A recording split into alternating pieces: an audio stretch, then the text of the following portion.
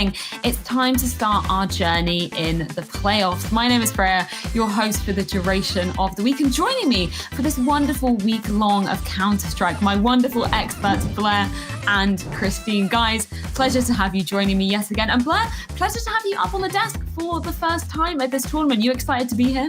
Oh, absolutely. I was sick and tired of just sitting on the sidelines, watching a group stage, so jumping in. What a way to start off the week. Monday, Counter-Strike Day, baby.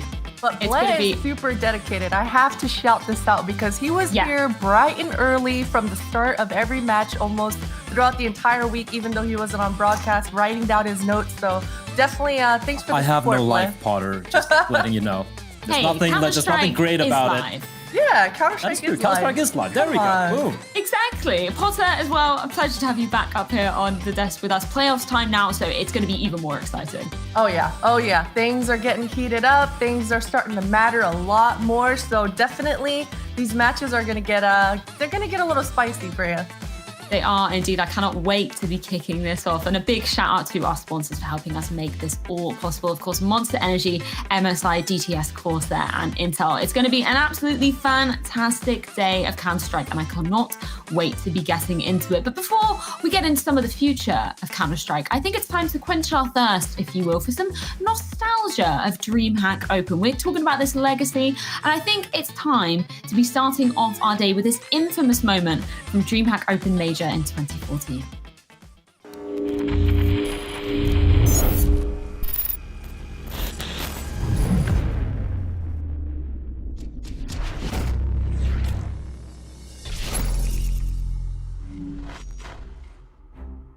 They look shattered right now. fnatic, this is definitely, I mean, when you come off of a streak like they've had... A key element to professional CSGO games are various boosts. They sometimes blow our minds when we see them performed in professional tournaments.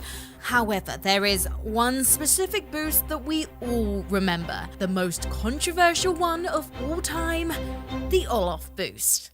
It's definitely a huge confidence boost now for them, especially when they need it, but look... In the quarterfinal of DreamHack Winter 2014, fnatic was fighting for their survival versus the Frenchmen of Team LDLC. Oh, it's hard not to love what fnatic are doing right here. LDLC, they just lost a round to it, and they still are not sure. They're just getting fired at. They're going down. Olofmeister, they have no idea. Obviously, we did something that had never been seen before, and a boost of that importance has never been shown before, so... The three-man boost gave Olof never-before-known vision over the map that they could use to their advantage to turn around their fortunes and win the match. The story could have ended there. They sees it coming. They've accounted for this, fnatic. They're one step ahead. LDLC decided to file a complaint suggesting that the boost the fnatic player was using was against the rules. Game admins decided that the last map was to be replayed the next day. Before that happened, however, fnatic chose to withdraw from the tournament and forfeit the game. The reaction from the audience and supporters had been overwhelming. It was kind of game-breaking as well. I can understand why people reacted the way they did, but I think it was a little bit too much even then. That day, Olofmeister became Boostmeister. I cannot believe that moment happened 6 years ago, Potter. Can you remember your reaction when that first happened? Yeah, I was super excited. I remember I was happy about it. There wasn't really a part of me that thought, oh, that's messed up or they're exploiting. I guess maybe pub stompers was instilled into my brain, and everyone just trying their best to figure out the most sweatiest angles, the sweatiest boosts. So for me, I was impressed. I was thoroughly impressed when I saw that happening, and I was rooting fnatic on. But yeah, I mean that was a long time ago. Yeah, and you just mentioned, Blair, when we were watching that, Overpass, hasn't seen that facelift in 6 years now? It's pretty crazy that the maps pretty much still stayed the same throughout that entire time. Yeah, which is kind of crazy when you talk about maps which haven't had a visual upgrade. Mirage comes to mind, and rightfully so. The map's been around for a long time. It hasn't really had the facelift like a Dust 2 or a Nuke or all the other maps have had. But Overpass has kind of remained unchanged. Yeah, a few changes here and there when it comes to the layout of the map, but overall, I feel like it'd be cool to see Valve kind of like revamp both Mirage and Overpass, which I hope they do. Hopefully, fingers crossed. But with that, I think it's time to put a player under our spotlight. Of course, we've been talking about some iconic moments here at DreamHack Open, and none other is more iconic than Shoxy. Let's take a look.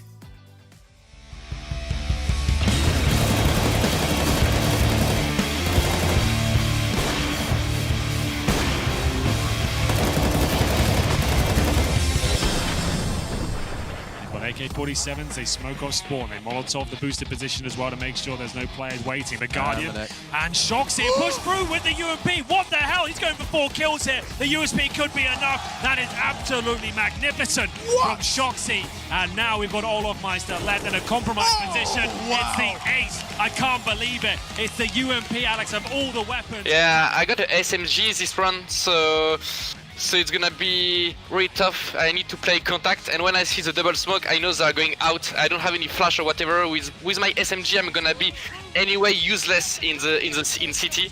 So I decide to really like just run and spray with the UMP and see how it goes. And I think they were not ready for this. That's pretty much it. And after, of course, when you got 4 kills like this, like I was just like, where is the last one? Where is the last one? I'm gonna kill him for sure. And I didn't expect it to be cracked wide open by the UMP of Shock. This retake is almost impossible, and they're just holding strong. Luminosity, they're not showing themselves, they're not giving them any opening. RPK pushing into the back, and he goes down to Cold Zero. It's all on Shox. He picks up one and goes back for more. He has no grenades. Luminosity in overtime here, looking for the shot. Shox gonna pick up one more. Triple for him. Oh, he gets the quad kill.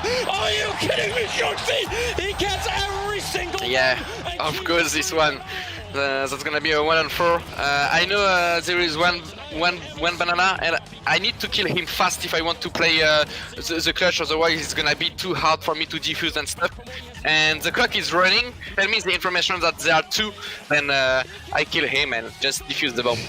One of the maddest retakes I have ever seen. It's wonderful to be able to get inside the mind of Shox there. Posse, you had a few notes on that last clip, didn't you? Yeah. You know, I mean, Blair also mentioned it first, is that sometimes in Counter-Strike, you can do everything right, but you still lose the round. So it's such a feels bad. You saw it there, LG doing the post-plant almost to perfection, but Shox quick thinking, quick reactions, and he's rewarded for it. So definitely, that's such an iconic clutch coming out from Shox. And it's amazing. Shox is one of those players that, you know, when we see him getting comfortable, Blair, that's when he really, really starts to shine. You know, he's got that room to work with inside the server. I mean, the guy is a legend, right? He's been around for so very long, and even with playing in a team where, I mean, he's got the likes of, I mean, look at the players he's playing with, right? He's still able to step it up, and you know what? I still want to believe. I know Mainnet keeps mentioning it again and again. It's like, Shox is back, baby. I want to believe he's going to come back again to the level we all know he can achieve. Well, I think it's time to move on to our topic of the day here at DreamHack Open 4. I love these segments, and especially this one, because now we're going to be discussing what players are doing when they're not playing or practicing. So let's hear a few words from some of our players here at Open 4. My time outside of Counter-Strike is mainly about having some good time with my family and my girlfriend. Apart from that, obviously playing other video games with all of my friends, but also cooking is something that I like to do a lot. So that is basically what I spend the most of my time with, and like making sure that my apartment looks clean and nice and everything, making sure that I have control of my life in these circumstances. I like to spend time with my girlfriend, just go for the walk, sometimes go to cinema, but right now it's hard because of Corona. But besides of that, I like to go to the gym, play some PlayStation games, and that's all. Like after practice, I may be going out and like to eat with my friends.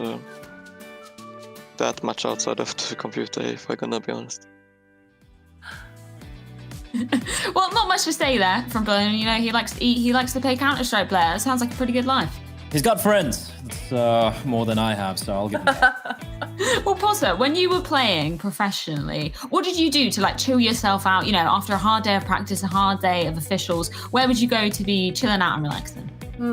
That's a good question. Probably move over to like Fortnite or ARAM on League of Legends. You know, a different game that doesn't matter so much, but I'm a true gamer, man. I was still gaming when I wasn't gaming. So it was just always on the PC, always grinding out video games. So yeah, just more games. Yeah, I feel that, you know, when you've had a bit of a tilting evening of Counter-Strike. I mean, I'm at LEM level, so, you know, nowhere near your peak, Potter, when you were playing professionally. But, you know, when you've had a bit of tilting night, I go to TFT, something like that. Where are there any games that you like that are sort of a bit more chilled out? You can kind of pea-brain, relax a little bit while you're playing them. I played Doom to chill out, which is not exactly ideal because I get anxiety after that. I wish I was more like Potter. She goes fishing. Like, Potter, you go fishing. Yeah. Yes. Does that like really help like tone everything down? Like you breathe like, I screwed that clutch up, but at least I'm fishing right now. Does it calm you down? Yeah, no, it does. I mean, it's therapeutic, man. One with nature, you know, walk outside, you see the water, you see the sun. Good graphics. Yeah, it's good graphics, super HD. I like that. I like that a lot. You know, getting outside, getting some fresh air, it's very, very crucial for you to be feeling, you know, relaxed and refreshed when you go inside the server. But of course, we can't talk about relaxing for too much longer as we have some games ready to be getting underway. We've got an absolute banger of a series to be jump-starting our playoffs here at DreamHack Open 4. The Mighty Danes are on the horizon, but can the gods reign from above in our first best of 3? It's Astralis versus GODSENT after this.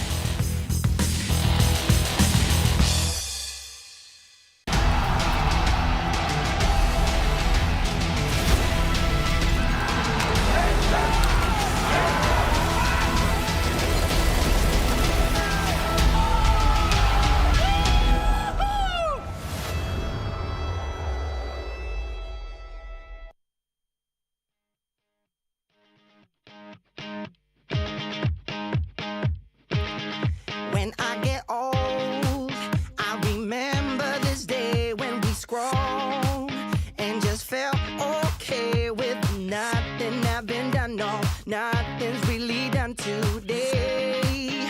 Oh yeah, feeling breezy and easy. It's a beautiful day. And I'm gonna be just fine. Yeah.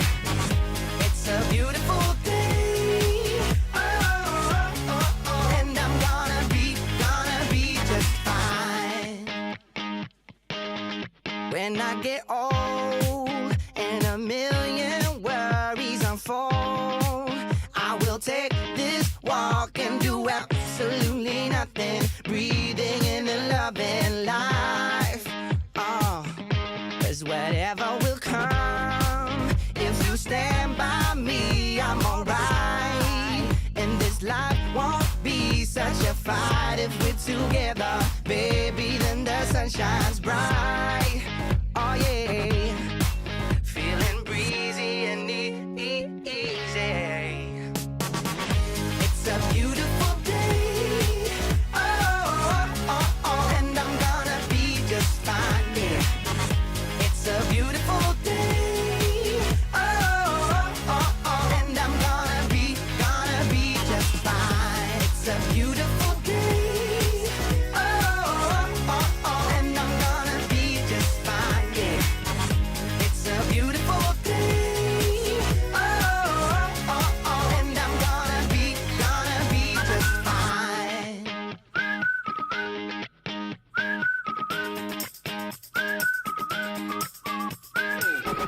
It's a beautiful day.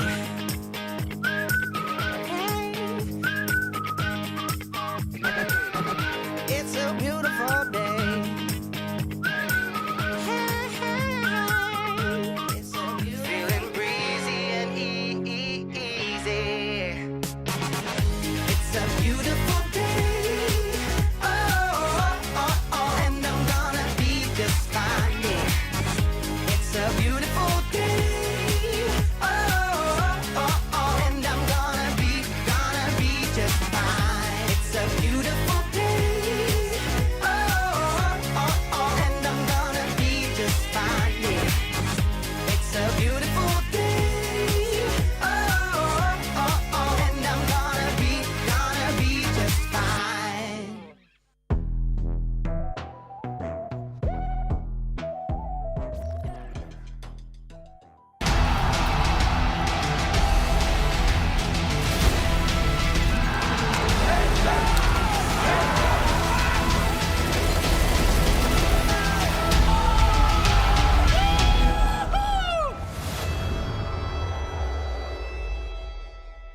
The playoffs have arrived here at DreamHack Open 4 and a battle of the gods to start off our day. Quite literally, as world number one's Astralis will be taking on GODSENT in our opening clash. With that comes a lot on the line for our 12 remaining teams. So let's remind ourselves of exactly what is on the line for our teams. Of course, it's not one, not two, but 3 tournaments that this will be feeding into. Of course, first, the all-important EU RMR. Of course, we have those all-important RMR points on the line, and we can take a look at the current standings from the previous RMRs coming into this one. Of course, Vitality are standing strong at the top of the leaderboards, and teams will be earning points here as part of the RMR event to be leading into the major when it eventually does happen. Of course, teams will be earning an increased number of points depending on, from previous RMR events, because we want to keep the standings the most up to date as possible. Coming up next, of course, our road to Katowice, where teams will be earning points at this event as part of the EPT. DreamHack Open 4 will provide 100% points value for the next EPT Masters Championship in Katowice, then 50% value for the next championship in Cologne in 2021. And last but by no means least, the final tournament on the line is the IEM Global Challenge. Alongside taking home the lion's share of the prize money here at Open 4, the winner of this tournament will also claim a spot at this tournament later on in the year. But of course, before we get into this wonderful day of CS, we've got a little bit of a surprise for you. We've thoroughly missed being in the arena during these times. We've decided to bring the arena to you. That's right, we've got our beautiful virtual arena for you guys to be joining us in all week long. Look at that. You can even see the players up there on the stage. And of course, your wonderful faces here in the crowd. Some absolutely spectacular stuff. I cannot wait to be seeing this throughout our games today. Of course, the only missing puzzle piece here is my wonderful panel of experts. Christine and Blair here to be breaking everything down with me. Potter, it's playoff time. We've got our virtual arena now. I cannot be waiting to get into this one. Me neither. This should be a spicy one now. I know on paper, I can't get over that arena, by the way. It's been upgraded since DreamHack Summer. The seating arrangements, the little figures, it's all been upgraded a bit. I'm liking it, but yeah, Astralis versus GODSENT. We're starting off this morning with I guess a David and Goliath sort of situation here. GODSENT, they have been on the up and up, but throughout this entire year, they've had some upsets against the big top dogs and like fnatic, sometimes versus G2, making it very close, but they haven't quite yet established themselves as an upset sort of team. But this is their moment. This is their time. I mean, who better to prove their point than versus Astralis, the #1 team in the world? Exactly, indeed. And of course, we can take a look at our playoff bracket that's going to be happening over the course of this week. Of course, we've got Astralis versus GODSENT to be kicking things off here. Then we're going to be going into North versus fnatic. Big versus G2 will be rounding off our day here at DreamHack Open 4. But of course, we'll be opening tomorrow with Vitality versus NIP. Of course, the loser of this will be going down into that lower bracket to face the likes of Sprout, Heroic, OG, and of course, FaZe. I think looking at this player, one big surprise might be seeing FaZe in that lower bracket already. Yeah, it is the way it is, right? You look at those groups and it's going to be very hotly contested. FaZe, considering they were I think they were in Group C, if I'm not mistaken. Them getting knocked down is a bit of a surprise. Obviously, losing out to GODSENT, that's going to lead to it. What's worrying for me for teams like a GODSENT is you lose. Imagine you lose against Astralis. You're going to go down. It's not going to get any easier. Look at the names there. You have Heroic, you got OG, you have FaZe even. So it's never going to be easy. And even though they're going to be facing off against #1 team in the world right now, they need to be going for the win, as unlikely as that might seem. Yeah, so let's continue to talk about this match we have at hand. I know we were talking about it a bit before we came on air here, Blair, but the map veto for this one, it's a little bit confusing, GODSENT having some of their favorite maps, also being some of the favorite maps of Astralis. So where are you siding for this one? This is one of the hard ones. If you're Crystal, if you're Devil Walk, you're like, okay, where do we go with this one, right? Because Mirage is going to be banned out by Astralis. I don't think they're going to take any chances with that, which is a good thing for GODSENT, because GODSENT do like banning out Mirage or a Dust too. Now, where do you go? I mean, this is so hard. Nuke is your best map. It's a map you want to pick. Against Astralis, I don't know about you, Potter, but I'm envisioning a world where Mirage and Dust 2 get banned out here by Astralis and GODSENT, and I'm expecting Train to get picked by Astralis, and Overpass coming out from GODSENT, and maybe Nuke is the decider, unless GODSENT want to just kind of throw in a Vertigo in the mix. I think that makes sense, but I'm gonna go with Astralis sticking to their guns, nuke, just because they've picked it every single time over a month, except versus Heroic, which is kind of a pattern that I've... Okay, so Astralis go with nuke and Inferno for GODSENT. Now, this is interesting because this is an exact rematch as we just saw GODSENT versus FaZe, where they knocked FaZe down into that lower bracket. It was Inferno, and then it was nuke. So definitely GODSENT, very familiar with these two maps. Yeah, and in Vertigo's decided, I'm not too surprised, or actually expected GODSENT to maybe pick it up earlier on, and it's a map that Astralis going to be very comfortable playing.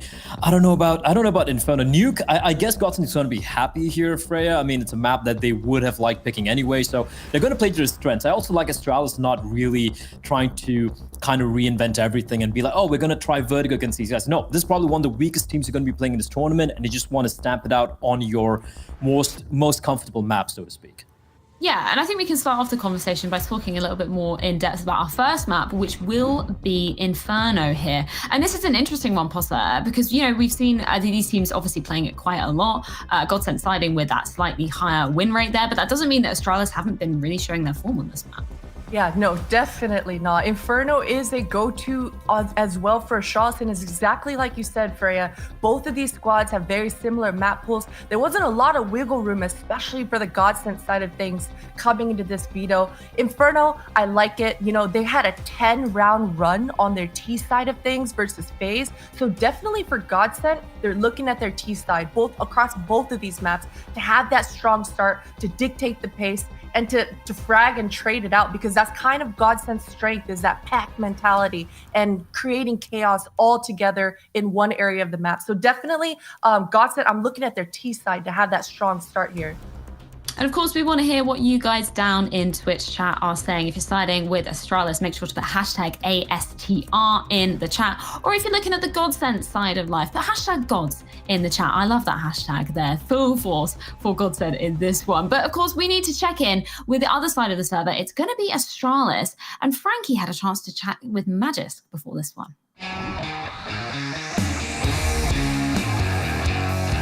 I'm joined by Magisk, who is still the primary in-game leader of Astralis, despite Glaive returning. Magisk, were you surprised that you are remaining in this role despite Lucas's return? No, I mean, we've been talking about it, and at the moment it feels like we have a good understanding of when to give each other room. So today he was doing some calls as well, and that worked really well. So sometimes, I mean, primarily it's me calling from the beginning of the rounds, but sometimes Glaive, he comes up with mid-round calls if he feel like he has a read, and sometimes I give him the power to do it, and sometimes I follow my own plan. But I think we have a good understanding of how to work with each other and how to give each other room to do calls. So I think it's going really well right now. Well, good luck in the playoffs, Magisk, because I mean, you've set a pretty strong foundation in the group stage. Well, I hope we can continue it, that's for sure.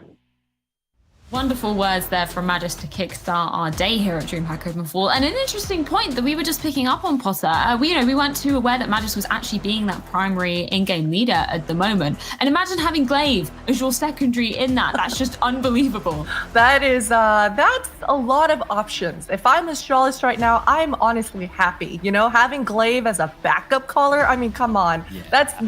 That's insane. That's a flex. And Astralis, I mean, that's the beauty of Astralis. They were the first to bring out this whole 7-man roster, S-Attack being incorporated so quickly and finding so much success so fast. Now, I have to say, for this nuke coming out as their pick, one interesting thing that I noticed is that although I said they've been picking nuke every time into their series for over a month, except versus Heroic. They lost to Heroic in one of the series about 2 series ago, and since then they've been kind of veering away from that. So I don't know if that's Magisk's call or if that's Zonics call or Glaive's call, but either way, if I'm GODSENT, I'm looking back at that demo and I'm studying exactly all the right things that Heroic did to ensure a victory here. Yeah, I do want to start off just by mentioning Inferno as our first map. And it's the map that we've seen Magisk, you know, having a lot of success on. Him and Dupree, Blair, have really been the difference makers in some of the previous series that we've seen at the Saramar event. For me, it has to be Dupree. Like, Magisk obviously had his moments. Device chiming in as well. But Dupree has just been so honed in this entire tournament, right? We've only had 2 best-of-3s played against Heroic and G2, but every time they've won, even some of the closer games, it's been him stepping up. He's looked almost untouchable at times. I feel he's going to be a very important player. And also another player we want to keep an eye on is Estatak. It's a swan song with this lineup, right? He's going to be heading over, joining, of course, Cloud9, the Juggernaut. No, not a Juggernaut. The Colossus, of course. And he wants to end it on a good note. So I feel like he has a bit to prove as well. Not really prove, more like show off what he can really do before he jumps ship. So it's going to be interesting players, at least an interesting player for me to watch personally. Yeah, and of course, over on the other side of the server is going to be GODSENT. I think it's an interesting conversation when we're opening up about these guys because we saw them taking down FaZe to manage to cement that second place spot in their group. And Christine, what we were seeing from GODSENT, particularly on Nuke, they looked incredibly well prepared. They had an amazing T-side, really good use of utilities. So I'm wondering, what do you think they need to be continuing coming off of that win against FaZe? It's got to be Madden, right? He had such an explosive series in that game that you're talking about, Freya, and he had clutch after clutch, multi-kill after multi-kill. And you know, Madden, he even busted out the op on save rounds while the rest of his teammates were working with scraps and was able to be the hero that GODSENT needed. So definitely for GODSENT side of things, story as usual for Madden, and I'm also looking at Stiko, man. Stiko's ramp presence on the CT side of Nuke is something that's just, it's incredible, right? I mean, starting off from the pistols, there's highlights after highlights that I'm finding, and even in the last match that I watched, he's able to get a 3K on the CT pistol, so definitely Stiko, he's making a name for himself to be that ramp anchor that every team kind of wishes that they had on their squad. Yeah, and I want to pick up on another player. We can see him in the middle of the roster here. It's Zen, because we got to speak to him after their win over FaZe. He was incredibly hyped. We could see it from the webcams during the game. He was saying to us, Blair, you know, he's the self-proclaimed hype man of this squad. So I feel like they're going to be needing that to continue their momentum coming into face Astralis, none other. Oh yeah, you have to be hype playing against Astralis, right? You can't just take it easy. You can't be a pessimist going into this game, you know, saying, oh, we're facing the best team in the world. You know, we don't really stand a chance. Of course not. You have a chance. You always stand a chance. And yeah, looking at the maps, I gotta say, you know, there is a world where an upset can happen. It is very unlikely. I don't like being an optimist. I'm not an optimist like Potter. I'm a pretty terrible human being overall. But I feel like that they should be feeling pretty comfortable with the maps coming out here as long as they stick to the game plan. I still want them to kind of throw a curveball, be a little bit more unpredictable, make Astralis sweat a little bit, maybe start doubting themselves a little bit. I think that's going to be the win condition for the side of GODSENT. Well, with that, I think we can start talking about our predictions. Potter, where are you starting for this one? I'm going to go with Astralis here. You kind of have to. I mean, it's Nuke and it's Inferno, but I do agree with Blair. I think the upset potential, it's glaring out at me on paper here. For GODSENT's side of things, they've got to, as Blair mentioned, be that unpredictable factor. When I watched back on Heroic's demos and saw exactly how they were able to dominate Astralis, that was it. They didn't shy away from duels. They didn't play those passive angles. They got in Astralis' face. They didn't let them set up for any sort of a comfortable default, right? So that's what I'm looking at GODSENT to do, is make Astralis uncomfortable. Are you going to be echoing those same thoughts, Blair? Yeah, I have to agree with Potter here. I think she's pretty much nailed every single point. I have to go with Astralis as well. They are the better team. They're the #1 team on the planet. You can't take that away from them. GODSENT, they've been on kind of an upward trajectory. 21st place team overall, you know, on the HLTV rankings. But I gotta say, there is a world where they can make it pretty close. You know, we want to see some of those rounds coming out. Maybe take a page from the strat book of a Heroic, try and be a little bit more aggressive on the CD side, which is exactly what we saw against FaZe. We saw that Ace from Farley being aggressive with the AWP towards ramp. We want to see more of that coming out from these guys. We do indeed. As much as I love an underdog story, I'm also going to be siding with Astralis for this one. But I was impressed with what I saw from GODSENT versus FaZe. I do just think this is a different caliber of opponent. And with that, I think we can check in with our Twitch chat poll as well to see exactly where they're going to be siding. 75% with us, Christine. That ain't bad. That ain't bad, and it makes sense, right? I mean, GODSENT, they've got a lot of work ahead of them. They have indeed. And I think with that, we can throw it to game #1 of the day. The underdogs of GODSENT have already taken down FaZe here in the competition. But now, can they prove themselves against the mighty Danes? It's Astralis versus GODSENT after this.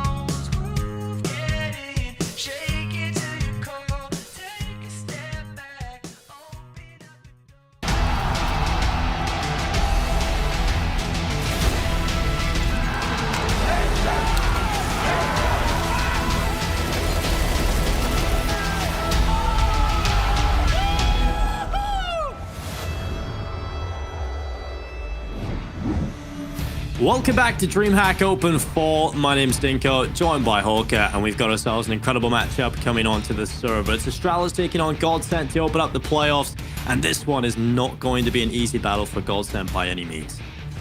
No, Dinko, they may have been sent by the gods, but unfortunately, the Counter-Strike gods are Astralis, so they're going to have to do even better than their name suggests to get the win today. And starting on Inferno, this should be a fun one, because GODSENT recently have been putting up some really good numbers on the T side of this map, and that's where they're going to be starting, Dinko. Yeah, T-side for GODSENT has been incredible. They have had a good performance on Inferno recently over FaZe Clan, and also against Big. They unfortunately lost out to what was a ridiculously close defuse, and a game that they will definitely try to put to the back of their head. So we head into the playoffs. Astralis taking on GODSENT. They'll be on the CT side early on, and dupreeh has been quite the incredible player so far for Astralis, the highest rated player in the tournament. Astralis had a bit of a slower start in a few of the individuals in their opening match, but starting to warm up into things against G2. And now dupreeh with a chance to shut down a couple of players, but they've crossed by. They've sent 3 players in towards the balcony, and GODSENT have got themselves some decent positions.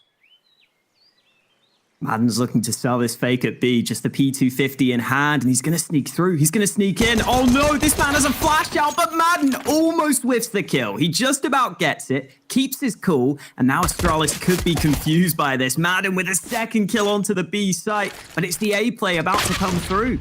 Oh, it'll be 1 kill for Magisk. Crystal hitting the deck, and a man advantage put in place for GODSENT, and quite a bit of control now as Astralis need to try and figure out what is happening. This attack into the A bomb site continues to run through. dupreeh from Library trying to connect headshots, but it's Device who takes down Madden on the other side of the map. He can now come back and assist the rest of the team on towards this A site. A little bit of damage done from Farley from the pit. He'll just hide behind the wall. 30 seconds, that bomb's still not down. It's on the back of Farley, who needs to get on towards the site itself. And Astralis just sit back, and Magisk with the headshot. Suddenly, the advantage is back in favor of Astralis, and Zen and Sticko trying to make this round work. Bomb is down, Device still on the B bomb site. What a weird pistol round this is.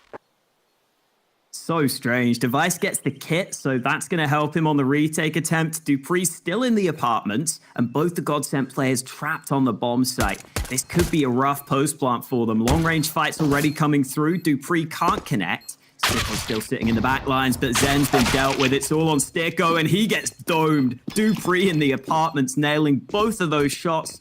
And even though Astralis looked like they were on the back foot there, they still win the round.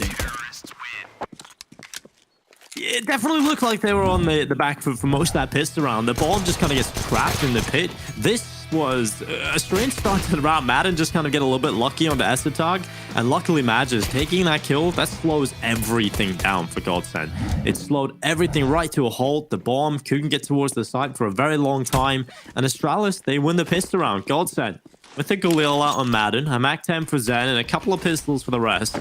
This is certainly a round that can do damage in, but Astralis looking to apply the pressure early. The smoke deploys down into middle, and dupreeh will toss near G. Astralis hold banana control early. That's not a problem for them in this round. Sticko slowly taking the apartment's control for GODSENT. Force by, as you said, comes through for the GODSENT side of things, and Device will get smoked off early. There's no one really aggressive on the short side of the map for Astralis. They're playing more back on the A bomb site, and that's going to prompt them to rotate a 4th player over to A. Astralis looking pretty well prepared for this A play right now. GODSENT have just taken top mid control, smoke going down towards the site, and they're lining up this push. Yeah, this will not be easy for GODSENT to get anywhere near the site, but they have pulled 1 kill in their favor. As Magisk has gone down to the edge, and Glaive as well, swinging into the open. That allows an avenue of approach to the B bomb site. As they go through the archway, they'll attack CT spawn. Looking to pull themselves back. It's Esatog trying to get into position on time. But at GODSENT have got so many players coming this way, and it's only an MP9 for Esatog to be a nuisance with. Crystal will be clearing the site. 10 is being left in Library to cut off the rotation. And now it's all on Esatog and dupreeh, who are pulling this round back for Astralis. The kills have come through. It's now Zen and Sticko in a 2v2 clutch. And dupreeh with it all to do, and he's won the round. 3 kills picked up for Astralis. And it's 2-0. unbelievable round yet again. That should have gone GODSENT's way. They should have at least gone onto the site, got that bomb down. But Essetar getting back into position in time and Dupree helping him out. Oh, and GODSENT are going to go for it again. Another force buy after another close round. Dupree again stepping up for this Astralis squad, though, Dinko. He's been their best rated player in this tournament. His form has been incredible. He had to step up alongside Essetag on the B site, and he is feeling it right now. Yeah, this is a confident peek down second middle, but he needs to be careful. They have solid weapons, a couple of them with AK, so he needs to be careful here. As he peeks down, it's Farley with the headshot. Dupree hits the deck and now Device. Oh, the timing. He looks away and he still gets the kill. Sticko somehow fluffing his lines there. Device gets behind cover just in the nick of time. And he might just get another one here. That's the bomb down. Device absolutely destroying two players in the apartments, but it is still a 3 versus 3 thanks to that kill from Crystal.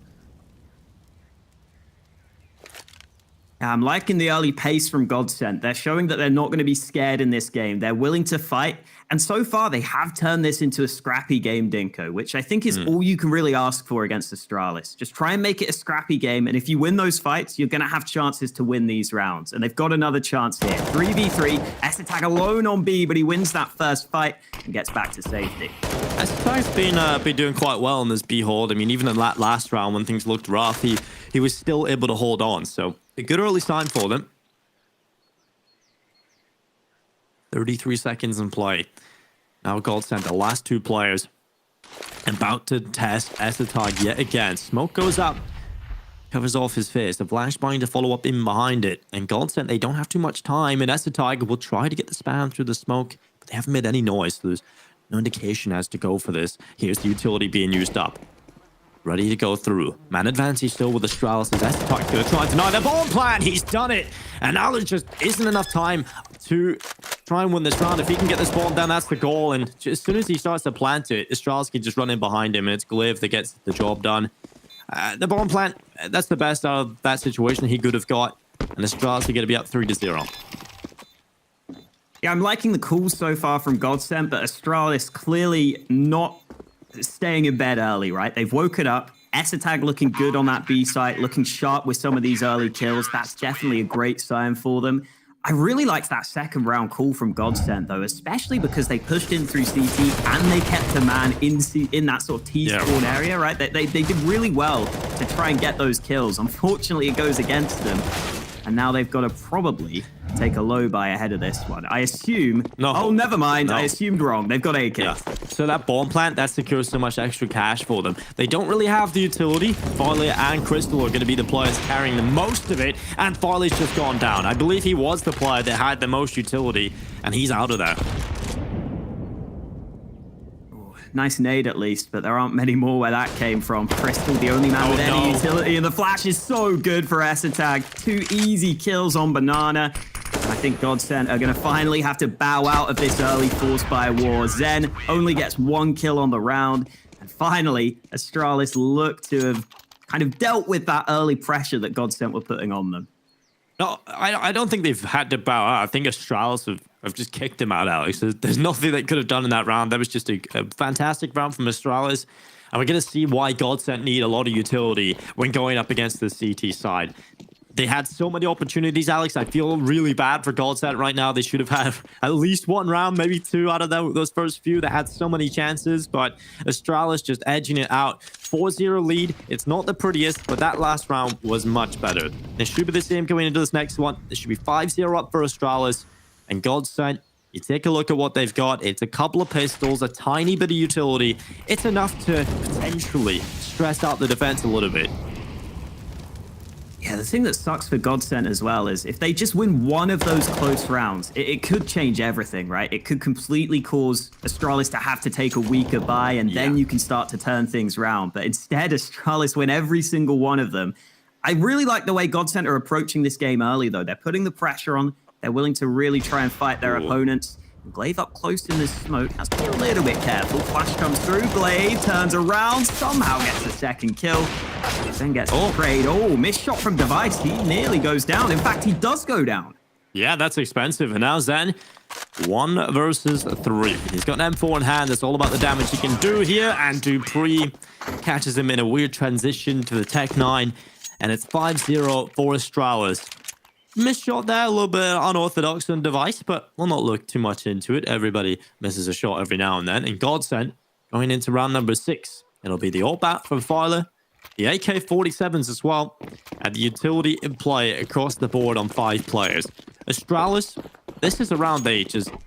If they win this, I start to really fear for GODSENT. We've talked about how good their T-sides are. They've had so many opportunities to get off to a good start. And unfortunately, every single round has gone in favor of Astralis. If you're 6-0 down this quickly on your map pick, on the T side, which we say is your strength, you start to fear for them. Well, this round, they have had the nades early, something they didn't have last time. And those nades have done damage. Oh, no! Tag and device done for. Great flash from Madden. Easy kill for Crystal. They've had some good utility usage from both teams at the start of this game. But this time, it's GODSENT with a clean pick. Zen might give it away, though. Oh, no, he's got it. He's got it in the back. What a weird situation. Zen on the flank and another flank through CT spawn. What is that? What's going on there? Dupree caught by the timing, and now Glaive's turn to try and shine on the B bomb side. He's got one into Crystal, pulls the Molotov, and Madden was already in an advanced position. Estetite tries to dive through the smoke, but the round is done. Astralis, they get caught off by everything. Finally, a little bit of luck going GODSENT's way. Also, good utility usage, I have to say, from them. I don't know if you at home got to catch the Glaive podcast he did with the HLTV Confirmed, but he was discussing some of the differences within Counter-Strike at the moment. Is he feels like the opponents are much more aware of how they should be using their utility in a stronger fashion. You can see Astralis completely caught off guard by some of the utility usage there from GODSENT. So, fantastic stuff. And I thank Astralis for this. I think we need a little pause here, Alex, just to catch our breath, sort of settle into this one with a fun fact. Pretty good from Madden. Yeah, he has been having a good tournament. That's something the desk pointed out. He's been in form in this one. He's been GODSENT's highest rated player for the tournament. You know, I was looking at the stats as well, Dinko, and he's actually, in the past, not been that good in games specifically against top 10 teams. He's kind of tapered off a little bit with his ratings. He's only the 4th highest rated player for GODSENT when they play against top 10 teams, which is not really what I would expect from Madden, right? I'd expect him to be one of the stars of this squad. I think now he's getting a bit more experience. He's getting that under his belt. We're starting to see the confidence and those aggressive plays come through from him. I think Madden was one of the best pickups, right? And Dupree is going to charge down Banana Zen, hitting the deck. Crystal picks up one for GODSENT. Glaive barely alive, and he will get around the corner. That itchy grenade would have caught him, but he is gone. Back to the side itself. I've been loving some of these T-side setups. You can see how aware GODSENT are right now. They always have a player in the midst on the other side of the map. This time it's Sticko catching out Device. And he's got potential to get kills across every part of this map right now. Magisk always boosted up the head. Spotted for Madden. That's an easy kill for Magisk. I thought Madden was going to be backing up and maybe spotting Magisk, but doesn't see him. That's just a very unfortunate situation for Madden. And well played from Magisk to just crouch and cascade the vision. And now Farley left alone into 1 versus 3. And this round is not going to be easy whatsoever. 50 seconds left. He does have the bomb. He'll be running up middle, but the rotation has been made by Glaive. He's on the site. He's actually low in HP, so he's going to go to the balcony and try and get a better position to approach this. But with Farley getting up long, he has a couple of opportunities, a couple of options to take a couple of different approaches to this round. And he's committed to A, the time a limiting factor. He feels like this A bomb site could be good enough.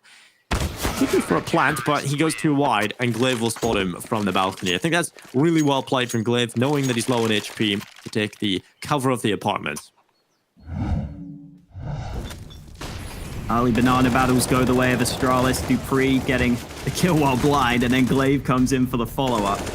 So again, the utility being an important factor on banana. Right now, Astralis seem to be finding success at holding that position. Yeah. I think watching this half play out, I'm interested to see if GODSENT continue to try and go for those flanks through CT spawn, rather. They've been really putting an emphasis on that in some of these early rounds. And it's been working decently, Dinko. They're getting into CT spawn pretty often. So that could be something that we see more from GODSENT as this game goes on.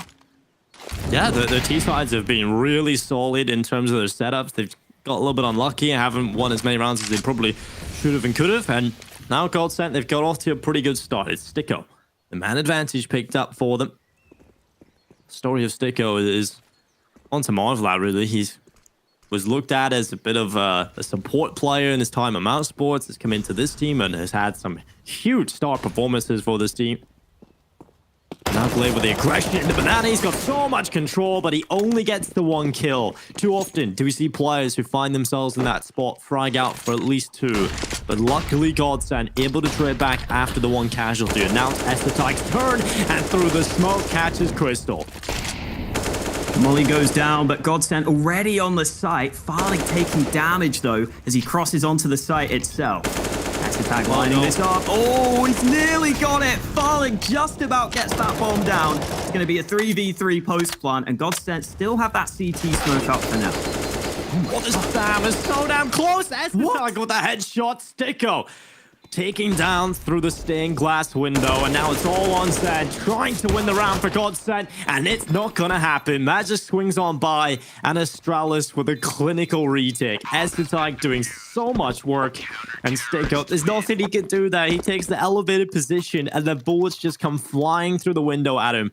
That is a fantastic round from Astralis yet again on the retake. GODSENT, though, at least they find the site, but I'm starting to get worried now. Like, they're not finding these round wins. They're not getting it down even to the close clutches. It's Astralis coming out on top with players surviving. That's allowing that money to at least grow on a few of these players. So GODSENT, this is the round they have to win. If they lose this, Astralis will have an opportunity to build their money and build that lead exponentially.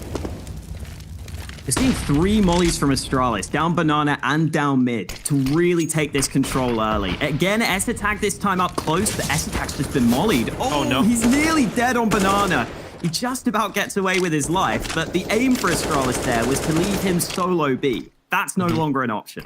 Yeah, that's fantastic from GODSENT, being able to reclaim Banana control. We know Astralis were the pioneers of how you take Banana control. They set the meta. Everyone followed what Astralis was doing in terms of taking that Banana control. And GODSENT have just forced them back towards top Banana. This is fantastic stuff. Sticko takes it into the head. Device throwing the itchy at him. But it's Dupree that'll end up taking the kill. A man advantage found by Astralis. And this A bomb site is looking quite strong now that they have full apartments control. Dupree's going to go on a bit of a walk. And if I'm coming into this A bomb site, I'm scared. Look at Dupree. He's that boiler. He's got to find one. That's the bomb. The second kill as well. Dupree has shut this round down. And Madden is left alone in a 1v4 that he just cannot win. Oh, even jumping across, he takes some damage. This is so strong from Astralis right here. I'm loving the individual emphasis that Astralis is showing us as well.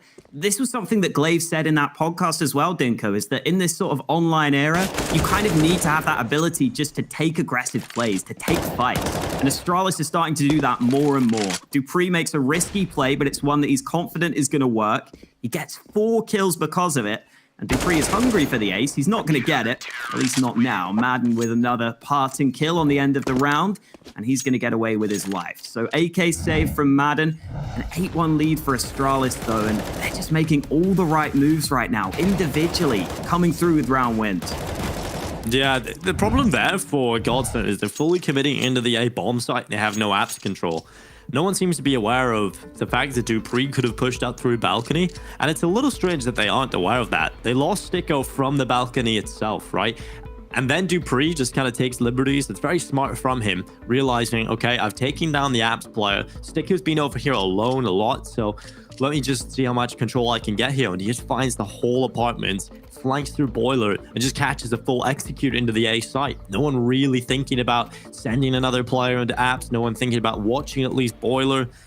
And that overlook, that stone that is unturned from GODSENT allows Astralis to win the round, really.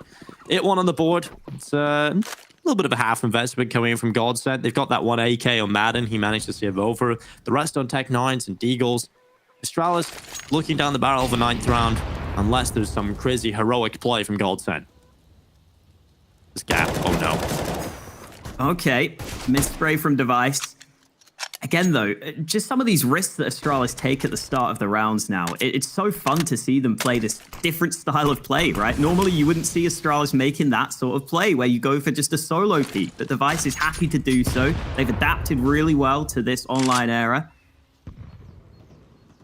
Just over a minute left on the clock, and GODSENT are taking a bit more time this time round. Previously, they were able to nade stack Magisk in pit, but this time it's GODSENT taking the brunt of the nades. dupreeh with an early kill. I don't know how much success GODSENT are going to find here. dupreeh's up against them. He is hungry for kills, making a third. Easy hold for dupreeh, easy hold for Magisk. Astralis with a 9-1 lead, Dinko. And I do feel a bit bad for GODSENT because this has been a competitive game. If you've just tuned in, we've had competitive rounds. It's just Astralis are clinching every single one of them. Yeah, the scoreline could be much closer. If you remember the start of this game, there was a lot of those rounds where GODSENT just kind of got confused a little bit. A big hero plays from Estetag, a couple of moments where that B-bomb site should have fallen, but Astralis just stepping up. And it is that individual level you were talking about. The fact that Astralis are coming at them with this huge individual emphasis. And the top tier Counter-Strike has been quite scrimmy. It's been quite a battle. I think Sponge was alluding to this on Twitter recently. He's saying how he's loving this approach from some of these top teams, and it's definitely exciting. This is why it's so hard to call how things go down online, because there's so many good players that are just so much more comfortable playing online, so good at making those risky plays and having them work out. That's just something you don't really see at LAN. So this is definitely one of the things that you can take from online Counter-Strike that is a positive in a way, is that it's just mental and entertaining across the board. Couple of nades into B for GODSENT, but they don't have much utility left. A single molly, a single flash, and Sticko has been going for these plays a lot, Dinko. He's been trying to solo pressure this A site, look for picks by himself. I'm glad he's fallen back this time because he made noise there, but Madden boosted. Great shot from Madden. That's a nice opening. That's a fantastic opening from Madden. Just towards the back lines, Estetag, who has been such an influential player on that B-bomb site, immediately picked off. Something Astralis have actually also been really solid at so far is neutralizing Sticko in those apartments. I think he has been unable to do much. Not expecting that player in Archway though. Zen, a fantastic opening kill from him, but now Magisk with time to shut them down from the pit. It's 2 picked up, and Device will follow up. Crystal left alone in a 1v3, and it feels like Astralis are just eliminating the right amount of players as soon as GODSENT are about to go in for their execute, and they're always going in limping. They're never going in full strength, and Astralis have done a very good job at just sort of picking players off before GODSENT manage their attack. I think the unfortunate thing for GODSENT here is that they get the early kills, right? They get the 2-man lead, but they just didn't have the utility to actually set up one of their proper plays that they probably would have liked to have run. They had barely any nades left at that point. So they can't really go for a full smoke play into A. They don't have mollies for pit, where Magisk just makes all sorts of issues happen. Device is again going for that one-way smoke at top mid. Got nades down banana. GODSENT don't have much to work with in this round, but Madden's got that one hero AK, Dinko. I gotta say, Madden's been landing some shots so far, so there is a chance he can try and get them into this round. Yeah, Madden has been incredible in this tournament so far. He's a player that is just so impressive for GODSENT. And as the Tyke, he'll be holding on towards top banana. He's going to be forced away again. But this banana aggression has been really solid from Astralis. They have been getting down banana quite consistently at the start of the rounds, but GODSENT have forced them back a few times now. And here comes the attack, the double stack in second oranges. They're not going to be expecting Estetag to be in the same position. He is going to shut them down. 3 kills picked up, finally taken away by Sticko's Deagle. And now he has an AK-47. He can win this round. If he goes around this corner quickly, he would have found dupreeh, but too much risk involved. Sticko is going to slow it down. He walks back banana, he can get to the A site. If he goes back to B, there's 2 players in wit. So he's going to go to the A bomb site. Sticko is one of the most cerebral players playing in Counter-Strike right now, and he can win this round. And look at what this does to Astralis. It splits them up. It gives Sticko the chance for 2 1v1s. That's why he goes back to A. He'll get that bomb down, but Magisk is close by, and Sticko seems to have spotted him. He looks very aware that angle's a possibility. He wants this 1v1 fight to begin with. It's a tight angle, but he's not going to get the headshot. And now Sticko might be in some trouble. He needs to reposition. He does. The mid player coming through as well. Magisk doing a good job at just surviving, allowing his teammate to come forward, and then Magisk can commit to the duel knowing that dupreeh was in position. It's Astralis with an 11th round and Sticko. A nice try. Another round that could have went GODSENT's way if the stars aligned. And I have to say, Alex, this is heartbreaking to watch. GODSENT have had so many rounds where they should have been able to compete more convincingly, but this is the setup. I think this is the play that just ends the round, ends the chances of GODSENT. I don't even think that was planned from Astralis. No. It looked like more like something that just happened because they weren't ready for the B push, and then they just make the most of it. And I think that's what makes Astralis such an annoying team to play against. Even when they don't maybe have the plan instantly in their head, they can quickly react to those circumstances. They can stay on top of the situation, and Crystal is going so aggressive. The flash slightly too late, though. dupreeh gets the kill just before being blinded, and Magisk is here. Double spray down, make it a third. Magisk doing massive work from short, and Sticko, well, he finally trades, but it's another clutch, this time a 1v3, which just won't be happening. What is that spray from Magisk? That third kill is just ridiculous. We get to see him in clear vision there, but this spray, this third kill, this is just ridiculous. Oh my god, Magisk has some of the best spray in Counter-Strike. This guy is unbelievable at getting those multi-kills in the spray down. I thought I'd taken off my glasses for a second there, Dinko, when I saw Magisk. It's like how Alex sees life without his glasses. Pretty much. It's like, hold on, they're on my head. Well, 12-1, round 14. What a dominant half it is in terms of the scoreline for Astralis. You cannot take it away from them. They have been so fantastic. Esotark has been a beast on this B bomb site. He will get one kill. He goes down pretty quickly after. Crystal at least trading back. But I've loved the approach from Astralis, just kind of putting the boot to the throat of GODSENT, just applying that pressure early every single round, not giving them space to work with. And that has been a problem. They've always felt like they have to make some individual plays because they've either lost too many players, they've been a man down, their attack is weakened, the utility is starved. Every one of these attacks has had some sort of problem for GODSENT, but this time, they're pulling it back, but dupreeh with an 8 kill, a follow-up headshot as well. Somehow Astralis, even when it's looking bad for them, there's a player that steps up and gets them right back into it. Device right now with the AWP in hand for the retake, but he might not even need it. Glaive's landed the first shot, and now Sticko's trying to reposition. He's been in these clutch situations already. 1v2 for him, and he knows that Glaive is close by. He hears those steps. Glaive gonna give it away, but Sticko still needs to win the one-on-one. Device closing the distance onto the site. Sticko still just buying time, still playing safe, but Device gets the headshot. Even when GODSENT look like they're gonna win a round, Astralis still win the clutch scenario. Device switches out the AWP for the AK and lands another shot. Yeah, it's every clutch has gone Astralis' way. The mid-rounds seem to just always favor them in terms of GODSENT being ahead, then someone from Astralis steps up and gets a ridiculous multi-kill or just even one kill that changes the round. Astralis should have lost a few more rounds than they have, right? That's for sure. There's been so many rounds where GODSENT have been so close to finally doing something. And every clutch goes Astralis' way. The 1v1s, the 1v2s, the mid-rounds. It's all just heartbreaking to watch for GODSENT. We talked about how good their T-sides are. And Alex, the best case scenario is that they find 2 rounds at the half. Yeah, that is such a shame for GODSENT. Ooh, Device landing the shot down mid. Madden down to 19 health. This time it's Zen pressuring the apartments, and dupreeh currently isn't looking this way. dupreeh, by the way, up to 19 kills now from this first half. He has been dominant on this A side of the map.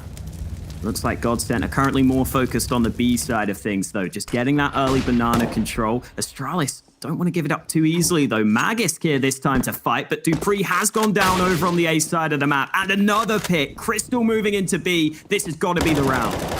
Esotark holding, finally able to trade, and this looks like it's a second round. I'm going to confirm it for GODSENT. Glaive's head falls off his shoulders, a dominant showing from the mighty Danes. We'll see if GODSENT can bounce back into the second half. It's looking unlikely, but one can dream.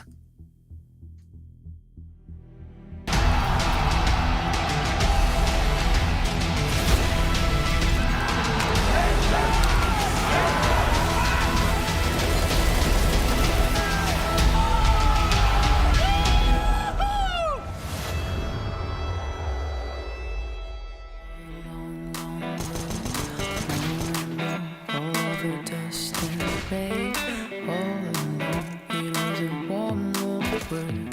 On and on, I need a warm boy heart. I'm so cold, I'm walking alone. This is your door. I'm walking alone. I'm going home. I'm walking alone. This is your door. I'm walking alone. Going home. I'm walking alone. This is your door. I'm walking alone. I'm going home. I'm walking alone. This is your door. I'm walking alone. Going home. Everlasting is the long way where I believe I'm going, babe. It is a long, long road that's okay to a place where we're going, work it on, babe.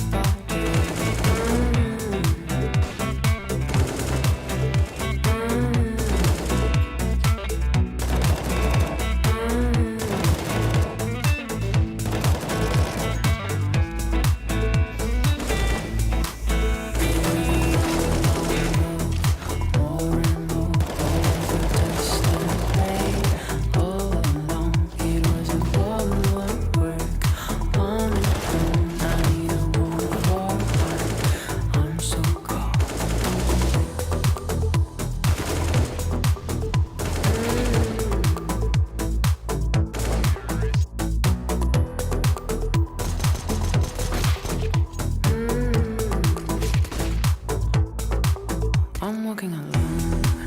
This is your door. I'm walking alone. I'm going home. I'm walking alone. This is your door. I'm walking alone. Going home. I'm walking alone. This is your door. I'm walking alone. I'm going home. I'm walking alone. This is your door. I'm walking alone. Going home.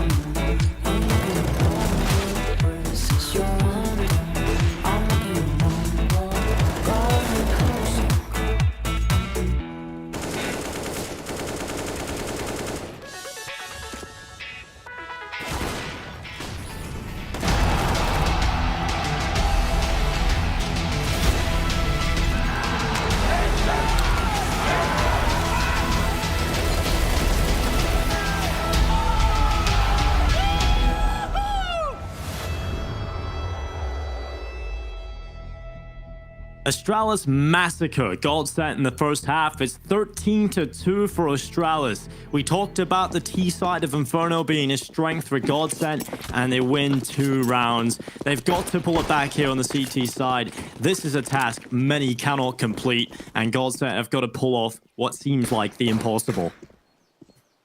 No kit for GODSENT either, so they've got to try and focus denying that bomb plant. And Sticko nearly getting caught at top mid there. I'm glad he fell back to safety, back to the A bomb site. The issue for GODSENT right now is that they have a 3-man stack towards B. Only 2 players on A. A long is currently open, and Astralis are about to push this site. They come swinging into the A-bomb site with Force off the top of the balcony. Sen looking for the lineup. He's found 2, nearly a 3rd kill, but it's Astralis equally trading out the site. Now Violet, Crystal, and Madden are looking for the retake. No, none of them have a kit, so they're going to have to be quite quick in terms of finding these headshots. And Cliff down the pit, they try to move forward over the top of the site. It's Magic with the first headshot, going through the smoke. Oh no, GODSENT, they tried to be quick. They tried to be shrewd with that smoke, but all ends up in is a 14th round for Astralis and a clean 3v3 going their way. Yeah, GODSENT realized they had to do something there because they didn't have that kit. So I don't mind the decision to put that smoke down and just try and get close onto the site. Clearly, Astralis 1 step ahead of it, though. And into round 17, obviously GODSENT are just going to force up.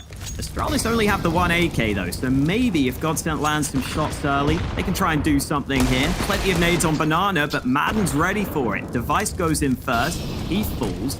Madden can even get back to safety. Blinded, but he will be out of there. A good start for Madden into what feels like a must-win round for GODSENT. You know, if they want to win in regulation, they've got to win this round and then the rest. So, first step in the right direction. And Gliv walking back up banana. Looks like GODSENT want to go with some re-aggression. The flashbang was available. Madden taking his own teammate away. He undoes his own hard work. And Crystal, the victim of the deagle. Now Astralis just go back to A. Couple of smokes lined up. Sticko's got one in reply, though. They're pushing him already. He's not ready for the pace of the SMGs. Farlik's still on the site itself. The S-Attack just jumps onto his position. Those SMGs having a fun time right now for Astralis. Only the 2 CTs remaining for GODSENT. And this retake is almost impossible.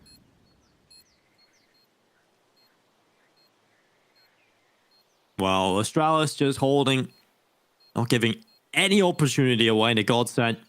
They want to take these rounds over. They want to win Inferno 16-2. They want to be able to take this as cleanly and as quickly as possible to stamp out any potential momentum, confidence, any sort of hope for GODSENT going into the next map. And as a tag with the kill on the Madden, rounding out this round with the time ticking by. Zen will catch UMP. He'll pick that up when fleeing the scene. But it's 15-2 for Astralis, and the money not on the line here for GODSENT. They have nothing to play with, really. It's going to be a couple of Deagles. It's going to be SMGs.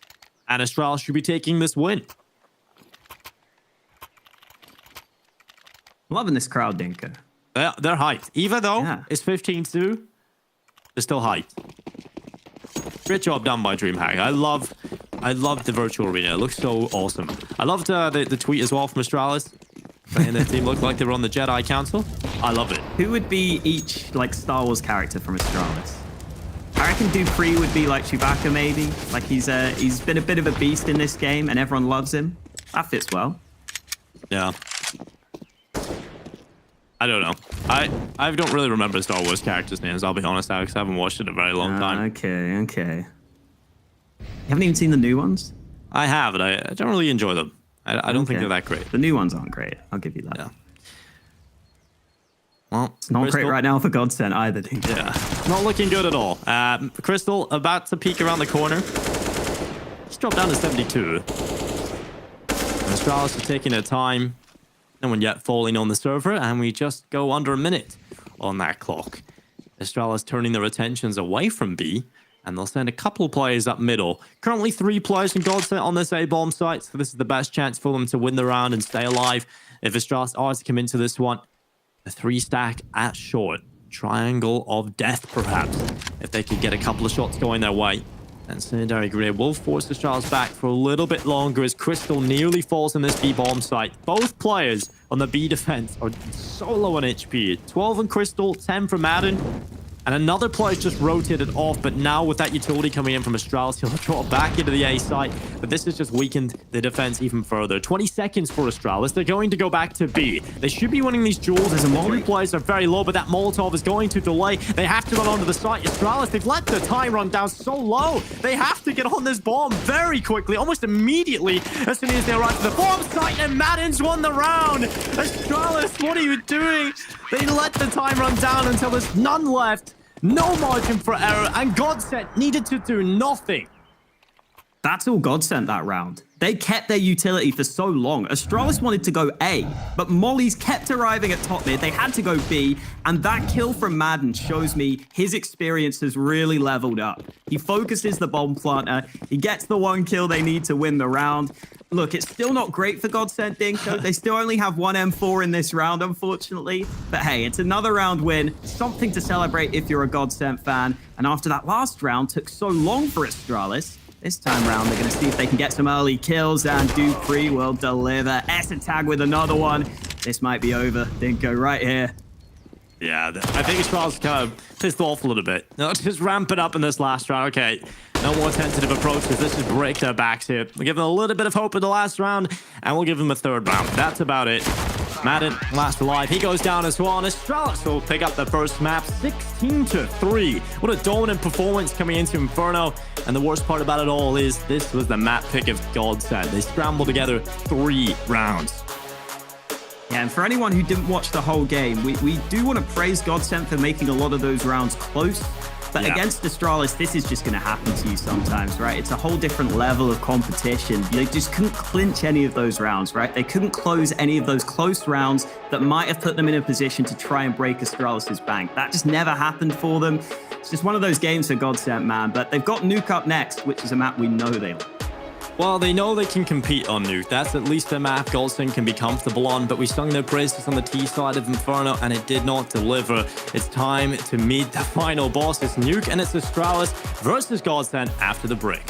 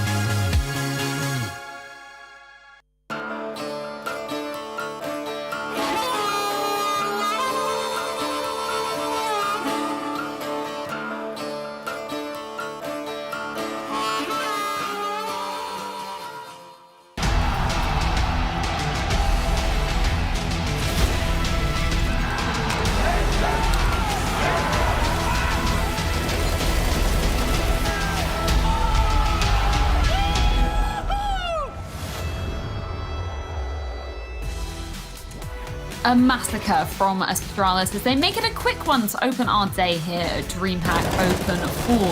16-3 is our final scoreline as they sweep GODSENT's pick to lead us into Nuke. Potter and Blair, as always, are here to break down all the action. And once again, Potter, it seems to be a story of these individuals just stepping up to the plate for Astralis. Yeah, the individual's absolutely stepping up, and we got to talk about Dupree, man. You just saw it there in that highlight, pushing into that boiler room and just taking down 3. And this kind of was the storyline for Astralis all game long on their CT side is, if I'm Dupree and I can make those kinds of moves, you know, a lot of these players in the back of their mind, they're thinking, oh shit, if I die here, we lose the round. But Dupree, he doesn't have those fears. He's got Magisk, he's got Device to be his backup plan, to be his insurance card. So that gives him a whole lot of more wiggle room to be able to make the moves that he was making. Magisk in the back, holding down the line. This is just Astralis showcasing exactly why they're the best team in the world. And I think that's a difficult thing when we're talking about those T sides from GODSENT. Sure, we were sort of pitting a lot on them because that's been their sort of preferential side when we've seen them competing here at the RMR event. But we've got to give a little bit of credit to them. You know, they were making some stuff work, Blair. It was just unfortunate that Astralis were there at every point to really just be holding them. Yeah, I feel like they had a pretty good T side, and this might be one of the scorelines which could be a little misleading. Yeah, it was a very one-sided result, 16-3 to Astralis, but I could see a world where this could have been a 16-8, maybe even a 16-9 for GODSENT. They had so many rounds on the T side where they had the upper hand, they had the opening kills going their way, but like Pod mentioned, the individual stepping up for Astralis, like Dupree just going for this individual plays, and Magisk with some of his classic spray goodness, which we saw towards the top of bracket. So a little unfortunate for GODSENT, but Astralis were clearly the better team, and even individually they were quite the better team here. And I know you want to roll it back to all the way to the beginning of the match. Admittedly, not that long ago, Blair, but you have a round that you want to break down. Yeah, this would be the pistol round I have here in Stats Helix, and just take a look at this real quickly, right? Take a look at where Madden is. Madden's all the way towards Banana. He is the raid boss. He's got a P250, he's got Kevlar. You have an aggressive hold from Device, Dupree, and Magisk. You have Magisk and Device setting a crossfire towards top of mid. You have Dupree just peering into the boiler area. And for GODSENT, they've sent Madden kind of like a bait towards Banana. You have Crystal holding mid, looking for any push from the CTs, and the 3 players here towards the apartments. And see what happens here. We played out. Madden walks in. This is a little bit of a mistake from Astralis. There was no one checking towards Banana. They were expecting a play to take place from the side of GODSENT, but Madden just walks on up. He catches Glaive. A little bit of a messy fight, but he wins it. Glaive caught up with the nade in his hand. He gets the kill, and then Now, just take a look at S-Attack here. He needs to take this duel with Madden. He gets the kill. Now, hold on. This is where GODSENT just waiting for Madden to get the kill onto S-Attack. They don't do anything yet. And once he gets the kill, that's when they start getting confused. And this is a classic case. They're about to head into the A bomb site, but the moment Madden says, "Beast clear, guys," they stop, they pause, and they ponder. And they're like, what do we do right now? And that's the moment Crystal goes for a play towards mid. He dies. And then they get so very confused. And GODSENT's like, okay, we can still go back to B. Madden, what can you do? Madden gets taken down by Device. And that's when the hit comes in towards A. And then we're just going to fast forward a little bit here. It kind of falls apart. Device, Dupree goes for a big flank from apartments. He gets the kills onto the final 2 players over here on Sticko and Zen. And that's the round. I think it's one of the classic cases of the of a dog chasing a car, and then it finally catches a car, which doesn't usually happen, and then he's kind of left wondering, what the hell do I do from here? And that was the case for GODSENT. They were caught, they were a little surprised that they got the B bomb site kind of for free because Madden got both the kills, which kind of threw a spanner in their works. They could have headed back to B, but then in the end, they headed towards A, where Dupree was lying in wait. That is my favorite analogy I've ever heard you use there, Blair. I want to hear more of that coming from you. I had a big dog at home, all right? I was going to say a common occurrence for all dog owners, I'm sure. But I want to focus on the next map, which will be Nuke. Christine, this is going to be Astralis' pick. But we have seen GODSENT having some success on this map, namely against FaZe just a mere couple of days ago. So if you're GODSENT and if you want to be replicating that same form and trying to take this to a third map, what should they be focusing on? Yeah, it's got to be Farlig, right? Just because, you know, Farlig, he's had a successful run ever since he's joined this GODSENT side. But you saw it here, the glimpses on Inferno as well. He's sticking to his guns. He's sticking to that AWP, but he's not finding quite as much success as I'm sure that he or GODSENT would want. And GODSENT, they do a pretty decent job. They're very thoughtful in their T-side approach to allow Farlig a lot of time, but Astralis aren't giving him that time. They're not giving him that sort of wiggle room to find those picks. So it's kind of the same storyline. Now versus FaZe, Farlig, he had a quieter game, and then in the very last round, he actually ended up with an ace. So that really stat padded his frag potential. But throughout the entirety of that FaZe match, he was a little quiet as well. So coming into this Nuke for GODSENT, maybe they need to have a different approach. Maybe he needs to be on a rifle. Maybe he needs to stay on that AWP. But either way, they need to figure something a little bit different out because Astralis have their number right now. They're not allowing Farlig to get comfortable at all. So hopefully GODSENT, they have a different approach here. Well, hopefully they do indeed. This is the last chance to prevent them from falling into that lower bracket. Can GODSENT make a comeback? Find out after this.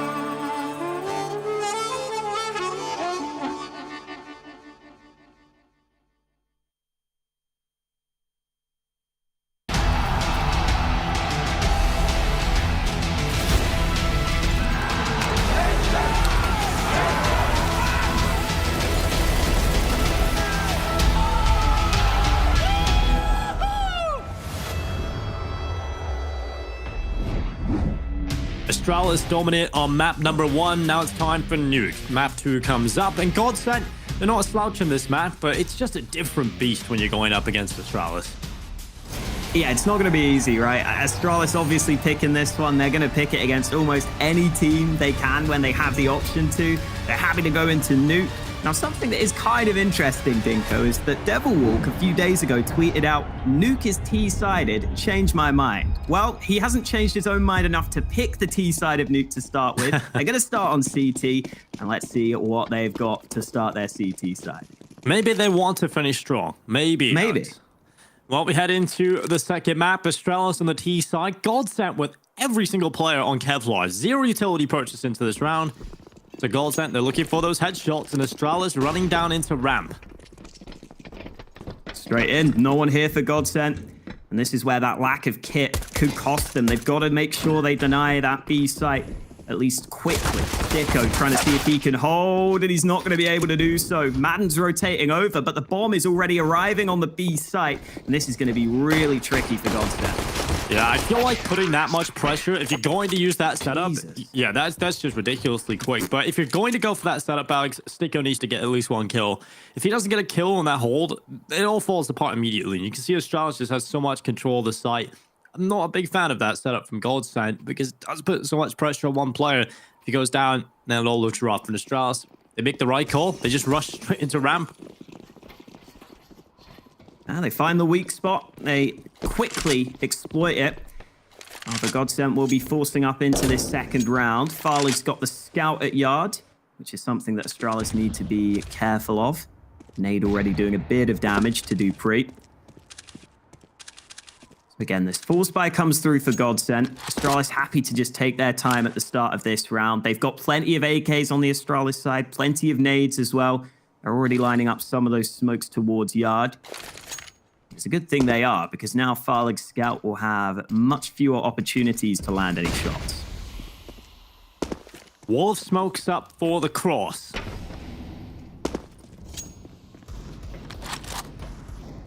Farlig towards heaven. Astralis putting pressure towards yard, and the shot is landed by Farlig. Not too bad. They're going to get down, and the headshot onto Gliv. That's a lot of damage done by Farlig on the scout into this round, and maybe, just maybe, more to be done here for GODSENT. They had 3 players down on the lower side already. 2 inside of the vents, the 5-7 at the bottom of the stairs, and that's the bomb into the hands of the CT players. Astralis are losing players left, right, and center. Finally fighting back with 1, but is it enough? Oh, such a hard fight for Magus. 2 players on the stairs position. He can't get either of them. 25 seconds left on the clock. The bomb now firmly in the grasp of the GODSENT side. And Astralis are probably saving here. They're out of there. The 2 AKs trying to save into the next round. So GODSENT fight back in the second. Good to see them winning an early force buy as well. Now they can try and start to take control of that economy, which we were talking about in the previous game, Dinko. They've got that chance now to try and reset Astralis. And great to see Farlig doing some early damage as well. I think Nuke is one of the maps where Farlig looks most comfortable with the AWP. I think I'd expect him to have a bit more impact on this one. And that was certainly a nice shot with the scout. Well, that's a fantastic round for GODSENT to pick up. I feel like a lot of the early back and forth rounds could have been won by GODSENT on Inferno. We talked about that, right? They should have had a few more at the start of the game. Astralis just got off to such a strong lead. Finally, GODSENT seeing some success in the early game. And maybe they can turn this into a couple of rounds in a row now. GODSENT under pressure. Sticko, the first player to try and hold off this Astralis attack into the ramp. He's forced off the angle. He'll have to go down to B. Now Astralis can put pressure onto Philo as well. They've got a lot of control early on into the round. Now all the way back to the B site for Sticko. Again, playing it pretty safe. Astralis have a few options though. They could go down ramp, or they could try and start to flank into Hell. And that looks to be the option they're taking right now. A couple of players moving in. Farlig playing a slightly unexpected position though. Tag about to clear this corner. Farlig lands the first, he gets the second. Good spray from Farlig, and GODSENT turning this round in their favor. 3 early kills for them. This should be their round almost every time. There you go. Catching device. That's the rifle out of their hands. Dupree looks to pick it up, and he might just do it. Give away his position. It doesn't even matter. Sticko was walking right towards him, and GODSENT 2-1 up on the scoreboard. They win the second round force buy, and they win the follow-up investment. Good round from them. Good recovery as well. Got a little bit scary at the start there, but Sticko repositions well. And as Astralis with nothing in the bank, so it should be 3-1 up for GODSENT. Gotta be 3-1 for GODSENT against the full Glocks. If they lose this, they will be kicking themselves. And they doing a bit of early damage. Would be nice for GODSENT to build up some money as well. I'm sure Farlig will be wanting to get that AWP out as soon as possible. Astralis happy to just sit back. You know what? Here's a time for a fun stat, Dinko. All right. Sticko has the 3rd highest headshot percentage at this tournament. Can you guess who's second and first? I'm going to give you a spoiler here. You probably can't guess who's first. Okay, then I can. Just go for it. Tell me. All right, well, second is Cold Zero, and first is Muterus from Saw. There you go. Yeah, never was guessing that. Yeah. Never. Had a good game against Fierce Clan as well. A couple of moments there, and I believe he was the player that got the ace. It wasn't Stodono, but nonetheless, pretty impressive stuff. He'll walk out of the tournament, at least that statistic, trying to hold it high. And 2-1. GODSENT right now. AK-47s on the hold. Sticko, the first player, under pressure yet again. Gliv going down, Farley trying to hold on. What? 3 kills against the pistols, but still done in beautiful fashion. 3-1 for GODSENT. That's their AWPer, by the way, who just did that. Pretty good from Farlig. I was just saying that Farlig's probably going to want to get the AWP soon. Maybe not, Dinko. He's happy with the AK, apparently. That was a lovely transfer. And now Astralis get the guns out into this first gun round. GODSENT just sticking with the rifles, not going for an AWP just yet. Madden's even got that MP9 in his hands. And Zen is moving straight into Secret. Astralis have got Magisk here making the move early, and this is something Magisk loves to do on this T side of Nuke. He loves to get aggressive at Yard, try and put some pressure in that position early, and I think this is one of the maps where Glaive said he thinks Magisk is most comfortable calling, and I think that's because Magisk himself goes for the early information play, and then he sees what the response is. He sees where the gap in the CT hold is, and can try and make the most of it, and you're going to see Magisk already starting to move in. Farling has a decent position here. And he's got Gliv running in towards him. The opening headshot. It's Astralis, and oh no, Zen tried to cross into the open to make the play that would pull the round back, and all he does is give away his life. That smoke fades, giving away his position, and our GODSENT are crumbling. 1 kill has come in from Crystal on the A hold, but there's just too many players coming in from too many different positions, and it's Astralis getting a second round on the board. I just want to bring it back to the point you were discussing there, and the fact that the leadership is such a great topic to talk about here in Astralis at the moment. Obviously, Glib has to step down. The pressures of in-game leading and so much Counter-Strike going on. There's just too much pressure on that role, so he's come back into the team. Wanted to make sure he played in the RMR event for them. And it's interesting how they're balancing it all out. They tried Sonic calling a while before, Glib was saying, and now it's Magisk doing most of it with Glib kind of stepping in here and there, giving a few tidbits, but it's been fantastic still from Astralis. And you can see it feels a little different. This Astralis team, I can see something that's just a little bit more raw about them. Definitely more willing to take fights, it seems, which I think is really nice to see. And this is that play I was talking about. Magus making the first move down Secret. He looks for information. He looks to see what the CT response is. And Zen is the man who responds with the AWP. Instantly shuts him out of the round. Back to a 4v4 after the early trade. Now Zen's coming back up to the A side, and oh no, Glaive catches him in the back. Zen not ready for the Yard players. Cristo able to trade again though, into a 3v3, but Sticko's got aggressive into lobby. Good position to be in, good bit of information gathered. The problem for GODSENT is they currently have no one on this B site, and Astralis are slowly closing it.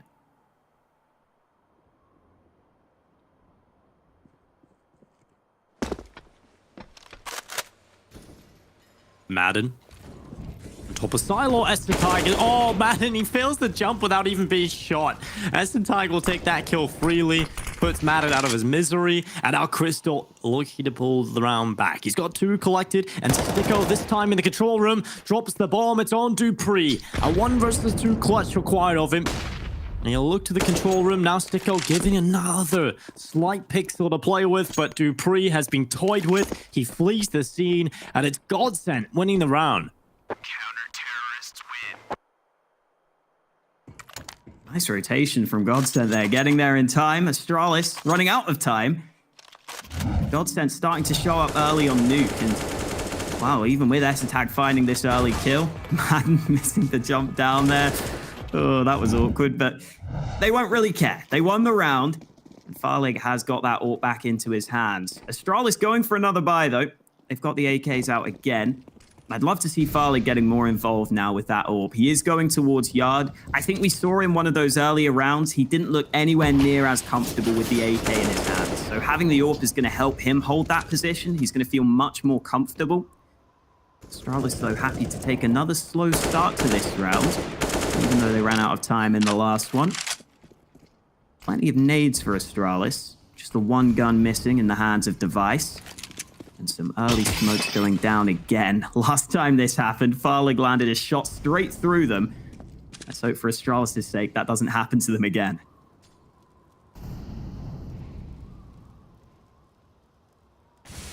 Oh, this boost could be interesting as the tag around the other side of the smoke. Spray comes through. The boost is deconstructed, and as the tag walks away with his life as well, it's Farlig that opens up the round, and Gliv will fall victim to the AWP. And now Farlig looking for another one towards outside. 45 seconds in play for Astralis on this T side to figure out what they want to do. And the pressure coming into the B bomb side. Zen spots the info, drops back, and holds a different spot inside of the ramp with Sticko. Astralis are running the clock down yet again. And they'll have to see if they can win this round with only 30 seconds left in the clock. They have to win these duels. Magisk somehow wins the battle against Zen, and now Sticko's position given away as well. He has plenty of cover to play with, and the itchy grenade seals on in. Magisk goes down, and now with 17 seconds left, Astralis still nowhere near the site. They have to cross into the open, and this time it's being guarded by the AWP of Farlig. Oh, good shot coming in from Crystal. Farlig closing out the round. And again, GODSENT showing a good quick rotation down to that B site. Even though those B players died pretty quickly there, Astralis didn't have too many nades left. Here's the shot from Farlig, again looking pretty good at the start of Nuke. He's landing some shots right now, which is great to see. I really thought when Farlig joined this roster, he was going to be pretty comfortable in sort of a Crystal-style team, because he's played on Danish teams for a while. He's played on these sort of structured squads. He knows what it's like to play on similar squads to, I think, how Crystal calls. I think now we're starting to get to see Farlig really show up for this GODSENT side. Definitely been a good start for GODSENT in this game. And Flash comes in early. Zen fully blinded. This is a fast play from Astralis, but it's paying off for them. Glaive up close, finally falls, but Madden's trapped in the corner. It's turned into a 2v2, and GODSENT both trapped in heaven. Device poised and ready, but the flash buying is over the top. Farlig gets the info of one player inside of the site, and Sticko is able to take that kill. Farlig finds the last on the Device, and it's 6-2. GODSENT actually dominating these early rounds, and it's good to see. We definitely felt sorry for them over on Inferno. I feel like they could have got a lot more to play with in the start of the game. I think the start was so quiet that they just never really got going. No momentum shifted in their way, and the Astralis just were able to dominate the rest of the game. But the individuals has had some space to work with, had some time to warm up into this, and have been looking pretty solid for GODSENT. And a fun fact for you, GODSENT had 9 opening kills in Inferno, but just 3 rounds. This was something I was looking at, actually. If it wasn't for Dupree over on Inferno, Alex, it would have been GODSENT dominating the opening duels, and they still got 3 rounds. I think that does go back to the point we were making, that game felt way closer than the scoreline showed. And we're getting to see it at the start of Nuke. Again, this is a map that GODSENT are comfortable on. Sure, it's a map that Astralis are obviously great on, but we are seeing that comfort come through for GODSENT in these early rounds. Yes, a tag, make up your mind, buddy. He's going to go down the vent eventually. So one man down the vents early for Astralis. You can already see that GODSENT are aware of that. Sticko's rotating into position, and oh no, Farlig caught on the edge of the smoke. That's the AWP out of the round.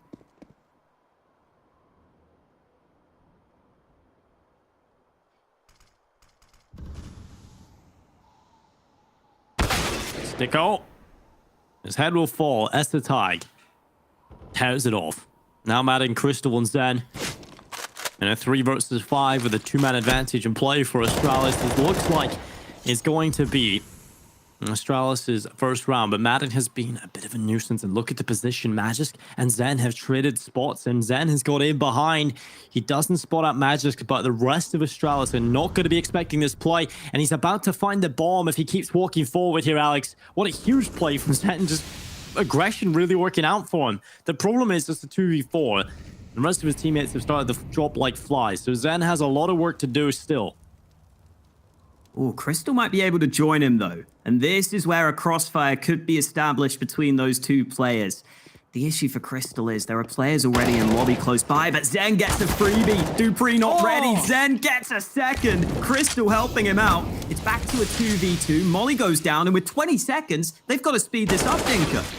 Zen nearly with a third kill. Glaive barely surviving on 1 HP. And now it's all on Crystal. He's used to being the AI anchor, but needs to win the round now. Magisk runs in. The headshot picked up for Astralis. And I have to feel for Zen. He does so much in that round. The push towards outside, that's ballsy enough. Then finding the bomb and nearly taking 3 kills. He was so close to finding Glaive. And you have to wonder, Alex, if he finds this third kill onto Glaive, at that point, it feels like they've won the round. It feels like they've done enough, or at least stepping very close to doing so. And Astralis, you can see, calming down after the chaos. There'll be a tactical timeout coming through. That round was really one that went down to the wire. One of those fights going differently could have made all the difference. GODSENT having to go for the buy. Sticko's got 1 M4. The rest of the squad really struggling to get anything together into this one. Pistols on the rest of the players. This is where we might see some aggression from GODSENT. Could see some pushes into lobby. We just saw Zen finding some success with aggression, so you wouldn't be surprised to see a risk taken again.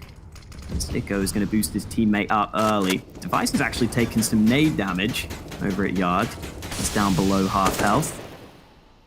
And again, Astralis just happy to take it slow at the start of the round, as you would expect on Nuke. Esatag's even been able to get an opening kill. So Astralis will feel pretty confident right now with the man advantage and the weaponry advantage and the utility advantage. They basically got all the advantages, Dinko. Got any more there, Alex? Ranking advantage, I guess. Yep, that's one of them. And on GODSENT, well, they've got a kill back. It's Firelig doming Glaive, taking a little too much off the top. And now that man advantage that Astralis had has fallen back into an equilibrium on the server. And they're going to try and cross the secret. They're going to do so safely with Device taking the kill onto Firelig, who did have an opportunity with the gap in that smoke. Another play into the lowest site. Madden showing up with the deagle. That's the bomb drop. Could he get a second? Nearly onto Magisk. And now Crystal and Sticko still in with a chance of winning this round. And this position from Crystal has to be checked for Astralis in the first, nearly the second on the 5-7. It's all on Sticko. Both players dropped below half HP. With 29 seconds left, the bomb makes a quick play up the ladder to the A site, and Sticko's going to hear that. He's on the lower side, switches out to the AK-47, and will reapproach this A-bomb site, not from the ladder, not from the vent room, but instead from secret stairs to min. Oh, such a difficult angle there for Sticko. Tries to clear out Magus. Magus was 1 step ahead of him, though. Astralis with a 4th round win confirmed. And now GODSENT have to take another low by. You can already see that Firelig is keeping some extra money, again, to try and prioritize that AWP into the future. There's the first kill for Esatag. I've got to say, Dinko, I feel like Esatag is really good at spraying through smoke, spraying through walls, always getting the timings and the angles right on those. We saw a couple of those kills on Inferno as well. It's a great strength to have as well, I think, in the pro scene, because oftentimes there are going to be situations where you've got to get the right spray through the smoke. And just in general, Astralis are great at that. Yeah, they are, right? Infamous for it, perhaps. This round should be one where Astralis have no real problems. This should be a round they walk away with cleanly. GODSENT here on a deagle in the hands of Sticko, a P250, a 5-7. We've seen them do some pistol damage over the last couple of rounds, but this one I feel a little less confident in. And it should be Astralis taking a fit. Absolutely no problem. Esatag holds the ramp push. Sticko falling victim to it. The man advantage intact for Astralis, not given away. As Dupree starts his walk up towards heaven. There's a player just crossed in below him. That is Zen with the 5-7. Firelig has been dropped down to 65 as well. And Dupree nearly getting caught, but Glaive will save him. Glaive's got it covered. 2 nice kills. Dupree is dealt with, though. And that's an AK recovered by Firelig. Tries to throw it down to Madden, who's already involved in a fight. Just Madden left alive now, sitting back, hoping he can maybe just get gifted a kill. It is important for Astralis that they try and keep as many players alive here. You can look at the Danish economy. Not that great right now. So saving these guns would be the aim for Astralis. I love that sentence, Alex. I realized when I said it, I know nothing about the actual Danish economy, Dinko. That said's probably doing all right. Who knows? Who knows? Probably. Not really into economics, but currently Astralis' economy is recovering from some of these early problems. And GODSENT, well, they'll save with the AK-47 back in garage. And I'll take this one into the next at least. Madden with an AK is always a scary prospect, so at least that's something for GODSENT to play with. And they will get a semblance of a buy. I don't really know how this one's going to go for GODSENT and what the decision will be coming into this round. They've got 6 posted. Astralis are about to tie things up if they let this one slide.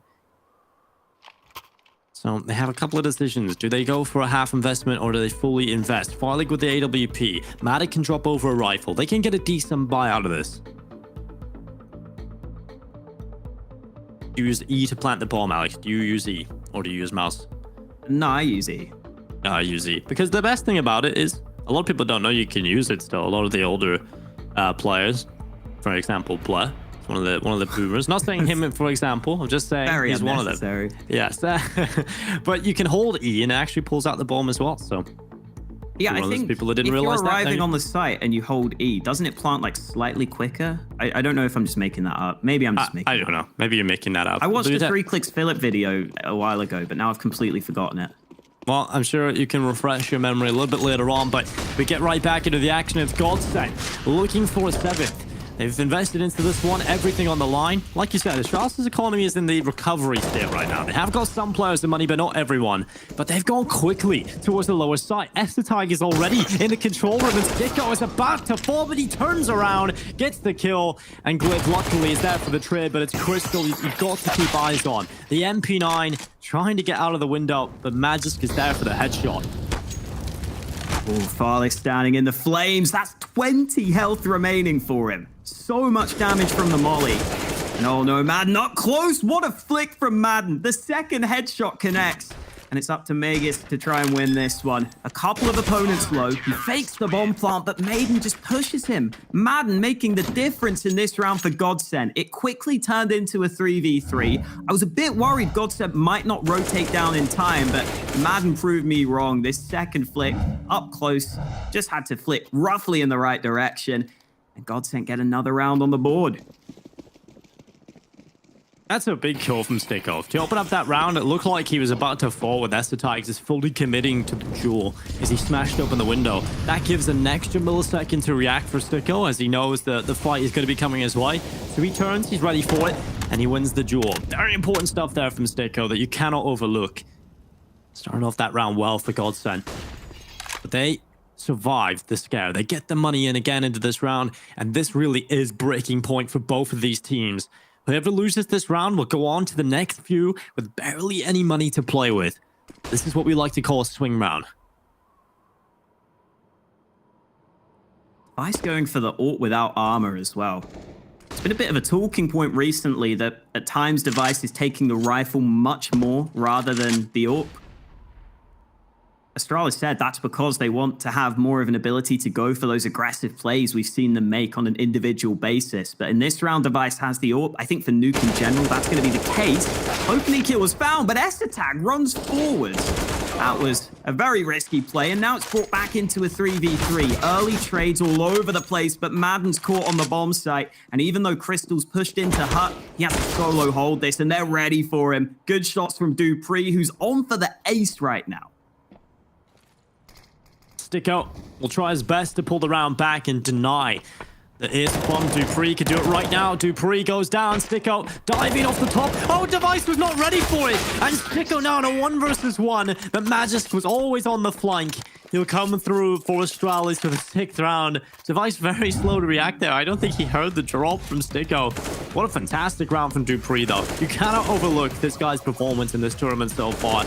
He is head and shoulders above the rest of the team. He has been doing so much work for them. Even in the slower starts for Astralis, when they had a couple of the individuals misfiring, Dupree has always been there. Oh, and GODSENT are going to keep the pressure on. They know that round was close. They know they've kept the T economy weak. And Farlig knows that he can get the AWP into his hands and make the most of it. Device removed from the round early into the proceedings. Now, Astralis will get down secret. So again, we have to see the same response from GODSENT. So far, they've been good on these rotates. This time, Crystal up close could get the kill, and he does. GODSENT getting all the kills they need. and Esatag is the lone soldier remaining for Astralis.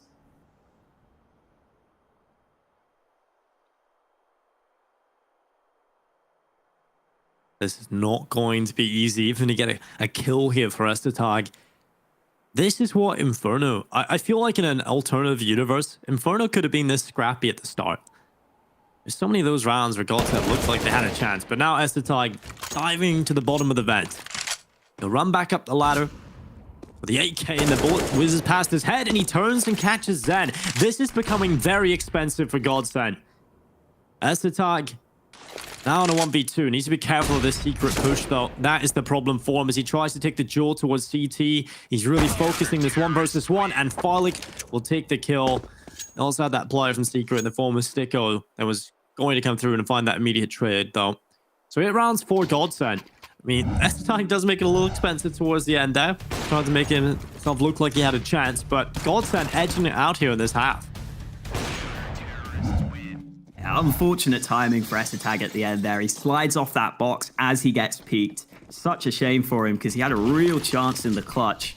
But GODSENT just getting aggressive towards Yard in that round, getting some early kills, and then rotating down the vents this time. Previously, it was the ramp players rotating onto the B site. This time, it was a more aggressive rotation down the vents, and Astralis trying to speed things up. Only the pistols for the last round of the half, and it's not gone according to plan so far, although it might turn around for them, Dinko. They've got it into a 2v3, and they're going down to B.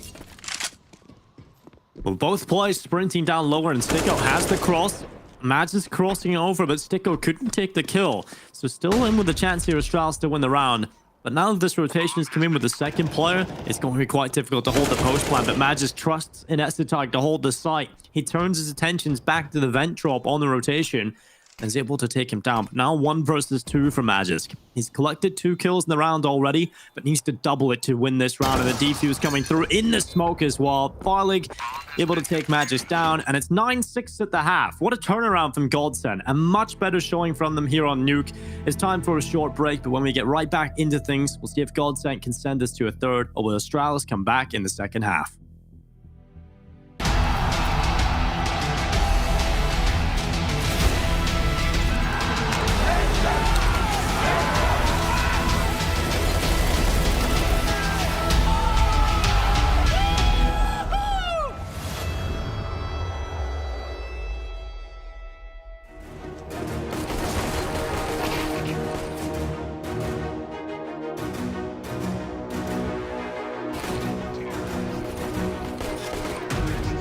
Failure happens to us all, but it's how champions evolve.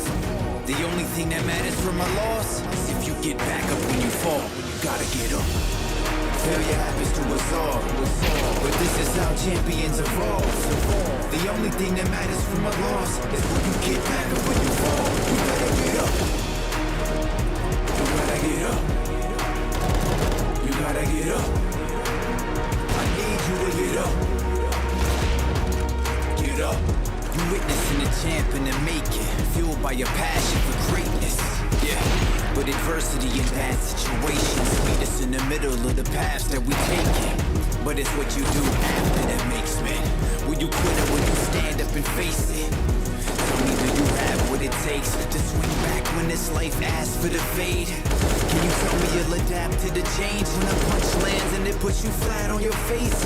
After you wake, will you stand up and say, get mad, hit back, lit match to the flames? Failure happens to us all, but it's how champions evolve. The only thing that matters from a loss is if you get back up when you fall. You gotta get up. Failure happens to us all, but this is how champions evolve. The only thing that matters from a loss is when you get back up when you fall. You better get up. You gotta get up. You gotta get up. I need you to get up. Get up.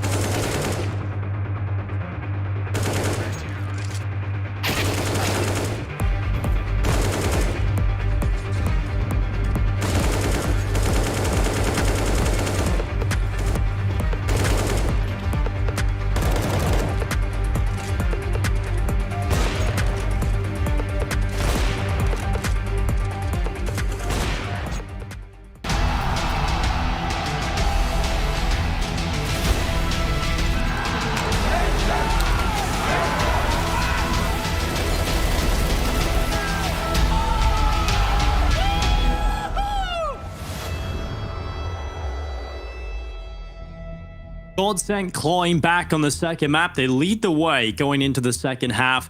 9-6. Good stuff from GODSENT, but it gets very difficult as we head into the second one. We know how well-oiled Astralis can be on the CT side. So it's an uphill battle, but one that GODSENT are certainly capable of climbing.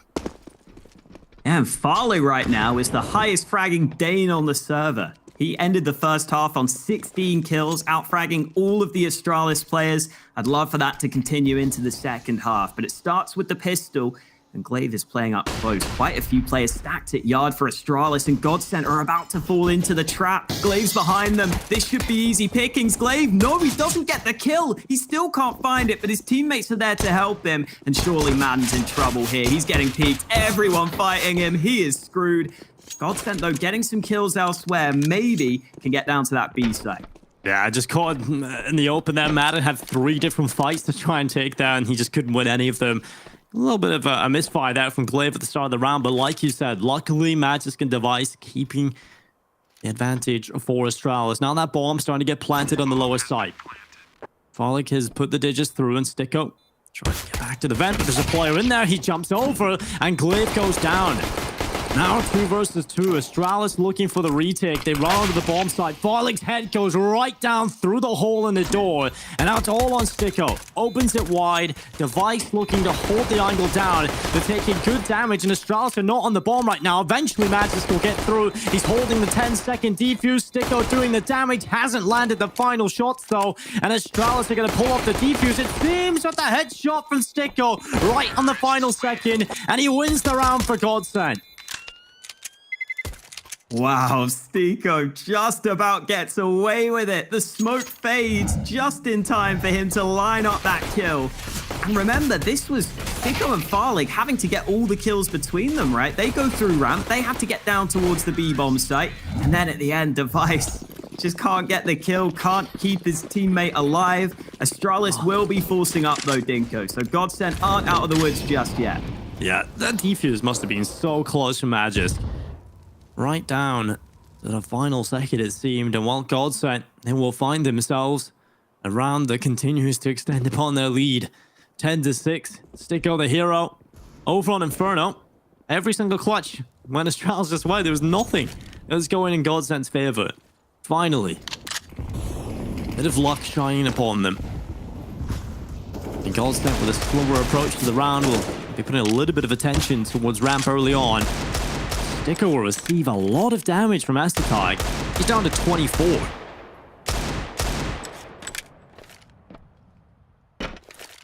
Sticko instantly getting the hell out of there. You don't want to be behind a smoke when Astatag is on the other end of it, that's for sure. And Glaive is the other player there. Meg is still playing close to this door. This is the kind of rounds that I think Astralis is so good at winning, though. When they're the favorites in a game like this against a team like GODSENT, who might start to feel the pressure now that they're into the lead. You cannot afford to let up if you're GODSENT here, and the time is ticking. 35 seconds left for them. They still have some nades, and Magus, he's not ready. One man has crept on in. Magus not going to get the kill. Madden already out onto the site, but the trades come back around. Dupree with 2 finally falls, but Astralis have the edge for now. As the tag, I thought he had confirmed a kill at least there, but his crosshair wasn't in the right spot. And now it's Glaive trying to do some chip damage. 10 seconds is all they need to hold on for, and Zen has to win a 1v2. He's been tagged up, and Glaive swings around. Astralis pulling off the pistol upset, the force buy into the second round. They are the best team in the world against top 30 teams at doing that, Alex. That is just ridiculous. Astralis is so good in these rounds, and that's something that it's priceless having up your sleeve, being able to pull these off, especially when you lose the pistol. Just swinging back with a force buy win is heartbreaking for your opponent. And if you've watched enough Astralis games, you could almost just feel that they were going to make that round close, that they were going to have a really good chance at winning it. Just with how they play, like you said, they're so good in those second rounds, and GODSENT running down the clock doesn't work for them, but they're coming right back with pistols of their own. Device nearly dead, down to 4 health from the early damage. Yard control taken by GODSENT, and Farley just spotted the player on the other side. It's Glaive who's looking for this fight. Ooh, jump was certainly scary. He's now going to fall back to a more passive position. So it is a clean kill for Astralis at the start of the round. And even though Device is on 4 health, he gets flashed in for a peek. Got to be a bit careful. If Device goes down at Secret, then the AK would be recoverable. But right now, GODSENT still just waiting patiently, and Device not going to give them any chance to take him down. Nice shot. You know, 4 HP just gets the peak right. Gets the second kill. Now Farlig, Sticko, and Zen. Left in 2 or 3 versus 5. Astralis giving the huge advantage, followed up by Dupree. And it's just a matter of time before this round falls out of the hands of GODSENT. We see an 8th round picked up for Astralis. And Markliv needs to get off the ladder. Luckily does so.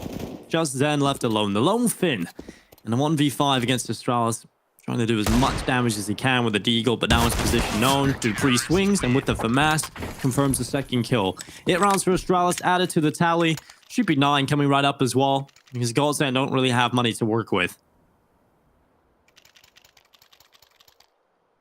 And this is where Astralis are so hard to beat. They're so hard to put away at every point of the game. Just as it looks like GODSENT are going to come out to a decent lead on their T side, Astralis come right back at them, and it should be 9-10.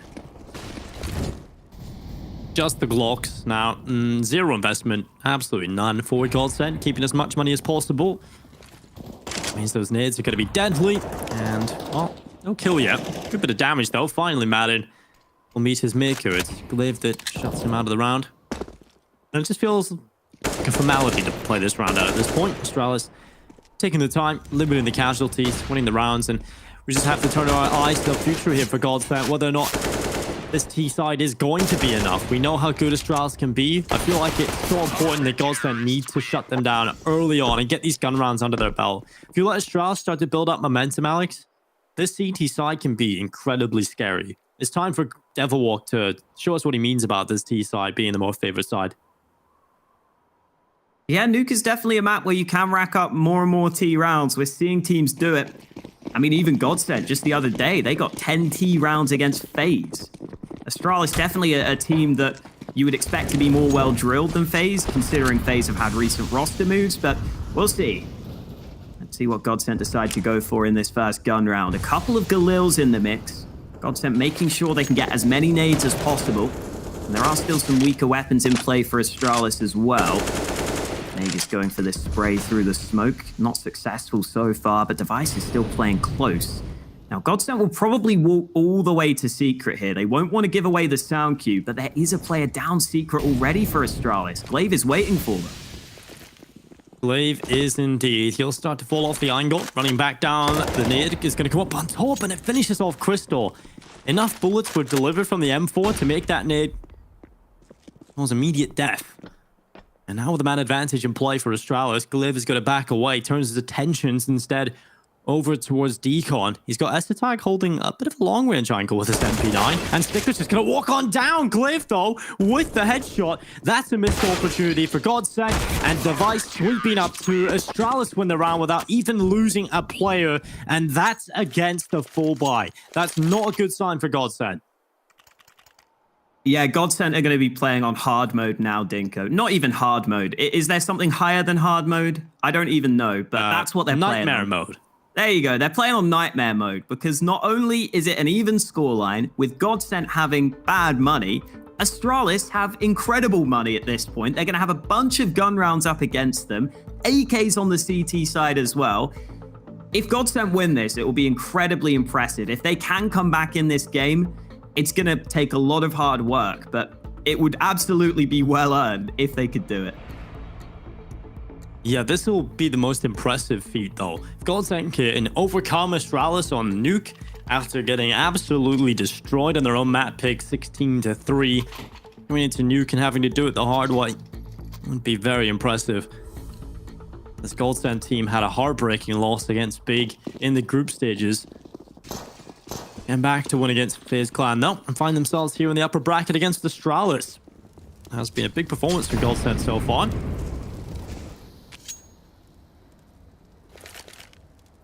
Slower approach to the round. This is the round where you're not really expecting much from GODSENT. Their goal is likely just to get that bomb plant, try and do some economic damage to this very strong CT economy. And Now they start their charge into the A site. The smokes at the ready. The flashbangs in the hands of Sticko. Ready to go through those skylights, so the Astralis will be under pressure, blinded by his Magisk. He drops into the site. Dupree caught out as well. And they've made it onto the bomb site, but the hold from Magisk is good. Well, not really that good. He gets one kill and they've overrun him. Yeah, they didn't have many CTs on the A site itself, and Device goes down. That's a smoke deployed by Glaive to Esatag can peek over the top of. He can try and use it as a little one-way, try and isolate these fights. And he's already found Farley below. Esatag makes it a second and a third. Esatag raining down fire from above. And Mr. Reliable shows up for Astralis when they need him the most. Yeah, there was a lot to be done there. Magisk looked like he was in a spot he should be able to hold on, but only getting that one kill on the hold. And Astralis, they get overrun by the flashbang. So luckily, Esatag's there to save the day. 11 rounds on the board for Astralis, but it was all looking towards this round here. GODSENT get the money back in. It's the AWP out for Farlig, the AK-47s for the rest of the team. And Astralis in the lead by 1. Will that change? Will it be GODSENT pulling it back and tying things up again? Only one way to find out. Definitely curious as to what Crystal is going to conjure up in terms of a call in this round then. That pop onto the A site was surprisingly effective. Just a couple of flashes get them towards that position, but they're happy to go back towards Yard at the start of this round. Once again, it was Crystal who was the furthest player forward. There may be a gap in this smoke, though. Oh, Crystal, you've got to be careful here. Jumping across, but Glaive is waiting. They have no idea that Glaive is already in secret, and Crystal has been caught out early. Now GODSENT need to find a plan B. Oh, that Molotov actually gets... Oh, what? What a nice shot from Sticko. Esatag was trying to jump down into ramp, but Sticko with the quick headshot. And now 4 versus 3. Astralis still hold the man advantage. But ramp room is in the control of GODSENT. He's got a little bit of map control to play with. I'm sure that chat is saying nice shot from Esatag. That was just ridiculous. Take a look at the minimap, though. 2 players already on the B site. GODSENT have drawn out this rotation. If they come back to A here, as it stands, Magisk is the only man on the A site, and Zen is still selling this fake on B. This is going to be down to Magisk on the A anchor again. Oh, he's up top this time. He's got a good position. That's a free kill onto Madden. He's also got the rotation from his teammates to come bolster this A defense. And Farlig doesn't want to walk out there with an AWP. That's a death sentence. So at this point, with 10 seconds left, it's the safe call for GODSENT. And a 12th round for Astralis. Yeah, again, very convincing. They only lose Esatag in the round. So the money is just unbelievably strong right now for Astralis. Look at Glaive. He's got $13,950 in the bank early on into the round. That's crazy. Astralis starting to stamp a little bit of dominance over these rounds now, and GODSENT will need to do everything in these next few. I love that angle from Magisk as well. When you're playing alone on that A site, you can stand on top of that silo. You can kind of cover both angles. And then if you spot someone, you can just try and get the kill and then potentially drop down behind the silo just to try and buy time for the rotate. Really good awareness from Magisk there as to what he needed to do on the A site, and Device comes close to an early kill. Crystal again playing a dangerous game. He got caught out last time when he tried to go for the secret play. This time, though, Astralis don't have anyone down secret just yet. Crystal again will be that man lurking towards Yard. But the rest of GODSENT going back to lobby, and oh no, Crystal caught out by the AWP of Device. Back-to-back rounds where Crystal was the first to fall. Esatag on the bottom of the ramp, the Molotov holding them back this time. That was the problem for him in the last round. His incendiary grenade was neutralized by the smoke. Now under a minute left, Esatag will be under pressure. He's taking an advanced stance, trying to shut down the AWP, but he's caught in position. Somehow still gets one out of that nightmare, but it's Glaive with 2. Finally, Farlig answered back, and a third kill for him in the round as well. 21 and 14. Farlig has to ace the round, though, if he wants to win this for GODSENT. He's 27 HP. He's 21 and 14. He's had a great performance here on Nuke, but this would be a masterclass. 25 seconds as well. First, he's got to get that bomb. Then he's got to guess where the players are coming from. He's got the bomb in his hands, but Device is still close by. And oh no, he's not ready. Nice shot from Device with the deagle. Farling again, having a good game individually. He's landing shots, Dinko. He's still top of the entire server right now. It's great to see Farling slotting into this team. And unfortunately, in this round, there's only so much one man can do. Yeah, he tries his best. He gets some very good kills, but as soon as it falls in that 1v2, he doesn't really have any information to go on of where the last players could be. And the pressure really does rise in that scenario, as it is for GODSENT overall on this T side. They haven't been able to get anything done, really. And a timeout having to come through. Yeah, I've got to say, a quieter performance from Madden as well. He was someone I was really watching for in this game because I was talking about earlier. I was looking at the stats for these GODSENT players versus top 10 teams. Farling is their highest rated player against top 10 teams with a 1.08 rating. He normally holds up. Madden is the one that I was most surprised at. Against these top teams, Madden only averages a 0.99 rating, way below what he normally does. But we've seen him recently hit that good form, right? In these recent series, he's been playing great against Big, great against FaZe. He was great on the first map of this one. Unfortunately, he slowed down slightly here on Nuke, and that could make all the difference in this close game. That stat is kind of crazy right now. Sticker and Zen combined for 450 utility damage on this map. Their 3 teammates combined for 12. Wow. That does show that these 2 players are some of the most crucial elements of this team as the supportive elements of the roster. And back to the point of Madden, Alex, I feel like it's his playstyle. It doesn't really favor playing against a team like Astralis, right? He's a player that I've seen in the past love to get aggressive and try and create openings himself just based on his individual skill. When you're trying that against a defense that is well-oiled like Astralis is on the CT side, it becomes very difficult to find those holes, to be able to try and push them and try and cause problems and manipulate them in the same way you can do against some of the more average teams, should we say. So it does become a little bit more difficult for Madden to play with his own play style and the one he's been used to dominating with. And like you said, it seems to have matured a good bit in this tournament so far. He has been so impressive, but it's just up against Astralis when it matters the most right now. It's having a quiet showing. Yeah, exactly. And as you're saying, he's still quite an inexperienced player, right? We're not saying that he has to be carrying against Astralis yet. He's still got a lot of time to develop, I think, on this squad, and we are seeing that come through throughout the tournament. So still positive signs.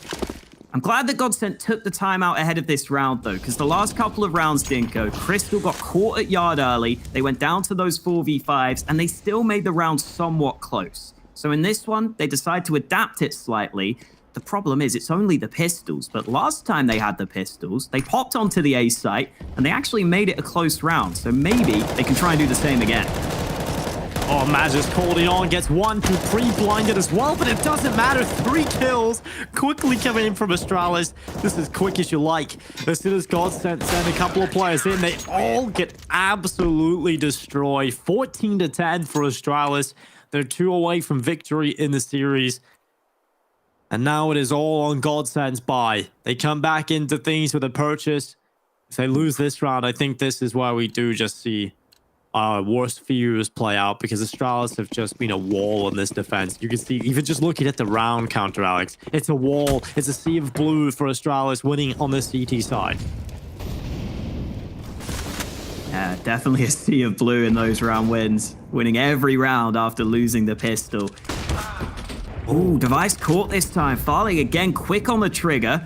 This time it's GODSENT who get the early advantage. We've touched on these opening kills in the past. This time Farling gives them the early edge, and surely this time they have to be aware that Glaive might be here. But S-Attack gets aggressive. Great aggressive play. Great proactive play from S-Attack to bring them back into the round. GODSENT, though, are looking to wrap through heaven. Glaive through the smoke. Zen hitting the deck as well, but the round has been pulled back for Astralis. They're handed man deficit to start the round by Farling, but the rest of the team have stepped up. But look at this round from Madden. Look at the positioning. He's found a hole in the defense. He's taking his time in that headshot, and he might just let Dupree go. Madden with the trigger discipline. wanting to hold the Heaven position, wanting to hold the map control instead. He needs to help out Farlig towards outside. The bomb is down there. The player just walked past him. How has Astralis managed this? He's just walked right past Madden, turns around. Madden with the headshot. And now he has to do it all. A 1 versus 3 from upper top of Heaven. He'll drop on down. And they have got the bomb in their hands. 30 seconds left for Madden to try and do something here. And he's got to walk into the Lion's Den. Oh, I think he needed to take that kill earlier, Dinko. Farley was just completely alone at Yard, watching every possible angle. And, oh, mate, Madden, the quick switch, not the time for it, buddy. Glaive peeks him. Seemed to have a sixth sense there as to the timing on that fight. Astralis up to a 15-10 lead. And this is the scary thing when you play Astralis on Nuke, Dinko. At any point, they can just turn it up. And this is how Essetag somehow missed Madden and then still turned around, which is really impressive, even if he doesn't get the kill. It's like, let me just double check I didn't walk past someone up in Heaven here. Madden could have done more in that round, but nonetheless, we move into the future. It's GODSENT here on 10 rounds on the board and a bye career to try and survive on Nuke. If they lose this one, it is done. The series is concluded, and Astralis walk away with a 2-0 win. GODSENT were good in the first half. And I think maybe, just possibly, you've changed Devilwalk's mind on this T-side approach. Oh no, there are going to be some memes about that tweet now, aren't they? Nuke is T-sided, guys. Changed my mind. Yeah, I think Astralis have done that. It happened quite quickly. It happened quite quickly. We'll see if they can pull it back, though. Essetag holding on to the ramp progression, starting to run on through. It's Crystal over the top with the MAC-10. And Device quick with the shot and reply. 4v4. Dupree holding the lower site. Crystal was not quite ready for that. And now Dupree looking to end the round, but it's Glaive as well that can assist him. It's just one player, Sticker left alone, and Astralis will be walking away with the series win. Sticko is screwed here. Device closes it out. It's another win for Astralis, this time a 2-0. After a dominant performance on the first map, Dinko, Nuke came closer, but I think once we headed into that second half, we saw what we wanted to see from Astralis, and that's their first 2-0 win of the tournament. Yeah, that's a pretty nuts statistic, actually, when you think about that. This was a big showing from Astralis. As soon as you head to the playoffs, you know what you're going to get out of Astralis. The first half was a little shaky at times. A lot of the clutch rounds actually finally going in favor of GODSENT. But we always had that fear in the back of our heads that Astralis would be able to pull it back going into the second half. And it all comes true. The first series in the playoffs will go to Astralis 2-0. It's time for a short break. But when we return, we'll have the desk to break this one down.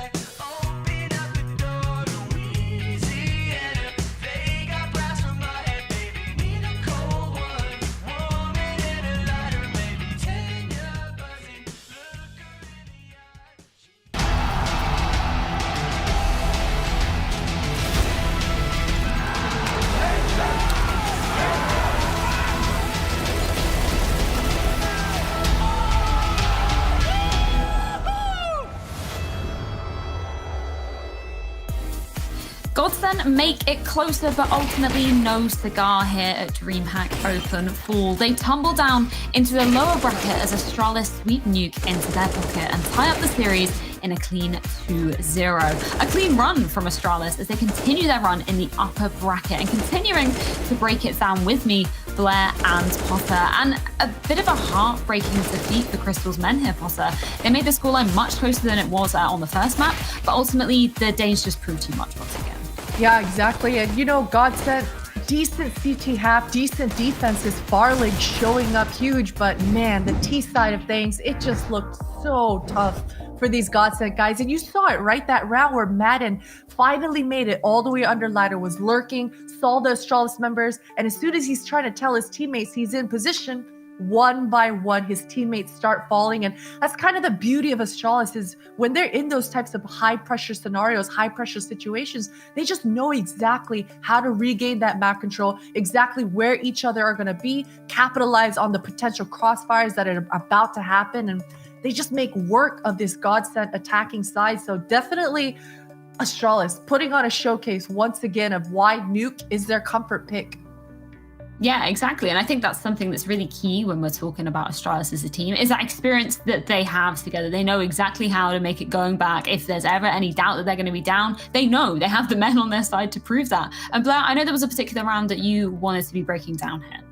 Yeah, this is just to highlight how impactful Glaive was on that CD side, especially towards the secret area, right? He was spectacular the entire game, but taking a look at this round, it's kind of a half buy coming out from the side of GODSENT, and let me just bring this up for you guys. There we go.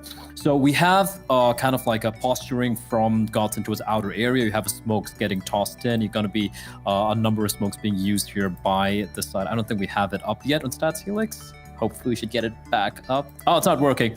All right, Stats Helix is down. You know what? Let's just get the replays on. I do believe we have the replay, so we can take a look at this. It's kind of like some smokes being used by GODSENT towards outside and Molotov to fake out an outer play, but Glaive just peeks up around. He's like, oh, it's all clear, boys. And then you have a setup from the side of Astralis. Now you have the repositioning from the CDs towards the upper bomb side. You have S-Stack pushing in with the ramp flank, catch them off guard. This is what I'm talking about, the individuals from the side of Astralis on the CD side, how proactive they are, and kind of shutting down any potential ruses, any fakes which GODSENT might be trying to throw their way. And I mean, it goes to show, look at the scoreline. They won how many rounds on the CD side? Every round on the CT side, apart from pistol round being won by the side of Astralis. And even the pistol round was a 1v2 clutch, which went the way of GODSENT, right? So just individually and overall as a team, spectacular CD side coming out from Glaive and his boys.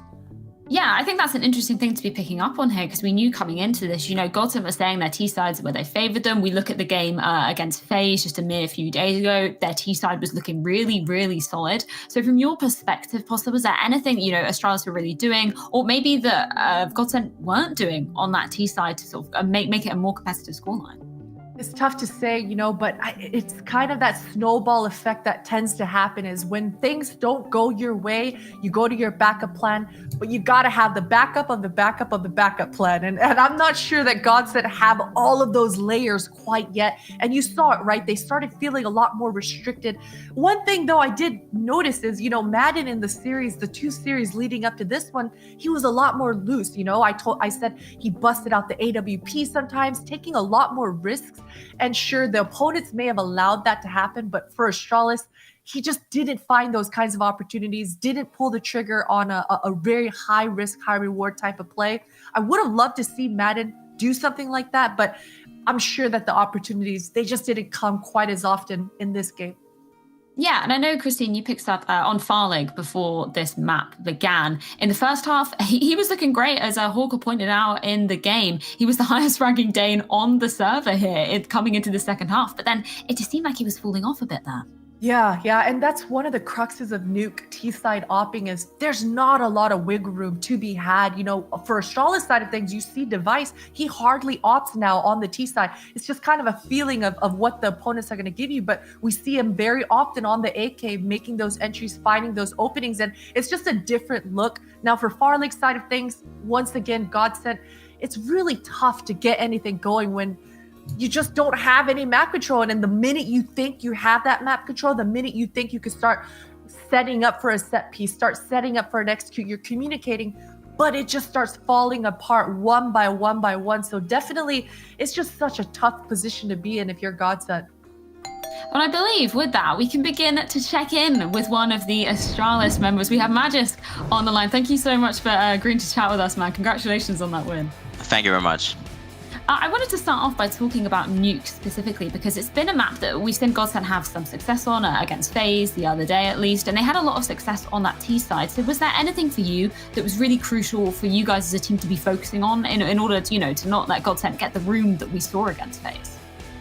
Honestly, I didn't see the game against FaZe, but in preparation we did really well. I think we had a really good understanding of how they were like moving around on the map, and especially on the T side as well. And I think we closed down on a lot of the strategies that they were doing. So I think they felt kind of cornered into doing some specific go-to strats, and we had a good understanding of what they were gonna do. So yeah, I think just the preparation was really good, and of course everyone was having important rounds as well. Individual plays is always a good thing when you're playing on Nuke as well. Yeah, 100%. Blair, I know you wanted to ask a question as well.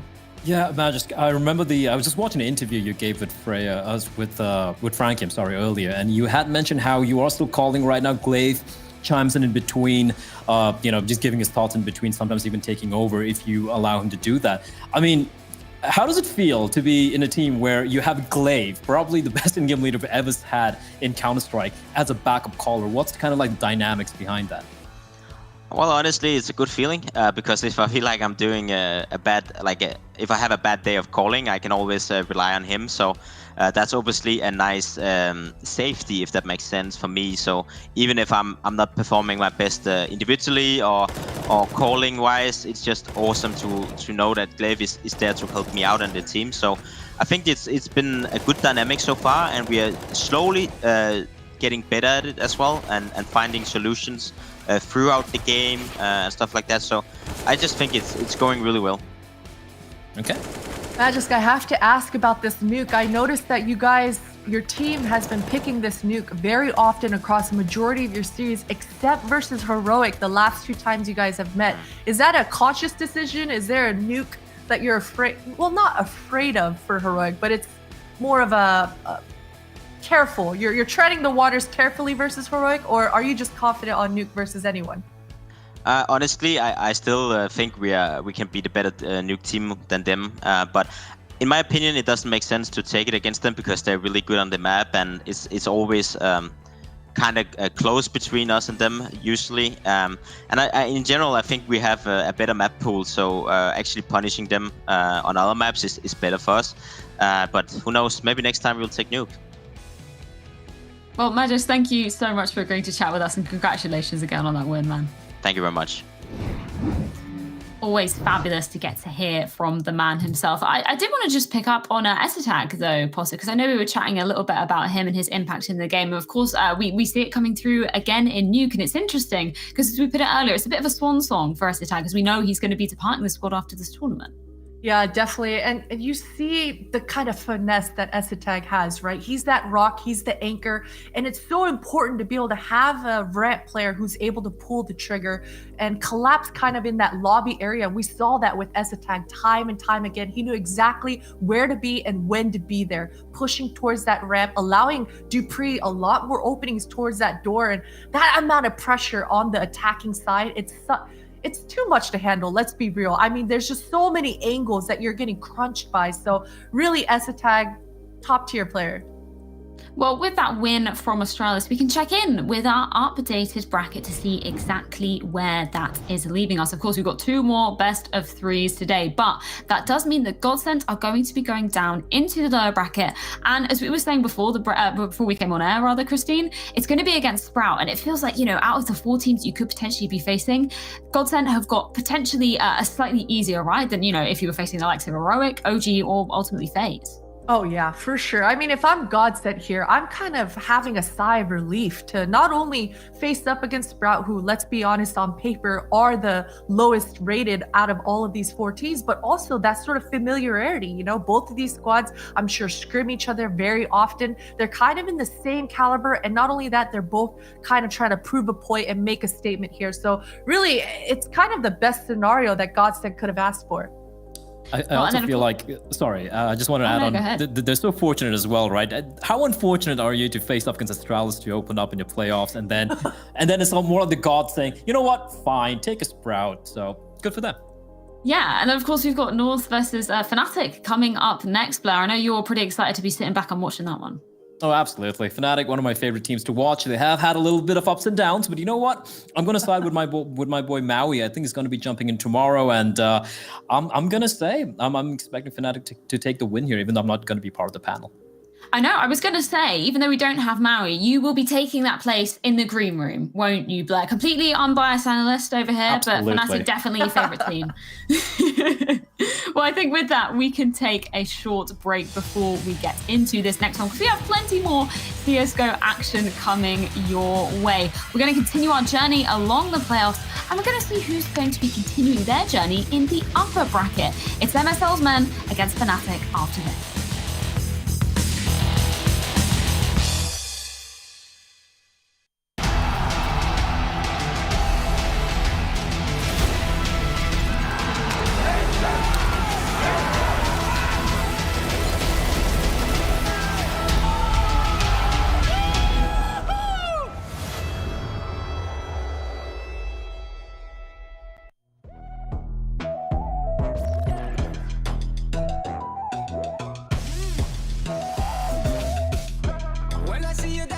I'm like, hola, hola, hola, hola. With your move fancy, make me wanna hola, hola, hola, hola. When I see you dancing, when I see you dancing, dancing.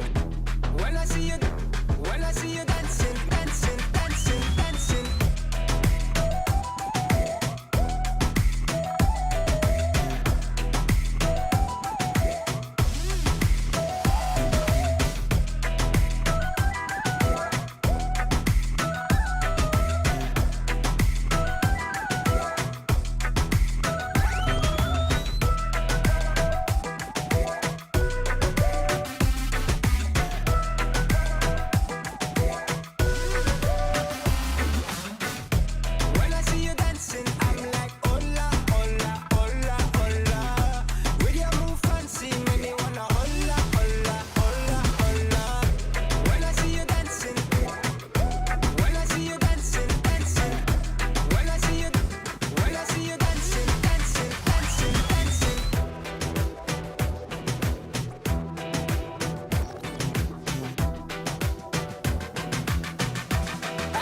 Attention.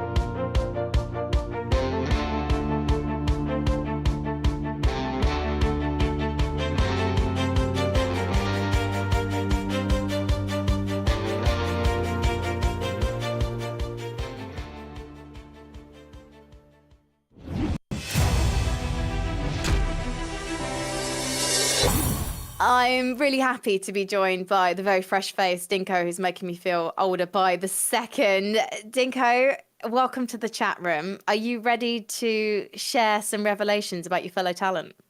Yeah, I am. This could be fun, actually. I am going to ask you some, I guess, statements, and I want you to tell me which of the talent in CS it applies mostly to. Are you ready? Okay. Yeah, I'm ready. Okay. Good. I love to hear it. Firstly, who would you trust to rescue you from a fire? Now, I would say Blur, because, you know, he's Indian, he's used to some spicy lot. He eats ghost chili peppers with his lunch, so he's used to some hot and spicy moments. So, and he's also small, so he can fit into small places. So I'll say Blur. Who's the best dancer? Jackie. Jackie the caster, I have seen him at an after party, and I've never seen anybody dance quite like him. I've also seen Maniac have some good moves as well. You know, you don't really expect that, but Maniac's a good dancer. Maniac is the person who gets everyone on the dance floor. Jackie has some fabulous suits, so it's good to know he's got moves to match.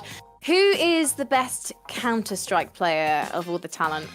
Well, obviously there's the ex-pros, so I think we can remove that. I think Pimp is very good in terms of still playing. But I think if we remove the ex-pros, Harry, he's really good at Counter-Strike.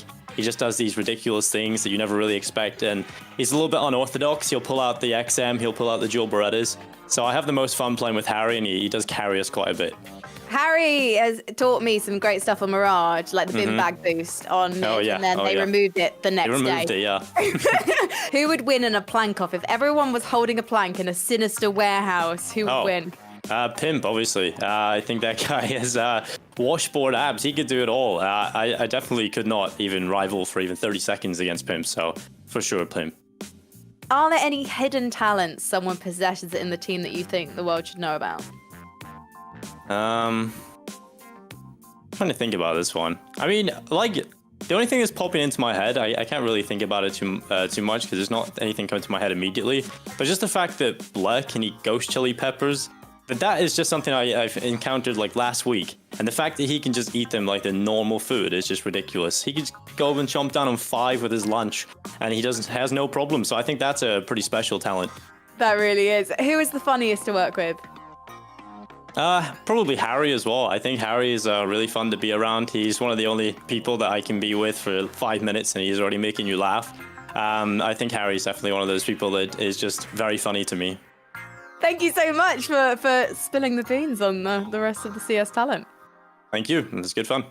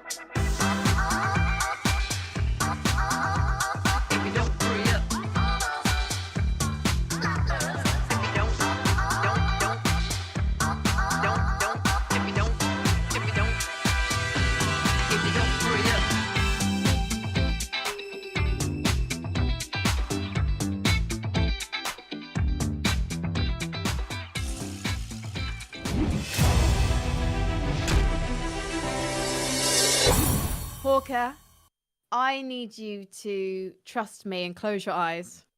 Close my eyes. Close your eyes. Okay. Hopefully you've also got a pen and paper in your hands right I do now. have a pen and a paper.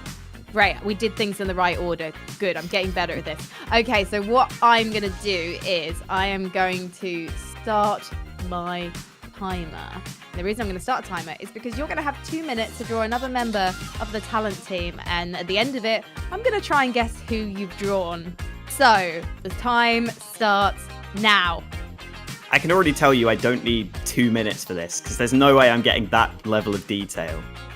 Okay, that's So a you're circle. Going for someone who's got a very bare, blank face. I mean, that might have been the smart thing to do, but that's not what I'm doing. Is it more of an abstract portrayal, or are you going for realism? I'm probably drawing a stick man here, to be honest. I'm also trying not to give them too big of a nose right now, but I'm a bit worried that I have. Is that because they have a big nose, or because of your skills? I'm just gonna leave that one for the viewers to decide, I think. You've got just under a minute left. I feel like I'm pretty much done because I've done a stick man to try and make it easy for myself. Okay.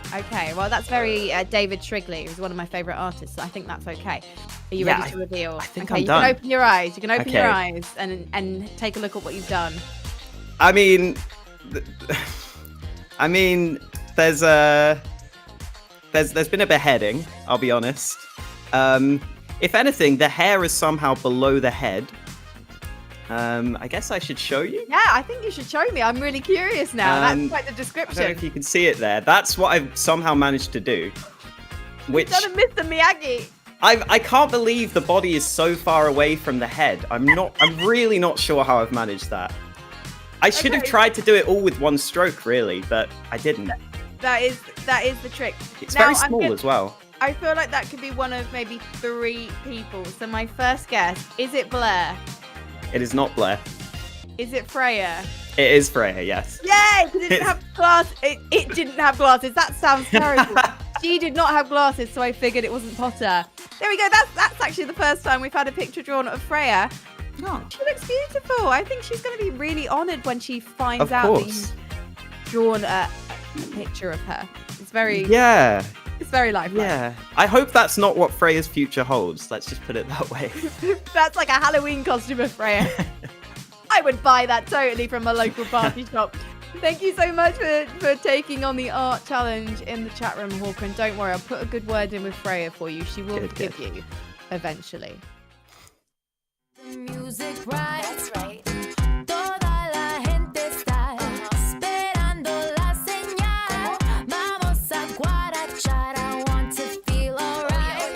Escucha, mi hermano, no esperes al verano. Can't you see? I'm here to party. Arriba, abajo, baby, dame tu mano. Let's be free. Let's be free.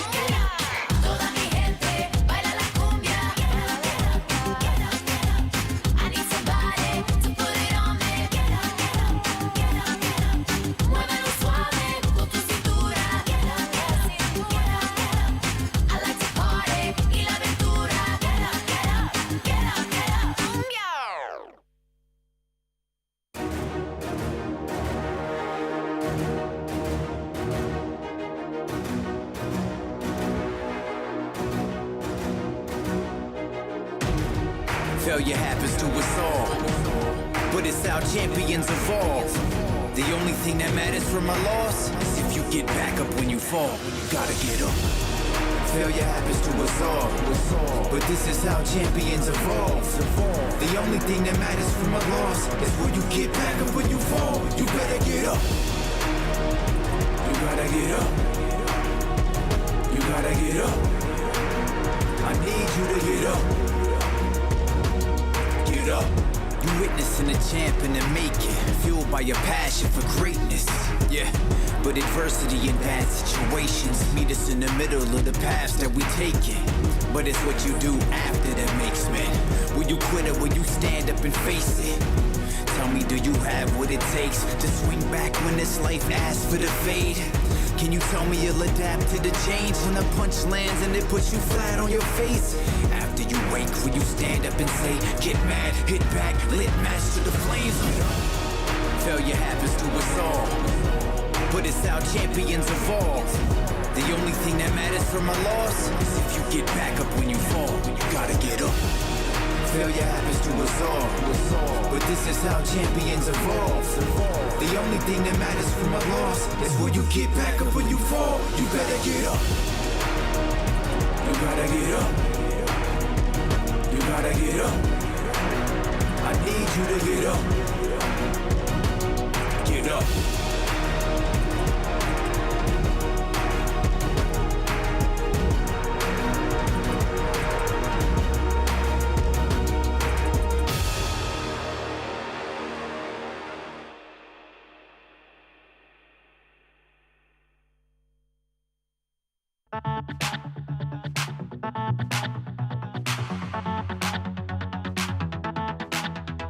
I'm standing in the corner watching the punches fly as the tears keep rolling down my eyes. I keep on moving, holding my hands up high, fighting through the minutes, through my life. Your comments are mean, but I take it easy. Your talking is cheap, you don't seem to know me. Say what you wanna say, it's not gonna hurt. I'll make it anyway. I'm a fighter. I can be what I wanna be, and though I've been burnt, I'll make it anyway. I'm a fighter.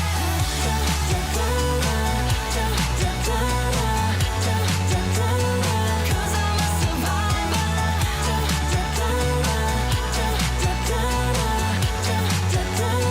Watch me, I'm a fighter.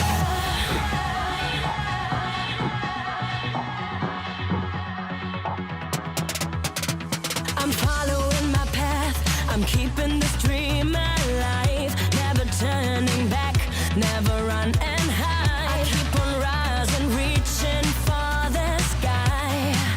You give me reason to survive. Your comments are mean, but I take it easy. Your talking is cheap, you don't seem to know me. Say what you wanna say, it's not gonna hurt. I'll make it anyway. I'm a fighter. I can be what I wanna be, and though I've been burnt, I'll make it anyway. I'm a fighter.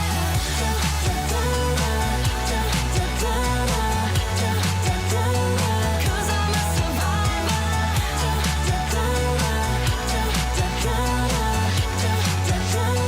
Watch me, I'm a fighter. My enemies live long, so they can see me progress. May my enemies live long, so they can see me progress. May my enemies live long, so they can see me progress. May my enemies live long, so they can see me progress. You can say what you wanna say, it's not gonna hurt. I'll make it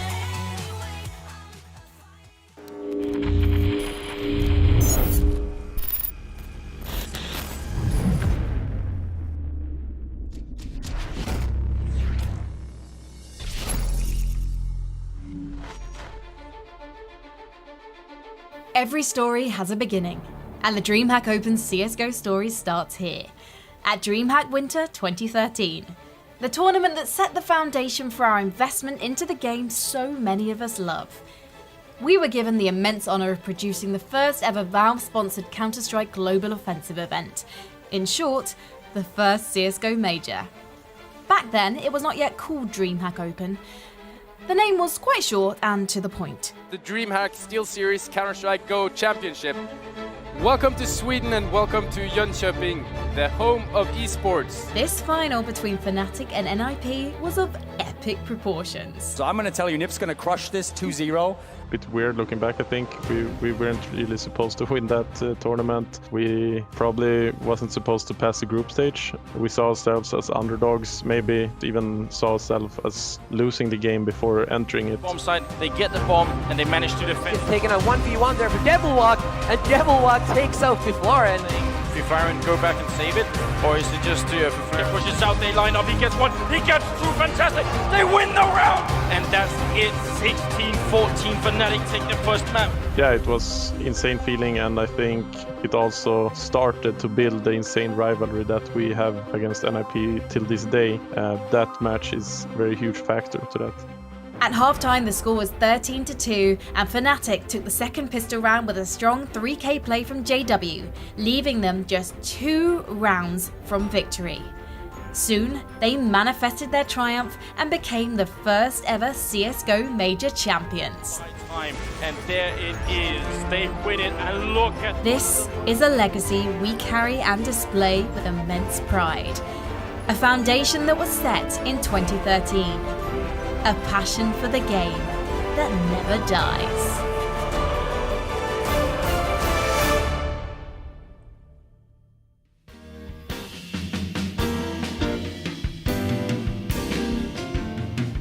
When you meet an ordinary girl every day, there's a lot of guys around that try to steal her away.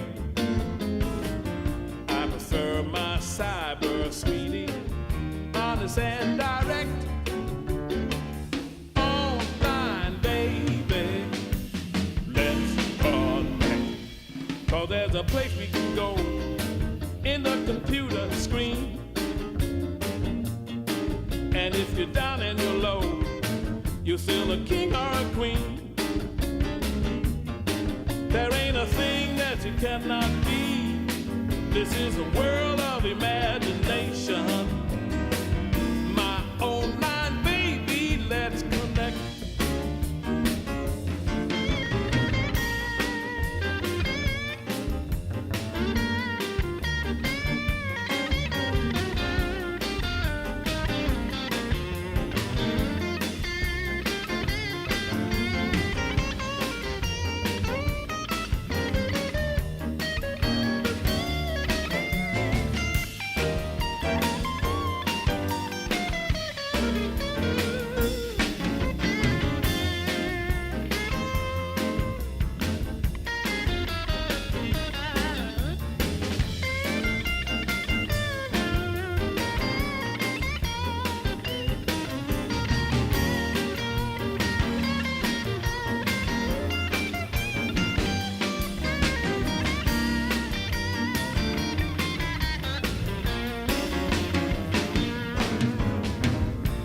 You know my online baby never breaks my heart. She believes I'm handsome and I'm rich and funny and smart. I don't want a real woman stealing my respect.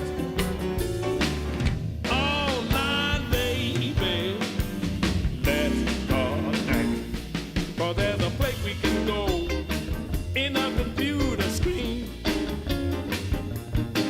And if you're down and you're low, you're still a king or a queen. There ain't a thing that you cannot be. This is a world of imagination. My online baby, let's connect. Now, there ain't a thing that you cannot be. This is a world of imagination. My online baby, let's connect. You've got mail.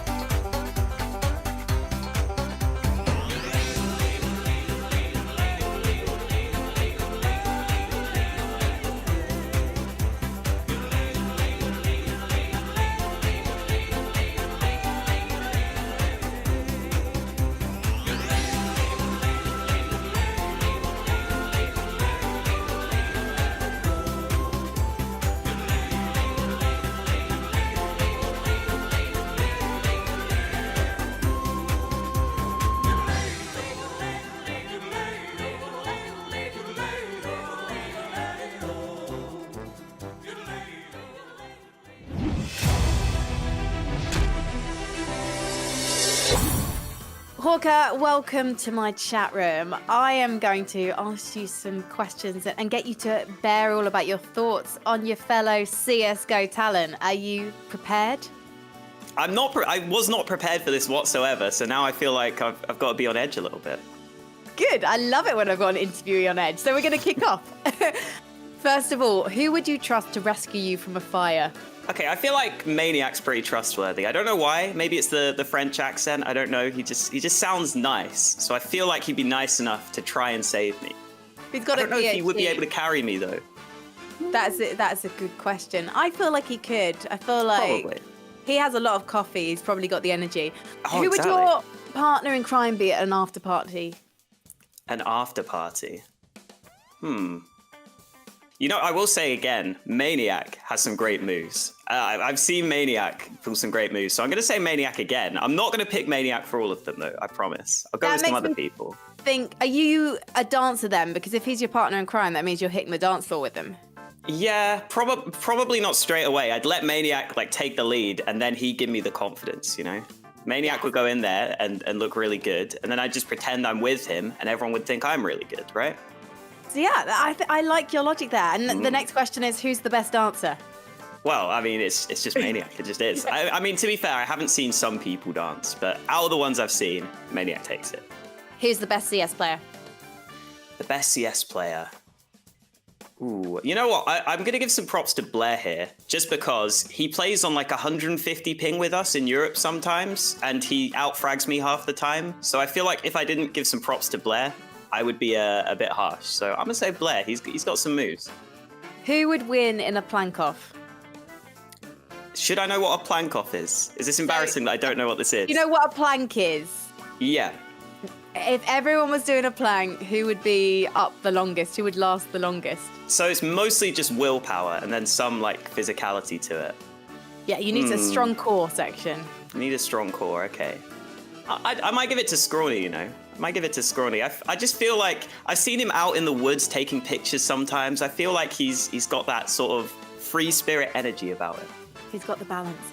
Are there any hidden talents in the talent team that you think the world should know about? Any hidden talents? Probably not. I think the thing is, because we all just talk about Counter-Strike, we're probably all only doing this because we don't have talent, right? So that's probably the way I'm going with that. Baby, when you sit next to me, I can barely breathe. Higher and higher and higher, baby. I need you all the time. Say that you will be mine. Hold up, wait, back again. So high up, need oxygen. Party over here, girl, bring a friend. I love the way your hair blow in the wind. Girl, I hope we never end. Your love is my medicine. I can't pretend you got it all like a spaceship taking off. We fly higher than the 737. We ain't on cloud 9, girl, we on cloud 11. And he say, she say, they can say whatever. Cause when I'm with you, it gets no better. I know what they don't know. And we go places that they don't go. Your love is the answer. That's why I got my hands up. Higher and higher, baby.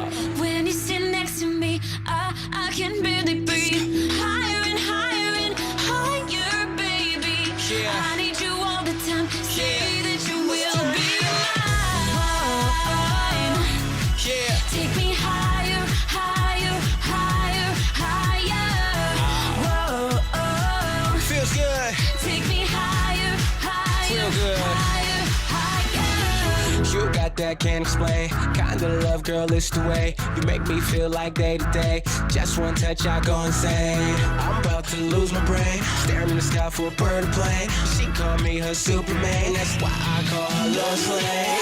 Girl, you keep me up all night, dancing around trying to be like Mike. You can't come down when you up so high. You live in the sky and it feels so right, so high we can't stop now. Keep our speakers way too loud, and if they try to shut us down, we just turn it up and take it. Higher and higher, baby. When you sit next to me, I can barely breathe. Take it. Higher and higher and higher, baby. I need you all the time. Say that you will be mine. Get your hands up. Get your hands up. Just get your hands up.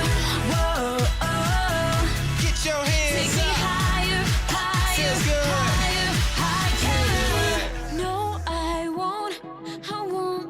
Down in your arms, I'm safe and sound. So high, too high. No, I won't look down. Just won't go down. No, we just won't go down. In your arms, I'm safe and sound. I'm safe and sound. You take me higher and higher and higher, baby. When you sit next to me, I can barely breathe. Higher and higher and higher, baby. I need you all the time. Say that you will be mine. Take me higher, higher, higher, higher. Whoa, take me higher, higher, higher, higher.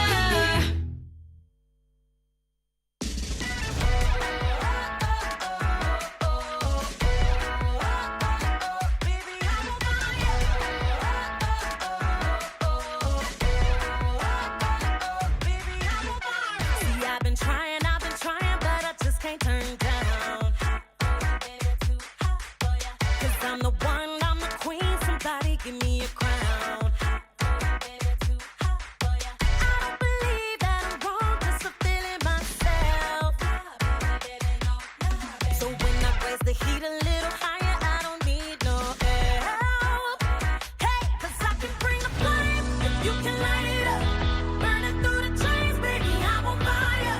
Don't care about the rain, no, it won't be enough to put out this blaze, 'cause I'm on fire, baby, I'm on fire. Baby, I'm on fire.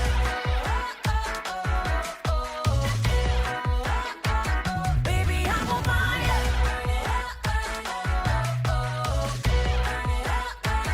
Baby, I'm on fire.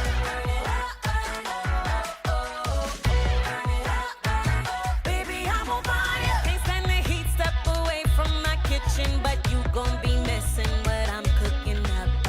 So mesmerizing, no, you can't deny it, because once you tried it, you can't get enough. I don't believe that I'm wrong, just for feeling myself. No, baby, baby, no, baby. So when I turn my heat a little higher, I don't need no help. Hey, 'cause I can bring the flame if you can light it up. Burn it through the chains, baby, I'm on fire. Don't care about the rain, no, it won't be enough to put out this blaze, 'cause I'm on fire. Baby, I'm on fire. Yeah, baby, I'm on fire. Feel the flame burn, 'cause baby, I'm on fire.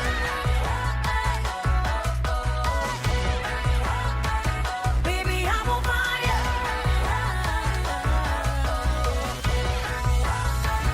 Baby, I'm on fire.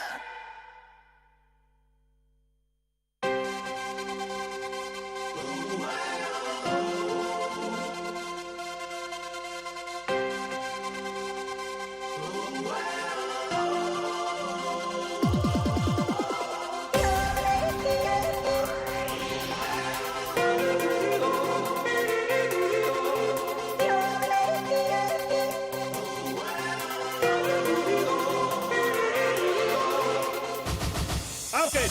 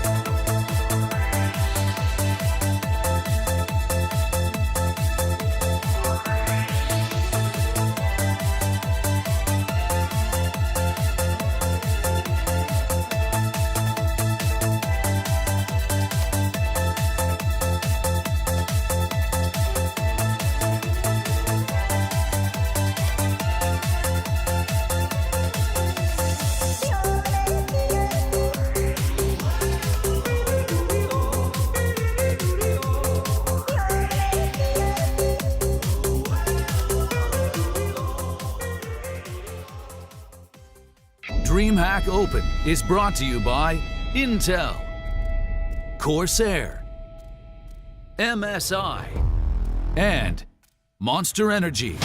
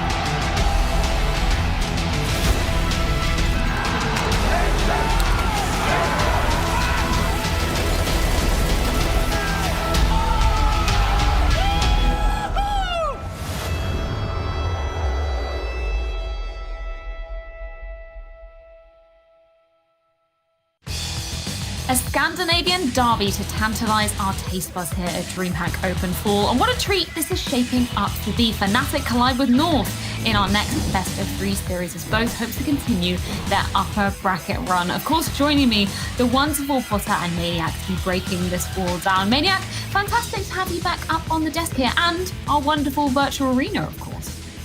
Yes, thank you very much. It took a great effort for me to stop petting the cat and coming to work, but luckily that's Counter-Strike.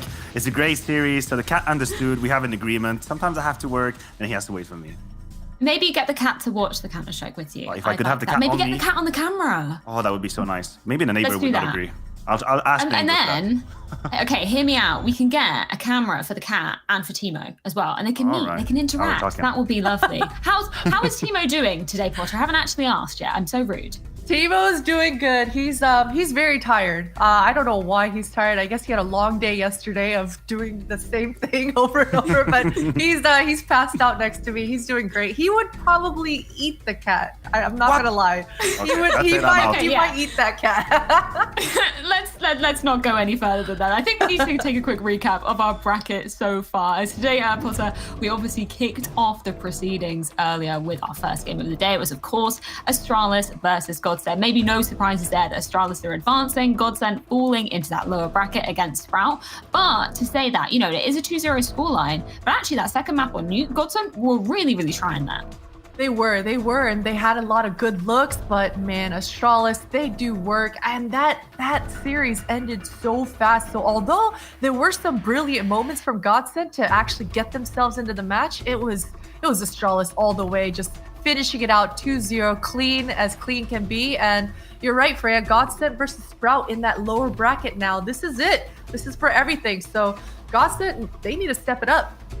Yeah, they do indeed. I want to get your thoughts upon this, May. Of course, we're looking at those lower bracket teams there. It's still a bit of a gauntlet. Obviously, GODSENT have already taken, they're going to be taking the place against Sprout. But we've also got Heroic, we've got OG, we've got FaZe, maybe some surprising names to see there in that lower bracket. Yeah, absolutely. And listen, teams should not complain. They have BO3s. Back in my days, that would be best of 1. Download it over bracket. Christy knows what I'm talking about. You'd go to an event, you'd prepare for about 6 weeks, you'd lose the first map in overtime, unless you'd get banged 16-5 the other map, and that was it. You were donezo. You had to play 2 maps and you were done. Now we have BO3s all the way. So for GODSENT, they can still fight back. Yeah, 100%. I hope to see GODSENT returning with some fire in their step. But of course, we've got to focus on the match at hand. And this is going to be an absolute banger. It's going to be North versus fnatic. And I'm wondering, Christine, have you got any kind of perceptions coming into the map veto of this one? Is there any maps you're expecting to be pulled out of the bag for either of these teams? Yes, so I think it's pretty straightforward here. North, they should be vetoing out that Mirage. fnatic vetoing out that Dust 2. Now, North, I think they're going to pick Overpass here, not only because they won the last time around on Overpass, but because it seems to be their comfort pick. Gade finds so many entries on this map. I'm thinking it's going to be Overpass for North. Now, fnatic, they've picked Inferno time and time again. It is their comfort map. Flusha, Crims, they look so damn comfortable on this. So, and there we are. Inferno and Overpass are going to be the 2 maps that we start off with. And once again, I really like this Overpass pick coming out from North. Oh, and then Vertigo to end things off as well, Maniac. I know you were speculating about that. I mean, I agree with Christina 100%, and I even thought that fnatic would remove Overpass because they've been trying, or at least pretending, to play the 7 maps in all the interviews they've done. They've had a floating first veto. So them removing Nuke, opening up Overpass for North, they would 100% pick Overpass. So I hope that fnatic's already on it, and then Vertigo as a third map. That was either going to be Train or Vertigo, but I think we're geared up for a great series. Yeah, it's going to be a fantastic series indeed. Maybe we should focus it on the first map that we're going to be seeing take to the stage. It's, of course, going to be Inferno. I think, Potter, you had a brilliant point about this particular map. It's been the Flusha show. Every time we've seen it, we know that fnatic is so comfortable on this map. As I think Maui put it, a national treasure, let's say, fnatic and Inferno. I absolutely love that. We can see that, 13 times played, way more frequently than North, and a higher win percentage as well. Yeah, exactly. And Inferno and fnatic, it gets your heart racing, man. All I keep thinking about is Flusha busting out the knife, going for knife kill after knife kill. JW lurking around in the halls area, going for knife kills as well. It's definitely the charm of fnatic, right? They know exactly when to be the ice in their veins, but also when to have a little fun. Now, hopefully they don't have too much fun. You know, I mean, if we see these guys having too much fun, things can get out of hand really fast.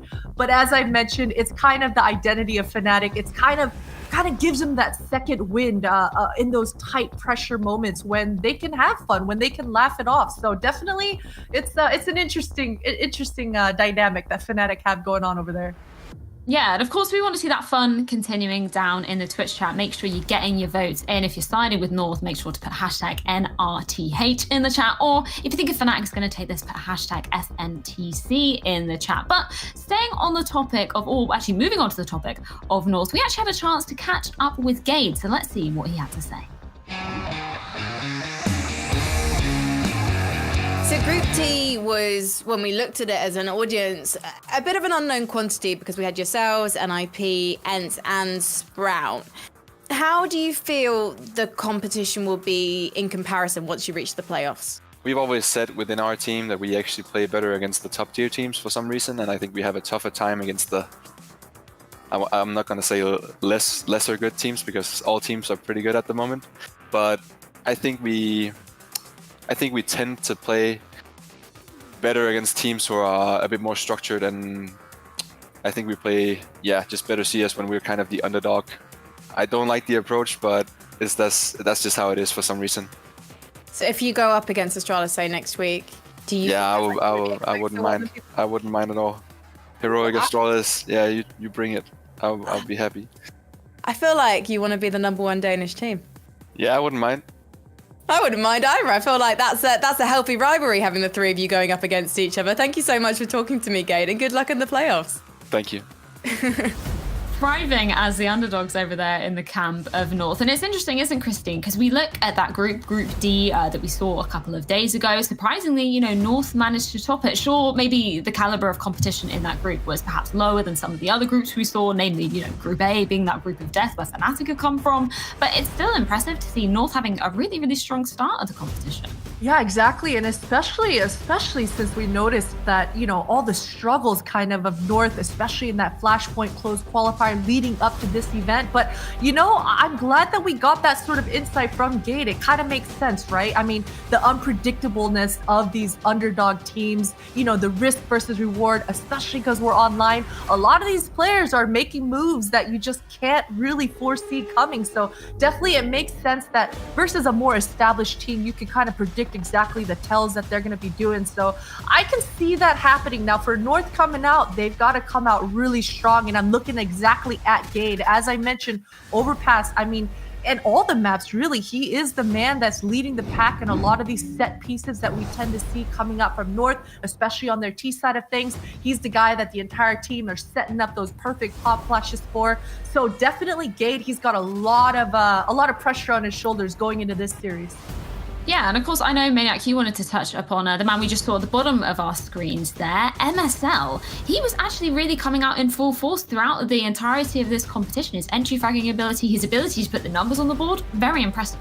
Yeah, he's really up there, and I've been one doubting MSL for the longest time now, and his fragging ability, well, the truth is I've been wrong, at least in this event. He's topping the numbers right now for North, 1.20 rating. I think he's in the top 6 currently in the event, which is no small feat at all. Also, entry fragging, 1.29 with the AWP, and I've been watching their games, their last 3 BO3s. They leave or die by his entries with the AWP on the T side. He is absolutely key, very impactful. I almost want to say too impactful, because I've seen them lack the ability to find solutions whenever he's not finding these skills on the T side. And there's another man that we need to mention, it's Lekro. To me, I am hoping to see a resurgence coming out of Lekro, because for the oldest of us in the Twitch chat, Lekro used to be a mad fragger in Fnatic when he was only a player. He only had his crosshair to focus on, and he just had heads to click on. Now he's in that role again in North. He's mainly playing the anchor position, and he can only focus on himself, and I want to see a beast. Well, a man that we know has been showing his impact throughout the games here at DreamHack Openfall is Flusher, and Frankie had a chance to catch up with him ahead of this. Flusher, congratulations on making it through to the upper bracket of the playoffs, and you're going up against North very, very soon. In fact, you're going up against them as your first match of the playoffs. I'm curious to know what you think of North, because they're a team that's certainly been rebuilding. Now they've got Let Crow there. Their words, going for more YOLO plays. So what are you expecting from that match?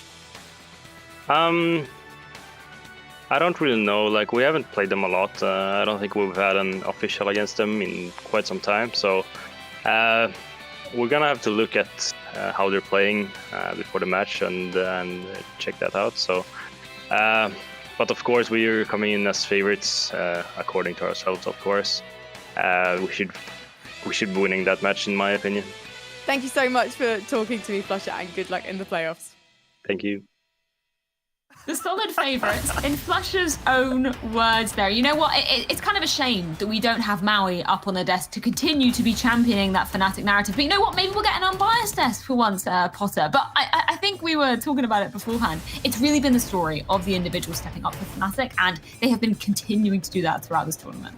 Exactly. I mean, everyone seems to be stepping up. Crims, you know, I can't remember the last time I kept complimenting Crims round after round after round, but it does seem like his rifle work is absolutely everything that Fnatic kind of need right now. And that's kind of the beauty of these Fnatic lineup, is that at any point, any individual out of all 5 of these players can absolutely step up. I mean, we even had Golden having some huge moments, especially on Train towards that inner, even on B towards this Inferno. So really, each individual on Fnatic have been absolutely stepping up when it matters most, at least in this tournament so far.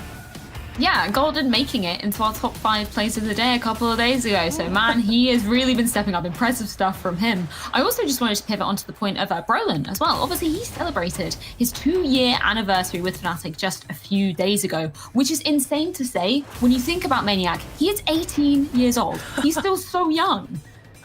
Yes, listen, I was having a good day and you just reminded me of how old I am. Yes, indeed, he's 18 and it's been 2 years in Fnatic. That is really great. And I just wanted to bounce back on Kristen's point. Yes, the individuals have been shining for Fnatic. Flusha, obviously, the one that you have on your screen right there. But I also feel like there has been a development, an improvement even in the tactical side of things for Fnatic. We've seen them busting out some strategies, some textbooks. Krims in an interview said that Golden wanted to try things, quote unquote, but they have new things ready, 100%. Specifically on Inferno, you will see them use some of these CT spawn take very fast that the old Fnatic maybe didn't have. The old Fnatic was only, we kill you or you kill us, that is it, and then we play the map control.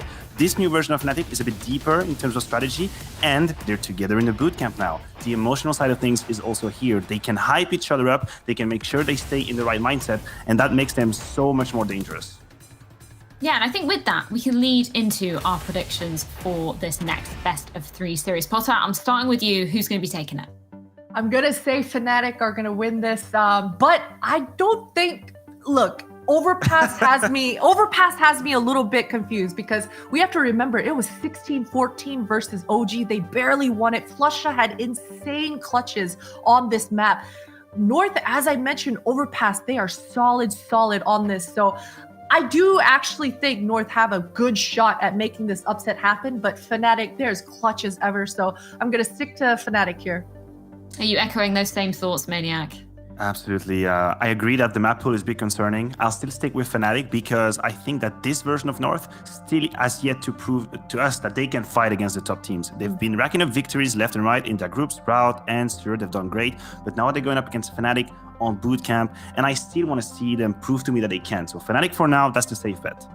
Yeah, I think I'm also going to be siding with the Swedes here. Fnatic are going to be taking this one, but I'm very interested to see what that second map of Overpass is going to be bringing to the series. I'm also interested to see what you guys in Twitch chat are saying about this one. 76%, 1 more percent, Potter, that was siding with us in the first game of the day, rather. So some good stuff in there. We're all in agreement, I think.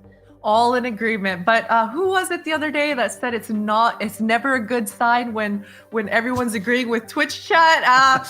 It might be another one of those scenarios. I'm not sure. Well, I think now that we've got that locked down, the only thing left to do is to get into this next game. It's going to be an absolute banger to be kicking off our second best of 3 series of the day here at DreamHack Open 4, as MSL's men impressed in the group stage. But the question is, can they keep that form up against Fnatic? We're going to find out after this.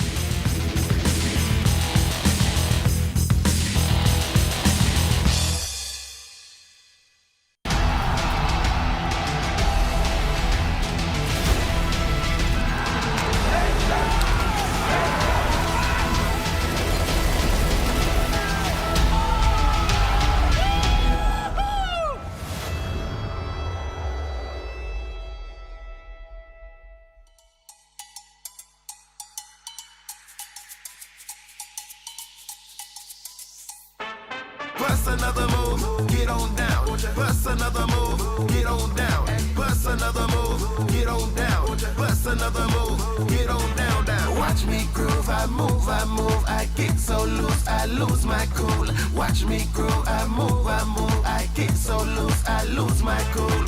Fly individual, high in the spiritual. Life can't get rid of you. This what I'm gonna do. Kick off my shoes, get in the mood, get on down, get in the groove. I feel alive, I can't hide it. Look in my eyes, I feel excited. I got the Midas touch, and I'm the brightest. I'm gonna try my luck. Are you ready to roll? I'm getting on they last, I'm steady on go. I'm all up in the back, I'm heavy a pro. I take them all to class, I pit on the show. I do it with pizzazz, I polish my own crown. They know I'm in my bag, I body them on down. I'm who they can't pass, I handle my all frowns. The cameras all flash like this is my song now. Yeah. Bust another move, get on down. Bust another move, get on down. Bust another move, get on down. Bust another move, get on down, down. Watch me groove, I move, I get so loose, I lose my cool. Watch me groove, I move, I get so loose, I lose my cool. Watch me do my thing. I get out of control, I take off like a plane. I groove, check the moves, I rock out with a bang. I do just what I do at the top of my game. Top of my game, last bit to shame. Come deal with the crew, I stop them in a lane. Who's worried about who? I drop them with a flame. They coming for round two, like watch me entertain, yeah. Bust another move, get on down. Bust another move, get on down. Bust another move, get on down. Bust another move, get on down, down. Watch me groove, I move, I get so loose, I lose my cool. Watch me groove, I move, I get so loose, I lose my cool. Bust another move, hello, bust another move, get on down, down. Watch me groove, I move, I get so loose, I lose my cool. Watch me groove, I move, I get so loose, I lose my cool.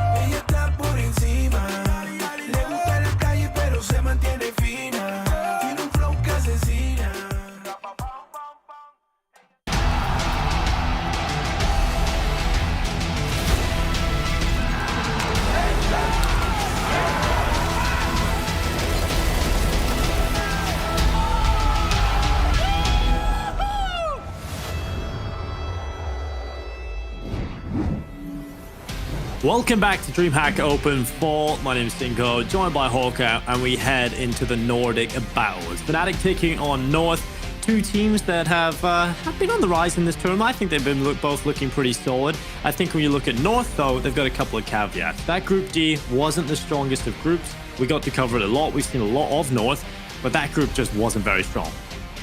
Yeah, just individually going up against fnatic is going to be a whole different thing, especially if flusha plays like he did yesterday on that last map. Not yesterday, the day before yesterday. I'm getting my days mixed up, Dinko, but flusha was looking great, just aim-wise. I haven't seen that aim from flusha in a while. I would love to see him come out strong again here in this series. And if flusha shows up and brings the aim to the server, Inferno is going to be a bloodbath. Time for North to prove that they can beat a top team. fnatic are going to be a real test for them. And heading into Inferno, I have to say, I've got to favor fnatic here. This is the map where they should be looking very solid. It's one where North haven't had the best of histories on. The recent results have not been looking good. But get a start on the CT side. They will, and they'll start with a couple of players buying some utility. AZ's got the kit for them. A molly in the hands of Gade as well, but fnatic also have two sets of nades over on the T side, and they're going to get free banana control at the start of this round. Now, Gade has this counter incendiary, Dinko. If he times this right, if there's a B execute, he could actually slow them down quite considerably here, because fnatic will probably use their smokes instantly. Yeah, just waiting, and waiting more.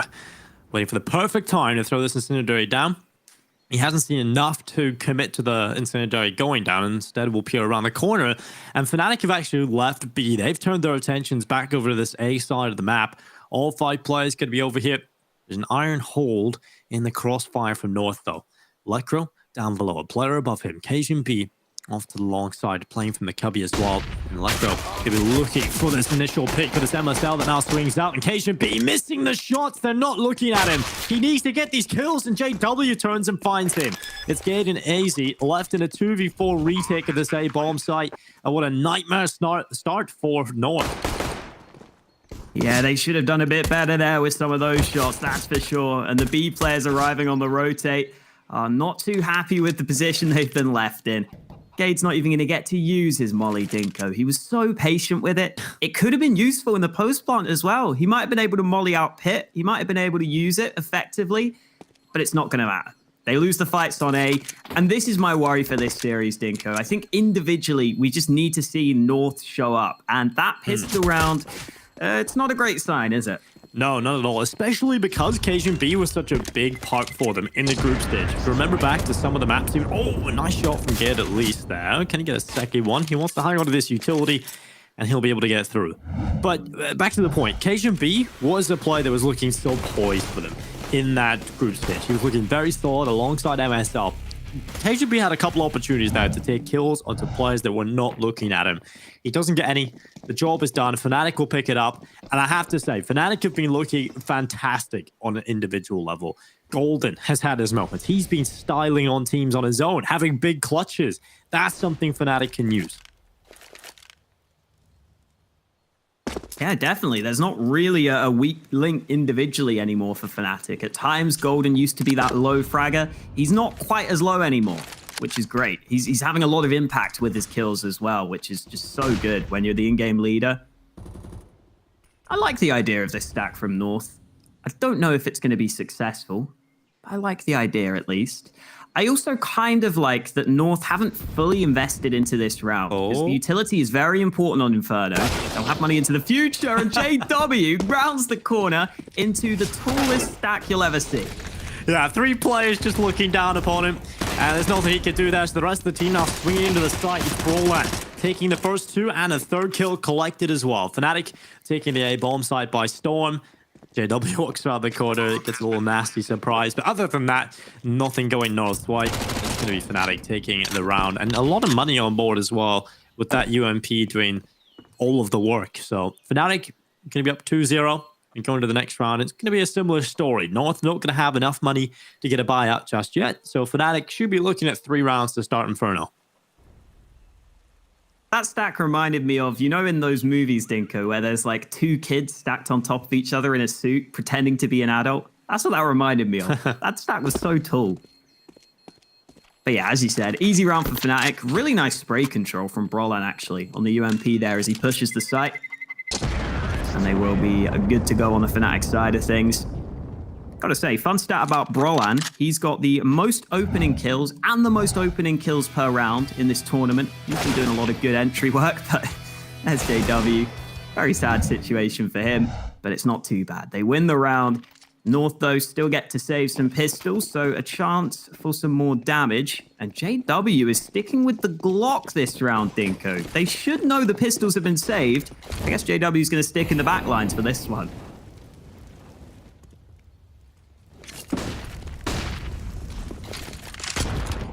Oh, that grenade going down banana. It's going to go a little bit to Flusher. But North are just hoping for some sort of miracle to go their way, just for some sort of individual moment. But all that is happening is an initial dink onto MSL, drop down to 3 HP, Cajun B getting swept away by Brolan, and JW walking up with the Glock. This is where things could get a little bit messy. This is the most JW thing, right? He didn't use every gun in the game. That's the most exciting thing about JW. And this Glock might just do a little bit of work on the MSL. He's already down to 3 HP. 2 JW finish off the job as Crims looks away at the wrong time. Gade will find a headshot. And we're right back into a 4v4. just keep eyes on the Fnatic setup. The players across the board. You've still got JW over here on this A bomb side. Brolin about to walk out top middle. The player in Boiler, that's MSL. One bullet is enough. Even touching his foot would have been a kill. But unfortunately for Brolin, he doesn't land anything. And now the attack from Fnatic really needs to work out in towards this A side. Smoke down from Fnatic, but Lecro can still spot on the side of it. Oh, MSL caught off guard. That was JW, by the way, who got the first dink onto MSL at top mid with the Glock. That's why MSL was low in the first place, which was kind of crazy. And he finished him off. He got his prey in the end. I love it. I love that that's just the upgrades to the Deagle. AZ will fall to the Mac 10 of Golden. So look at that money. Look at the money for Fnatic. They're balling right now. And when they go into the next round, this is where things heat up a little bit. North will finally get their buy. They'll get the weapons out on the server. They'll get the rifles. MSL has been a big part of their success so far. Like you said, coming into this, highest rated player for them on that op. So we'll see if he can step up against Fnatic. You said there's a chance he can have a bit of a nice setup or an oping matchup when it comes to JW. You say you haven't been oping as much, but he's pulled it out straight away. Yeah, JW's most used weapon in the last 3 months is actually the AK. He has more kills with the AK than the AWP, which is kind of crazy to think about. But I think a lot of teams are starting to do that more and more in the online era. We're seeing Astralis do it. Device isn't AWPing as much either. But in this round, he goes straight for it, as you said. A couple of weaker weapons in play as well for Fnatic, so I'm sure JW will be looking for some early fights with that AWP. A passive B hold so far for North, though, and this is in general just quite a passive hold across the map from North. MSL's the furthest man forwards with the AWP looking for an early fight, but right now, Fnatic have a decent opportunity to try and execute onto one of these sites. And it looks like they may have made up their minds. All the Swedes moving towards B. Gade has just put down this defensive smoke, but Fnatic have time. They can play the patience game, and they can wait this out. Well, the attack into B. The Molotovs will deploy, and that'll slow down Fnatic. Just holding and then back at the moment, but everybody's still committed to this B attack, still committed to heading towards this B bomb site. Gade looks to be the player that throws a spanner into the works for Fnatic. He's got a good position. Cajun B has taken the first kill. Finally, Crim's pulling something back, but there's only 20 seconds left to get onto the bomb site. AZ finally getting something done to Crims as well, and everything needs to go for that XY in the final few moments. The Deagle headshot delivered from Golden. Rotation coming over from North, but they've taken the site. They've managed to get that bomb down, and now MSL needs a quick shot. He's got it. It's all on JW, and right through the smoke, Lecro pins his head, and it's Fnatic conceding their first round. I was a bit worried that North wouldn't have the information in time for the rotates there, but they hold their nades, they put down that incendiary towards B, and that buys time for a third man to arrive on the B site, and that helped them so much because Crim's got these first 2 kills. He got one through the smoke, he got the second, but the man at the site buys a bit more time. That shot from Golden was ridiculous. Wallbang headshot with the Deagle, but then Lecro lands one of his own through the smoke. So a really scrappy round on the B site, but North are the ones who come away with it. The problem for North is that Fnatic still have a bye in this very next round, and we're going to see this banana contest come through again. We're also going to see an aggressive apartment stack from North. All 3 players in the apartments. This is something FaZe really like to do. They stack in the apps early, they look for the pick, but Brolan is too quick on the trigger.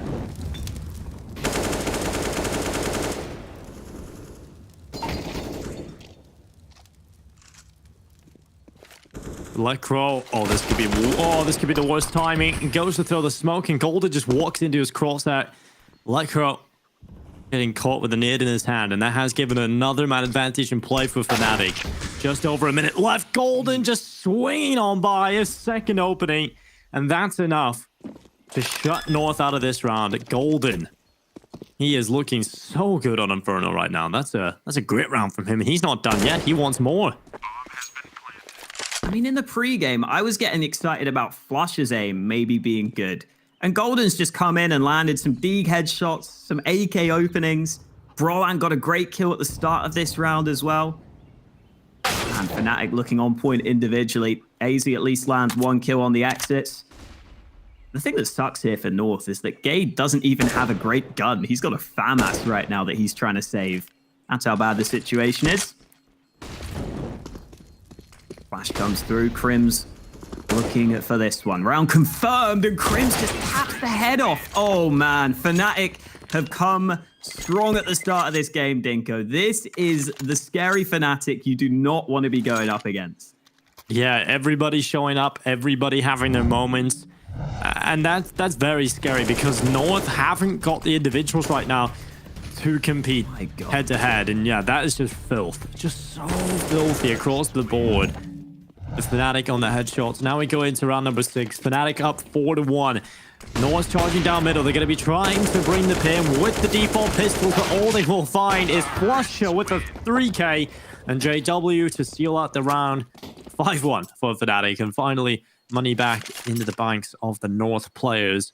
They will get the AWP out again. I feel like something that North could do, Alex. Now, obviously, it requires a huge investment and probably will only happen a little later down the line in this first half, if at all, is that double up setup. That was something that was quite spicy for this North team that added quite a bit of firepower between KGB and MSL. So if that's a possibility, I would look forward to seeing that. KGB was a big performer for them in the series. We got to see them last, closing out Group D. So I want to see more of that. Yeah, that's got to be somewhere in the back of North's mind that that's an option at some point. It's also nice to get the player cams, Dinko, because both of these teams are in a bit of a boot camp right now, I believe. They're at least all in the same area, which is really cool to see. Almost reminding me of the days where we would have LANs at Counter-Strike. Imagine. Back in the good old days. But MSL is back on that AWP. He's going towards Banana at the start of this one. So a switch up in MSL's positioning. He's going to look for a fight towards B. Early Molly and Smoke go together, and MSL boosted up over the top. Another Smoke goes down. No clear vision for MSL just yet, and he decides to drop off that position. Currently, 3 players playing quite passively in towards the A side. That's because North sending the aggressive stance down Banana. They've won that battle completely. Fnatic will not have any of that. They don't want to fight Banana. They don't want to have any sort of involvement in those early fights. Instead, they'll just pull back and put their attentions onto the A-bomb side. They're not really slowing down. Here comes the full execute. Fnatic, a set piece right out of the round, straight onto the A-bomb site.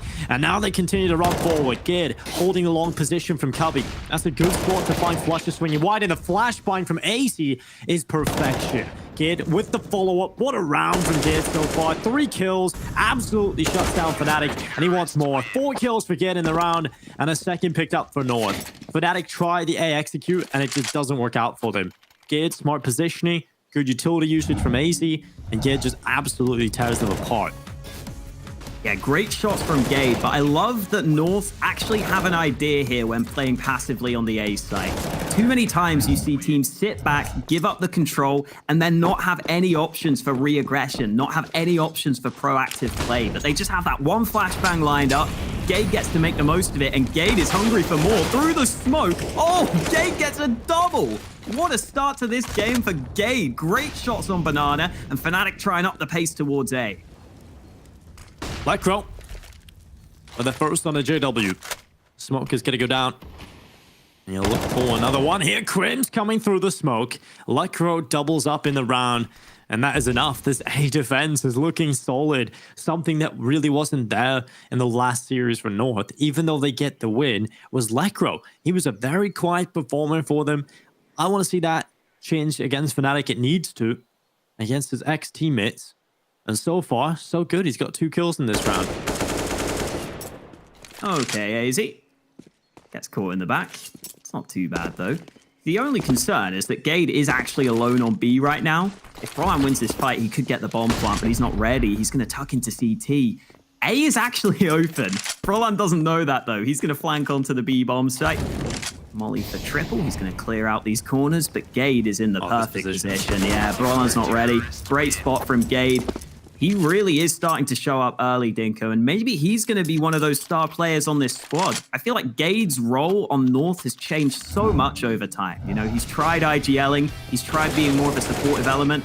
I wouldn't mind seeing him try to be the star, because some of these shots he's landing at the start of this game are looking great. I mean, Gade has that potential. I remember a tournament, DreamHack Open towards the end of last year in Seville. Gade, that was the tournament North won. Obviously a different face, the roster. before they brought MSL back in, but that team was looking quite solid because Gade actually was just showing up on a huge individual level. He was really the star for them. He has that capability. It's just finding the consistency at that level will be the problem for North. And, well, they'll take it if they're playing against fnatic and he's showing up. If this is one of his good days, this is the perfect time to have it. And I do think some of our questions have been answered early, Dinko, as to whether or not North will be able to hold up individually. They're at least showing they're going to be competitive, which was the most important thing I wanted to see from these early rounds. I was a bit worried there was a chance fnatic were just going to steamroll them with how the aggression was going early. But North have held up. Now they've got that AWP in the hands of MSL, and he is about to get some fights on Banana. fnatic not with too many nades here, so MSL might have a chance to finally try and have some impact. MSL holding around the corner. fnatic starting to walk this way.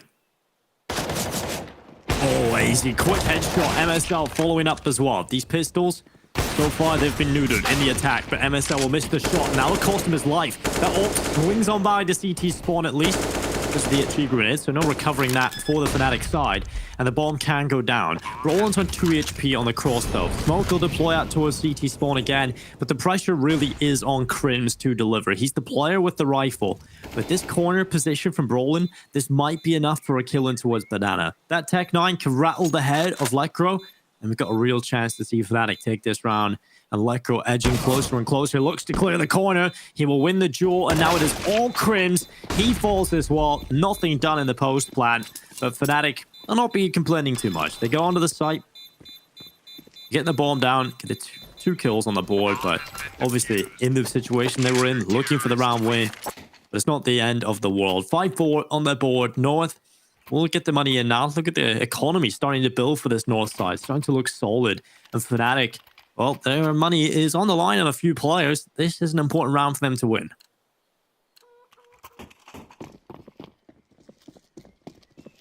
fnatic still going for that AWP onto JW as well. So we might get to see those AWP battles come through. MSL again is going back to Banana. I do wonder whether fnatic will try and maybe make the most of that in some of these gun rounds coming up, because MSL did get run down there by the pistols. The rest of North had to really rotate over and try and save it. Quick push up long for fnatic though. Gade, well, easy kill onto Brolan, but Golden's there for the trade. Now A-Long is open, and now North might start to get uncomfortable, Dinko. Just look at the mini-map. They are completely split apart on the CT side. Lekro in Graveyard will be changing up his position, trying to hold this crossfire occasion B. This setup could work, you know. This setup could work in towards this A attack. Golden swings around. Lekro able to catch him out. Now that weakens the attack completely for fnatic. They no longer have an approach from long. They need to win the duels inside the site. And so far, Lekro has been holding on. He goes for more. A third kill. Can he get all four? The Tech 9 pulled out, rattling into the boxes as JW, he knows this round chance is slipping through his fingers, and AZ quickly comes up from behind. 5 rounds for North. They even up the scoreline, and fnatic, that's a couple of times now they've tried to heavy hit in towards the A bomb site, and it just hasn't worked. Yeah, and we're seeing North have some good preparation with some of these flash assists, and with this play from Lekro, just dancing around the bomb site. He does a really good job at just staying alive at the end here as well. When he switches out to the Tech 9, he knows he just needs to stay alive, buy time for the rotate. He does just that, and fnatic have to take an early timeout here on their map pick. It's not quite gone according to plan for them. They had a good start to this game, but North have really started to mount a comeback. They've won the last 4 rounds in a row.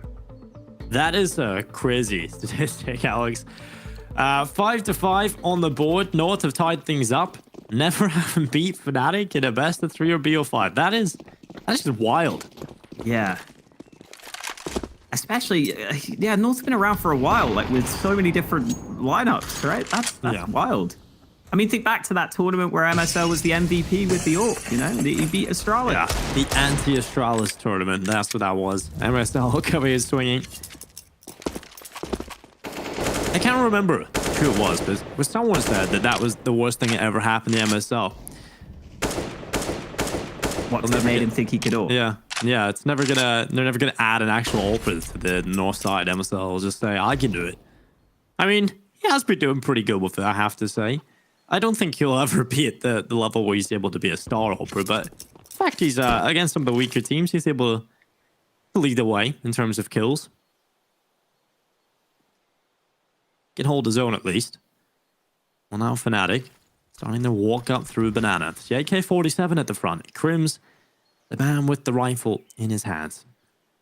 If there's a player you want on fnatic with an AK, well, you've got a lot of options, but Crims is certainly a fantastic choice.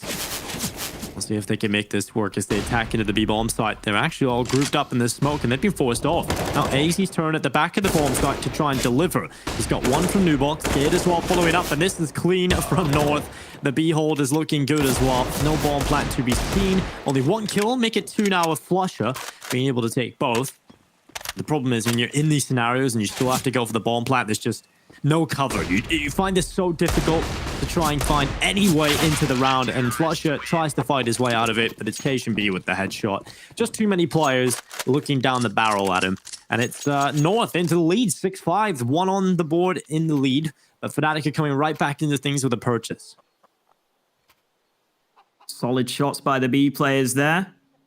And again, the flashes are looking good from North. They're getting quite a few flash assists at the start of this game, which I think is great for them. I think that's got to be something that they rely on fairly decently as well. They should be a team that are one of the better teams at using utility, and we got to see that there. We get to see a nade at the start of this round as well. Golden taking some early damage. Again, MSL's on Banana with the York. He's really focused on playing Banana throughout this game. He's very rarely taken that top mid fight. Molly not spreading though. Oh, AZ closing in, and wow, what a shot from AZ. Sprayed on the edge of the smoke though. Looked like there may have been a little gap that Flusher used there. Either way, a 1-for-1 trade to kick things off, and MSL is now alone on this B side of the map. He has to make sure he doesn't die too easily, and he's realized it's probably time to play a little bit safer.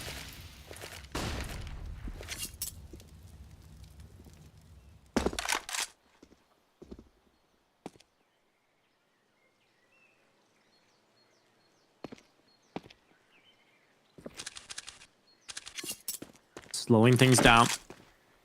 fnatic not committing anywhere just yet. JW, well, a bit of a wander in what's going on in Banana. It's top. Now fnatic will reply with some utility usage in towards A, just trying to keep these players on the B-bomb site defense. Currently North with 2 on this A site, 1 in towards Graveyard, another passive setup, but this passive setup has been working out for them on this A hole. So fnatic, can they figure it out? Can they figure out how to take this site finally as they move forward? They're going to need a big opening, and Brolin is the man that finds the entry. Can he find the follow-up? No, but JW will, and fnatic have taken the A bomb site. North cannot retake, they cannot rotate quick enough, and fnatic are going to be tying things up. Yeah, I think one of the problems for North right now is that fnatic have figured out that whenever it turns into a 4v4, North seem to leave A-Long wide open. And that gives fnatic so much room to work with. Obviously, Brolan lands a brilliant shot there to get them into the site in the first place. But if you're leaving A-Long open like that, you're susceptible to both wraps on the A site and to the B splits. So I think once you get into that 4v4, as much as it probably is kind of the correct thing to do from North's perspective, right, to split up 2 to each site, because it's a little bit predictable, fnatic are able to exploit it in this round, because they've seen that in a couple of rounds already. They've seen that Long has potentially been a weak spot for North.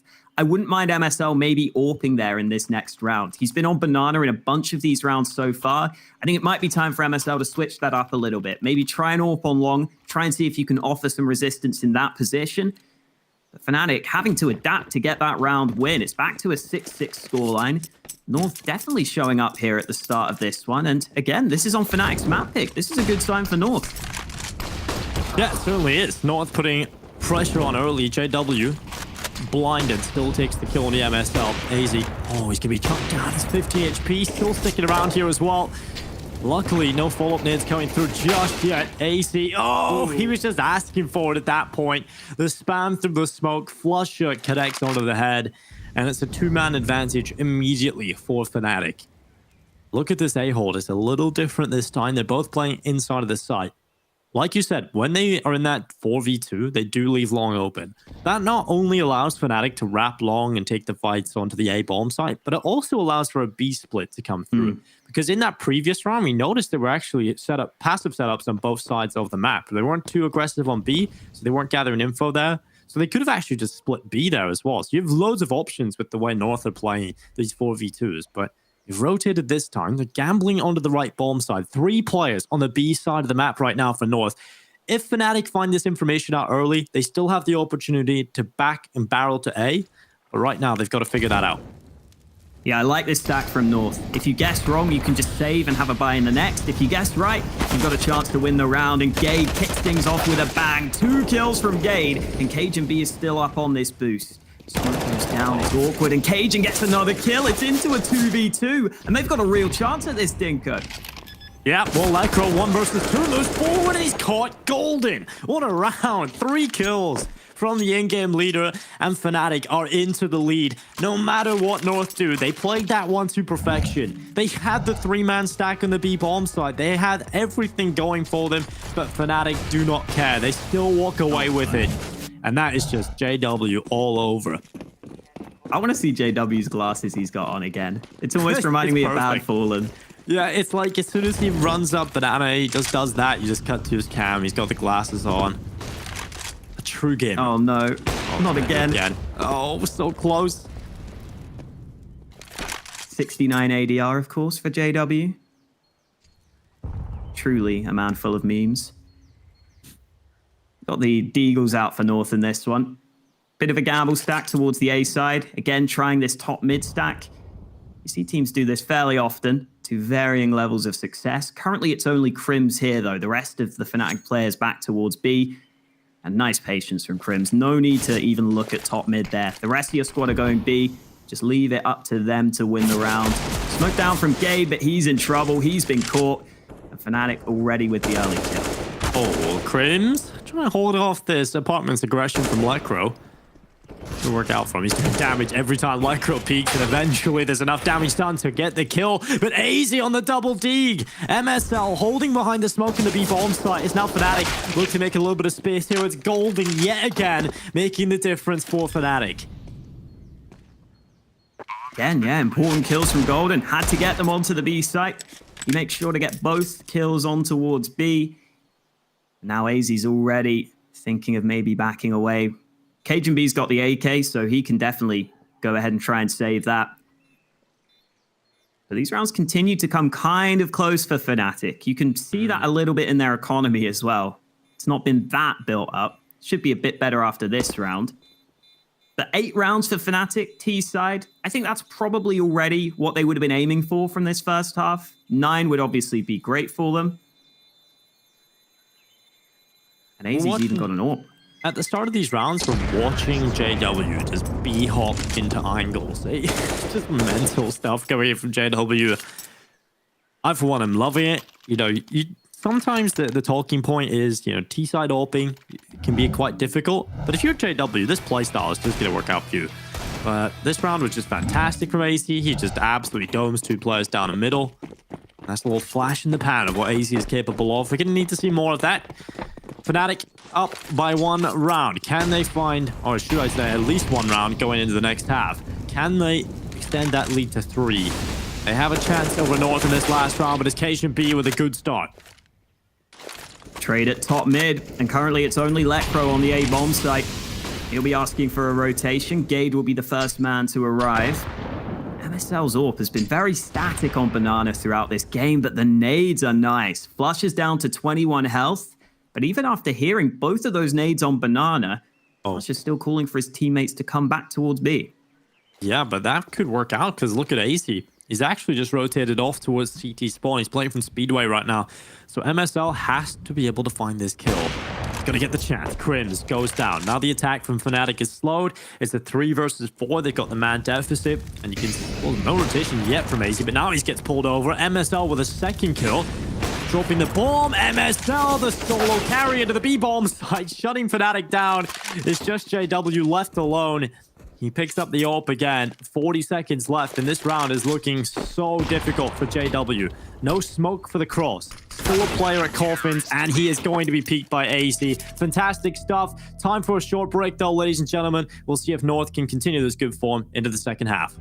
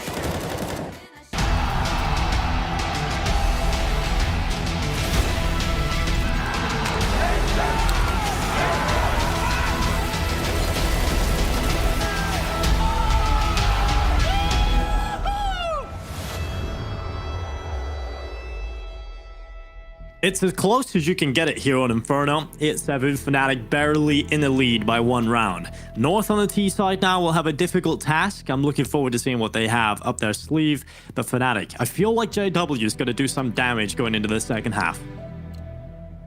He was definitely looking to make some JWS plays in the first half. Now heading into the CT side, he'll have some more chances to do the same. We're heading into the pistol round where Fnatic have a couple of nades on the CT side. They've already thrown one of them down Banana and it hasn't done any damage. Meanwhile for North, they also have a couple of smokes and flashes, and you can already see JW getting a little antsy. He wants to find some fights and he might just find them. Well, JW with the opening kill. The difference maker for Fnatic in the first half was Golden. The in-game leader leading with 14 kills on the board. And now Fnatic have a time to shine for the rest of the team now. JW looking for a second in the round. He's got it. He'll go for 3, but he's run out of ammo. Let go on MSL. Overwhelm the A defense. And now it's a 3 versus 3.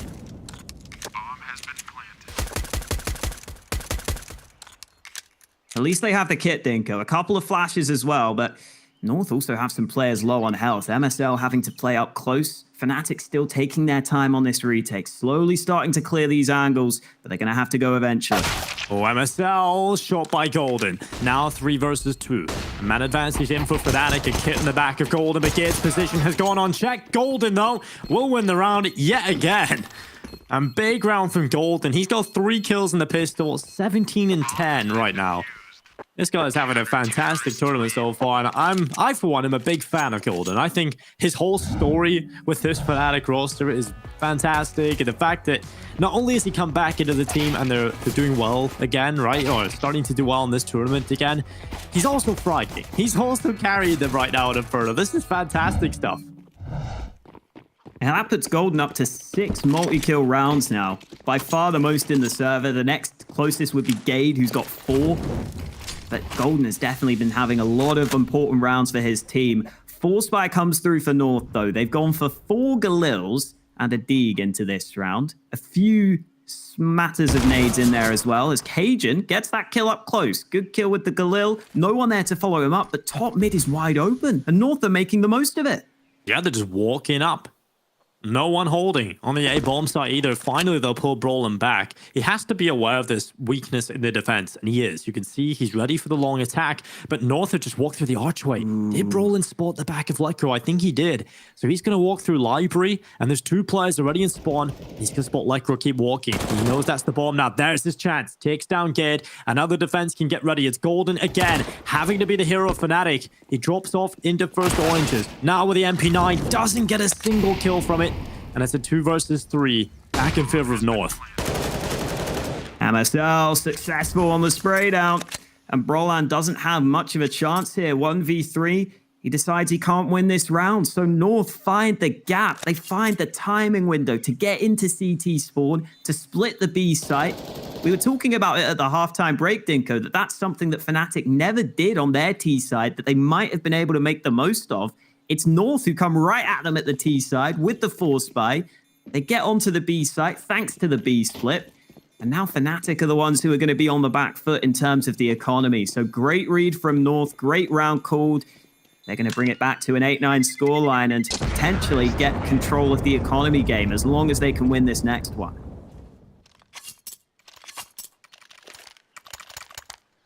Well, this is certainly heating up on Inferno. 9-8 is the score. And as we return to the action, North will have 2 Galils, an M4 that they recovered, and 2 AK-47s. Fnatic have a chance to still win this round, of course, but it is looking unlikely. North are favored in round number 18 to tie the scoreline up. And so far, it's so good. Fnatic did drop this map. It was a pick for them in the previous series. They did drop it 16-13 to OG. They lost. So we know that they have traditionally and historically been very solid on the map, and we know they still are, but not unbeatable as North look to tie things up. Molly forces Golden away from Banana. And this map's been a bit of a weird one for Fnatic recently in that they've had some really good wins on it. They beat Vitality 16-5 on Inferno, for example, even though they lost that series. They even beat OG on this map in that first series they played in the opening game of their group. They got a 16-11 win against OG there. It was then in the rematch, though, that they lost it as their map pick. So that one result may be a little bit shaky in the mix, but normally a good map for this squad. Either way, 45 seconds left on the clock, and wow, JW, great shot to kick things off, and Fnatic still have plenty of nades here, Dinko. These smokes could slow North down. Yeah, it gets scary now as well. Brolin in the pit. I feel like he has to do a lot of damage here for Fnatic if they want to win this round on the A site. North have no other option. They have to commit to the bomb site, and Crims is still here. He hits the headshot, but it's through the woods, so it doesn't do enough damage for death. But the seconds, well, he has taken down 2 players, and AZ is left alone in the world. Fnatic pull it off again. These pistols are so deadly in their hands. There's $300 invested, and Crims just absolutely tears them apart. Oh, those P250s are so strong, aren't they? JW, such a tight angle to begin with, and then, because the time is low and because there are smokes up from both sides, it just turns into a scrap. And that's exactly what Fnatic want. That's exactly where Fnatic want you, especially in that round where they have pistols. They've got the individuals who are going to make the difference. Crims had a quiet game up until that point, but you know that he's going to be Mr. Consistent for this team.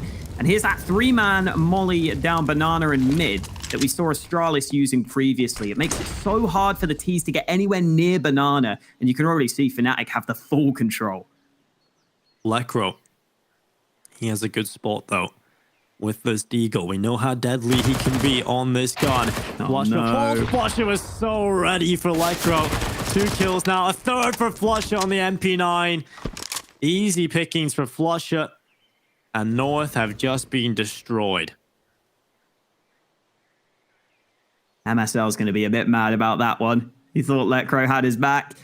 Turns out Flusher had them all in his back pocket. Oh, more style points. That's a bit much. Gade finally puts an end to the chaos. The bomb's still been left behind at mid. We have an AK in the hands of Cajun and a Galil for Gade. It's not completely out of the question here for North, but now that Cajun has gone down, that might be the difference maker. Gade with another good kill, though, and he's been having a great game, Dinko. You do not want to fight him 1 by 1, but they're going to do it, and Golden nearly goes down. The dink lands for Gade, but Golden replies with a headshot just in time. That came kind of close, though. Yeah, that got a little scary for Fnatic. You thought Flusher had done enough to win the round, enough to lock it in, but final few moments there got a little bit hairy. Luckily, it is Fnatic who take the round win. North down to an eco. They got a Deagle in the hands of Gade, and that is the only investment on the server right now for North. So Fnatic should be taking 12 rounds and putting themselves 4 rounds away from victory. And there is a chance where Fnatic just grab the control of the CT side, and that's a scary thing for North. They've got to win this next gun round, I feel. And that nade just go around the corner. I don't think that's what Flusher wanted to throw the nade at whatsoever. I think he wanted to nade down down towards bottom mid. Either way, it did damage, so fair enough. Nonetheless, it's like even when Fnatic aren't trying to do something, it still goes their way. Just Fnatic things, really. I didn't even know you could like bounce the nade there off that wall into underpass. That's what looked like happened. So there you go. I mean, lessons Flusher learned and every his day. utility damage. Yeah, man. It's like, it's just anonymous at this point. Oh, this could be easy pickings for the MP9s if this push were to come in. Oh, Golden through the smoke. He is having a good game today. Well, there you go, Flusher. That's a great nade into mid. Bit more damage done. And Fnatic should have a very easy time of things from this point.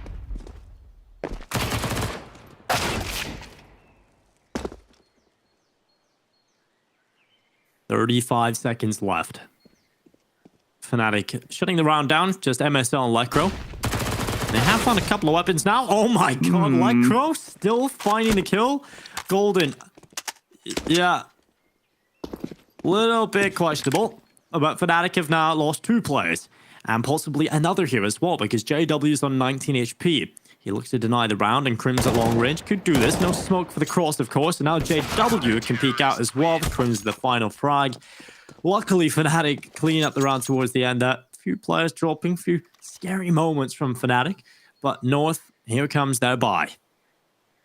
Yeah, Golden there going for the jump, I guess, to try and make sure that North wouldn't just shoot him while blind, because that's oftentimes what's going to happen there. Nearly cost him, but it's all good. And JW has that AWP you were so excited about, Dinko. He's got that in his hands, and he's going to go for a fight down mid. They're not giving it to him, though. Smart from North. Never give JW a fight like that.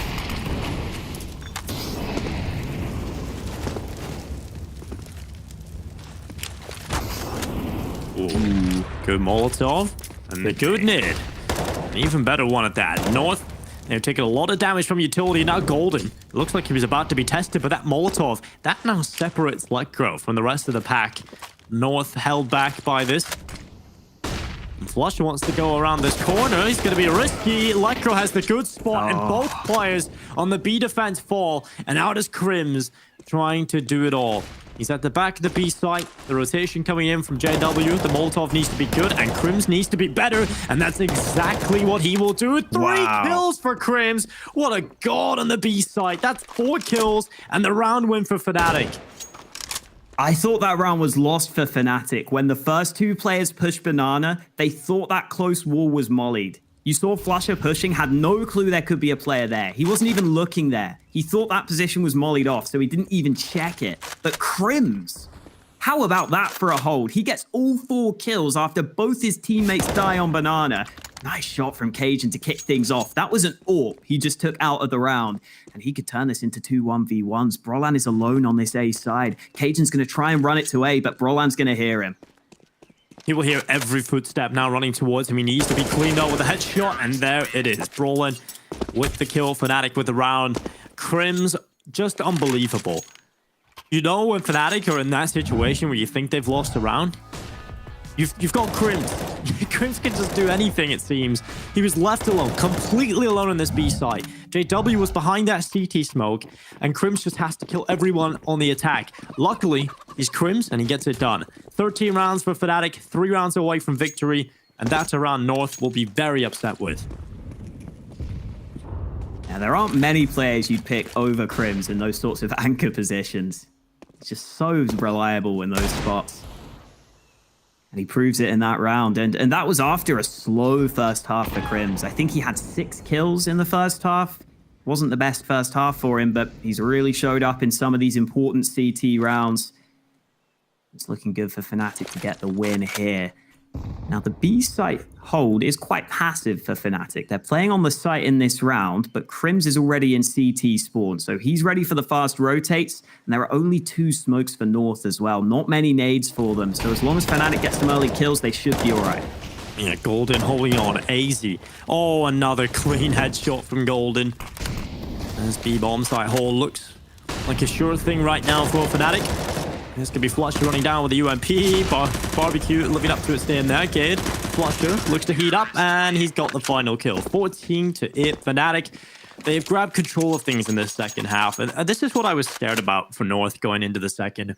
If they didn't get that early momentum, if they didn't get the economy game onto wraps early on, Fnatic are so good on Inferno that on the CT side, they can just completely grab control of it.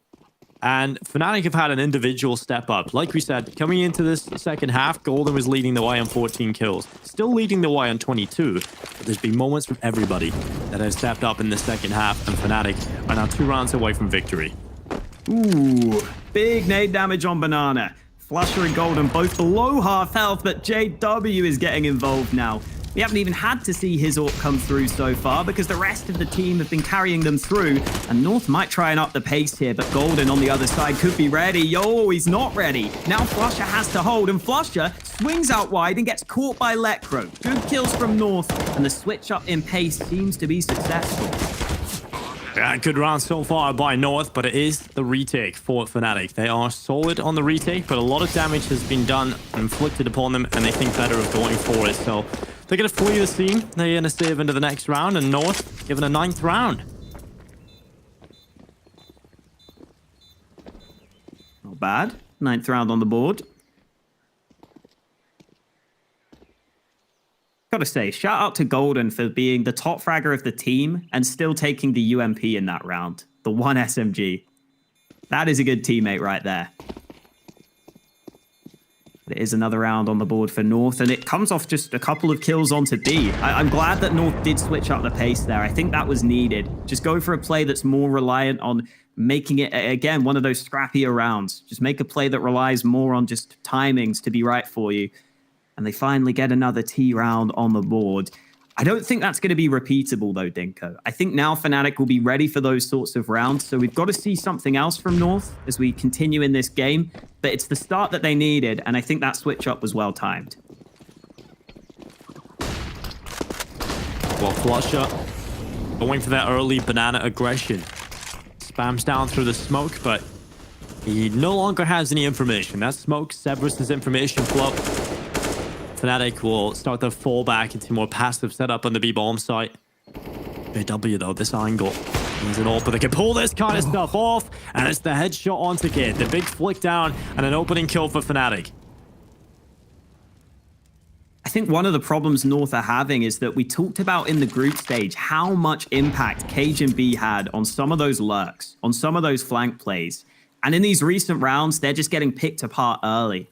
Right? They're not able to get Cajun B into those lurk spots because Fnatic are just holding strong across the map.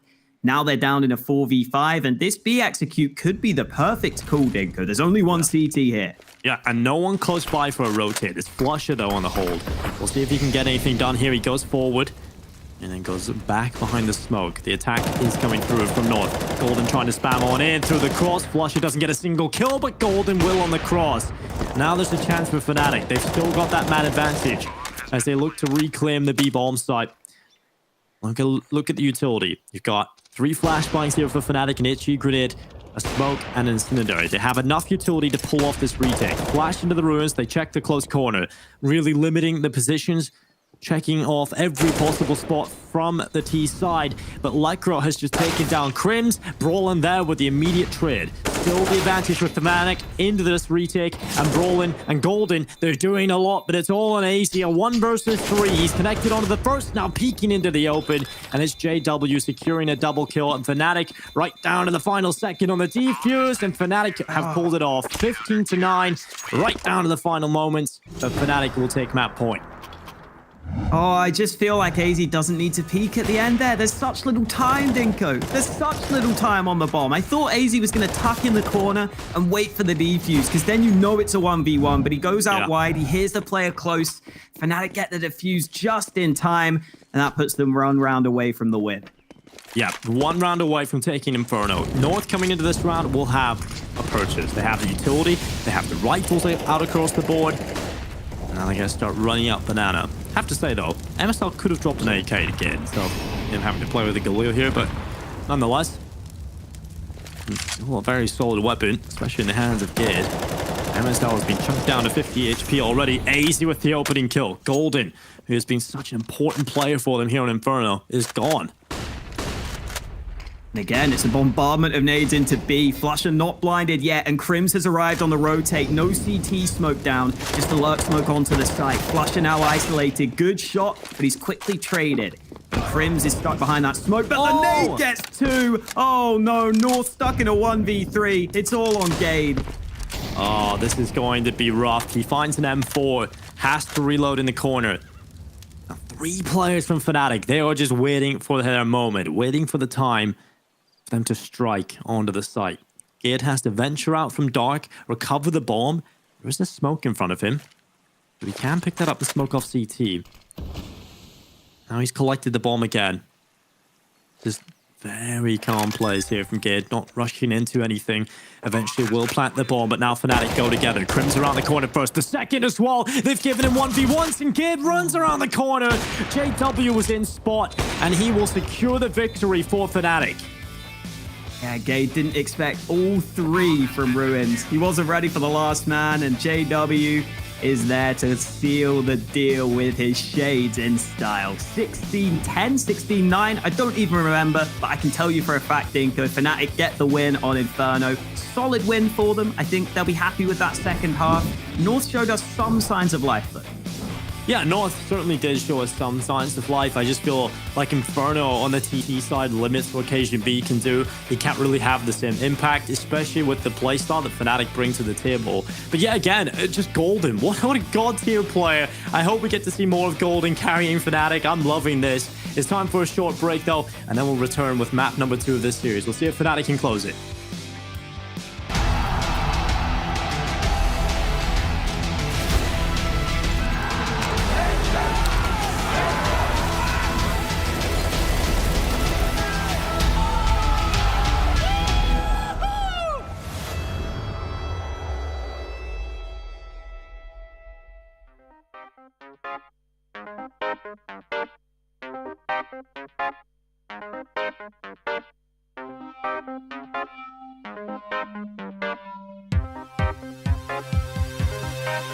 I wanna get robbed by you. I wanna get stopped by you. I wanna get high with you. I wanna break through with you. It's never enough for you. Sometimes I get bored with you. You think I'm the best for you, but I just wanna get robbed by you.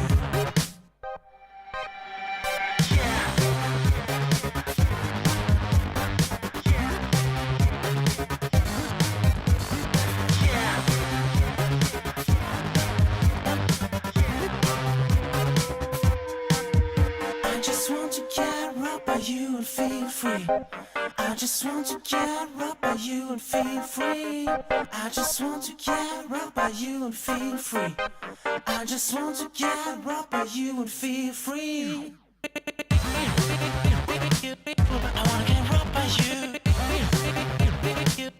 I wanna get right by you. I wanna get right by you. I wanna get right by you. I just want to get right by you. I'm feeling free. I just want to get right by you. I'm feeling free. I just want to get right by you. I'm feeling free. Why are you strange to me? Did I do something that disappoints you? Talk to me.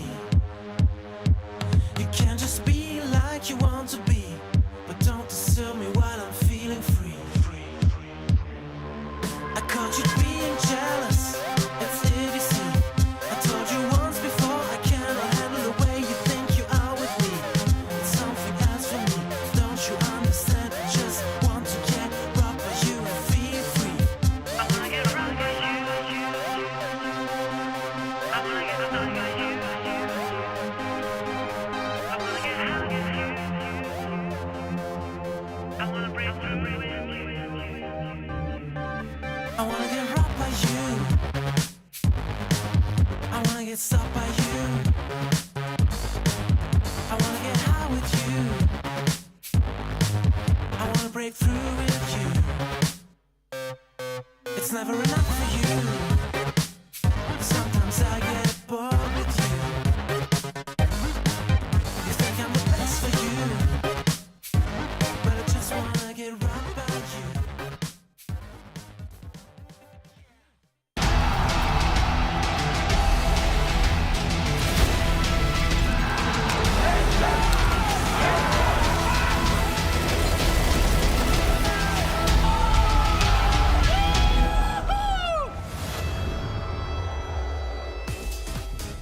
Inferno would fan the flames to kick off our second best of 3 series of the day, and although North would try and tame the Swedish beasts, it ultimately falls in Fnatic's favour 16-9. It's not over for North just yet, however, as Overpass is on the horizon. But before we jump into that, we've got to break this one down with a lovely Maniac and Posse.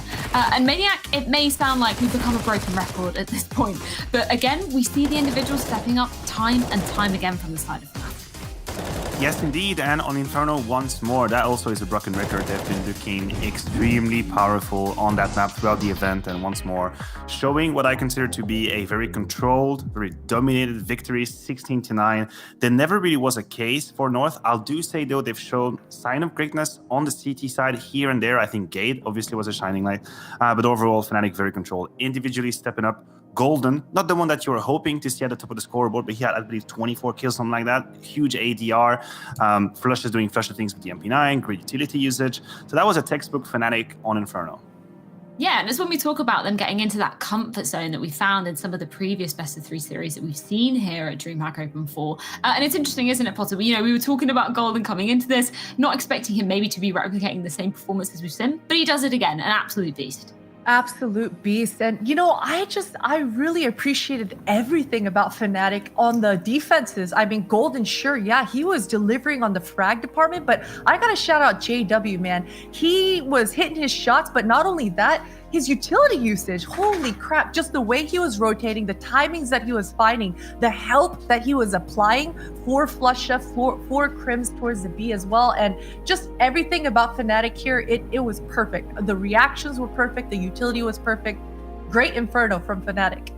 Shout out to Blair in the green room as well. I know he's trying to hunt down the utility damage statistics for this last matchup because he was as amazed as we were watching that. But I know, Potter, you have a particular round that you want us to be breaking down. Yeah, so this is very early on in the beginning of this match. But again, I just needed to highlight the perfect reactions and once again, the utility coming out from Fnatic. You're going to see here, Broland, he jumps up onto this ledge for boiler control. And to be fair, in MSL's defense, man, this was quite the shot that Brolan was able to deliver. But take a look at this, the follow-up. Crims throws a Molotov, pushes Cajun B back, and all the while, everything that Fnatic are doing, I mean, Brolan, he's done his job. At this point, he's just waiting for North to react. He knows that at this point, the defenders have to do just that. And Golden, he's rewarded for his patience here as well. Lekro, he's got to respect the control that Fnatic are taking his way, and just the defenses here for North just kind of fall apart because of this snowball that Brolan kind of initiated. So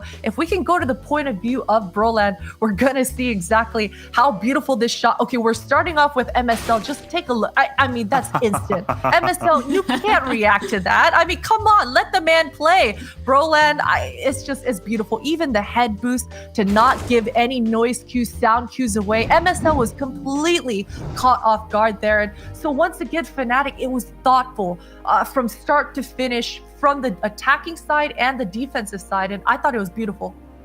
It was beautiful indeed to watch. And of course, we're going to be going on to our second map of Overpass very, very shortly. And Maniac, this was something that we were talking about beforehand, kind of left open for North to be picking here. Of course, they're playing it a lot more, getting a lot more success on it. So if you're North, who are you going to be looking at as sort of the key instrumental players on this map? Well, there are a couple of players that will be absolutely instrumental. First of all, just as a global perspective, I can tell you that North's success on Overpass comes from taking areas of the map, being proactive, being in Fnatic's faces. They're going to play over the fountain. They're going to play towards B water. So they will take map control. If they want to do it successfully, Gade is a man that you have to look forward. He was the one shining light in that game for Inferno.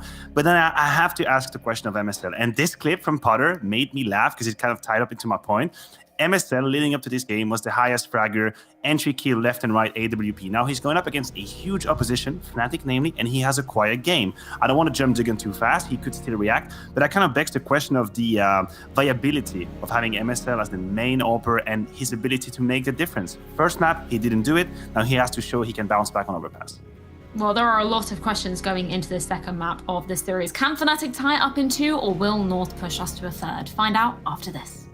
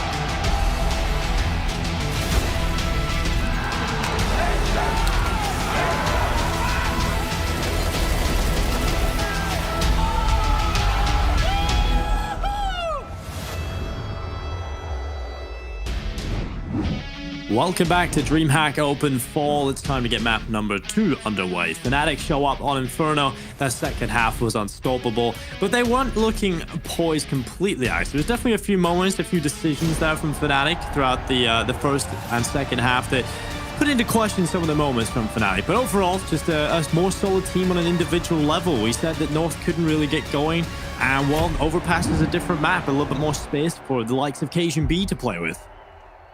Yeah, definitely. Now North get to go into their own pick. You know, I was seeing my dog between maps, Dinko. I gave her a treat. Now I'm going to treat myself to some Counter-Strike. We're here on Overpass, and I think North should have a better time on this one. This is a map fnatic don't play too often. We saw them play it, obviously, against OG. That was a very close game, though. So hopefully we can see some more of that utility from North and some more of that playability across the map. Well, Golden, he was the standout player for fnatic over on Inferno. He's currently solo on the A bomb site, looking out towards long, holding from the site itself, as North start to send players through the bathrooms. 4 players will approach the A spot, and there's no one really here quick enough for fnatic, so Golden has to frag out or just fall back. He spots them running onto the site. He falls all the way back to Bank with no kill, and Gate cuts off the immediate rotation from Brolan. Now time for Golden to step up. He's got the first and second opportunity, but he will fall to Cajun B, and so far so good for North into the pistol round. Yeah, man advantage. That smoke at Dumpster will finally fade, and that means Lekro is trapped on the bomb site, and the flashbangs blinded him. Lekro could be in trouble. Nade lands as well. He's low on health, and they're going to push him. Oh, there's the kill finally coming through, and the last 2 players are stacked on short for North. The time is so low on that bomb, though, and they don't have a kit. They finally tap it, but Cajun gets the first kill, and he's bought enough time. fnatic have lost. There's nothing they can do apart from play for kills, and Gade, well, he is going to go down at the end. The Flusher knows he can't defuse. They're both going to die to the bomb, and North get off to a good start. Yeah, no, it was a heavy stack from fnatic in towards that B bomb. Sorry, they gambled for that hit. Didn't really work out for them. They left Golden as the solo player on the A bomb site, and there was no one really there quick enough to make the rotation. The fastest player that was able to rotate, or the rotate avenue they took, was sending Brolin through the connector. He gets caught out by Gid, who's waiting for that, and fnatic just kind of fall apart from that point onwards. So, not a big fan of how the pistol played out, but it would have worked out fantastically if North had committed to the B bomb site. They just went the other way. So the gamble not really working out for fnatic. They're gambling again, though, Dinko. They're doubling down on it. 4-man B stack in this round. This is like those people who play roulette, and then every time they lose, they try and double their bet so that they win their money back, and then they end up losing everything. I hope that doesn't happen for fnatic here, though, because the B push coming through, damage done early, and AZ's got the first kill. Well, Cajun B with a kill onto Brolin in return. It's just JW left alone, and he's got 1. That's the bomb. Now falling behind him, but of course, anything more than this would be way too impressive, and it's not going to be happening on the server today. North 2-0 up. Good start into Overpass, and they definitely need a good start coming into this one. fnatic are left with another scenario where they will be down to what is going to be a full eco. Unless the B250 gets picked up or something along those lines, because we know what fnatic can do on B250s, but it is just the one flashbang invested. I thought we might see a Zeus or something from JW, but looks like he wants to save his money, probably to get that AWP out. Stack towards a long for fnatic, trying to take a risk in this one with the one flashbang. Unfortunately, North have just gone B again. So this time, the B stack would have been ideal. Sadly, not meant to be. North get another free round on the board. It's going to be a 3-0 lead for them as well. And at this point for fnatic, I think you just play for exits, right, Dinko? You don't really have much to do. You can't really win the round, but maybe you can get a kill or 2 at the end, try and steal away a gun. And Gade has taken a dink. Yeah, I mean, the whole point here for fnatic is just trying to do any damage, right? They're not really expected to get too much out of this round, so anything they can do is very, very impressive. And it's not going to be anything, it seems, as North don't want to take any of those fights. They know nothing of value can come of taking these fnatic players down. MSL is the only player that can kind of reap any reward because he's got a Mac 10. So the money can rack up on that weapon. The rest of the team, though, should be just saving into the next round. Golden goes down to the bomb. MSL clean up 2 other players for fnatic. And North keep 5 players alive. 3-0 start for them. It's a perfect start coming into this one. And Fnatic, well, they'll pull out the buy. It's the M4s and every player. Utility is out. This is the true test for North so far. MSL's going to get the Mac 10 for this one. 2 Galils in there as well. As you said, full buy for Fnatic. And early nades into mid. Brolan getting aggressive. And I love watching Brolan's aggression on CT side. He goes for these plays often, but this time Lekro's ready for it. Solo aggression from Brolan, not successful. He runs out into the open, kind of gives the game away a little bit. Lekro heard those steps. He wins the first fight, and North get a pretty easy man advantage.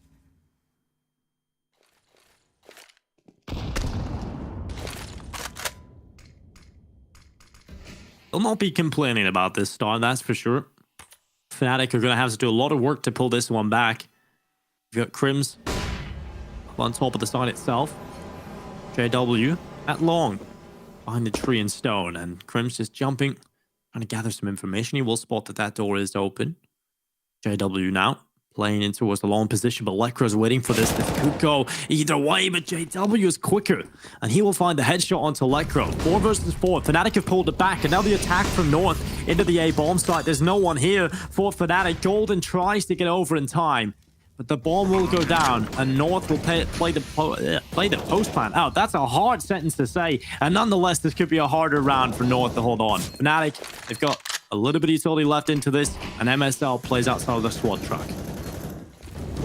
He's going to fight. He's going to fight. The timing's just right for the first one, but Crims is there to trade, and Crims makes it a double. Good damage done by Crims. Time is ticking, but JW's got a smoke for the bomb. No kit for them right now, so they've got to get on that bomb quickly, and North continue to buy time, but Gade is on the long flank. Oh, JW's going to watch for it. First fight goes against him. Oh, Gade doesn't realize they're still on the bomb. Have they got it, though? It's close, but I think Crims has it. He doesn't have it. North win the round. Well, that was right down to the final few seconds. You can see the disappointment on Crims' face. That round so damn close for Fnatic, but it's North that walk away with the round win. Fnatic nearly make the retake work, but it's the lack of money coming back to bite them. They didn't have the resources available to pull the round off, and Fnatic, well, they're back down to the pistols again. North given a 4-0 lead. It's a couple of rounds now where I feel like Fnatic have maybe taken a little too long on some of these retakes. They've left them very close. JW getting into connector early. Oh, well, he's getting out of connector early as well. JW's gone. Good shot from Gade. Again, this B-sided stack from Fnatic. 3 players here. North have been able to get onto short early, though. And this would be the ideal start for North, Dinko. Getting a 5-0 lead, getting a good amount of money early. MSL's got that up. Sure, that last round was a close one, but they got the win. Keep it slow in this follow-up round.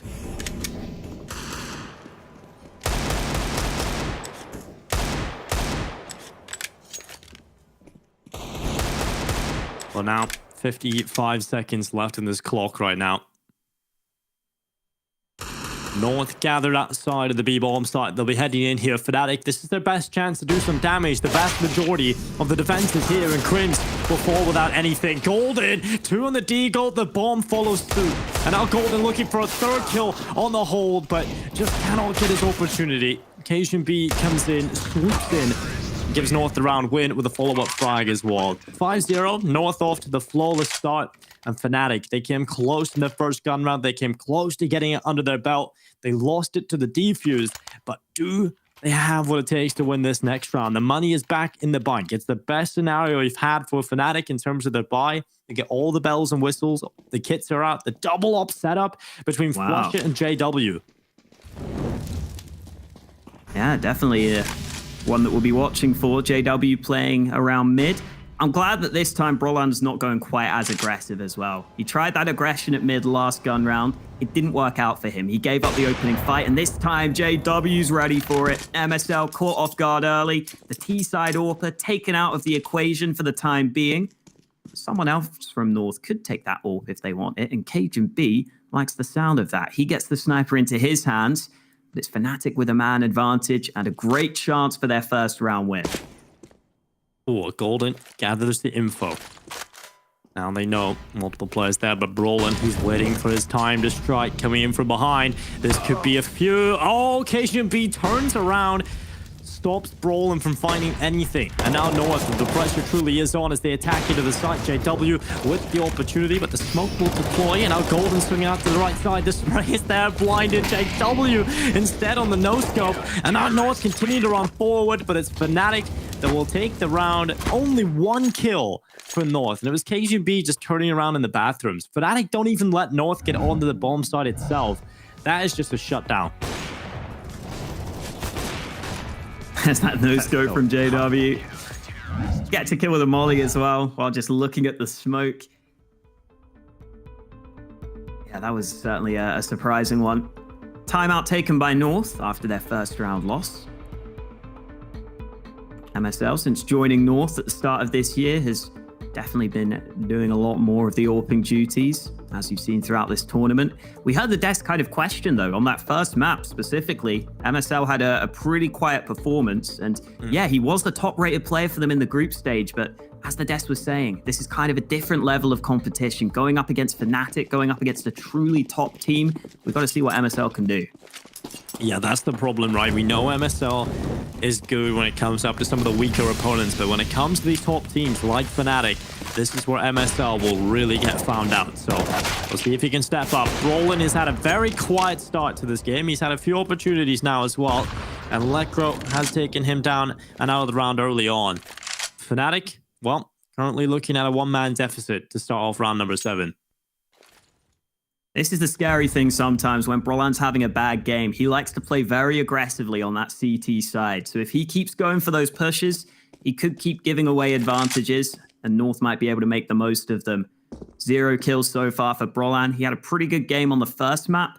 It's been a much quieter start for him on this one, and flusha is now alone towards this B side of the map.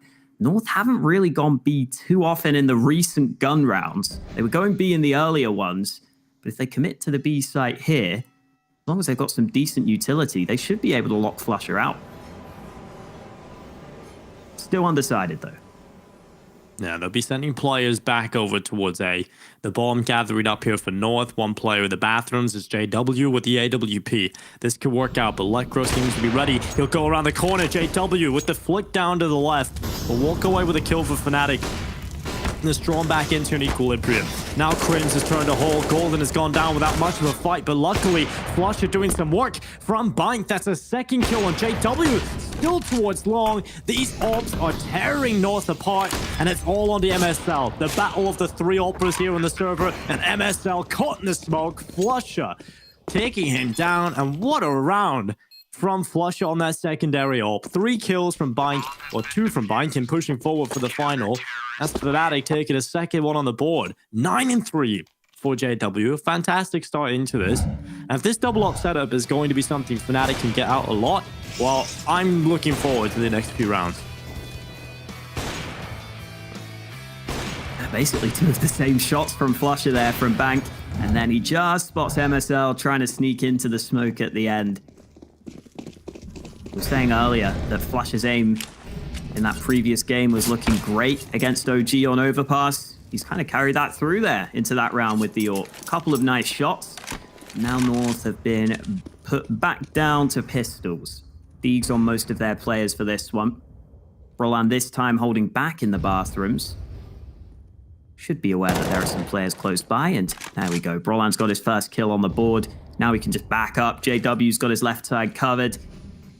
fnatic should be okay here on the A hold, especially since there's another man arriving. flusha's even rotating up to this A site now. Brolan with the first kill of the game so far. He has a chance to build up some confidence here. flusha. Another kill added to the AWP tally. Brolan moving forward. Another kill added to the tally and potentially a third. And he just could take everybody down here. Eggsy left alone at top connector. The bomb not in his possession. He's desperately trying to get out of here, but he knows eyes are watching him. He wants one kill and he'll be happy, but he's not going to be given that opportunity. Brawler with a 4K into the round, and fnatic secure 3. Third round secured for fnatic, but the buy about to come out from North. I think an interesting note from the pre-game interview was that Gade said he thinks that North do better against the top tier teams. He thinks that they do better against the more structured opponents. He actually almost prefers to play against some of these top oppositions. And North haven't had that many chances to play against teams on Fnatic's level recently. So this is a great chance for him to try and prove that. It started pretty well on Overpass, but it's been slipping away from them in the recent rounds. And another B stack for Fnatic. Look at JW, pushed up all the way over at A, so it's a 4-man stack on this B site. Golden in the smoke, can he do anything? First is his, the second as well, and Golden. That's all you can ask from him, that's huge. And now Crim's his turn, but he's on the site. He just gets absolutely wrecked by MSL. Now Brolin trying to follow up for Fnatic. It's just MSL left alone, and Brolin with a smart repositioning is able to catch a second. It's 4 for Fnatic. And that's a round that North probably should have been able to do more in, but they just get shut down from Golden immediately, just handing them these 2 kills. That just sets up Fnatic perfectly. There's still a few opportunities. You think MSL has done enough to draw it back for them. But Brolin, just solid positioning towards the barrels and 2 big kills to close out the round. Cool. Yeah. It's always going to be rough when someone pushes on the other side of the map and you run into a 4-man stack.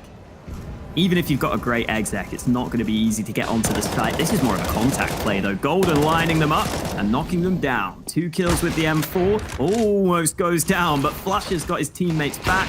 And Flusher should be good for a second. Just Gade remaining. The pistol's getting shut out by Fnatic in this round. And after that strong start from North, after the 5-0 lead, Fnatic have brought it straight back to a 5-5 scoreline. Yeah, this has been a big turnaround from Fnatic. It was that one round where we've seen a big step up from Flusher Bank that has turned this game completely around, it feels. Golden has had moments. Brolin's actually starting to frag now, which was something that wasn't available to them in the first couple of rounds. So North have really got to show up in this next one. They've got to stand back on Overpass. They've got to fight back and show that they're still able to compete in this first half. Otherwise, Fnatic... we've seen what can happen when they get that momentum going. We've seen it over on Inferno. They can be so deadly on this CT side. And JW hasn't had to do a whole lot in these recent rounds. They've kind of avoided him, and they've kept going towards B. This time, Flusher getting aggressive towards Connector, caught off by Gid. And JW, with the aggression towards Long, gets the trade kill onto Lekro. He's had his number a few times now on that Long aggression. Yeah, and if I were North right now, I would not be comfortable committing to this B site. You've just seen that JW's pushed all the way through A long. You've got to think that Fnatic have quite a few players ready and waiting on the B bomb site. Boost about to come in, though. It's the 3-man boost over the top. Cage and B will be the man going up. He pops up and he gets a quick kill. Brolan, though, making sure to react in time. But JW in from behind, gets 1 kill and politely closes the door behind. Yep. JW has his manners, but they've blown the door right off. The bomb goes down and JW secures the final kill as well. Fantastic proactive play from JW. He's fired up. And Fnatic, when they get fired up, when they're having fun, this is the deadly Fnatic. We've seen it in their interviews coming into this. Crim said in the first interview we kind of got to see from him that Fnatic have just tried to change things up a little bit. They've put more emphasis on having fun. And that is the Fnatic thing, right? It's just coming into this, if Fnatic are having fun, they're generally showing up. This is a B rush with the MAC-10s, I would expect. North going for a half investment. They're going to try and rush into the B-bomb site, but some early nades, well, not deployed. Golden goes down early, but Flusher here almost gets the double spray down. Damage done to the 2 remaining players for North. They may be able to upgrade their guns, but they're both so low. Oh, that nade, though. That nade. Oh, it seems like the pillar might just protect MSL. It will. And now Gear with the MAC-10. Can he find the kill on this boost? There's 2 players to his right side. It doesn't want to walk around this corner, but he's spotting the Heaven player. Now they swing into him. That's his death sentence. And now MSL left alone. 12 HP to win the round. He smoked off and just walked through it, but JW was ready. He knows what kind of plays are available with smokes, and it's going to be Fnatic up to 7. I have to say, Fnatic have had a couple of moments now where their utility usage has not been on point. We've seen missed Molotovs from Brolin at the start of the round. A missed HE grenade there from Crims. There's been a few other instances from Fnatic. It feels like they're a little off in the utility usage, but they're still winning the rounds. And North coming into this one, they'll get the rifles out, they'll get the AWP in play, the utility across every single player. They have to win a round soon. Otherwise, Fnatic are going to be looking very comfortable. Early nades exchanged at mid. JW peeking above. We've also got some aggression from Golden, who's just taken a fight. That nade not quite going where he wanted it to, but look at the push from Brolan. Jeez, he's all the way pushed up. Flash in for him. The spray's successful. He spotted the bomb, and now Crims helps him out. Lekro eventually trades, but it might be too little too late. He's the only player here. And Fnatic have so many players ready. Good flashbang, spots out the first opponent. Lekro still closing in. Good kill from Lekro.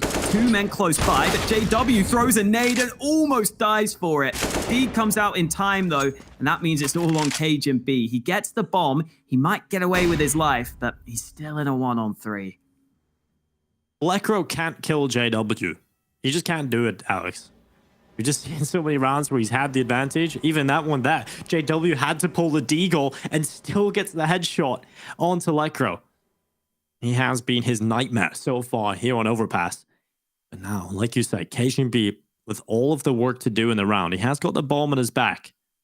Under 40 seconds, so not too many options available to him. If he heads into this B bomb site, he does have a 1v1 fight. So this probably would be the best call. He hasn't made any noise coming this way either. But the positioning right now is solid from flusha. Just playing back at Graffiti, holding the cross, and Cajun B is going to walk up. But the time is a limiting factor right now for Cajun B. He's going to tap and commit to the bomb plant. Now flusha hears that. Has a better spot, and there's no falling back from the plant. Cajun B immediately goes down, and that's solid from flusha. He plays that solo B bomb site to perfection. Yes, he will concede the bomb plant, but he confirms the round wins just by playing passive. Both of these Orcs on the Fnatic side at 14 kills each. A team ace for them in that round. Everything looking lovely for Fnatic right now. At least that bomb plant for North helps them with their money, though. Helps them make sure they buy in this next round. There's that aggression from Brolan, and then Crims can kind of make the most of the aggression, right? He's not going to be pushing by himself, but when his teammates are pushing, he can then make the most of it. He can catch some players off guard. And North going back to this B bomb site. They've struggled the last couple of times they've gone here, but with all 5 players grouped up around B, Dinko, you would expect it to be a fairly fast push towards this B site. Well, Cajun B is about to walk through the smoke, get in behind him, and Crims wants to peek out to the right side. Cajun B in with the headshot, rolling, spraying down as Get hits the deck. Now flusha will fall victim. 3v4 followed up again for North. This is a much better round out of them. More output on the fragging department, and it's suddenly all on JW. He has to try and win this round in a retake fashion. Open his hands. He's been dropped down to 37 HP as well. This feels very difficult for JW right now, especially with that smoke now coming up. Oh, and he still gets the kill through the smoke on the MSL. Now on 1 versus 1. JW versus Lekro.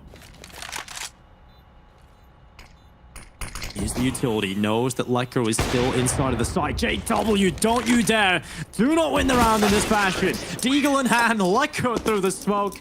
And JW will fall. North, they pick up the round, but damn, that is scary. Oh, so close from JW. Had to get this first kill from those blasters. Yeah.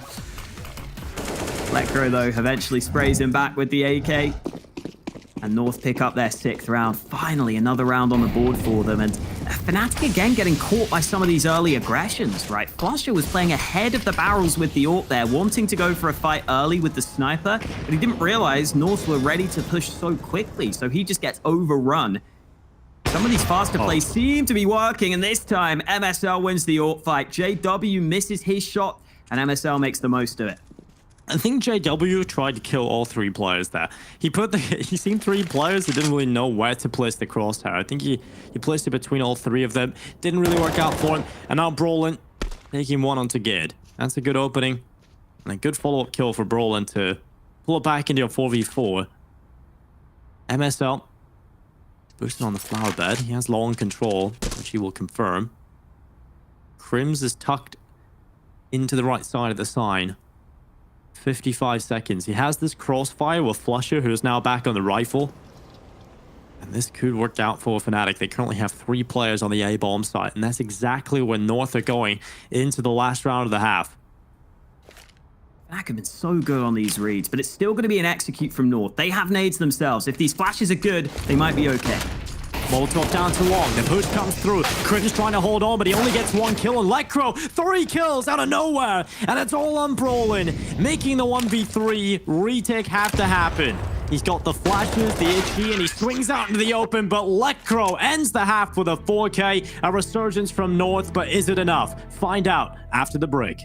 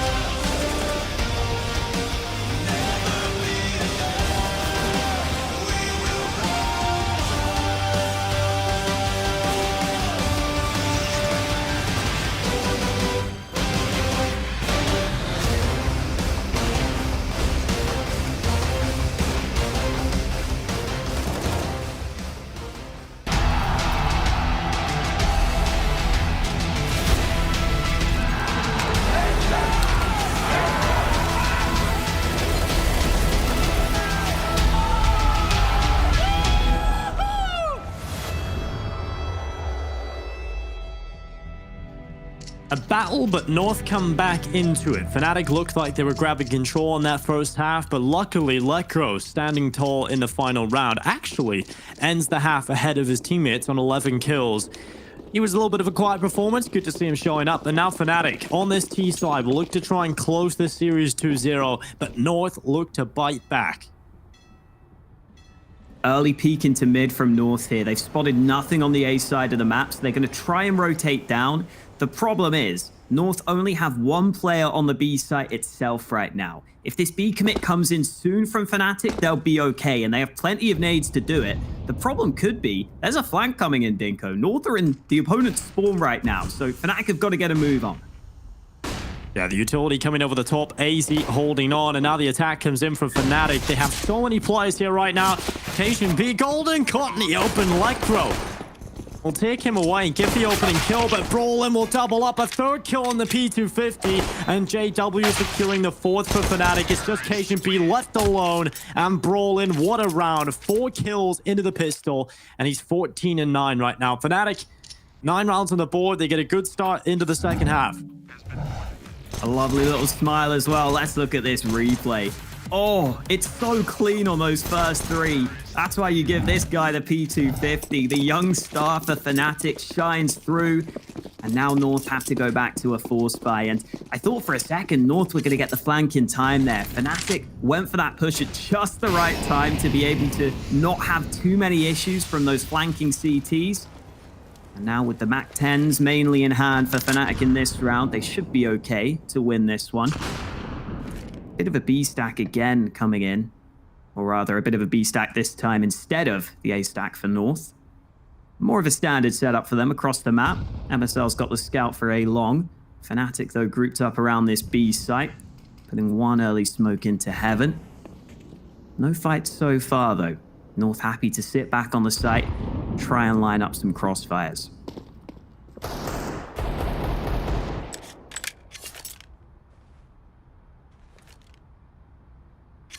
Fnatic know they don't want to fall to this force buy. Have to try and keep themselves in a position where they can keep this economy afloat. They win this round. It's going to be 3 picked up going into the second half, and North, well, will start to fall behind again, and we've seen what Fnatic can do when they get control of the second half over in Inferno. North competed in first, but ended up falling by the wayside as we headed into the second.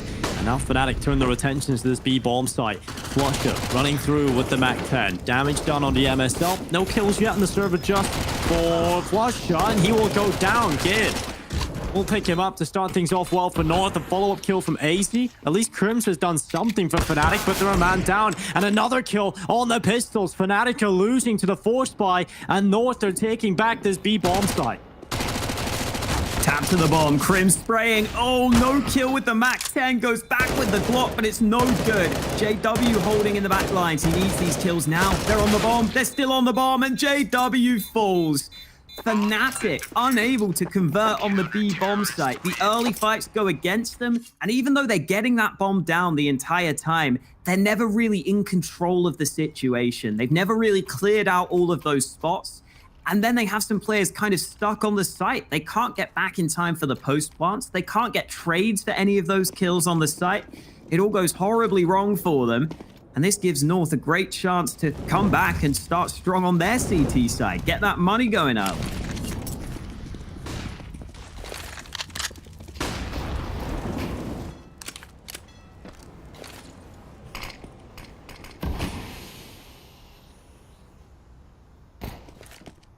Ooh. Little chance there for JW. We know how scary these P250s can be, but North in a better spot right now. Asian B needs to be a little bit more careful. You can see how tentative he is to approach a P250. Luckily, he will take it down. Now MSL in the corner. Would have hoped for more, but he'll take the one. Crims on the Deagles, quick to reply. Still, man advantage reply for North. Just over a minute left as well. And at the moment, Fnatic approaching. Quietly up through middle. You've got one prong to the approach at long, and that's Golden. The other two, though, in middle, and Flusher close by. Lycro on the MP9 should be having a field day here under a couple of players. Adding money to the bank, but it might just be the flank from Connector that reached the reward as AZ gets the double. And it's 9 rounds on the board for North. They tied things up. Yeah, Gade was able to push all the way through B there, so they knew that they had to be prepared on the A site, and they made sure they were ready. Flank from Connector really seals the deal for them. We're all tied up. Fnatic will be buying in this round, but their utility will be limited. No one taking the hit either. No one going down to a Galil or a MAC-10 to get extra nades. So the nades really won't be great for Fnatic into this round. And MSL does have an AWP on the other side. So this is the exact sort of round where that AWP could have a really good chance to show itself in this one, right? There's no nades really to deal with him. But the close range fight could be good. JW swings open the door, but MSL ready for the fight. Wins the opening battle, and KGB puts down an early smoke. He knows that there are a couple of players at long, and the smoke will be enough to slow them.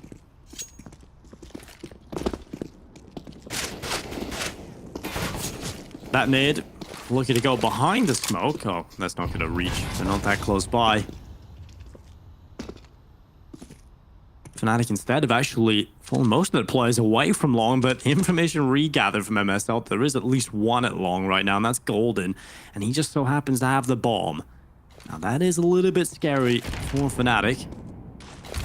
And the one player left alone is the bomb carrier. MSL still scoped out towards this position. Fnatic, a man down in the round nonetheless, and still handed another disadvantage with this bomb being alone. But luckily, Crims will gather up with him. And now Golden, alongside Crims, can move together in towards the site. MSL's repositioned. He misses the shot. That might just come back to bite North. They've lost a player, and they continue to topple players. Fnatic coming back into the round. It's Ged and AZ coming back up to the A bomb site. And already Fnatic have sunk their teeth deep into the site. flusha playing from the truck. Very tight angle. Gade is still waiting, still edging around this corner, and flusha finally finds it. It's all on AZ. He knows that flusha's on the truck, but he's not going to be able to spot him out so easily. flusha playing it safe. AZ now has been spotted. Oh, we can't get these kills. They're just not giving him the clean fights. This is so smart from Fnatic. Just buy time, and finally, flusha decides to take the fight, and he wins it. I've got to say, though, Dinko, in that round, they had almost no nades left on the Fnatic side. When they pushed that A site, MSL just has to land that shot. He got the first one, but he's got to get that kill there from the bomb site, because as soon as that goes against him, the rest of the AKs can start to swarm. It becomes so much easier for them to push onto the site itself.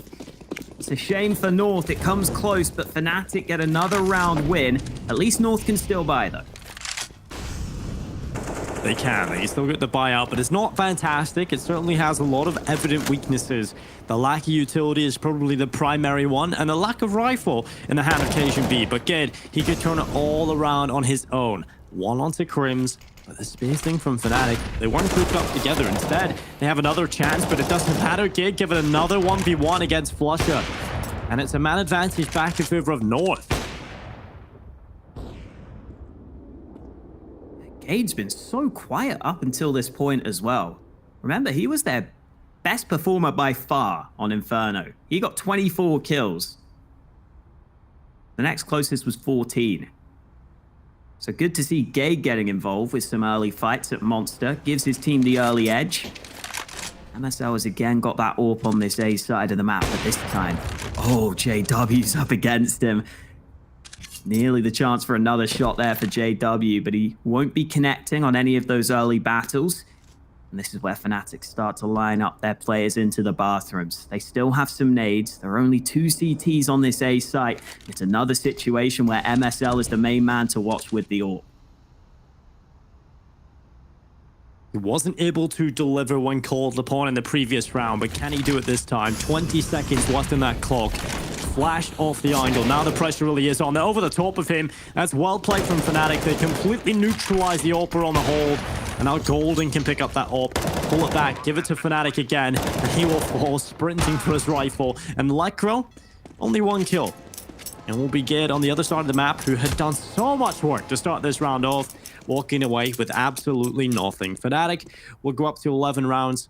Ged's sprinting away, but he has no kit, no utility. There was absolutely no chance for this retake. And Fnatic, they'll be happy enough with the win here.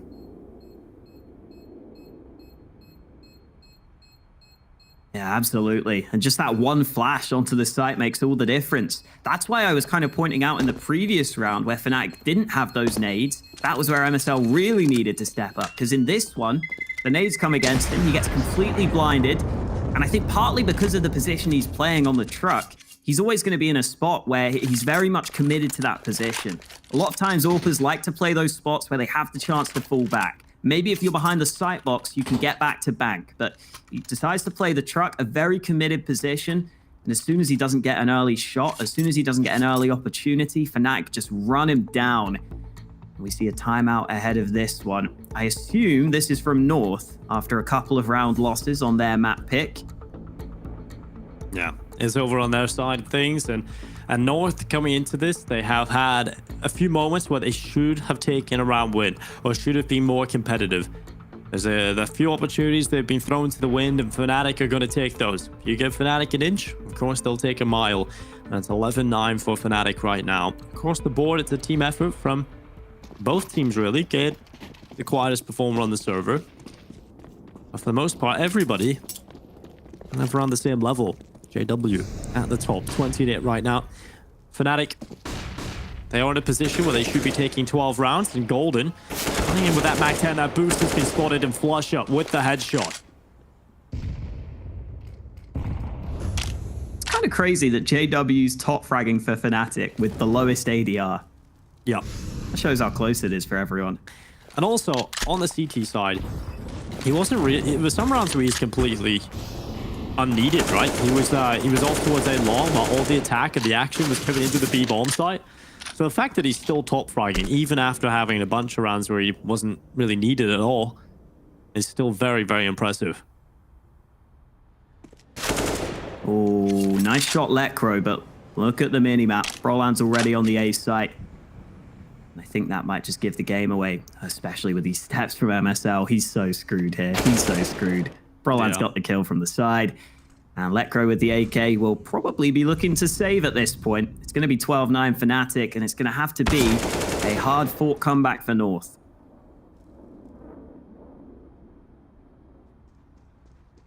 North certainly having to face a lot of adversity right now. Fnatic will be 4 away from victory in the series. I think it was wasn't really expected that North would come in and be a deadly force that could take Fnatic. I think everyone would agree that coming into this match, even Twitch chat agreed, the vast majority of them, that this should be a Fnatic win. And of course, it should be. On paper, they're the far better team. North have had a turbulent time of late, like you alluded to, the fact that they haven't really had many opportunities to play against teams of Fnatic stature lately. And so we really get to see a test of where they're at right now. And I mean, they haven't performed too poorly, but you can definitely see the difference between Fnatic and North right now. A lot of those very important rounds and small moments for North, you just can't afford to lose those. You can't afford to miss that shot. You can't afford to let Fnatic win that clutch. There's just some scenarios where North just needs to win the small entities and they could be competing much more, but that is the difference. Fnatic will win those small moments. Yeah, and there's definitely something to be said for maybe North, once they get a bit more experience with this lineup, maybe then against top tier teams, they'll be able to really start to try and cause some issues. But so far, as much as these games have been fairly close, it has felt like Fnatic generally have the control. Apart from the first half of Inferno, I think that one was one where it felt like North were doing a pretty solid job. Now though, Fnatic are really coming on strong again in the second half here. Lecro's just got that one AK. The AK currently towards B short, so there is a chance he could maybe find Flusher, who has strayed pretty far up through Monster. Flusher, though, not going out just yet, although as soon as I say that, he's having to think about it. Nade for barrels, smoke for the site, but Flusher just decides to fall back. Smart decision. Certainly so. And now Fnatic taking their time, not wanting to give up any space, no chances to the North defense. And MSL in the bathrooms, he's playing from the long side. KSHB trying to get up the ladder behind, but there's a player watching it. He thought he could have got the timing there, Alex. But Flusher was ready for him, and now Lecro, the only player with a rifle, having to show up. They know what that is. It's on the A site now. MSL in the bathrooms. That was his chance for a kill onto Golden, but he turns, he finds the kill, and Lecro doing good work on the AK. Enough of a good job that he's forced Fnatic to go back through connector and avoid that rifle. Good call from Fnatic. You don't want to be going into the rifle on the A site. Instead, turn their attentions towards B. They've got the man advantage back in their favor, but Lecro, with another sick headshot, has a chance to do it all in the round. Nearly the 4K, but Flusher breaks his heart. It's not easy to win the 1v2. He's collected the first. North still in with a chance to win this round. Lecro has set them up. Easy now on a winnable clutch. A 1v1 against Golden. He's going to sit on the bomb while it ticks away. The back is turned and Golden gets the peak. It's Fnatic with 13 rounds, but right down to the 1 versus 1. Oh, so close. And I thought AZ might have known that the man who planted the bomb was still on the site. Clearly didn't have that information, though. How about Letgro in this round? I want to see more of this from him. I want to see him freed up, being more of a star. Yeah, and the AK on the CT side doing so much damage for him. Brolan's bought the Krieg, Dinko. Now, I still don't think the Krieg is any good. But who knows? Maybe Brolan can do something with it. Early aggression, JW, that is a bit much, buddy. He's going to get caught out early. Crims, 2 kills from behind. That was so quick. No way Crims does that. That is just filth. The 3rd kill as well into the round. And Fnatic, this is the round that they should have had more of a challenge in. This is the round where North needed to win. And Fnatic, well, they've got Crims. He comes out of Connector, just swinging on 2 players. The 3rd kill in towards this B bomb site. And out is just MSL and Cation B left in a 2v4. Over a minute left in the clock still. Bomb goes down for Fnatic. And there's nothing North can do. It is the safe call into the next round. And Fnatic are on 14. We'll head into the next again with North struggling on the economic side of things. MSL will have an AWP. Cation B will still have this M4. But the round will not favor them by any means. Fnatic are clearly in the driver's seat right now. They just have so many individuals that can have these moments that Crims just displayed. And Fnatic are... There's no weak link anymore, right? We were talking about that a little bit earlier. Golden used to be the player that could kind of hang behind in the kills, but even he's showing up in this tournament on an individual level. He's been putting in the work. And Fnatic no longer have that weakness, any weakness when it comes to firepower. It's fantastic. And even when Golden was a little bit of a weaker fragger stats-wise for the team, he was always someone that had a lot of impactful kills, it felt like. And now he's not even that far behind in the stats either.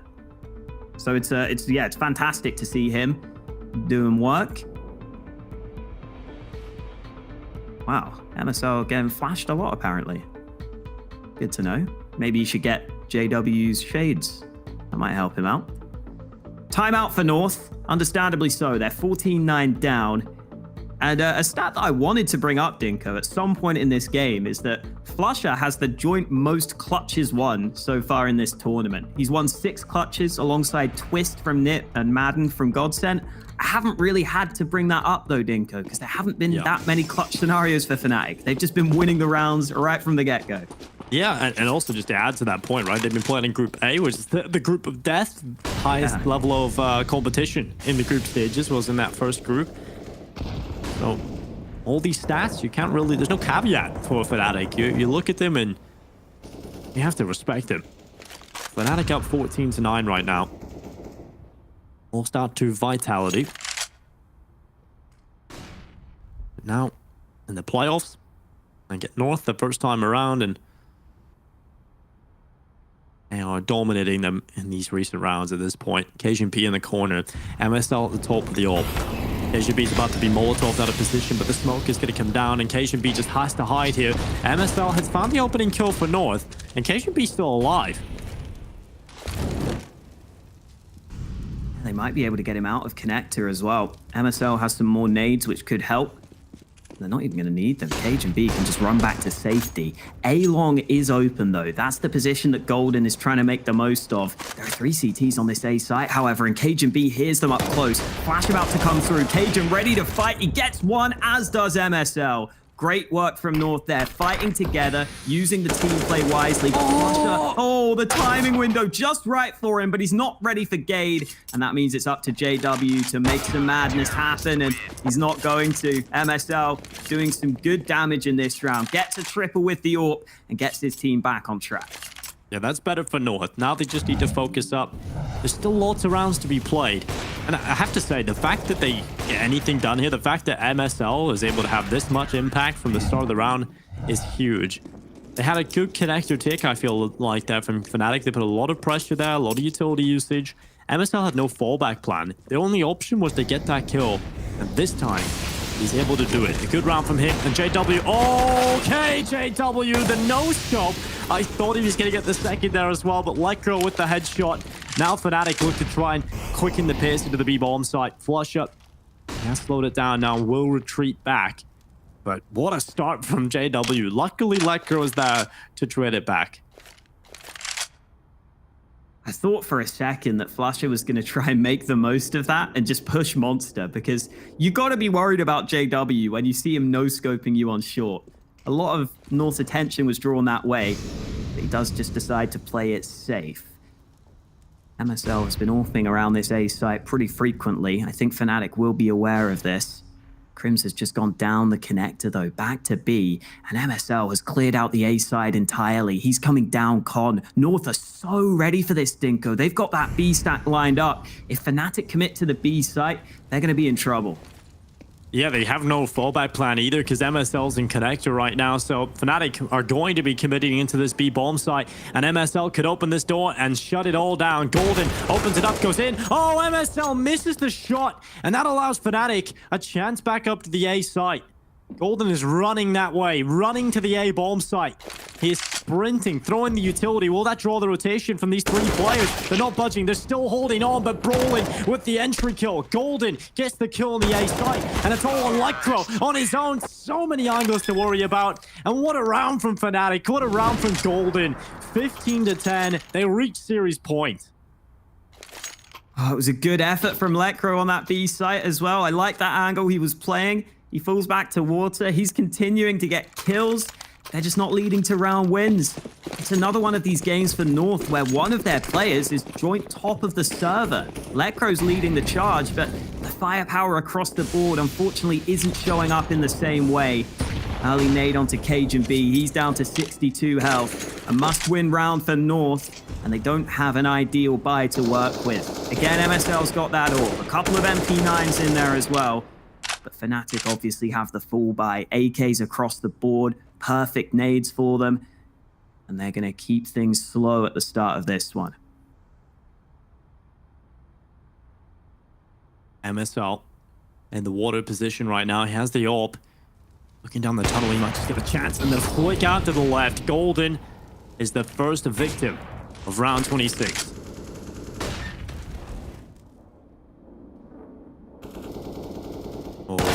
This position from AZ, it's going to be hard checked by Crims. And now Cajun B, he'll fall as well. Crims wants to close this map. He wants to close the series, progress further in the upper bracket. Instead, not down to the lower, but look at the bomb. It's about to run into Electro. He's got the MP9 in hand, but he could just fall here. He's got the angle, the spray that gives away his position, but flusha couldn't get the rifle out in time, and Electro has been gifted the bomb in the bathrooms. 33 seconds left for fnatic to recover it. Brolin has got to kill Crims as well onto Electro. That opens up the bomb again, and fnatic win on elimination. Huge performance from fnatic, closing it out here on Overpass. A 2-0 win in the series, and I think it's fair to say North aren't quite there yet. Yeah, that last round, another one where fnatic just individually outclassed them. Just headshots all over the place. Even with Electro getting in the back lines, it's not enough. I think in general, you're right. fnatic did kind of outclass North here. North showing some good signs. Again, they're showing some rounds where they compete. MSL was having decent impact with that AWP in some rounds on Overpass, but everything's just a bit too hit and miss. There's not really one clear name I can always rely on this North team. That feels like the problem to me right now.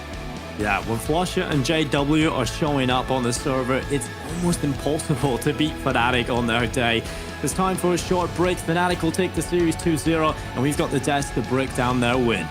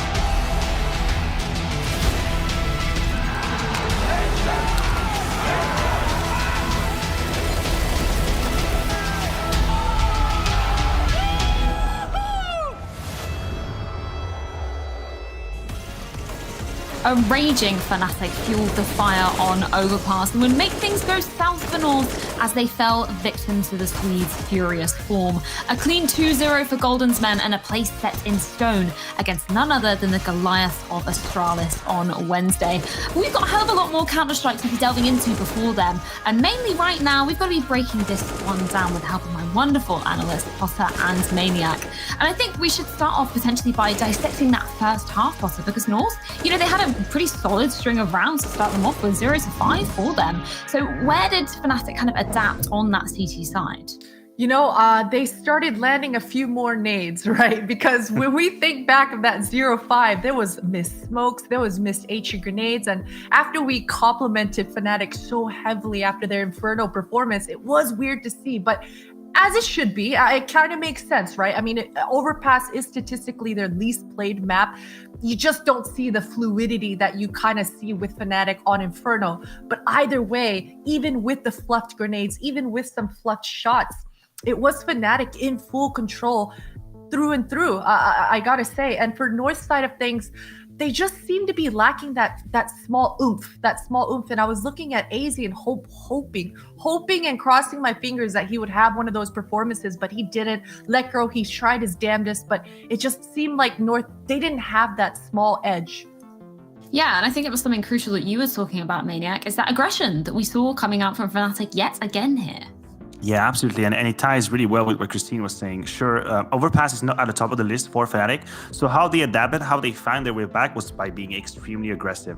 We saw JW at least 3 times pushing completely full down A long with the AWP. We saw Flusha in the door with the scope rifle as well. We saw Crims pushing in Monster. So in that way, they never really let North the time and the possibility to establish their strategies, because North, if there's something good we can say about them, is that they have the strat book. MSL has a deep strat book with executes left and right the map, and if you let them do it, that's going to be an issue for you. But fnatic, they just decided to be in their faces, and then they let the individuals shine. Yeah, and I think one of those individuals that, might have not been shining so far earlier in the rounds that North were getting on the side was Brolin. He seemed to have a little bit of a struggle. Did you kind of see him coming into his element anywhere possible? Because he ended out very, very well. Yeah, and you're right, Freya. He didn't have the hottest start. I think he was 0-6 on the score line. And fnatic were down. And, he actually pushed Fountain 3 times, 3 rounds in a row, even while being 0-6. And my immediate thought was, is this Broland saying, let me at him, I know I can get him this time? Or is that Golden? Either way, it's good to see him remaining and keeping his composure, right? Because when you press tab and you see yourself at the bottom of that scoreboard, you see that your team is losing, it's very easy to kind of get tilted, kind of get in your own head, maybe not take a duel that you absolutely should have capitalized on. So Broland, he kept on the gas pedal, he kept pushing no matter what. It seemed like that entire party fountain area was his round after round. So that definitely bolstered the entirety of fnatic's defenses. Yeah, and I kind of want to talk about MSL a little bit coming into this, Maniac, because obviously we were saying, actually, you know what? Hold that thought, because we have a very special guest joining us. We'll pick up that afterwards, because we've got Golden joining us here after that incredible win. Thank you so much for joining us. Congrats, man. Thank you guys. I want to start off just by talking about Overpass a little bit, because it's not a map that we often see you play. And obviously we saw you facing OG on it the other day, a very, very close scoreline. Obviously this one being a lot more convincing. But did you kind of have any key takeaways from that series against OG on Overpass? Did you kind of learn anything about how your team likes playing that map coming into this? Or was it a completely different game plan for North? No, actually, Overpass was one of our best maps pre-COVID. We've lost our way kind of and shined away from it for a little while, but it's always been there for us, like a strong map. We just need some confidence in it, and I feel like we've built up some confidence yesterday and today. Yeah, 100%. It's been amazing to see how you guys are back shining on it. Yes, again, Maniac, I know you had a question as well. Yeah, I have a million questions, but I'll just keep to one. You're going to face Astralis, and I would just like to know your own feeling. Where do you see them right now? Do you think they're ready? Do you still see weaknesses with Glaive coming in? What's your evaluation of Astralis right now? I think Mag is still calling, and Glaive is doing his aggro moves, playing for information and that kind of stuff. I still feel it's the same kind of thing. Yeah, I still feel like they're a very good team. They're Is playing it the very right well. timing to beat them? You think you got them at the right time? Yeah, I believe so. Okay. Same Astralis, different day. Golden, I have to ask. We were talking about Broland in the pre-game, or in the post-show rather. And we were saying that in the beginning of that match, he was 0-6. It seemed like he wasn't getting really into that overpass match, but he kept pushing Fountain, and eventually it paid off for him. Is that a Broland call? Is that him telling you, let me at him and let me find these duels? Or is that you laying out the game plan and telling him to take those duels? I think on the A side, it was we predetermined it. JW and Broland predetermined that they're gonna do something against A early.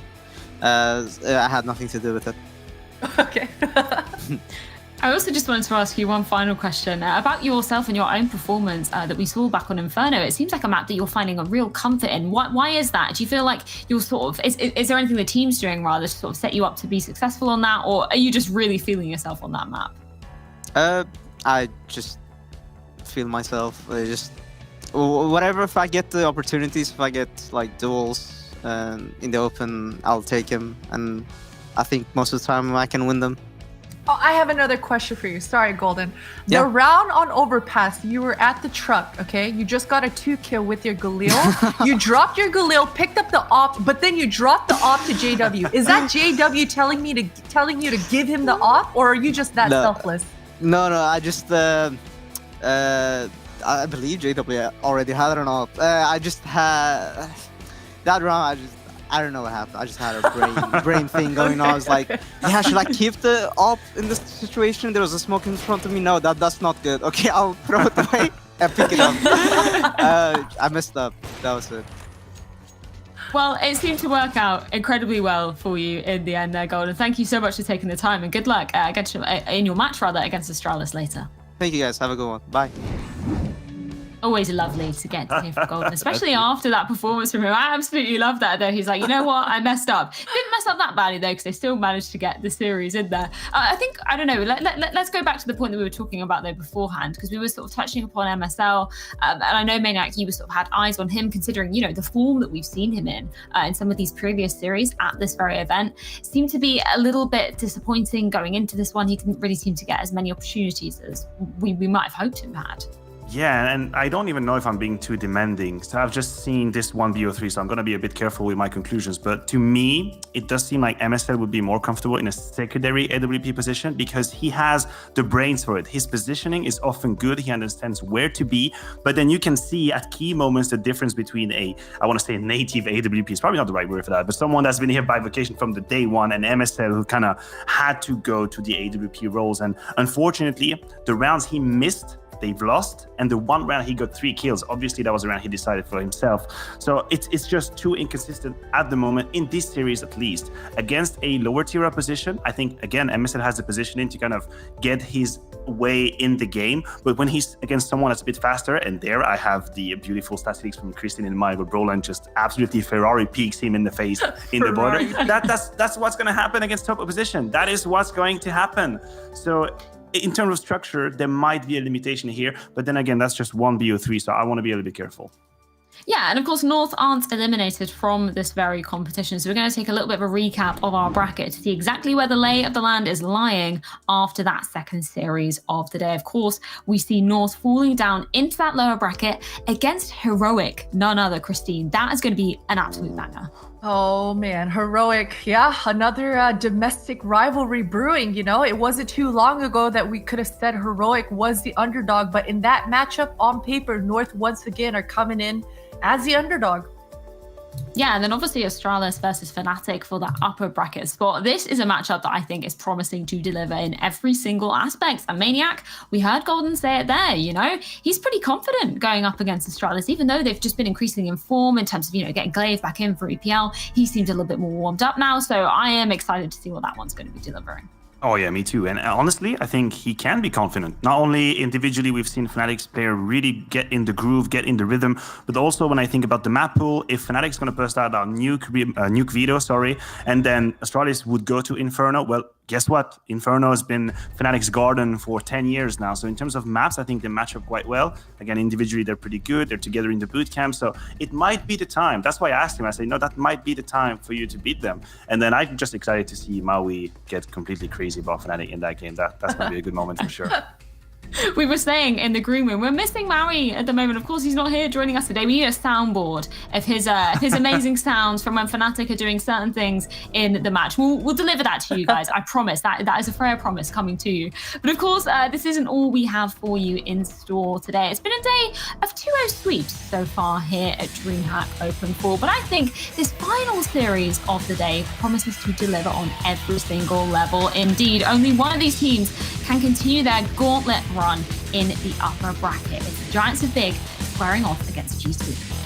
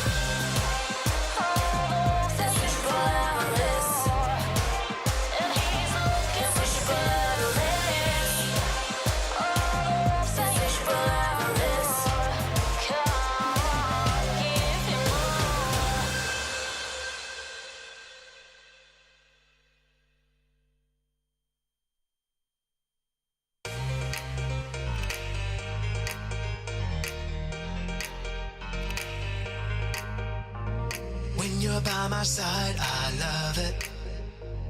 Nothing in this world can hurt me. When you're by my side, I love it. We can leave the world behind us. You make everything about the world so much better. When I hold you in my arms, I wanna be here every day and every night. So much better, so much better.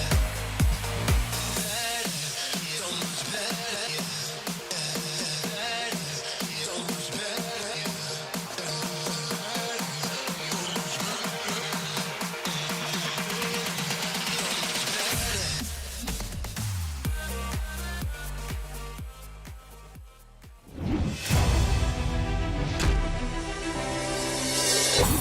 Dinko, you're going to have to trust me on this chat room challenge, but I need you to close your eyes. Okay. Closed. Yeah. This feels Yeah. really weird.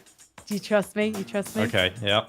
Fabulous. Okay, so I have got a timer. I am going to start the clock at 2 minutes. And what I need you to do in that 2 minutes is put your pen on that paper with your eyes still closed and draw I've lost the pen, another member. There we go. Found the pen. You found the pen. Right, okay, Yeah, take that's this all it was. seriously. What Yeah. I need you to do within 2 minutes is draw another CS talent, and then I'm going to guess who it is. Are you ready? Okay, ready. Fabulous. The clock starts now. Let's go. You don't have to draw the entire body. You can just draw a face if you like, but your eyes are shut, so I don't want you to make this too complicated. Although your head's tilted, I can't tell if you're cheating or not. Okay, I'm not cheating. I'm not cheating. I wouldn't cheat on Okay. this. And you could Okay. probably tell by the end of this how I wasn't cheating, because I really don't even know if I'm in the ship that I was hoping. And the whole world is going to realize how bad I am at drawing. I Okay. think I've finished, Frankie. Oh, really? Honestly, Already? I You're think the fast honestly, finisher. I think honestly, hope. Well, it doesn't look like anybody, but I've actually gone off the circle. Oh. Oh, wow. Yep. Okay. I can see the artwork now. Oh, wow. That is quite the picture. And I feel like there are two candidates for this fabulous photo, because I'm just trying to think about people with glasses. And I believe that it's either Pimp or Dust Moray. And I'm going to say it's Pimp. It's not actually. It's neither of those two. I did pick glasses as a feature that would hopefully be recognizable, because I feel like that was the only thing. But it's not two of those guys. Someone who's actually working on the broadcast at the moment. Okay, someone who's working on the broadcast at the moment. Is it tea time? No, it's not. No. Don't see this as shade on your art skills. Is it? It's not Potter. It's not Potter either.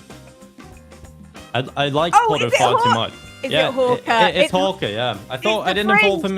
The side sweeping fringe. Exactly. Well, you Of can't really course. see it, but You know what it is though? It's the width of the face. Like Hawker's got like quite strong like cheekbones. I'm kind of jealous of them, and that's like a hamster version of Hawker that's storing up food for winter.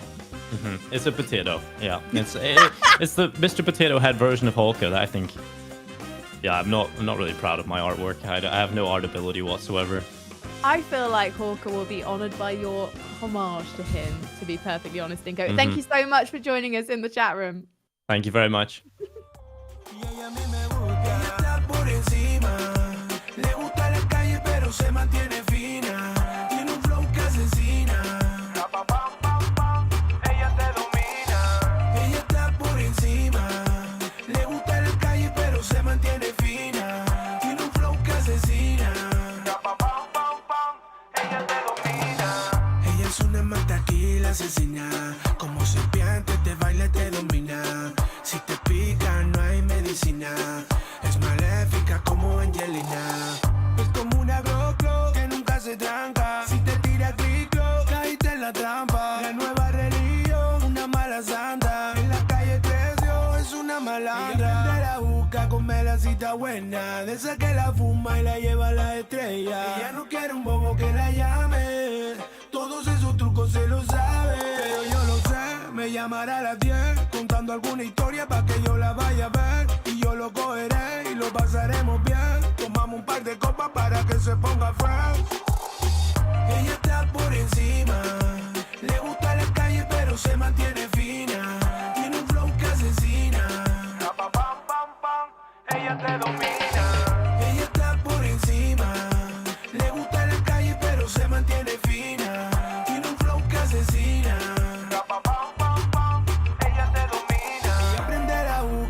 que la cita buena, de esa que la fuma y la lleva a la estrella. Ella no quiere un bobo que la llame, todos esos trucos se lo sabe.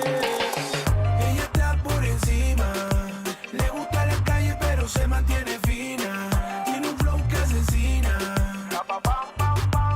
Ella te domina. Ella está por encima, le gusta la calle pero se mantiene fina. Tiene un flow que asesina. Ella te domina.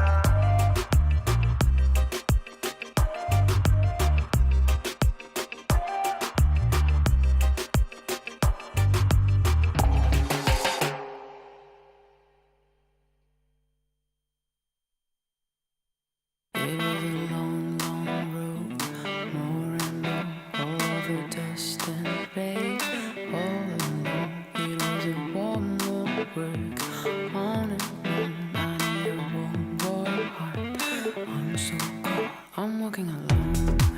This is your door. I'm walking alone. I'm going home. I'm walking alone. This is your door. I'm walking alone. Going home. I'm walking alone. This is your door. I'm walking alone. I'm going home. I'm walking alone. This is your door. I'm walking alone. Going home. Everlasting, lasting is the long way where I believe I'm going day by day. It is a long, long road. That's the way to a place where we're going, work it on day by day.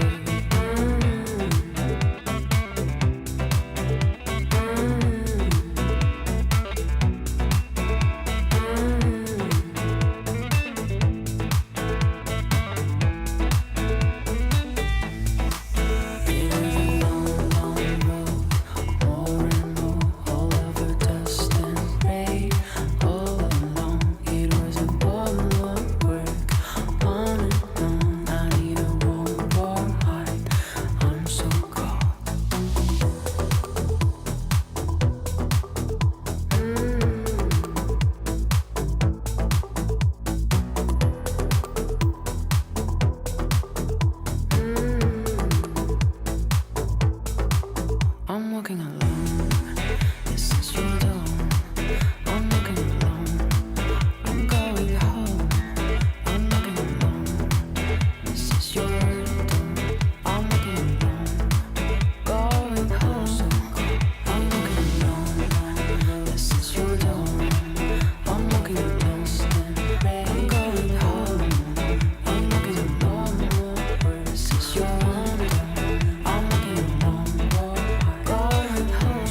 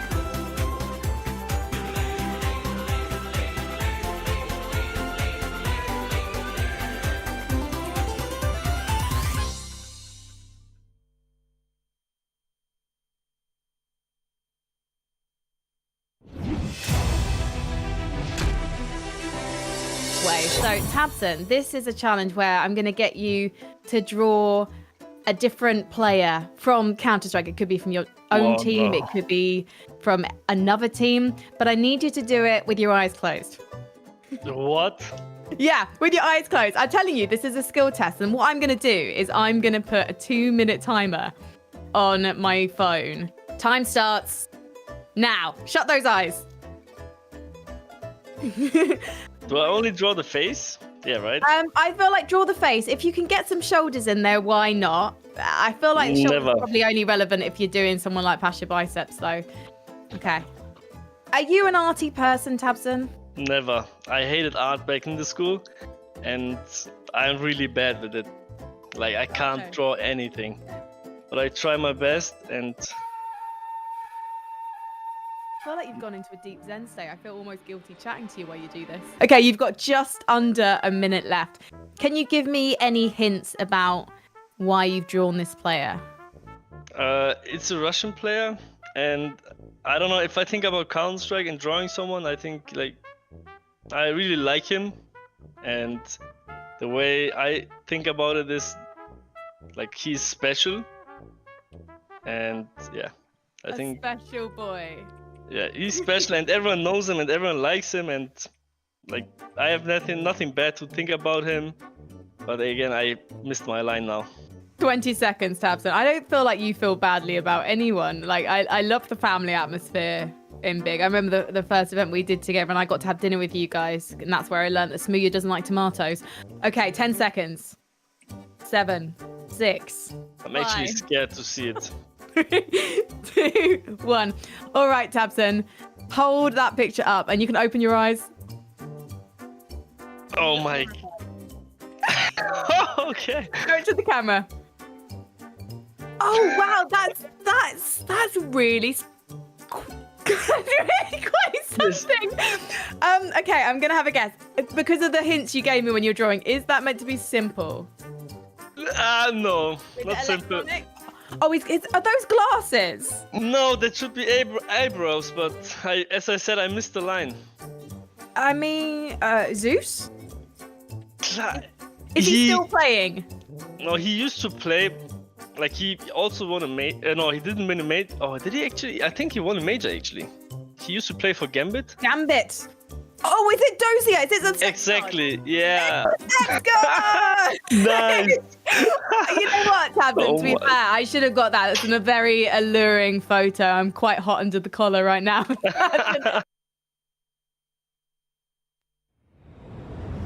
hard can you go? How hard can you go? How hard can you go? How hard can you go? How hard can you? How hard can you? How hard can you? How hard can you go? How hard can you go when the beat drop?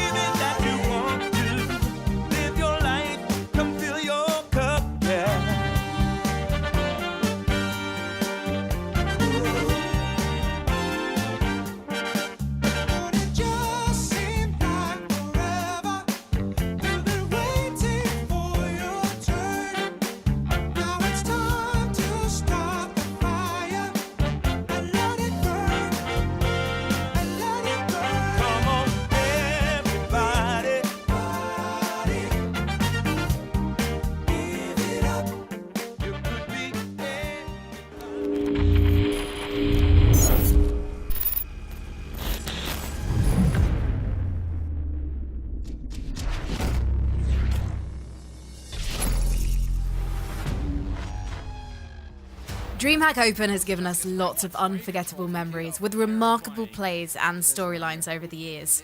One of the most stunning rounds, not only in DreamHack Open, but in CSGO history, comes from DreamHack Open London 2015. We were obviously one of the best teams in the world on that one.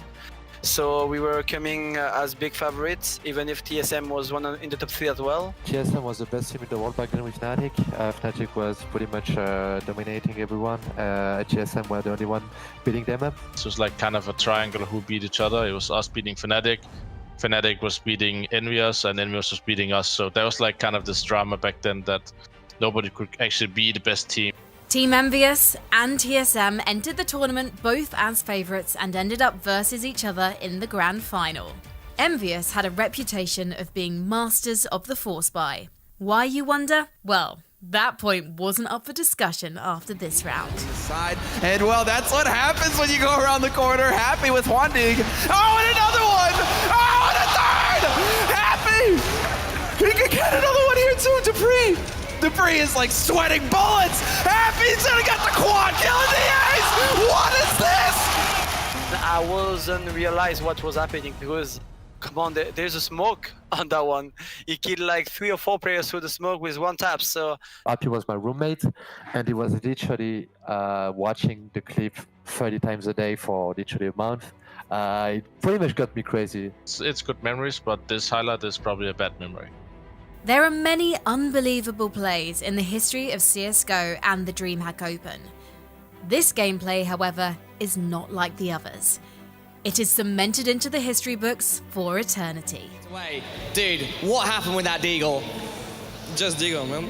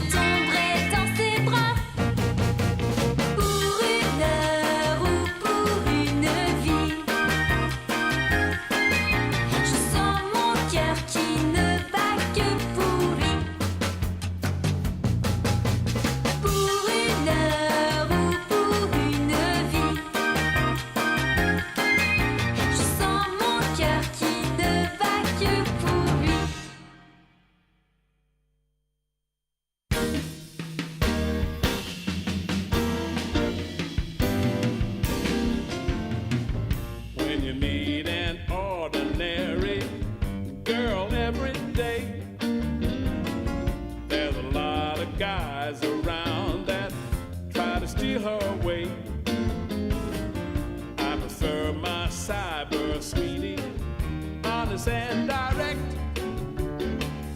online, baby.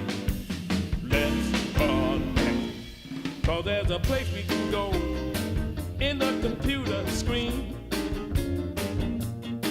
And if you're down and you're low, you're still a king or a queen.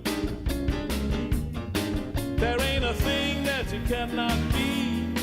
This is a world of imagination. Online, baby, let's connect.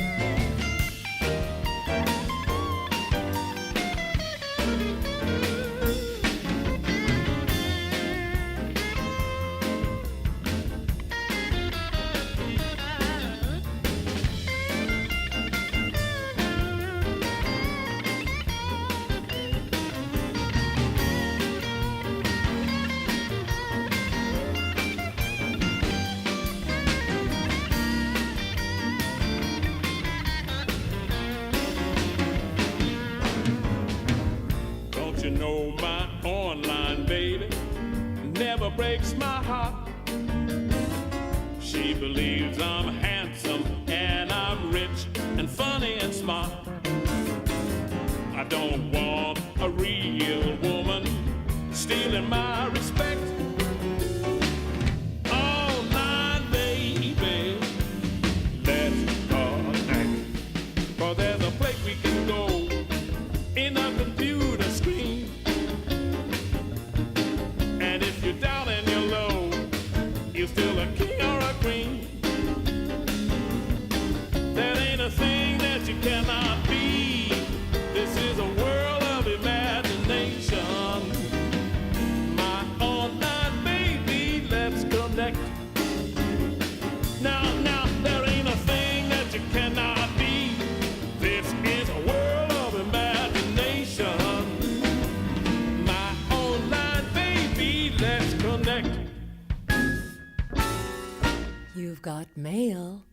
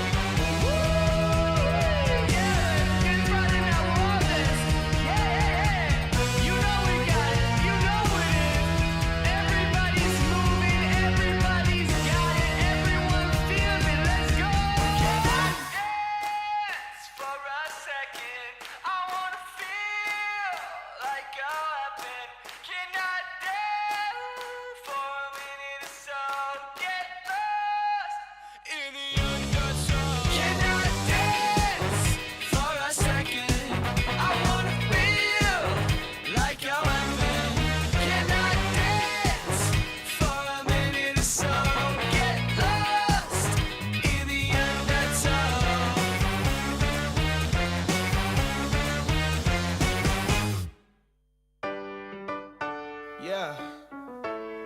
La la la la la la la. Yeah. Your life hits hard, but I hit right back. I never back down. I keep it on track. It's the same day with no problems. I keep rising from the bottom. Cause when the sun comes up and I look around, I can feel that love, I can hear that sound. They're never gonna hold me down. I'm higher than the ceiling now. And then I need to worry about, cause I got no problems. I know it's gonna be alright. It's getting better every time. Nobody's gonna kill my vibe, cause I got no problems. Yes, every day was a war. Yeah, it kinda took a while. When they tell me I should stay, I just jump with a smile. Yeah, it's hard until you notice. Everybody's got their moment. When the sun comes up and I look around, I can feel that love, I can hear the sound. Listen up. They're never gonna hold me down. I'm higher than the ceiling now. And then I need to worry about, cause I got no problems. I know it's gonna be alright. It's getting better every time. Nobody's gonna kill my vibe, cause I got no problems. Cause I got no problems. Cause I got no problems. Do you feel a little down? Say it. No problems. Let you in, but you out. Sing it. No problems. They're never gonna hold me down. I'm higher than the ceiling now. Have none I need to worry about, cause I got no problems. They're never gonna hold me down. I'm higher than the ceiling now. And then I need to worry about, cause I got no problems. I know it's gonna be alright. It's getting better every time. Nobody's gonna kill my vibe, cause I got no problems.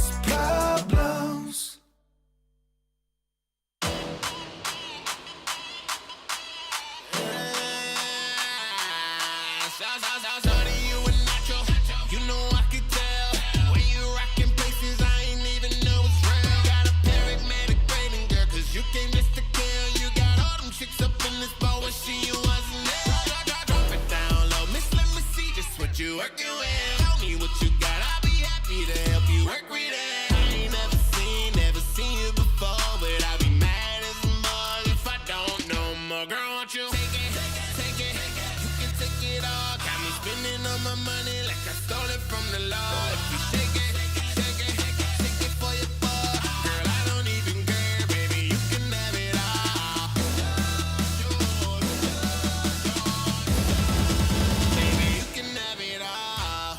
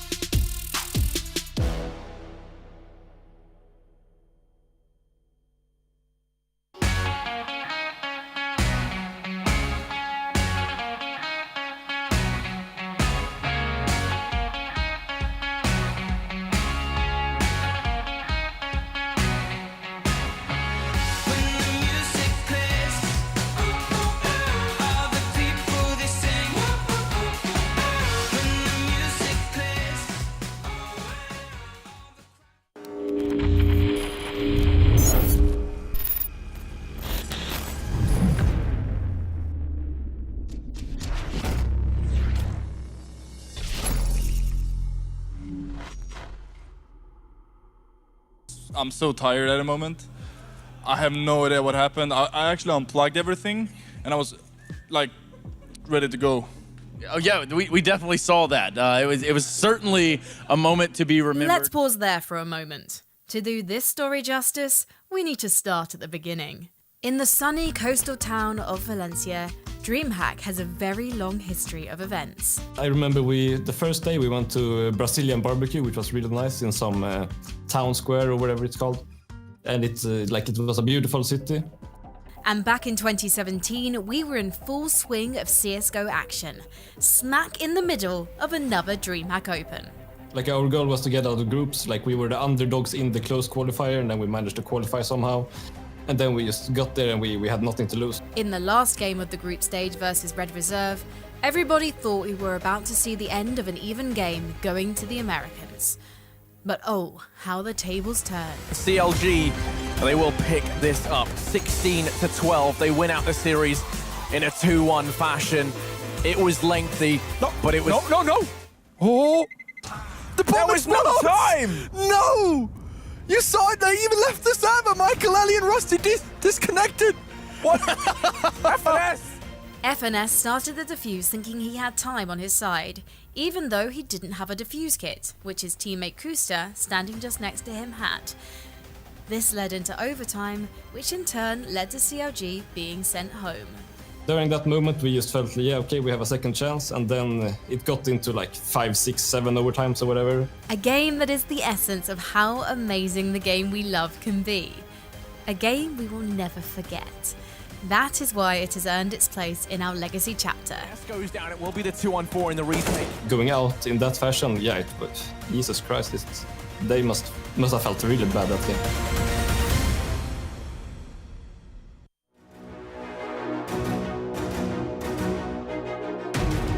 Failure happens to us all, but it's how champions evolve. The only thing that matters from a loss is if you get back up when you fall. You gotta get up. Failure happens to us all, but this is how champions evolve. The only thing that matters from a loss is when you get back up when you fall. You better get up. You gotta get up. You gotta get up. I need you to get up. Get up. You witnessing a champ in the making, fueled by your passion for greatness. Yeah, but adversity and bad situations meet us in the middle of the paths that we taking. But it's what you do after that makes men. Will you quit or will you stand up and face it? Tell me, do you have what it takes to swing back when this life asks for the fade? Can you tell me you'll adapt to the change when the punch lands and it puts you flat on your face? After you wake, will you stand up and say, get mad, hit back, lit match to the flames? Failure happens to us all, but it's how champions evolve. The only thing that matters from a loss is if you get back up when you fall. You gotta get up. Failure happens to us all, but this is how champions evolve. The only thing that matters from a loss is when you get back up when you fall. You better get up. You gotta get up. You gotta get up. I need you to get up. Get up.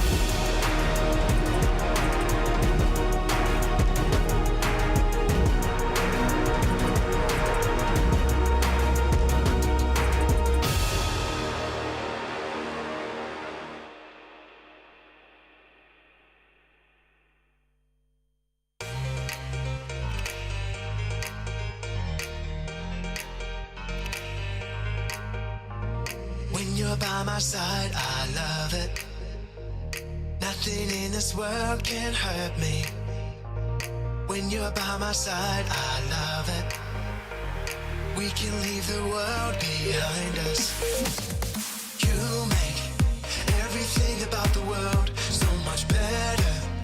When I hold you in my arms, I wanna be here every day and every night. So much better, so much better.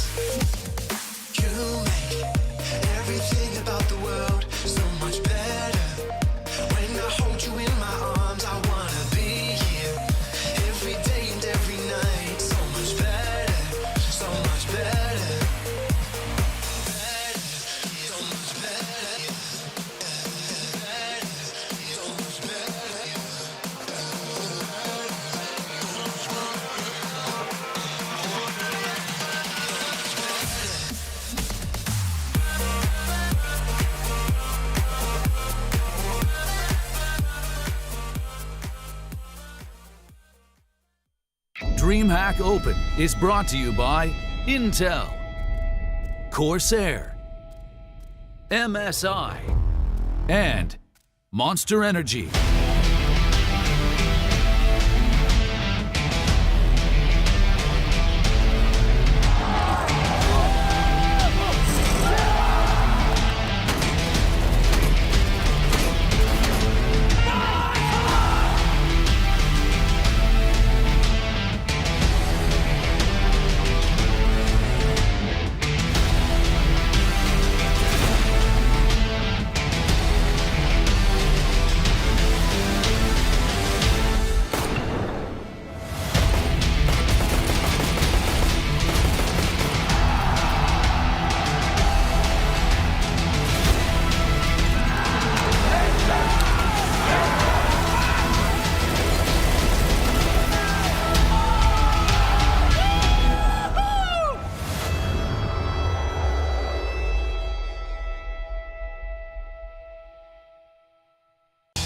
We're turning up the heat for round of our day here at DreamHack Open Fall as our final series promises to get our pulses racing.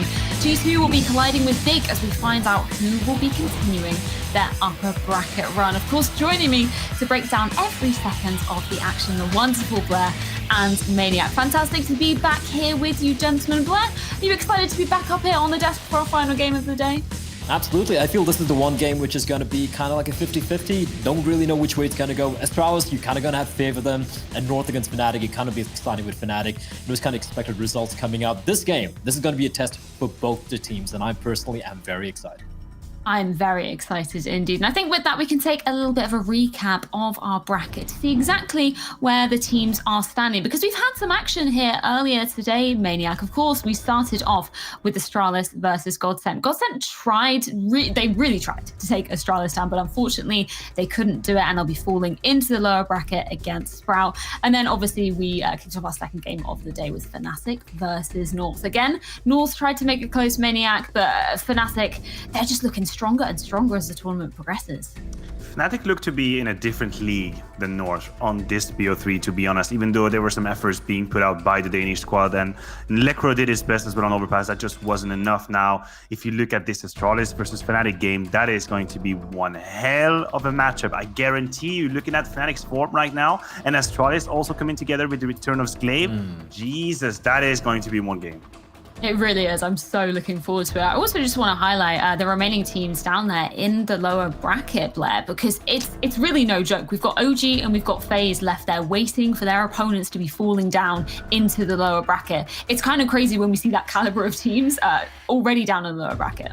And not to forget Heroic as well, right? I mean, that is stacked as hell. And I feel like, I think it was GODSENT who got a little fortunate. They're going to be facing off against an easier opponent in the form of Sprout. But yeah, this tournament's shaping up to be one hell of a barn burner. And you know what? Usually you look at the lower brackets, you're like, yeah, I can probably skip some of these matchups. Not this time. You don't want to be skipping any of the matchups here at DreamHack Open Fall. And with that, let's get into our final match of the day. We've got to start off with the map Veto here for G2 versus Big. And I know, Maniac, there's a lot of questions coming into this one. Have you found any answers for us? No, I feel like I have more questions than answers. So just for the viewers to give some context, these teams have played against each other a lot of time. Notoriously, the grand final of the DreamHack Spring Masters. The videos have shifted around every time they've played. The sense would be minus Overpass, minus Train. That's what happened last time. That used to be the video. But I know G2 on the down low have been practicing a little bit of Overpass, so there could be a change in here as well. To be honest, I'm not too sure. Again, Train Overpass should be the veto, but we might be in for a surprise. And I'm not even talking about the pick. There you have it. Okay, let me just make it clear for the viewers at home. These last two maps were played in their last series. All my notes, just wait, look at this, that's my note. I can just take all my notes I have here, I can just put it together and throw it down the trash. Because these two maps were played in the last BO3. So what am I supposed to do right now? I don't even know. I don't know either. I have no idea which way this one's going to go. This makes no sense. Like, well, what are we going to be seeing right now? There we go. Pick. Oh, Big have big cojones to go for that, especially with G2 just thrashing Astralis 16-2 just a couple of days ago. I give up. This makes no sense. Okay. I can try. I can try to explain. Let me see. G2 on Inferno, but last time they got completely smacked by Astralis. Maybe it was kind of an awakening call. They figured out all the mistakes, and now they know exactly what they're supposed to do. Big, they lost Dust 2 when they played against G2. That was 16-11. No, actually, it doesn't make any sense. So I don't know. I think we're in for a surprise. We're in for a show. We are. I absolutely love that to be rounding out our day here. I do want to start off the conversation though by focusing a bit more on that Inferno Maniac, because obviously we saw in G2's most recent game, it was against Heroic. It was an incredibly tight scoreline, but G2 ended up coming away with it rather. It was 16-13 to G2. And we're looking at it here, you know, both teams are playing it quite a lot, but G2 not finding that much success on it. So I'm wondering, you know, is there any logic in this Maniac? Can you kind of see a world where G2 are really, really focusing on this map? Honestly, the only logic I could see here would be to throw a curveball towards Big. And on the Big camp, in terms of preparation, probably Inferno was not at the top of the list. Now, it is true that G2 have relatively low numbers, but as you mentioned, they have played versus serious candidates. So we should be careful. We should take them with a pinch of salt. I mean, they played versus Heroic. They lost against Astralis as well. So these are serious teams. They know how to play Inferno. I know they have a great game plan for the CT side, but we have to be careful with the numbers. Yeah, of course, we have a lot of questions up here on the desk, and maybe you guys down in Twitch chat can give us some answers. We want to hear exactly what you're thinking for this best of 3 series. If you think it's going to go big, put hashtag big in the chat. If you think it's going to be going to G2, put hashtag G2 in the chat. Of course, we'll be checking in with your results before we jump into this game. And before we jump into it, of course, we've got to check in with Frankie. She had a chat with the lovely Toby ahead of this one.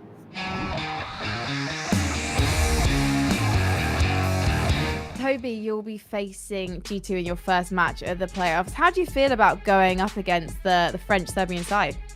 Lately, we feel really good when we have to play against G2. Yeah, like the last 2 big matches, we could decide the last 2 matches for us, and we have a really good plan or understanding of how they play, and also have a good feeling always mentality-wise. I see us in the close games. We just came out on top. Yeah. So can you say that? Can you say it like that? So yeah, it's a good opponent for us. Well, we are really looking forward to seeing this match play out. So thank you for talking to me about it, Toby. Thank you very much as well. I think we've got to start off by talking about Big's run through their group. Of course, you were kind of saying it there, Maniac, maybe not as hard as some of the other groups we've been facing, but of course they managed to top it 2-0 over FaZe, 2-1 over GODSENT. So where does that kind of leave your perceptions of Big coming into today? Well, first of all, to put some context with that team, I think it's fair to say Big is one of the most improved team of the past 6 months, or even probably in 2020. I know these have been kind of unique circumstances that Counter-Strike has found himself in, but Big really pulling ahead in that time, making tremendous progress. The man at the right-hand side of that graphic, I don't know how I call that, this digital dance floor that they have over here, Surson, again, he's been tremendous with the AWP. Every time they've snatched a championship title, it was on the back of Surson's crazy AWP. You have Xantares as well. He's topping the charts right now with 138. Second best rifle, second best player even in that event. tabseN, you've heard me talk about him for a million years. You know I find him to be such a crazy good player all around. Good IGL as well. So it's a lineup that's been setting up crazy expectations for them. Maybe they've lowered up a little bit their level, but they're still very dangerous. Yeah, and we've been talking about Big as, you know, kind of making the most of an online era, thriving, if you will, in this era. And currently, you know, the reigning champions of DreamHack Open, of course, in a slightly different context within DreamHack Open Summer. And I'm sort of looking to you, Blair, with some questions about them kind of returning to that form that we've seen. Have you seen any particular drop-offs? Is there anything that you think they need to be focusing on coming into this tournament?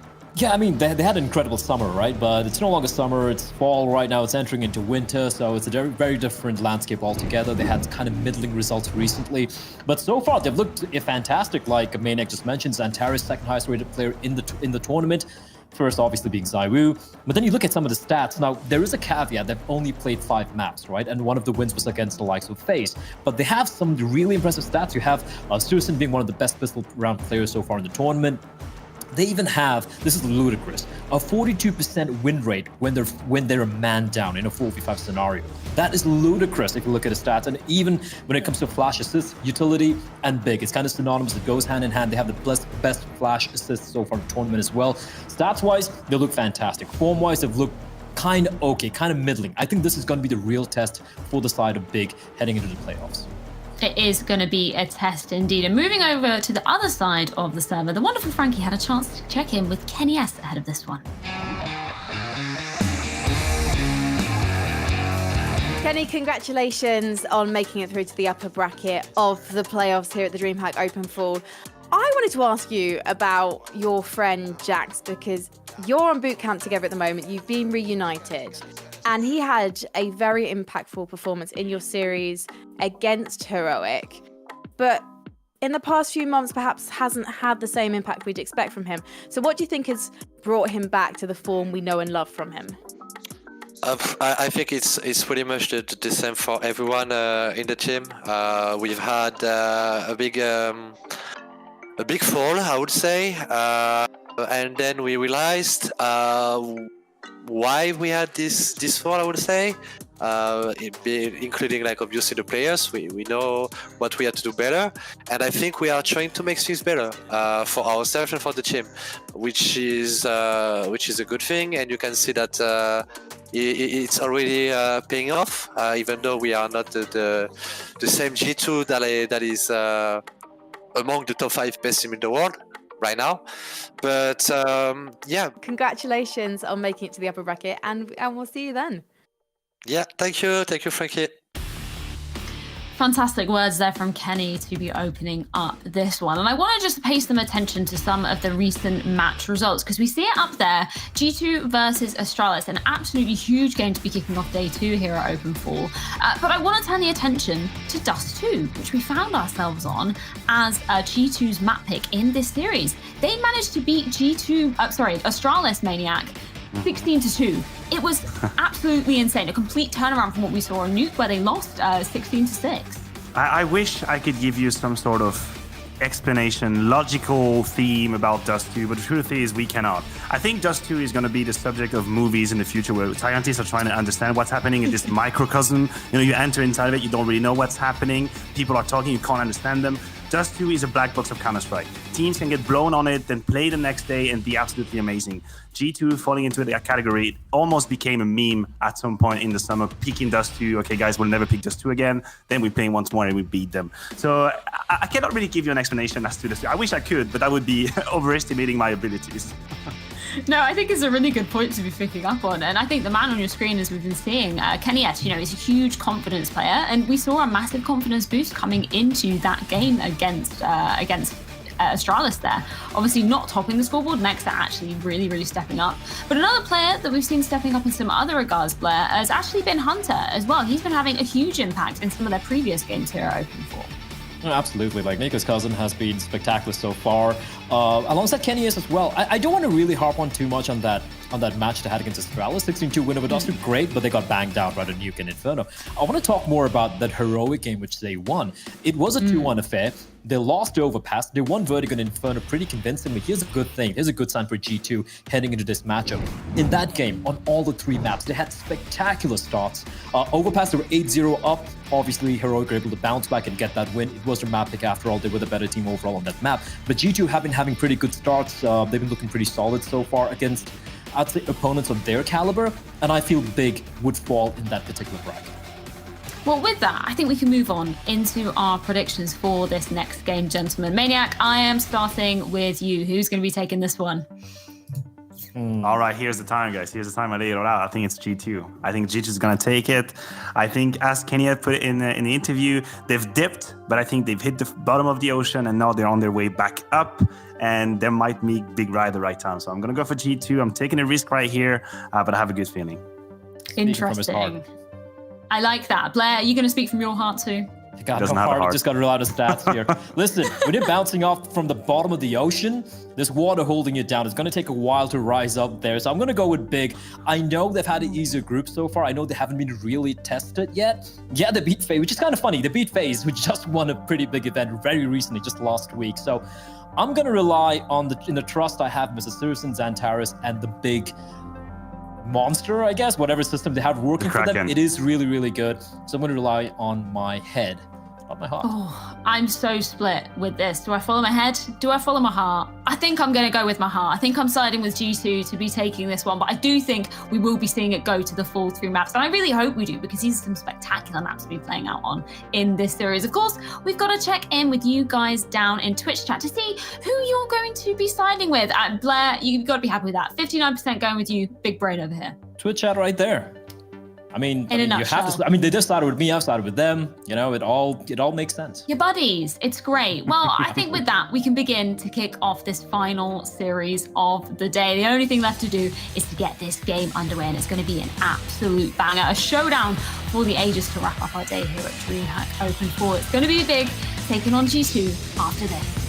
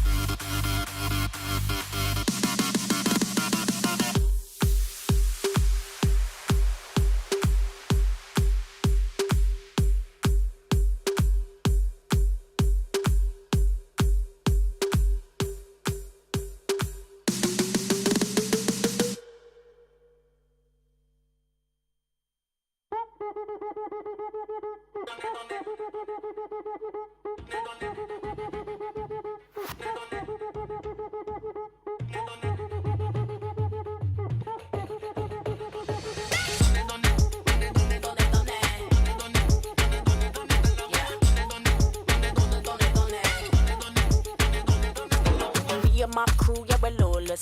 Got the man, them thinking that we're flawless. Yeah, mama told you that I'm gorgeous. Got a million tricks, can't deport us.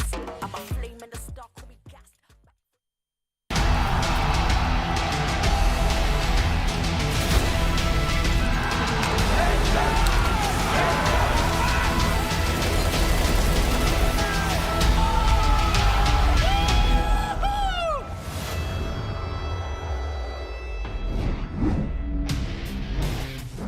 Hello, hello, and welcome as we are now one step closer to actually getting into the action, getting into this upper bracket quarterfinal between Big and G2. Launders, it is the DreamHack Masters Grand Finals rematch where Big reverse swept G2 in such an embarrassing fashion. Is there anything more embarrassing than that you can think of?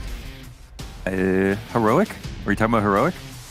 No, sorry, my man. It's the big G2 Masters Grand Final rematch. Yes, that's right. Everyone forgot that was the. Everyone forgot that there was a sweep recently. Yeah, that was the Astralis sweep at Pro League, and then everyone was like, "Oh, is that the first time ever?" But no, actually the first time was Big G2 a few months ago. So yeah, I'm not sure there was, but it was very fitting for G2 to lose a final in that fashion. It was, right? It's kind of, I think it was a bit of an indicator of kind of Big taking over one of those top spots. Maniac saying how Big is one of these teams who is really shined in these last 6 months, and they had to displace G2 on that journey. What a better way than in a reverse sweep grand finals with all the money on the line. But here we are, folks, okay? No elimination, just pride. And G2 with an attempt to get that sweet revenge, because since that BO5, as our desk so elegantly told you guys, they've had a BO3 since. Also went the way of Big. G2, they need an answer back. Maybe it begins here today, the 19th of October. It is the CT side of Inferno for Big first, and, they're already down Banana. Keto tucked into the corner. Nexa there to hold him as G2 clear out apps. The longer the round goes on, the more comfortable the CTs will become. The bottom B control and the rotations back over to A. Ball coming up here for G2. Little flashbang top mid. That gets Keto checking corners down at the base of the ramp, but it's Tabson who seems to shut things down pretty quickly. He was, of course, playing as that arch rotate. There's still the man inside of the pit. The other two A players now joined by that late lurk, but it's all headshots coming out of Big. 3 USP kills for the round as Big take first pistol. I really like that setup. Just assuming that G2 would take some time to have the fast rotates in with banana control. Make sure you don't have to retake there, but then to play back like this is good. I think the only thing that would have helped, of course, as we can see from the replay, is a nice Moto smoke to help with the Halls pop to eliminate some of the sight lines from Arch. But G2 did not know what setup Big were going to employ. So overall, very nice setup here from Big. And this veto is quite interesting, of course, having Dust View and Inferno picked by, it felt like the wrong teams. Yeah. But to end up on these two maps, in some sense, makes sense. So, yeah, we could see it from our analyst reactions that didn't quite make sense. We even had our beloved producer Dagny go double check just to make sure. Yeah. And sure enough, this is how things are meant to be. I'm so excited for Dust 2 because, again, we saw G2 wreck Astralis, but I can't look that far into the series. We'll get there. We will. Oh, we will. And we'll also get into the gun rounds here on Inferno once these pesky pistol players have been popped. Right now, it's the missed shots off the Glock. Nexa's P250 will respond. Hey, that's 2 kills with very little to work with and an MP9. Maybe Nexa takes one with him, but he is undeniably a sinking ship in this situation. Searson just turning his attention in time, but hard cleared. Now that's a fresh MP9 for first skin, perhaps. Grab that bomb. If he wants to. The bomb is his. It's up for grabs. It's the Blinken right there. It's calling his name. There's still technically enough time to plant if something crazy happens right now. Let's see. He's caught a timing. That's one spotted. 15. He could still book it, but it's that close left Keto kill that seals the deal. So, talking about G2, I'm sure they talked about Inferno stats for G2, but we had this big win for G2 recently versus Heroic. They struggled on Inferno in their other big match recently versus Astralis. Some of their problems that we cited were their banana control not knowing how to re-aggress or be aggressive enough on banana, and also leaving Arch open constantly, which Glaive kept exploiting both. And we saw them play versus Heroic. We saw top form G2. That was big. That was Jax top fragging. That was Kenny S hitting shots. That was Nexa and Hunter all being as consistent as they have been. And we saw a lot of those gaps in the defense patched up. Yes, we So did. that's what makes this map so exciting right now.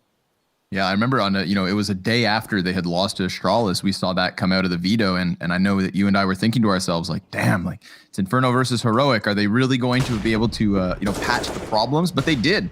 So it's good to know G2 are on a quick turnaround. Jax's mentality starting to come back, his championship mentality, perhaps.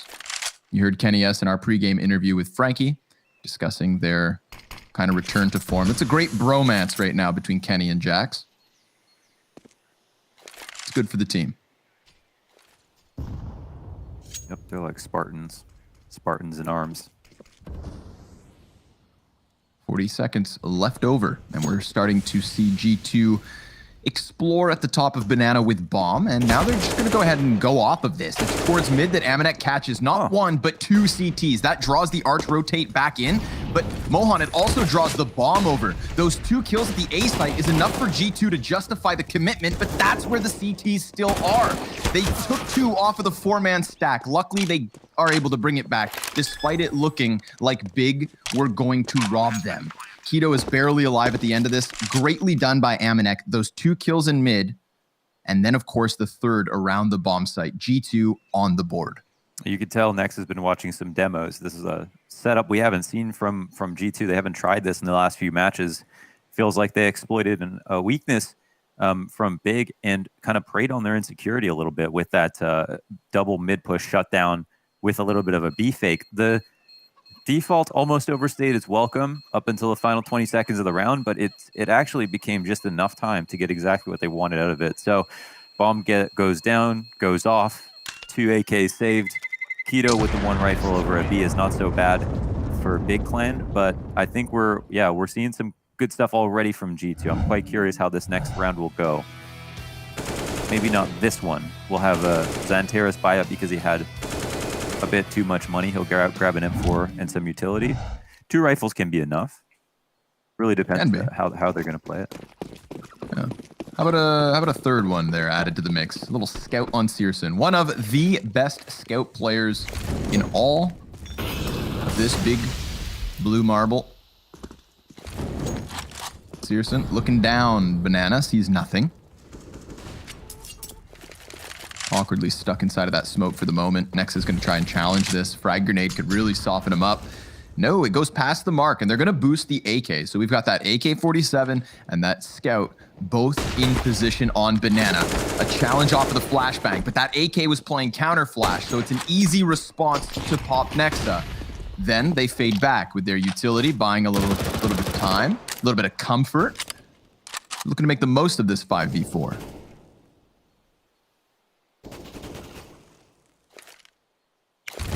We got the AK upgrade for Hunter. So that's MP7 to AK. Even though it's 4 players, G2 still pretty scary, especially showing us they want to hit B site right now. No one watching top brackets for G2 or for Big, so the rotations will be slow. Big's 2B players able to put themselves into a different setup. You know, we had that boosted AK with the Scout peak. Now it's yet again AK up top of the site and Searson to try and draw attention into the corner. Puts the scope up, misses the first shot, misses the second. Keto's here on damage control, and he's doing an excellent job. That's a crucial 3-piece coming out of Keto this round. And then further damage added to the tally versus Hunter, but he'll get his bomb plant. And a smoke grenade, and a Molotov. And now we're seeing G2 play that utility to create comfort the same way those CTs did as they backed up off Banana. But Banana now belongs to Tabson. And with this Deagle and MP7, that is a very real threat. Kenny S on full HP, makes contact, drops Tabson. Tizian's Deagle answers back through the edge of the wall, and Kenny goes down to Xanteris. So 2.5 rifles is enough. Big taking back a round. He was close to being able to delay if he could have stayed alive at that moment. He would have had to take a duel, of course, but 10-second defuse with no kits on the board for Big. And that's all about Keto. What we witnessed that round, Connor, was Keto without V-Sync on, okay? That's what he's capable of. So we know that there's probably going to be more rounds like that. And overall, we're going to see this from start to finish. So the top Banana hold was really big to get the Nexa kill at first. And then from his position on B, again, it comes a lot down to the hold because Big were busy recollecting information on bracket, not even Arch side at all. So they were quite far from B. Required some good frags to come in. fnatic tries to really pick up the pace here. That smoke grenade pluming in the middle of it all kind of gives Searson a bit of cover. He also has cover in teammates. 3 members of Big at B early on, but G2 have 4 stacked up, ready to rock and roll. Once that utility fades, they could just charge headstrong into this. Now, that third player from Big has actually moved away, but Searson goes unchecked. He still decides to fire off and gets one for his efforts. It's Keto yet again in the hot seat, able to get the first one. Challenges further. Despite taking tons of damage, he decides to stick out the smoke instead of falling back. But with no CT smoke cross, well, tabseN's rotate in position fast enough. Hunter gets that reload in. tabseN then cleared as the crisp headshot connects. We're left in the 2v2. But Jax is unable to cross and get bombs, so Hunter, he's gone for it. And now he can go ahead and plant. CTs are going to try to rush. He knows it. He can't come off fast enough, and he's caught out by Tizian. This leaves Jax stranded and desperate with a deagle, and 30 seconds left over with a deadly crossfire to try and get through. I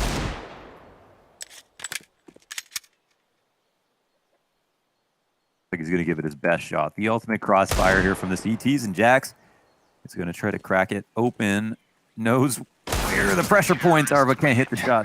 It's doomed to be traded. We actually saw a fantastic play there by Tizian. He flashed high over construction and then pushed to wrap around ruins.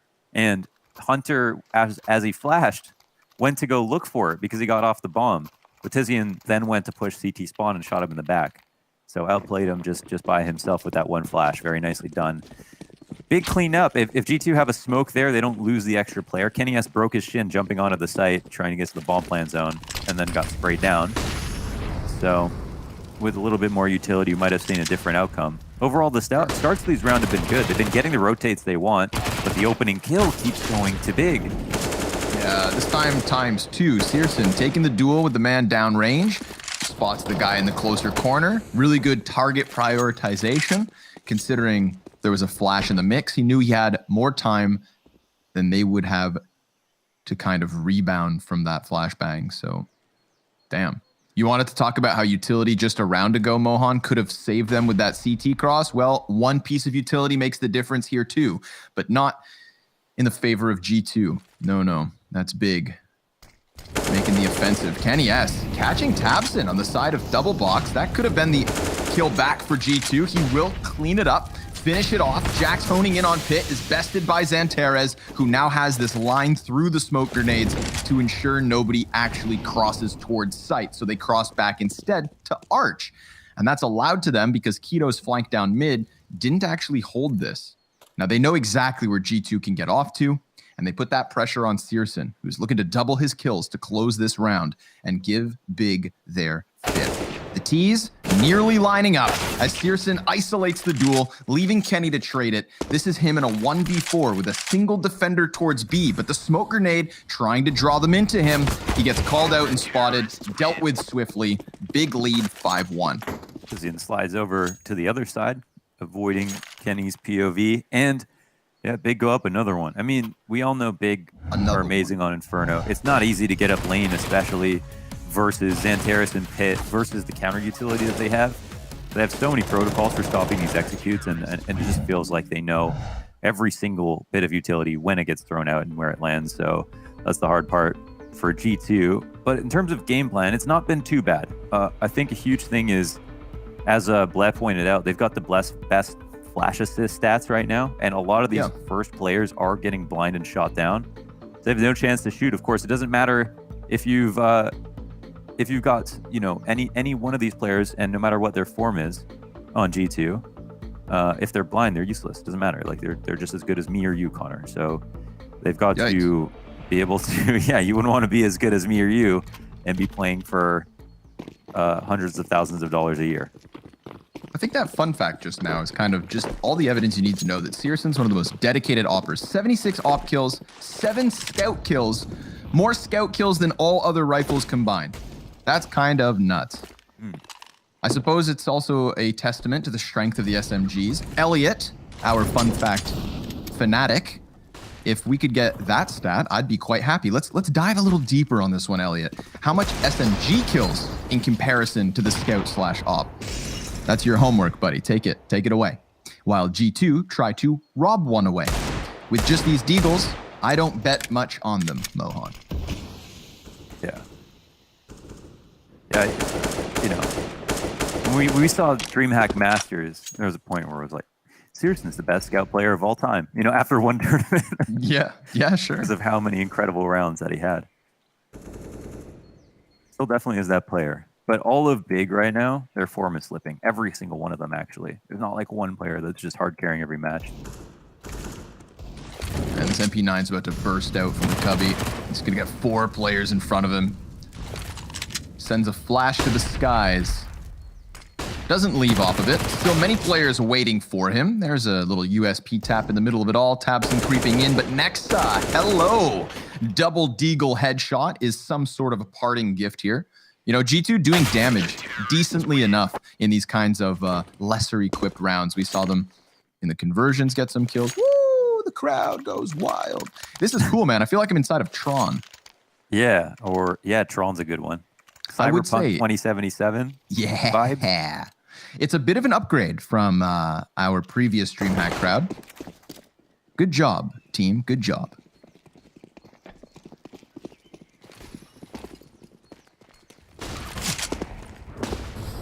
Op shot, missed. Searson got aggressive there, ate a flashbang, sent a single shot down range, and then left it. He is the only opper in this round, of course. G2 5 AKs. They're going into, looks like an arch wrap setup. I don't know. Bomb's still back at T stairs, so they're just throwing grenades in the meantime. I guess what they're seeing right now is that they can easily get the rotations they want. But again, it's like not dying first has been their hardest, their biggest demon. But at this point, we're crossing the minute mark with control at both brackets and top E, so I think they're going to be comfortable once again. Yeah, I like the way they just kind of crank the tempo too. G2, they know what they want. It's a matter of getting it, and Kenny S gets what he wants. 2 AKs on that B site. Jack's trying to cut off the rotates here, just dives back into cover because he knows his life is so valuable. Him staying alive will section off any possibility of a banana wraparound, and I think that sort of pushes Big's hand into a potential save. Yeah, they could go do some damage, but their cash isn't amazing. I would like to see Big, as we know they do, just make the proper decision here, boys. Don't rush it. It's a 6-2 lead on the CT side of Inferno. You're doing everything well other than a quick Kenny S 2K. Well, this round's not that bad. Yeah, I mean, yeah, definitely be careful about this hunt because they've don't get ahead of yourself. You won 1 round. They're going to spot 1. Jax goes down. It's like, do you need to? I mean, they're going to have 3 rifles, a high chance they get at least 1 kill there. Sure. We'll see if it matters, but it feels like G2's game plan is really easy to see. Like they're getting away with the map control they want. They just lose that opening kill. When they don't lose their opening kill, we see a round like this where they just have a great time entering onto a site.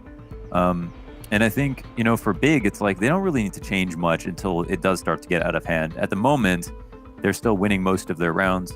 They have really good protocols on A. Tizian is having a fantastic game so far. 9 rounds in as an A player. You can tell he's feeling very smart and like hitting a lot of shots. We don't see a lot of Tizian highlights but I think it's just his aim style is not that flashy. He's not really a flashy rifler. But damn, people have a lot of good things to say about him. We got a fun fact. We do. Elliot, he's done his research, and it seems that 10 SMG kills in the group stage. So, damn, more MAC 10 kills than all rifles. Yeah. Again, just evidence that the scout's viable. Rifles are good and all, but SMGs also add into the mix. I love Counter-Strike and its variety of weaponry. Nothing's too broken at the moment. At least that's what you think until Art gets to Europe with his P90 and the Euro tears start flowing.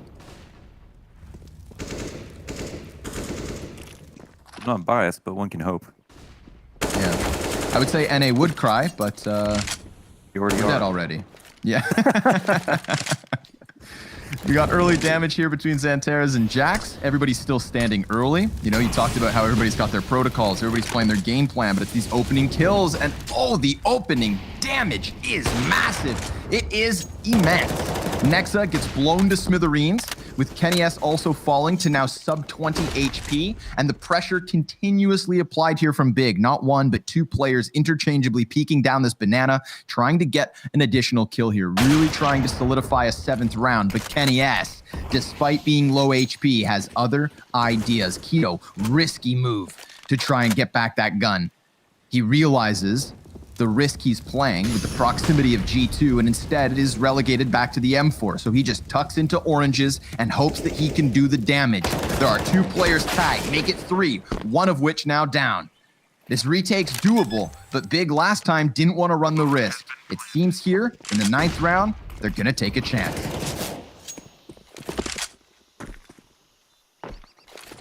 One frag thrown out by Tabson. Misses the mark. That could have killed either Kenny or Jax. Hell, a single stray shot would take one of them out. We get this eventual come-up banana from Tizian, but it is the site players making way more noise, and Jax, even low HP, like Kenny S, is able to get an additional kill, but there's 2 back for Big. It's all on Emanet. He pops up from the little hole and wrecks face, denying Big the retake and giving G2 a 3rd round. Nice little photo finish there from Amanek in the 1v2. It was looking like a strong round there in the post plant from G2, but of course Big had to make a meal of it, so it came close. But I actually am a big fan of the calling on both sides at the moment. We see an adjustment there from Big. It's slight, but it has a huge impact. They get the opening kill again with a double nade on logs. They just delayed a bit, because as we've noticed, G2 have been coming onto Banana, re-aggressing, walking up late, and so Big just throw a lot of their grenades 30, 40 seconds after the round begins. But even with that, G2, they stay on Banana, which is the oversight.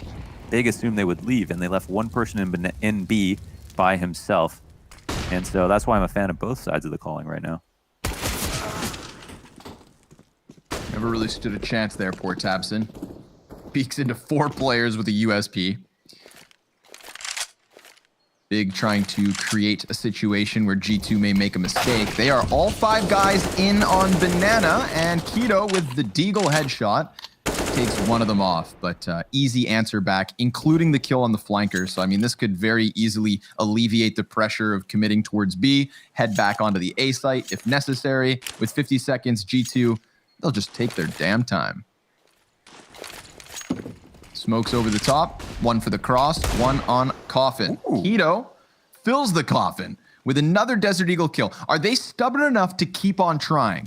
There's maximum 1 player on A. Keto's already shown them that he is capable with the Deagle, but I guess Hunter's had enough, and he will take him down. The Turkish Delight, Xanteras, ready to rock with the P250. Gets the first kill, but he can't quite manage that second. Imagine had he done it.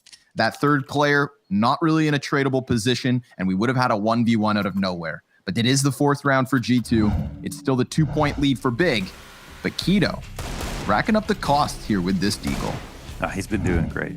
It's just that perspective of if they leave Banana, that's its own risk if they don't know where the other guy is. They don't want to get in a situation they rock back. One guy sitting in underpass the whole time, shoots him in the back. They turn around, run back into Keto, that kind of thing. So I guess they figured, if we're good enough, we just trade out.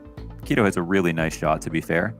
1 million on flashbangs. Tabson has thrown over 5,000 flashbangs this year and has just under 400 flash assists.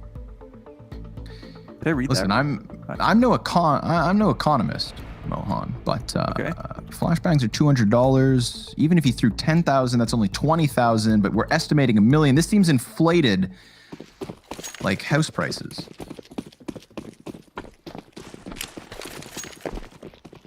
I don't know. Whatever Elliot says, I believe him. Okay. We should.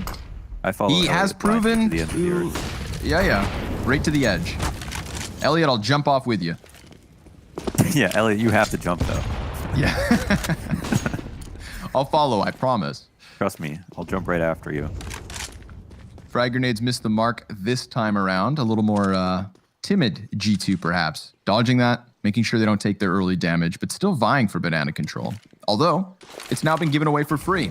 We're getting the counter utility to take it, but but the CT's comfortably sitting in their bomb site. I'm a big fan of this game so far. Hell yeah. Back in the site, let's see. Look at the. Okay, so these are different look, of course, on Banana. Bit delayed grenades to the top of car, but it's kind of a feign. G2 have still stood out here, so this is when it gets a bit scary for Big because now they're going to rotate one over to reinforce with the op. I like this adjustment a lot, but they are still hoping it's A and it's N. Oh. Eminet comes around as the smoke pops, and Keto barrels outwards, sees a lot of presence here. tabseN, he's ready, boosted up, and it's all so easy when Kenny S and Jax seem to be joined at the hip. Hunter with the second kill in the round. The only man to connect the kills is shut down by searson, he who started off this one with that close combat opping. So he begins and ends on that B bomb site. Big lead, 7-4. I'd like to know if Nexa would call that an execution mistake where they peek CT spawn before the smoke actually pops, because he gets opt crossing, but they might not have realized an op was there. So if there wasn't, did he want to do that on purpose? Would be my question. Now they lose a couple of players in that process, and there was that weird moment where Big were trying to get the op, but then rotate out. However, there's Eco. You can't write it off. Eminet gets an opening Tech-9 kill, and Xantares is only here by himself, trying to do the best that he can. He's almost in safety, but Eminet gets another kill. Damn it, that oh my god. Able to... Xantares is clear mid and dinked his teammate. Oh, and then Kenny S gets a second on it. Is this good? It was looking like a 5-man survive type G2 moment off of the Tech-9s. Okay, let's settle down. I think everybody was kind of lulled into this false sense of security. The rounds had been playing out quite textbook. You know, we had utility being exchanged down Banana. Everybody was sizing one another up. Nobody was doing anything too crazy. And then Amanek, out of nowhere, running through middle, insta headshots the mid peak, follows up with the AK kill on Arch. I didn't quite see the Xantares teammate dink, but I feel like in his position, it's understandable. The guy's so scared. He was so alone at A, and there was terrorists all around him. Yeah, he was completely tunnel visioned, clearing mid out as the only rifler left, and just completely destroyed tabseN. Oh, that's a wrench in the works. And look at the result of this as well. Oh my god. Yeah, swing round. Wow. Blink and you'll miss it. A slap in the face coming from G2. Now everybody's woke. But Big are also broke, and MP9 on Xantares is all they had.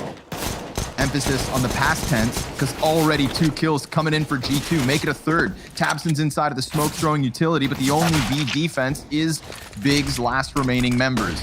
tabseN loses Keto, tries to flash himself outwards, but that's 5 guys up for G2, now only 1 round away, and Big, they're in recovery mode. Now this half is really up for grabs just because of that really strange round. Holy. With a couple of great entries. I mean, you know Omenek's good for at least one of those rounds a half on basically any map. That's kind of what he does on the T side. He uses like bad guns and gets 2 kills. He'll use like he has like more Mac 10 kills than AK kills, I think, in his career. Some kind of Elliott stat like that. Numbers only Elliott can crunch, but G2 smash tabseN on the front of Banana. Tizian's dropped off of the flank. Look at this cohort of terrorism. G2, man, like a unit. Every single corner's getting cleared. Every single position is checked. Now the hunt is on. Xantares trying to creep around. Alt just got seen by Amanek. That's going to be an easy call, and patience will be the name of the game. There it is. A potential flawless round out of G2 to tie this game at 7. Anybody could take the lead coming into the second half, and that really excites me. Yeah, that's awesome, because it did feel like it was going to slip out of G2's hands. It was going to be a very real stomp here for Big, but they've already done well on CT side to make this a very interesting second half. So I'm looking forward to seeing not only who wins this round, but like what even happens next half. Almanac, will he upgrade to an AK? Maybe there's one on the ground, I assume. Oh, and actually M4 is his preference. We know it's his preference. He's got 10k to his name, and he picks up the M4 over the AK.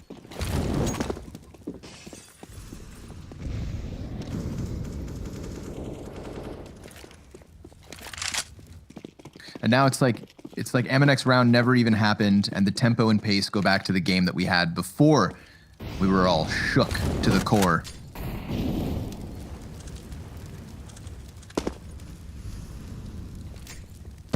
pressure still mounts, and so does the damage. Nice banked grenade there, right on the heads of two. So they have these late, like light touch grenades that come off the wall on Banana, and they work out so well as G2 linger around Banana just around the minute mark. They're calling that over and over again. Big trap here at top mid. They're going to go for the retake, and they've got a double push on Arch, and Jax will scurry away. The attention of Kenny S too. It seems like he wants a piece of this to maybe try to fight a rifler, but I don't think they know there are two ops on the map at the moment.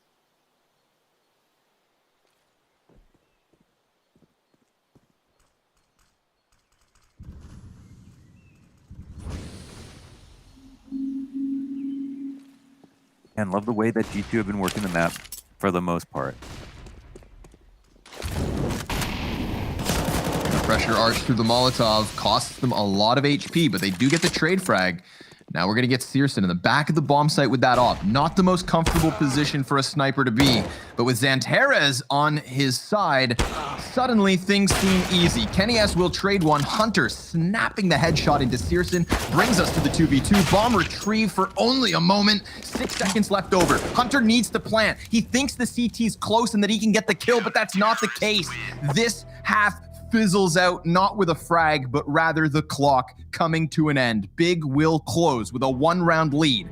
After the break, somebody's taken this map.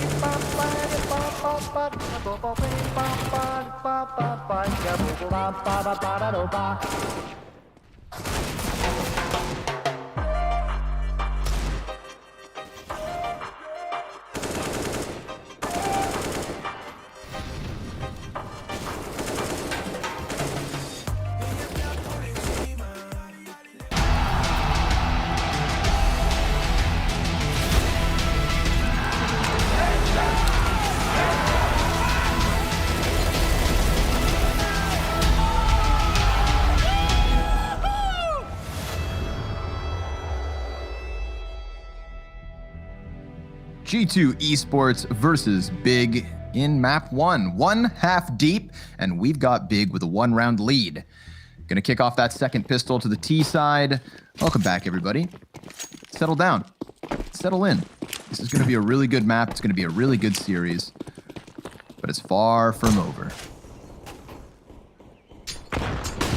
Oof. Oh, man. It's okay. That's over already for Keto. A good guy to kill, man. Keto's had some monster energy. Okay, this first half. Oh, he's gone. They don't have to worry about him. Ooh. Nice. Kenny, yes. Taps into the face of Tabson. But they have alleviated the pressure on Arch. This now allows Big to play around with the idea of the wrap, but with a man in apps, they want to hit this A site. Check out the radar. CT's kind of sniffing out and suspecting all situations. Santerez, he's going to work into the bomb site. The corners are clear, my friend. It's really just the pit you have to worry about. Because of that moment of silence they took towards Arch side, G2 actually doubled a couple players over towards B. And that's what allowed for them to now exit. Kenny S, he just comes quickly into the retake. His 13th frag as he swoops into the pit and leaves this on Searson 1v4. All the T's hit the floor and G2 tie at 8. The calling is so good, man. The calling is so good from both G2 and Big right now. They got the, even though Big lose that opening kill, there's a double nade to logs. That was perfect. Then they go for the Arch wrap. Kenny S makes the perfect rotation to peek through mid to clear out brackets to see if they're doing some kind of fake. And then that's after he gets the opening kill, of course. And this was Tizian making an amazing play to jump on Jax in the pit so his teammates could plant. And then Kenny S doing the exact same thing to Tizian with the USP jumping into the mini pit to trade him out. I really feel like it's one of the rare times you see kind of both teams. They're both making some mistakes, don't get me wrong, but both teams are making it hard for the other to win, making really good moves at different points in the rounds.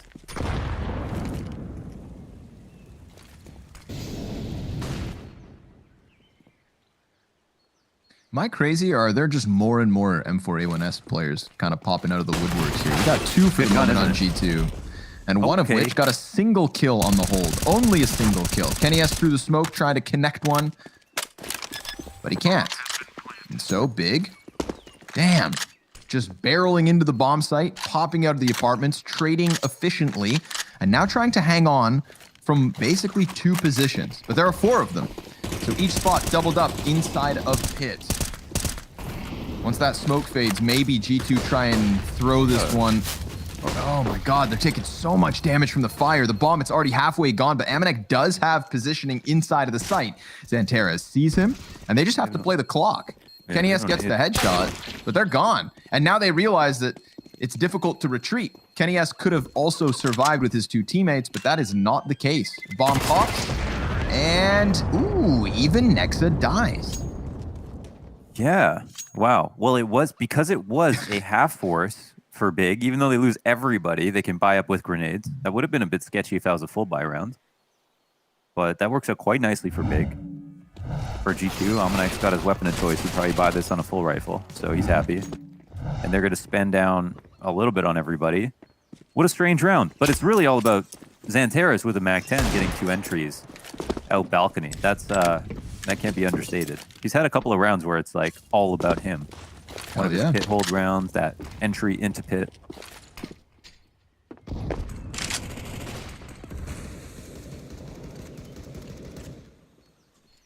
I think the M4A1S buys to reignite that conversation. Sure. I think at the very minimum, it's like if you think the M4A4 is better, that's one thing. If you can survive with the M4A1, you can get more buys in just because it's cheaper. And if more people use it, then more people are comfortable with it, then you can drop it to more of your teammates. So that's also good. So I feel like it comes down to how comfortable are people, whether or not they think it's better, since it's cheaper, are they willing to try it? I like your hypothesis. Could be it, not sure. Or Hunter, you know, put a figurative gun to their head and said, listen, we're all going to use M4A1Ss because I like it more. And there are cooler skins, and I don't want to be dropped M4A4s anymore. It sounds cool. That's always that's the reason we've got a problem. Yeah. But I mean, Nexa has no problem dealing with Searson. It does have better skins. Yeah? You think so? Okay, let's hear. Top 3 skins for the M4A1S according to Launders. Go. Okay. The Cyrex. Okay. Icarus Fell. So it was. Yeah. And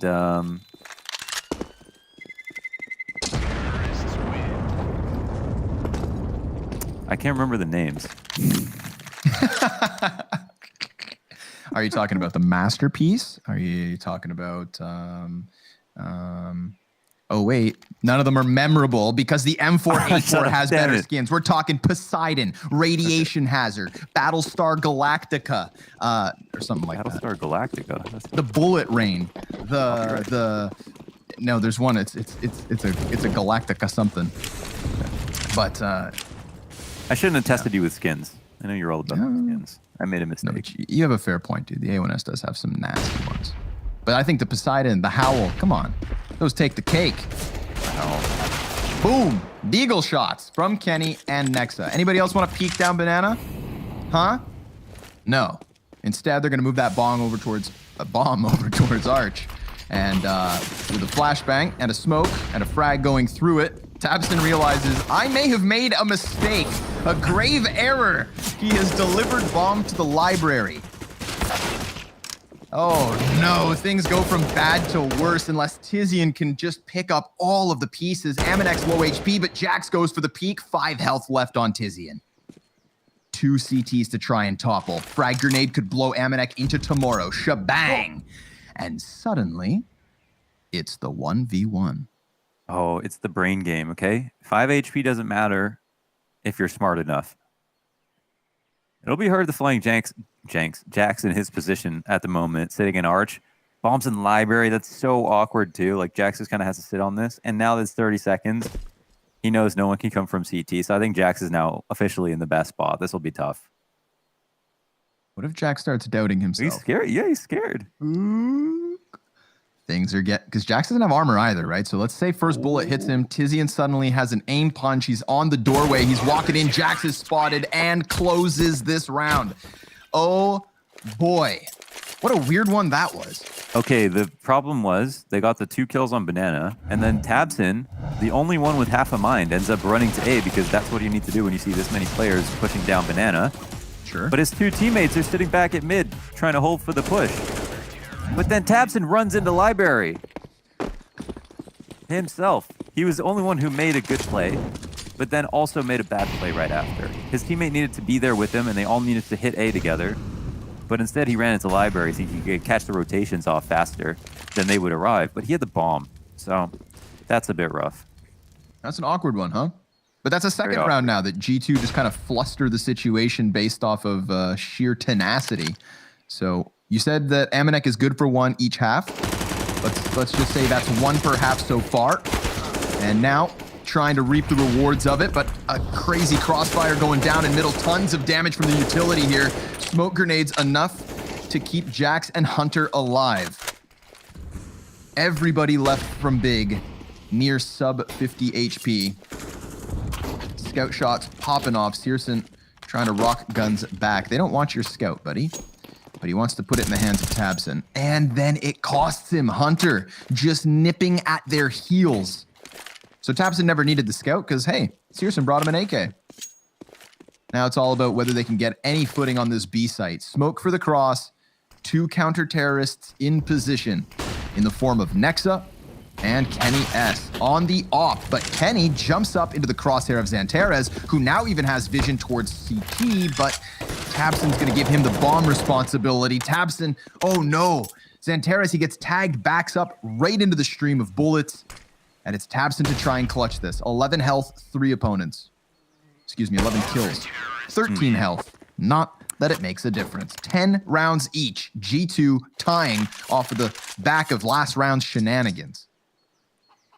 Well, we already know 70% of the time this setup never fails. Every time. Okay? They locked down with their 4-pronged lane setup, hoping that big would go for map control. 2 on Arch, 2 on lane. It's one of G2. It's a classic for G2. They do this on pistols. They do it on anti-ecos. They do it with full rifles. It's one of their favorites. So I'm sure Big knew what was coming once it happened, but it seemed like it was a bit too late once they got that message. And then Hunter hung out behind the lane smoke the whole time. So he was in a great spot to call out that they might be rotating back to B after they got the kills. And that's when the round was really over, you know, killing the player back in pit. Xantares jumps up into a very beautiful shot on the Kenny S. They flashed him off of coffins. He went for the repeak and died so quick. I mean, it's not everybody that can kill Kenny S before he can hit mouse 1, but Xantares may be one of the few. And I feel like Xanterra's really had the number of the other second player back by CT Cross, but he was given the bomb responsibility from Tabson. You know, had that counter terrace backed up half an inch. His head is gone. And suddenly, yep. I was going to say, now that we're, now that we're kind of like into the realm of possibility here for G2, looking at their past wins, since it's just like kind of a full rifle or eco round. Sure. Probably unlikely. Okay. We're looking at G2 being able to beat Heroic, of course, on Inferno. Oh, sorry, I'm on the wrong page. Let me quickly do this. So they beat Heroic on Inferno. They lost to Astralis 16-6. Their best match before they beat Heroic was a map against MIBR. In the last 7 games, they've won 3, 2 of which one was to MIBR and one was to Endpoint. So their Inferno's really turning around with this recent Heroic victory. And if they beat Big here too, that would be a huge confidence booster, considering, they're picking Inferno into Big, which made Maniac rip a page out of his notepad during the veto process. Like a madman. Like a madman. So we're seeing some confidence return to G2 on this map. Yeah. And I think that bodes well, considering that, remember, in the Astralis series, that's when they went for the Dust 2 pick that we had seen them kind of getting away from. So yeah, this is G2 with a different look so far at DreamHack Open Fall RMR. Maybe it's kind of thrown Big. Bit of a curveball. They're not feeling comfortable, especially not having now officially lost the lead. 11-10. Both teams on weapons, and Kenny S solo Behold versus 4 members of the Big Clan. It's going to be a tough job. Maybe he can topple 1 or 2 as they attempt to get inwards. We've got Utility being primed by the players in the back. Keto and Tabson on the forefront. He hits a shot despite being splashed. Kenny S repositions quickly over towards Coffins. There's no second smoke. He reads into Keto, going around, and Amanek even catching Tizian down middle after he was able to get 1 kill. So it's a 4 versus 3 with bomb planted. There's going to be a very crucial fight going down on Banana, though. Big time. It's a 2v2 on that side of the map. Trading efficiently so far. The edge still for G2, but now it's taken away. Nexa is all that's left over, and a smoke grenade meets him on this cross. If he walks through it, it's desperate. Xanterra is unable to stop him, and Nexa clutching out of nowhere. Doesn't even react. Can you believe that? It was being held. I thought he was going to save. The 2 smokes down, 1 coffin, 1 spools, op at quad, player on Banana, both lines of sight on pool, and he still wins. Man, the trades were strong that round from G2, but up until that point, you think, all right, well, they're just going to have to call it a day. That's crazy stuff here from Nexa. They needed that. Back to eco territory for Big after that round. Damn. All the pieces starting to slot into the puzzle for G2 Esports. Couple zany rounds in each half. That can be attributed to their 2-round lead here. Even more so if you account all of the ecos that those 2 situations have caused.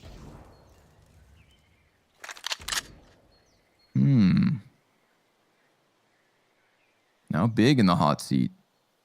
Scary for Big. They survived G2 survived a full B exec with kind of just Kenny S there.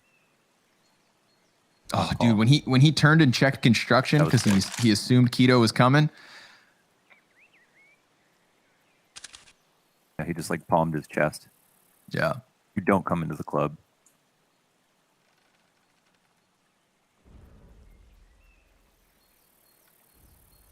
They've got enough for a very tiny execute. There's the God Flash. But can you flash a God? Yeah, exactly, right?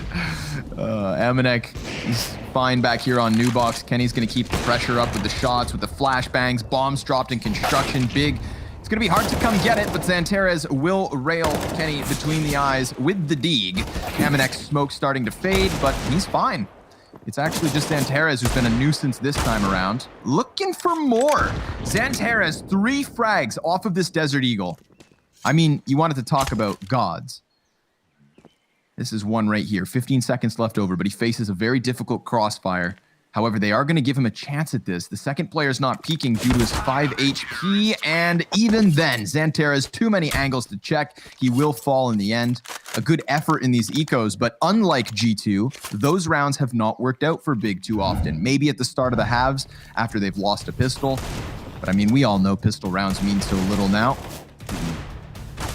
Damn, Xantera's doing it dirty, but not doing it quite enough. 13 rounds to 10. He's looking really, really good today. He's definitely looking very strong, but it's just none of these rounds are easy. Kenny S is definitely on point. Hunter is looking super sharp. Oh my gosh. Yes.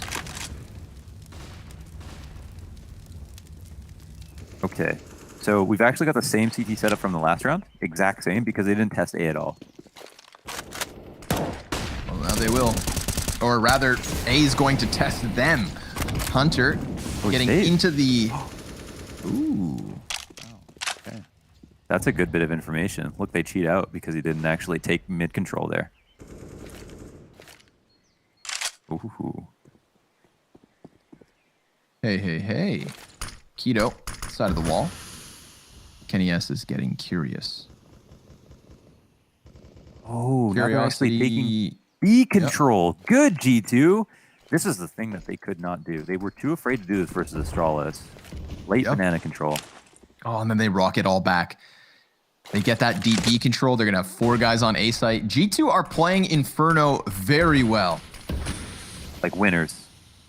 Big winners. Not like a team that got reverse swept by Big in the grand finals of DreamHack Masters. No, sir. And that's the Big, or rather the G2 they don't want to be. But check your corner on Banana, because you've got a pressured situation for Amanek, and he's got 2 kills, looking for the 3rd, swapping to the Deeg, and slapping Searson down. Xanteres gets nothing from his arch play. G2 Esports, 14 rounds to 10. That was a strike. That was a home run. That was a touchdown. That round was beautiful. And it's so unlike what we've seen from G2 recently. Low confidence DP side, low rotations, not giving too many looks to Banana. They figured it all out for this match. So far, so good. Round 25, featuring Big with 1 gun. It's on Xanteres. A Mac 10, 2 Mac 10s rather. Consider those what you will.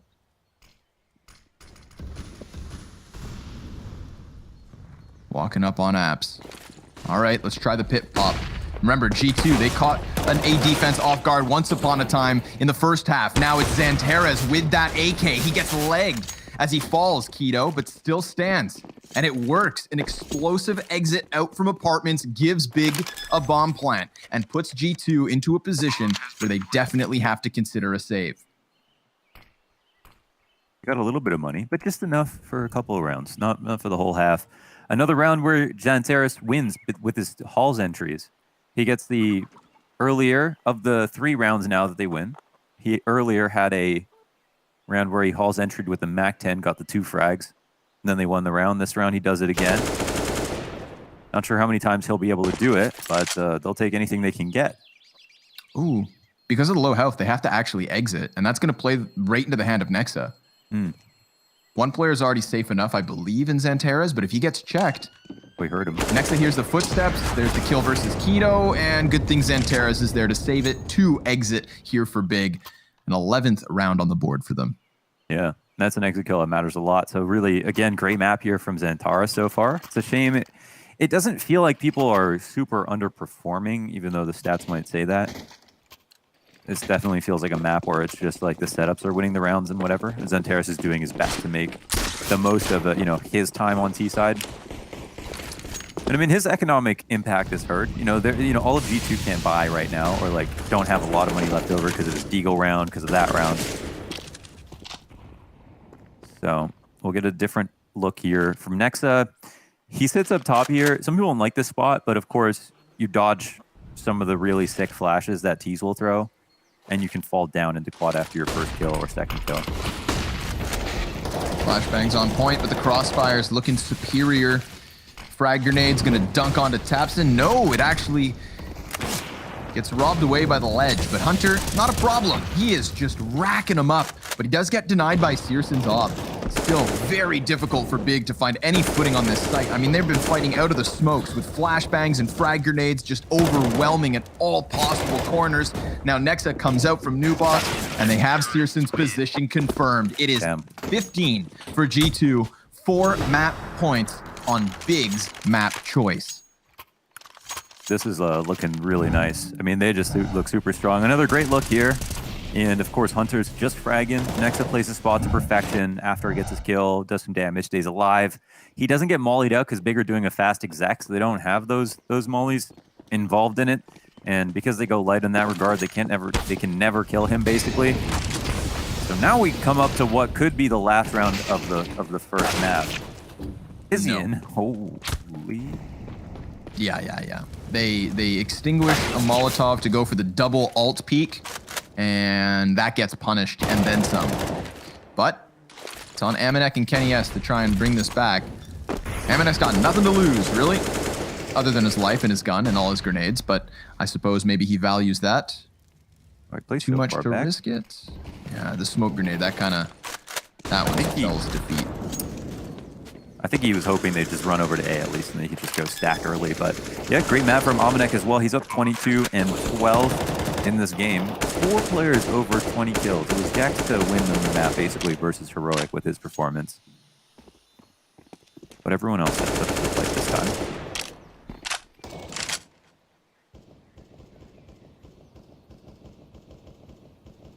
So what can Big do? Well, I hope Tizian has a round like that. They can try further Halls Pop entries on A. I think they're going to have a little bit more trouble towards B, but I mean, I feel like they're not going to win this game without at least one successful B exec, so I wouldn't count that out.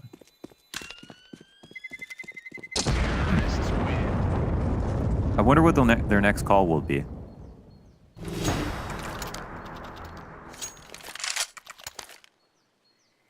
Well, if anything, because of the amount of kills they've gotten, they might treat this like an anti-eco. I don't know if they're fully aware of how much money G2 have to spend, but they know that an op and a rifle were saved.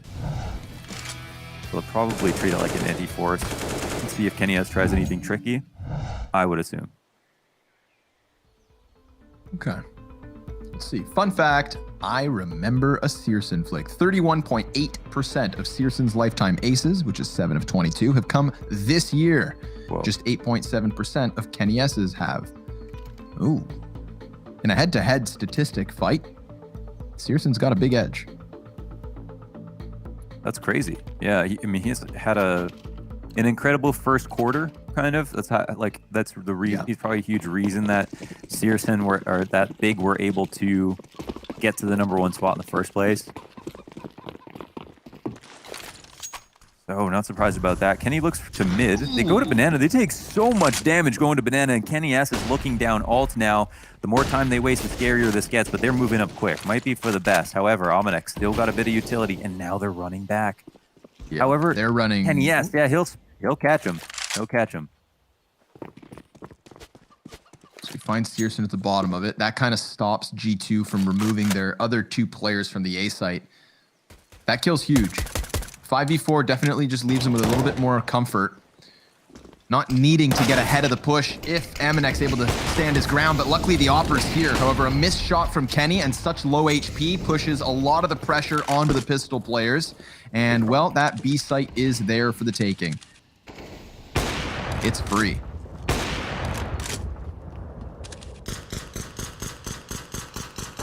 Mind you, I see a flashbang on Nexa.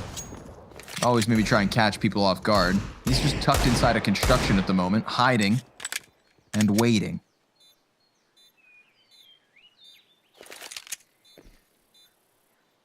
Okay, we'll go next. That definitely got a bit scary. A nice kill from Kenny S. And then he actually made the immediate rotate over to B. Had the opening shot, but missed. It was kind of an easy shot for Kenny. He missed it. They still could have won, though, to be fair. 4 players alive since that kill. And next, he's looking to try to get some damage off. Keto will die to the bomb, it looks like. Yeah, 2 down. So that's quite costly, but they still have enough for everything they need.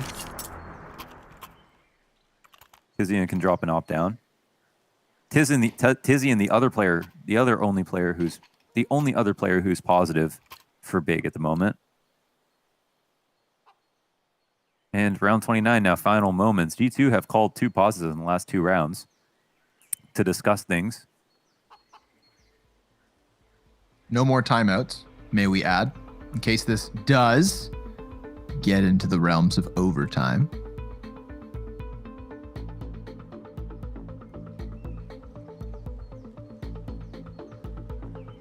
Crazy when you compare the frags. I feel like this is how Elon Musk sees the world. The inside of his brain? Yeah. Yeah. That's where we are. That's where this new stage is. Inside Elon Musk. Now it all makes sense. Please say in his brain.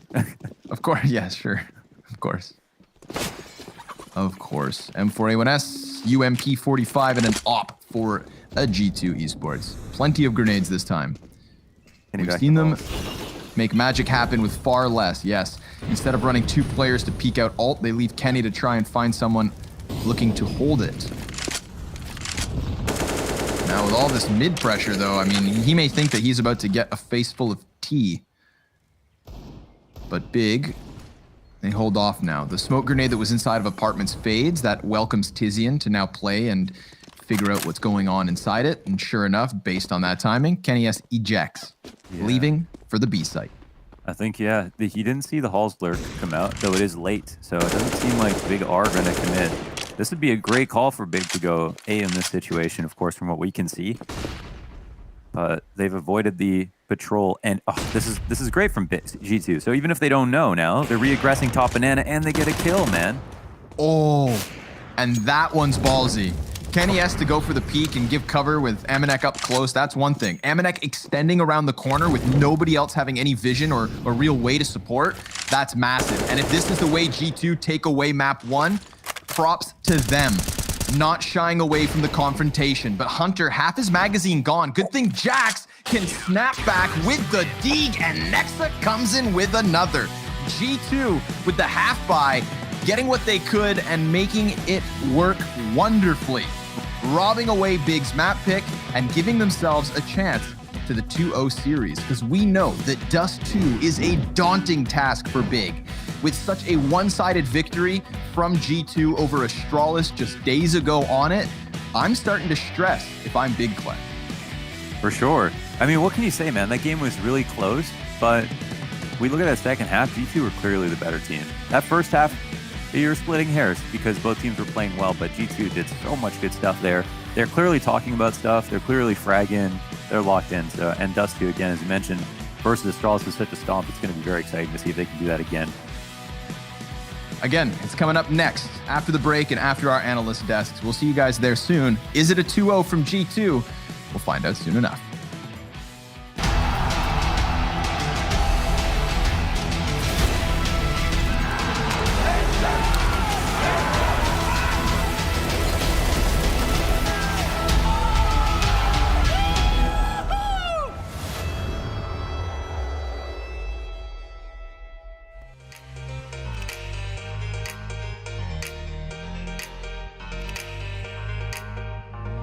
When you're by my side, I love it. Nothing in this world can hurt me. When you're by my side, I love it. We can leave the world behind us.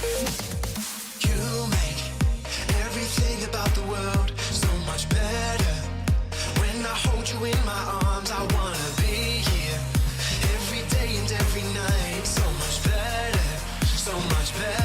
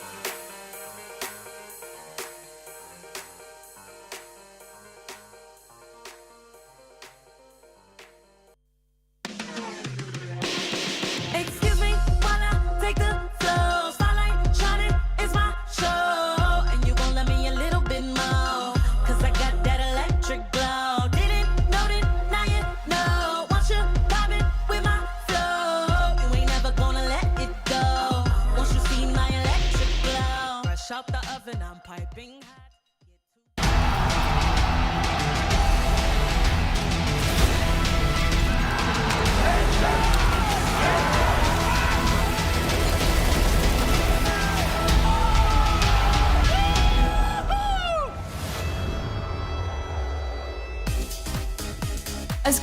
As close could be to kick off this fiery series. The Flames of Inferno would be stop #1, and G2 proved why. They brought this map into the mix with a 16-13 scoreline. They go one up into our second map, but before jumping on into that, Maniac and Blair are joining me to dissect what we just witnessed go down. Even though we saw G2 ultimately sealing it, Blair, Big had a pretty good start to this map. They were up 6-1 at one point. So what were the initial strong comings for Big in this one? I feel this is a classic tale of a game kind of like ebbing and flowing, going back and forth, right? Like you said, 6-1 start for Big, but looking really good. I was starting to kind of feel a little smirkish, you know, as I said with Maniac. I'm like, I told you Big's gonna win. But that great resilience from G2 to bounce back. They bounced back, and then the second half, they kind of ran away with it. They seemed clearly the better team on the CD side. And of course, as well, a few rounds which Big shouldn't have lost. 2 rounds come to mind. One in the first half where they lost to the Tech9s, and the second half where they lost just to the Deagles. I feel like these 2 rounds were kind of the turning points, because it was a very close affair, but G2 were the better team by a kind of a narrow margin at the end. Yeah, speaking of those turning points, I believe, Maniac, you want to dissect one of these for the G2 side. Yeah, and this is why Blair is a god, because he just picked the exact round I wanted to talk about. That is perfect. The Tech9 round coming out of G2. A great call as well from Nexa. As we can see, the score is 7-4. That's an eco round for G2, and there has been a lot of pressure putting on Banana, which is why Big have 3 players dedicated to the B side. But as we see, second mid, the train is gone. Amanek will catch Tizian off guard, leaving Centaurus completely alone. He's going to make his way towards CT spawn to catch an unsuspecting Kido. Even though Tafson and Searson are coming back, we'll see the kills coming through here. And that's not even the main part of the push. Kenyes, Hunter, and Nexa coming out of apps, catching Centaurus off guard, and then another kill onto Tapson right here. In the span of 15 seconds, we have G2, with, I believe, completely turning around the game. After this round, Big will be in an eco. After that, again, their money is completely in the bin, and this was an eco round coming out of G2. So we can talk about the great calls from Nexa. We can talk about maybe Big getting caught off guard, but these pistol rounds, they have decided the fate of this game. It was the case on the T side, as we can see right now, and it was the case on the CT side as well with the Deagle round. We'll see now the POV of Amanek just completely gunning down Tizian, catching Kido off guard with the AK. Then that's Kenyes. Just so happy to see Centaurus unsuspecting. Tapson gets deleted. I don't even know how that's possible, but that's the kills right there. And this, again, to me, the turning point of that first half. Gave me flashbacks to 2015. I won live French players Tech9s. I love it. I'm fully here for it. And of course, we're going to be going into Dust 2 as our next map. Of course, the choice here from the side of Big, which might be quite interesting. You know, both of these teams are quite big fans of the map. Interestingly enough, as Scrawny pointed out during the game, obviously we saw G2 taking an incredible victory over Astralis, 16-2, no less. So if you're from the Big camp now, Blair, what are you going to be focusing on coming into this, considering that it is your map pick? I did say it earlier. I mean, they needed to have big cojones to pick this map, considering how good G2 looked against the #1 team on the planet. But it is a map that Big are very, very, very comfortable on. And one thing I just wanted to point out as well, I kind of painted the picture heading to this matchup when it comes to the stats that G2 have the second best 5v4 conversion. They get the opening kill and they convert the round, right? They had a 79% conversion after they get the opening pick in that particular map. That kind of completely deleted Big stats, where Big, when they're a man down 4v5 scenario, they win 45% of the rounds, at least in this tournament so far. And that didn't happen here. G2, they came in, they lived up to the stats they had going into this matchup. And yeah, good showing for them. And for Big heading to Dust 2, they need to turn it around. I feel like they're losing too many members early on. I feel like the individuals, especially when it comes to Searson, he's a player who was a little quiet, I feel like, on that particular map, especially when Kenyes was winning all the opening deals. Heading to Dust 2, you expect to see him with the AWP, you expect him to see him with the Scout. I want to see him a little bit more unleashed. I think that's what I'm looking for here. Yeah, I think we'd like to unleash the beast going into the second map of the series. Of course, it was a close one to be kicking things off, but can G2 take it in 2? We'll find out as we head into Dust 2 after this.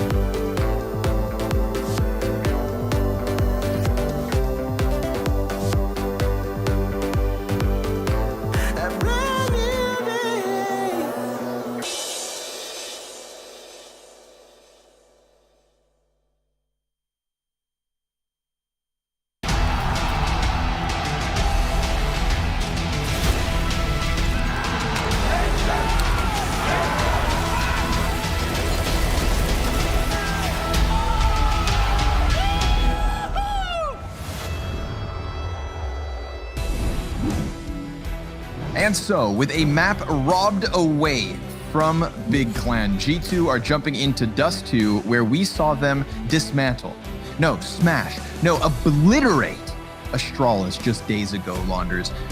Do Big have any chance? I think they definitely do. I think Astralis match actually, I don't want to overblow it because I myself, have been selling that against this upcoming Dust 2 match and going, well, they did it there.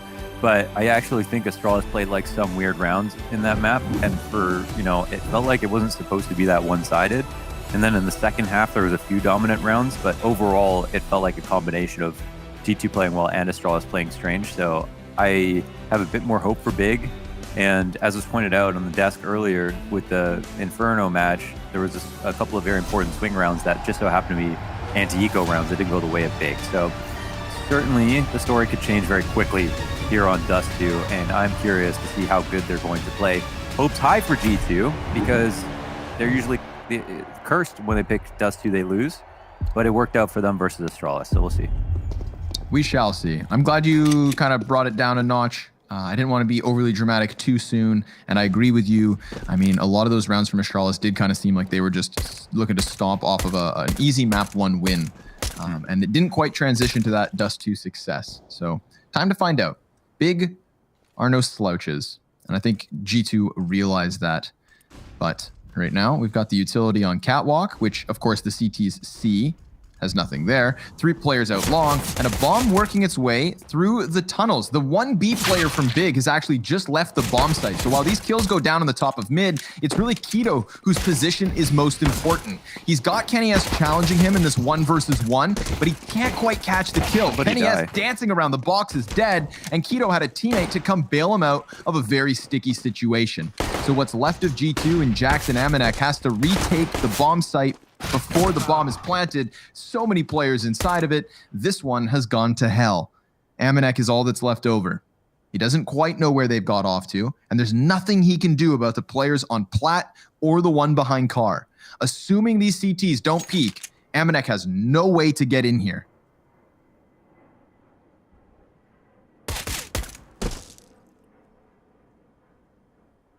Tizian. Okay. Not yet. Oh, and he's actually he's getting close now. Okay. Oh my, Tizian never peeked. Yeah. That's so frustrating. It's like mad for him. Yeah. Good on you, Tizian. Now that was, I don't think a single nice shot was hit that whole round. So they could have looked very different if G2 hit their entries. But they had this cool idea to do the fake towards Long. Like Long was wide open, they threw smokes, they fell back. Nexa failed his kill. Kenny S shot almost 2 full mags at one guy in window. Neither of them could kill each other. So I think that one rested on at least somebody hitting a nice shot overall. But lucky for Big that they bid on the fake and then still won. So now we jump into the conversion.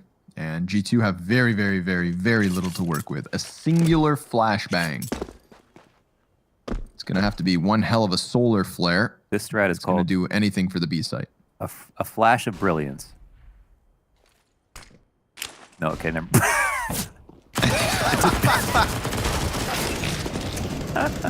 Yeah, real brilliant. Keto and Xantares, they're going to mow down 4 players as the brilliance is a bust. The flash never getting out of tunnels. And 3 players still alive for Big, but oh my. It lined up, and then it just bounced off the wood back out into the playground. Wow, thanks so much, Amanek. Let's forget that one ever happened if we're G2 and move along. We've got guns on each side. Big, good start, but now they face AKs. A flash of brilliant. I've never named a strat in a round, and of course it's the one where they have one piece of utility. Oh, my cheeks hurt from laughing. Maybe you should stand up. Yeah, maybe. Oh my god. Down here at the bottom of mid, Tabson's tucked behind the doors. The Molotov's not going to burn him into the open. And the flash won't pester him much either. playing for cat control, it seems.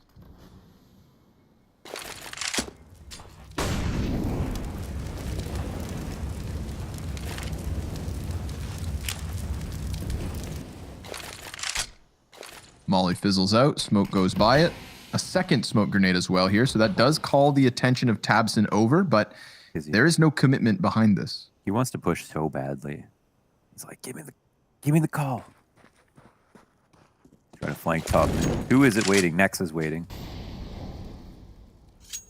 I want to say Nex is usually very responsible when it comes to holding these pushes, but they're out through the molly. Trades are okay. Actually quite good. Wow, they kill everybody in the spawn. Long-range duels go badly, and finally Tizian will come barreling down mid, but he's got the short barrel of his MP9. All right, Searson with the no-scope, almost getting that peek onto the player looking the other direction, but Kenny S gives cover, and the bomb goes down. G2 rocking it through middle. I mean, a good job by Tabson in CT spawn to molly off the 2 Ts. Almost got the second kill because they were so clumped up on one another, but he died and the trades were good. I mean, this round really, it's that 3K from Hunter that really got them into the B-bomb site and whatnot. Sure, Searson, he gets the tip of the hat for the no-scope in the end of it, but it is G2 Esports on the board, 3 rounds deep. I do like how they just decide to fight TT spawn, knowing that they didn't get a kill last round, so there's going to be a lot of SMGs. Whereas they could have smoked it and allowed people to rotate closer and then been a victim of smoke spams instead. So those kills could actually be regarded as easier than post-plant kills in some sense. And now Tizian, again, he just really wants to push. So he's going to go up to top mid. Now up from Cat, flash to assist. Kenny takes some damage and he'll get a kill. Tizian's looking sharp. He does well to get that frag, but now the M4 is in an unrecoverable position. Darn. That was their hardest hitting weapon, but okay. I take that back. It's Searson with a scout. I have to forget that when Searson has a scout, right, the gun just seems to be twice as good as with anyone else. What do you think about his scout skin? The blue spruce? The blue spruce, yeah. Dr. Seuss. Very lame. Blue spruce. Yeah, somebody get this man something hot. My favorite would be the blood on the water. But wait a second. Hunter gets that kill, and it's two players with some utility good weapons versus Tabson, who's low. However, body shot Deagle is good. 1v2 now, and he got an extra hit off onto Hunter. Yes, he did. Ooh, there it is, though. Headshot versus Keto. I mean, Keto had the chance. You heard the bullet zinging by Hunter, and on 50 HP, yep, Zanteres. Oh, gets called out. Hunter is on one. 3 kills last round, 4 frags this time. And that right there is 2 rounds thanks to Hunter. Obviously very cost effective for Big. Good job. But it's another round for G2. Wow, every shot was really nice. Just a quick tap. Control from Hunter. All headshots. That was looking like a Shoxy round almost. Shoxy level 4K right there. Whoa, look at this. The Conga line up middle. $300. Everybody's dead in 14 seconds.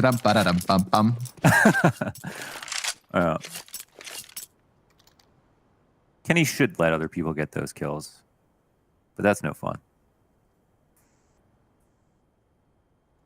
All right, well, Searson will upgrade from the blue spruce to the green spruce. Don't know what actual skin he's using. Looking for the fast cat pick this time around. Kenny is buying guns with the bomb on his back. Peek down middle, no one rushing fast cat. How far will Searson go? Take the collar off. Oh, he looks to the jump spot. Whoa, they're sticking around with that one, giving Searson a second chance. Had there been a player close cat, maybe he runs into the sniper, but it's for that reason Searson doesn't stick around too long. They're, well, everyone knows that G2's got a mean mid to beat. And at the moment, could they have a better time to try it?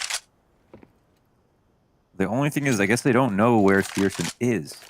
Didn't see him on... Or no, they did see him on cat. They should have. Yeah. The only thing is they don't know where Searson has gone. Yeah. Answer is not too far. sitting over by Carr. He waits for them to walk into this. I don't know if this is the way to play it, boys. You've got tabseN on the bomb site with Zem4, searson ready as ever, scoped in. Flash indicates the hit, and searson nails it. But it is a quick trade from Aminex, Mac 10 of all things. Poor Sniper couldn't get out of danger's way. Tizian from long A ducks back behind cover as the B rotates do arrive, and they want to get into position before the T's can actually sneak back onto Cat. There's Hunter popping up on the edge of the smoke. Doesn't seem like Xanterra's saw him, but Tizian's into the equation with 2 kills already. Has to get the reload and will. Then faces Hunter on Catwalk, and that's Hunter's 10th kill. His 3rd big multi-kill. Another 3K from Hunter gets G2 their 4th. I think we're going to have one of those Hunter maps. Like, we're going to have, I feel like this one's going to be for the books based on how well he's playing right now. He's been laser sharp, really, with this AK, entries of Cat and everything. Love the look from G2 to cross Cat that way, where searson, I think they maybe have expected him to be there, but they kept it simple and made sure he couldn't fall back, which is key. They didn't give him a number of shots, so they let him have a kill, but then they instantly were in position to trade. Big had moved back into position with tabseN very quickly, so that was a big out for them. But again, the trades were even better for G2. Very tight spacing. Okay, I'd like to see what just happened there with Keto. A wallbang Deagle headshot, why not? Oi, Kenny S. Quick, minute flick. 3 players on the other side of these doors, man. If he plays around too long with Xanterra, he could get pushed real hard. But with the damage being done onto Hunter, we see everybody from G2 kind of working back towards the B site, and Big, they are getting ahead of this. Now, they don't have much to work with, but at least their bodies, physically, are in the way from stopping G2 from bagging a freebie. This Keto angle is my favorite for holding the site. Usually they walk out watching window. Oh, but he'll move up now. Oh my god, Xanterra gets one off the Deagle. Hunter will trade it. They still don't know about Keto, and he's got 2 players turned. Hunter, fast trade frag, but it's a trade because G2 are still hemorrhaging. Hunter, less than half health. Kenny S on the AK. CT's wrapping this one from both directions. Kenny's going to plant tuck safe. Hunter had eyes on tunnels momentarily, but he's trying to find that timing, knowing that any moment, 1 or 2 CTs can just burst out the doorway. Tizian's creeping in. Saw him. Yeah, he saw Hunter, but I don't think Hunter saw him. No, he did. Oh, okay. All good then. Yes, all good in the hood for G2 Esports. 5-2. That's how you play the game. He saw, as Hunter completely saw him, and then just went to watch door and told Kenny S to watch tunnels. So now the guy tunnel is absolutely terrified that Hunter's going to peek him, and Kenny S gets the free kill. So that Keto Deagle was just blindly through a tunnel smoke. Very nice. That's what you get for defaulting Aminex. See if you try that again. Player up Catwalk and searson. Double sniper setup from Big.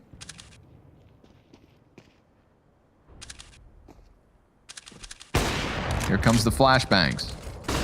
Keto's able to weather the first storm. Easy second peek up. Anybody else want to give him a shoulder?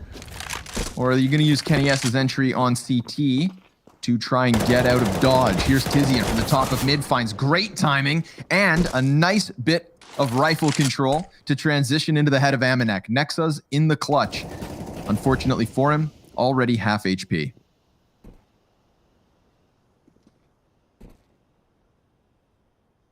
So 2 things. G2 tried to go molly out back K-Sharp, but they bumped into each other when he was supposed to throw that Molotov. So worst case, it's supposed to be one person gets opt, one person throws the molly, but then somebody bumped into somebody on the way out of the tunnels, and then the molly came late, and Keto got 2 free shots off. And then the other thing is that this is like a very G2 round in a sense. They love to put a ton of pressure on one choke point, fake an exec, and just have one person slide out and go for a pick like Kenny S just did. They have a great strat on this map where they take a lot of long control and then they go for a quick mid B. And Nexa calls stuff like this all the time. I actually love it. But quietly, Nexa has gotten, 1v3 bomb kind of planted out in the open. It's nice and open too, where you can go cat and have a shallow angle to shoot it from. And oh my god, they heard this, didn't they? No. Didn't. Oh my god, he lines up. Oh, what could have been. He would have had Searson cut off on the cross as well. And I mean, that would have been difficult with the sniper versus AK. Maybe he doubles back towards No, he Cat. just goes back to Cat, yeah. Oh, what could have been. Oh my god. What could have been. That was... Defuse comes through. Props to Big for the retake. But, I mean, nice effort.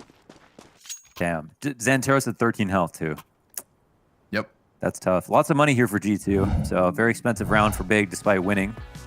It's kind of scary for them that was so wide open and actually came that close.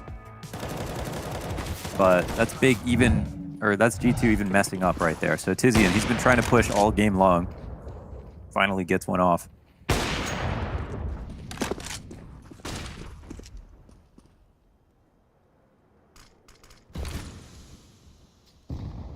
Aggression here. Keep forgetting Big picked this map. That our map picks were inverted. Right. You know? Yeah. Like the I keep looking at the radar. I'm like, wait, is that really picked by Big? But yeah. They wanted to take it here. They've got their hands full, but they are also fighting tooth and nail.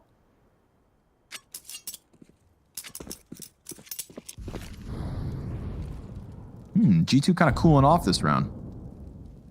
Kind of nuts that we've only seen long control once and on the pistol, and it was a fake. Yeah, good point. It's been neglected. Not very Dust 2 like.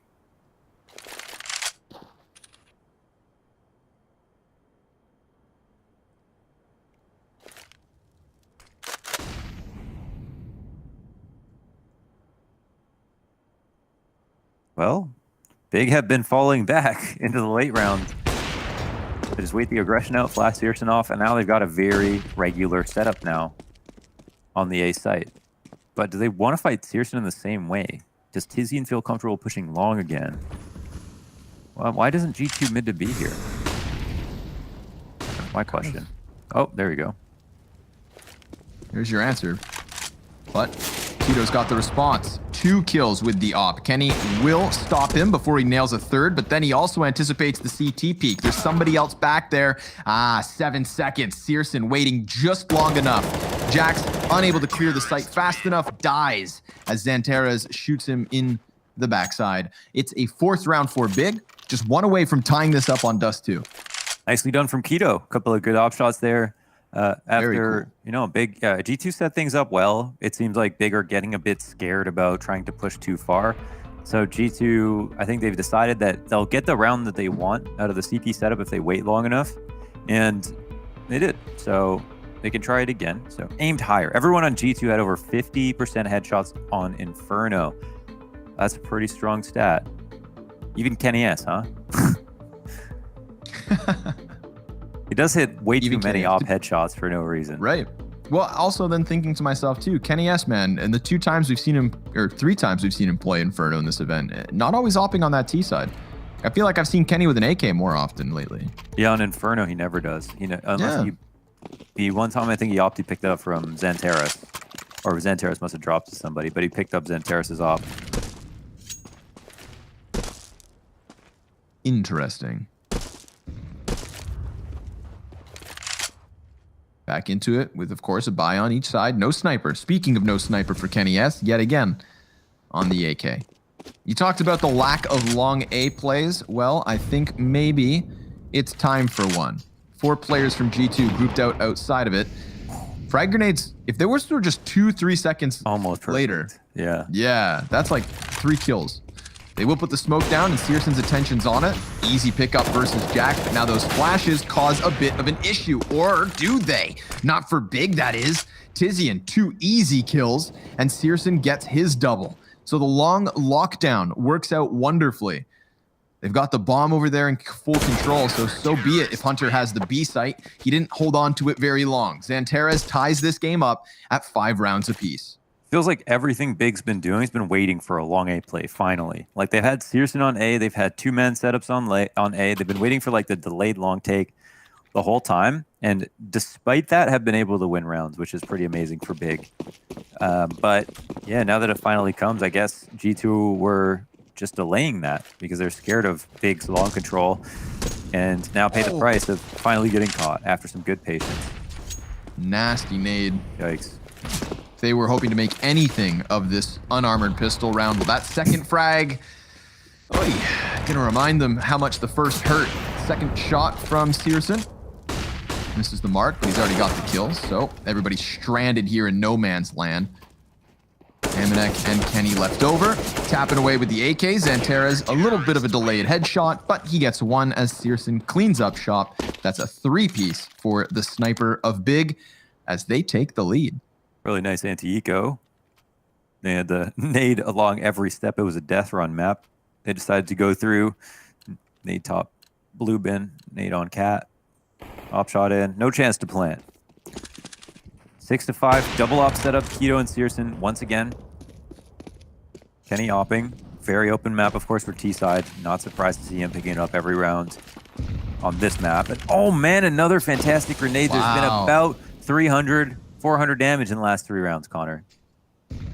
Yeah, after this round comes to a conclusion, I'm checking utility damage in server. It's gotta start skyrocketing. Definitely in the favor of Big. Mostly from Tabson as well, but Kenny S looking for that headshot in mid. Looking to keep up the plus 50. Ooh, nope, doesn't connect. 398 utility damage so far.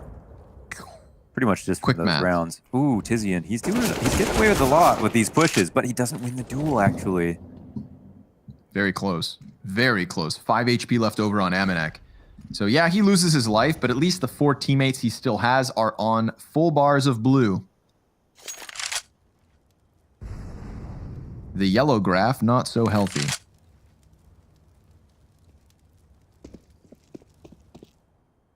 Okay, boys, group and explode. 3v4. Let's give it our best shot. 25 seconds left. Unless they're going to save now, which it doesn't seem like they're going to do. They're actually attempting a fake with poor Amanek on red HP. Hunter looking up for the entry, is following on the ramp, and he's sure to get off. Keto's there, in fact. To get another couple. Very nice map from Keto so far. That is very crap. difficult job here for G2 to try and bust through the sniper on this A site, whether it's Searson on car or this round Keto. I do feel like A has been causing them some troubles. You asked about, where the mid to be is, and they went for that one, but even then they're getting pinched. It seems like Big kind of finding their comfort with these snipers everywhere across the map. That's true, yeah. Even on mid to B, they got opt by 2 guys got off from window by Keto, and then they eventually got opt from Searson as well, pushing through their mid B setup smoke. They're not doing some of the regular stuff, but I don't know why G2 are not trying their fake long control to mid to B fast, or anything fast for that matter. It's not like them. But then again, they always lose dust too. Except for when they win it.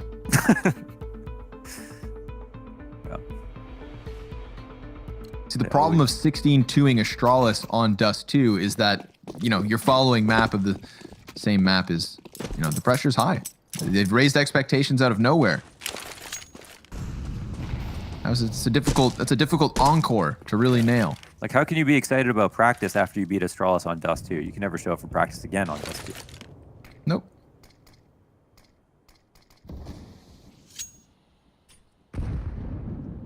To practice their death matching.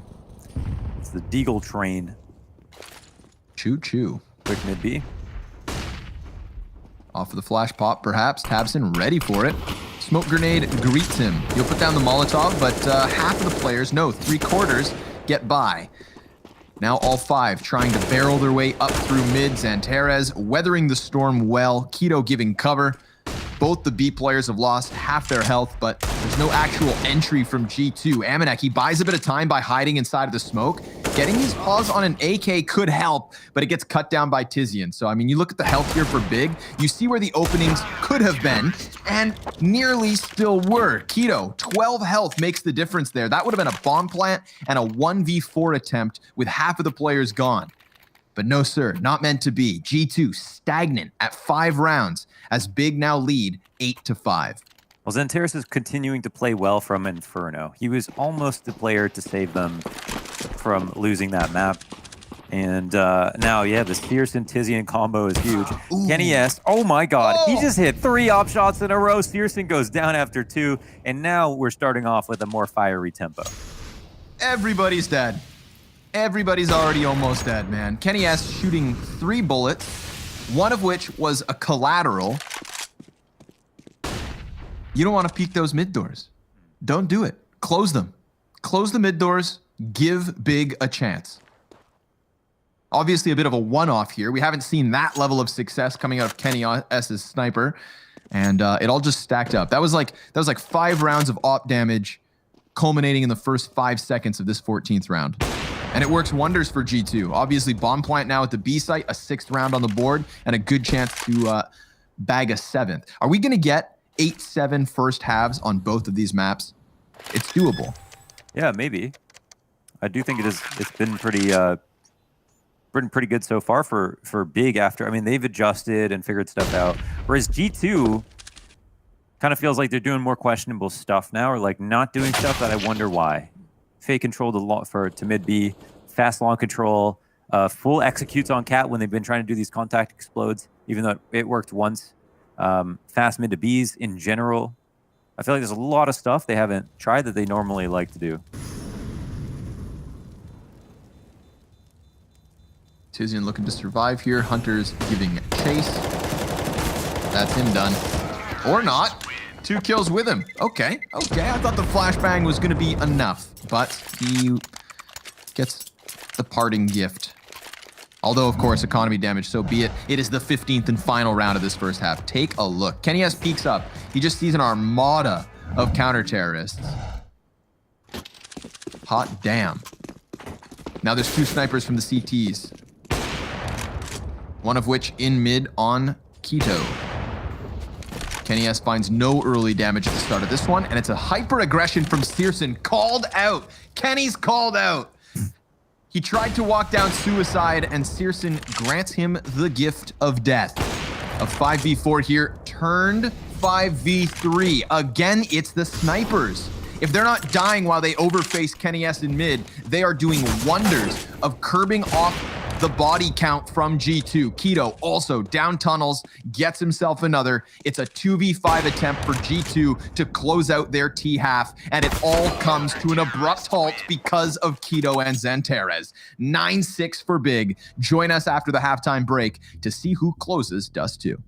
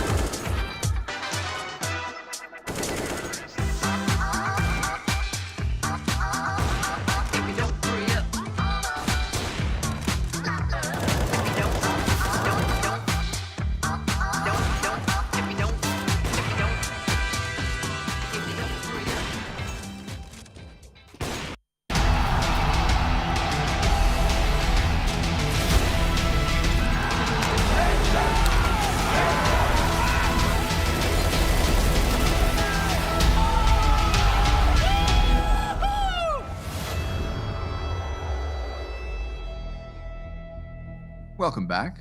I hope the halftime break was enough time for y'all to catch your breath, because Big took the wind out of the sails of G2 at the end of that one. The snipers all over the place for Big. I mean, almost omnipresent here between Searson and Keto. And it just seems a little bit too much to handle in that first 15. But we are very quickly into an offensive from G2. They've got Hunter down in the lower tunnels with 2 CTs fighting top mid. Hunter finds a bit of success, but he needs to lend a helping hand at the top of middle because one of those 2 players is dead. Kenny can't quite catch it, and Nexa from inside of the double doors. Oh, he is all that's left over. Big about to grab their double digits. Unless Nexa pulls out something huge. No, it's definitely looking like a nice 3-mapper here.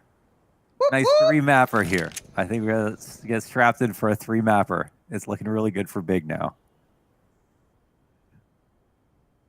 Yeah, Big stocks are they're through the roof. People are lining up outside the exchange with their tickets out. How would they sound, Connor, in the 1960s, trying to get some big stocks?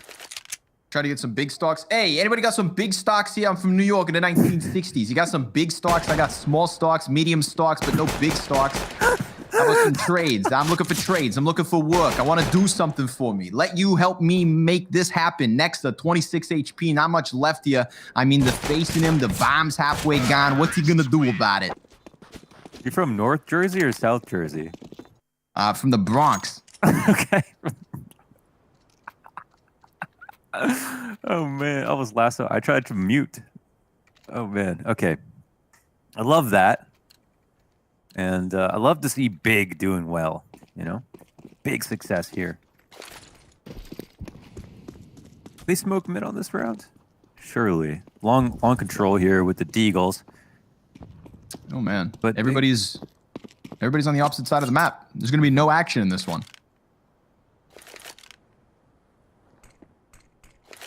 Or is there? There may be. It always seems free, and then people slow down a lot, and then the CTs take control of things, and a push will come out, and it comes a lot down to this pain point of Searson, but he's only got the, oh my god, he's going to be throwing a nade. They're going to be flanking him here with a scout. Will he do it with the blue spruce? Kinda keeps an eye on it. Hunter, oh, Hunter got a headshot. Hunter's ready for another, but it's Tizian to crouch wide. Now here comes that top mid push. Searson's ready for it. He's calling it, but he misses the shot. Good thing the USP has more bite than bark. It's a silent weapon, but I feel like G2 heard those headshots from the other side of the planet. 3 CTs, or Ts rather, left, and they only needed 1. Tizian gets that final kill. 2 casualties here against Big, but it's a 5-round lead at a comfortable 11-6 start to the T side. That was close. That was a close call. Searson, they wish they had head armor for that one. Searson missed his first scout shot, which is something you don't say very often, and then had to hit 2 clean USP ones. But of course, these offers always have to rely on their sidearms. Usually quite good with them. Tizian flashing himself out long, and it's another stack towards this side of the map. It's going to be a big clash. 4 versus 3 right now. 5 versus 3. Damn. 2 kills off of it. Tizian's kind of stuck in position, but Xantares isn't going to let him die alone. They're going to fight to the death, side by side. It's Xantares, in fact, who dies alone. Jax wants to walk away here. 32 health, a Deagle, and Big heading towards the opposite bomb site because they know it's free for the taking. So this will be a 12-6. But again, G2, you know, making something from nothing. That's kind of the reason they won Inferno, was a couple of crucial rounds where they pulled it out of thin air. And that hasn't quite happened here on Dust 2. Not yet. No, Big in full control, minimizing mistakes and maximizing their advantage. Of course, we take a look to G2 as this should be their bye. Mm-hmm.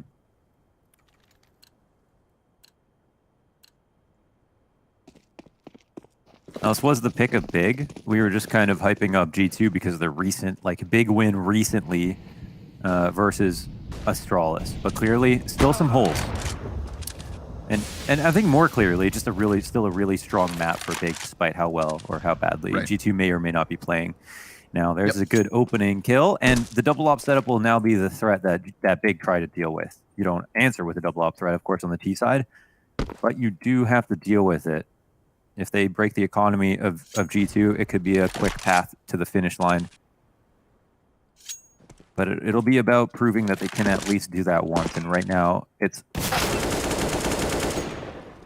like a decent situation. However, Zonteris, he grabs his kill on Nexa, gets away. Low HP, but still, he gets away. And because there's 2 ops, it almost doesn't matter that he has this level of health. Depending on where he takes his duel, Hunter will get his kill to the back of B, and that shuts down the opportunity to go for a mid to B. Bogdan's Law. Zantera is now on the sniper. He goes up catwalk. He's going to be contesting Kenny, who has just ripped Tizian out of the situation. Erased him from the equation. Number 2 pencils only. Kenny S drops the flashbang. He hears that off-shot zing by. Zanteras actually gets it while somewhat blind, and then Tabson follows with an additional kill. This is quite wild, but there's 24 HP left for Big's players combined, both of which now on snipers, both of which now down long. And it's Hunter who's going to have to try and contest this on his own. He hears one run to pit. So this might give him a weird... Oh, no, Tabson. Oh, what happens? Vital error. That patience from Hunter. Oh my god. Yeah, just sat there, waited. Tabson pulls his knife out, wanted to wrap back around Cat. Zanteras is in pit, knowing there's a player close. Amadex sticking the defuse through the smoke. Of course, he doesn't have a kit, so if he comes off it, there's no chance at the win, but Zanteras, okay. All right. That happens. Well, that was a sweet shot, at least. But the bomb gets defused. It's perfectly played in the 2v2. The way Amanek throws the smoke, wraps around the other way, kind of diffuses from the side, awkward angle, how Hunter doesn't push out. Exquisite. Chef's kiss. Nicely done from G2 in the 2v2, even though it was a 4v2, and Big almost should have won there. That's it. You know, Big didn't close that 2v4, but they did a great job of even getting it so close and finding a bomb plant in the middle of it. So, you know, there's a silver lining there for the offense. Tizian, opening kill. Comes barreling out long A. He is very much stuck behind Big Blue, but he still fires back. And he's come out here for pit control. He's still looking for it. A little gap in the smoke almost cost him. Kenny was very much focused on it. Hunter to be challenged here out tunnels. The second flashbang blinds him. Amanek laying down the utility as well. They see the T's on the cusp of the tunnels, and Amanek now has cover. Difficult spot for him as 3 T's stacked up. A banked frag grenade that misses the mark, but again, it's teammates that are keeping Hunter so comfortably in this position. Everybody from this B bomb site has died. The only success was really Tizian elsewhere on A, and it comes to a close to the favor of G2. They now trail by 4, and there was losses versus them, but Big are going to have to take a timeout and figure out the solution. I'm going to take a look again at Hunter's first map, because he's already up to 20 on this one, and he was playing so damn well on Inferno that must be talked about. I'm pretty sure he was a top fragger on that map. Yeah, he had 25 on that map as well. So up to 45 kills across these 2 maps already. This one's not done, and it does come down to the M4A1 silenced, Connor. How good is the M4A1 silenced? Yeah, it looks good too, that shattered glass. But look at this fun fact. The Dust 2 pick might have confused people. Yours truly. But Big are 3-0 on the map against G2 this year. It makes sense. I think you mentioned it briefly. You know, it's no matter how good that win over Astralis looked for G2, we can't forget that Big are an excellent Dust 2 team. It's one of the maps that they used to cement themselves at the start of 2020. So, I mean, no real shocker.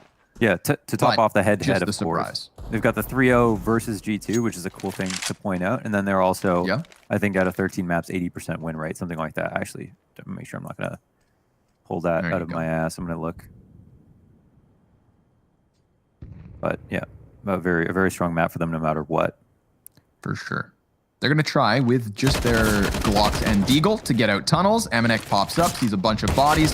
He's hiding and hoping that Searson can't close him, but Amanek doing a good job back and forth with Hunter's help. His now 23rd frag of this second map. An excellent series for Hunter. 3 rounds, the lead still for Big, buying up on both sides of this one. I just think this entire series is going to be close maps time and time again. This is no a doubt. really fun head-to-head. Both these teams are delivering. I got an Elliott fact. Before we got into the series, across the 5 maps, Big played an average of 30.4 rounds in their 5 maps that they played because they had so many overtimes. Yeah. So they are 8-2 on Dust 2 in their most recent games, and at ESL Pro League Season 12, they went 5-1. Ooh, so if G2 were to win so convincingly over Astralis, that'd be one thing because we saw Astralis make the, whatever questionable plays they may have. If G2 can win Dust 2 versus Big with such a substantially successful record for the clan, now that's something, especially seeing as they are fighting off of the back foot, having had Big finish the first half 9-6. We've had 3 rounds apiece since the first 15 came to their conclusion. Oh, but a 5v4 bodes well for Big.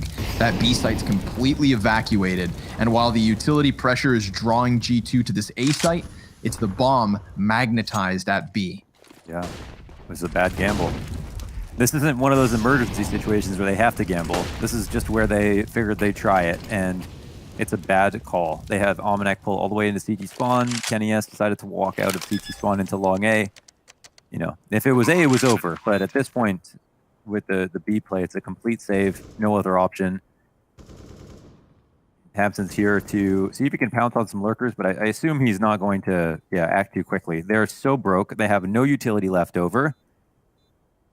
They'll want to buy next round, and it'll take everything that they have. So this will be Big getting 13.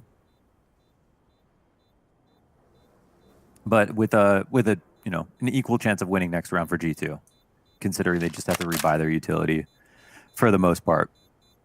3-0 win streak comes to a close here for G2. Little streak for what it's worth. But yeah, the hole's been dug. They're in it. They started 6 rounds on the half. They lost the second pistol round. Yeah. So this will not be an easy feat.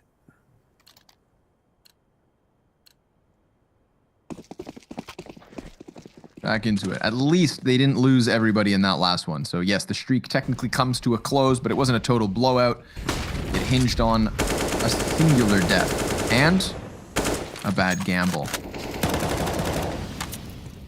Let that be your lesson, kids. This skin right here from Hunter, that's the Galactica something that I was talking about. Okay. Jax has it too. The Battle Star. Yeah. Does look like a spaceship.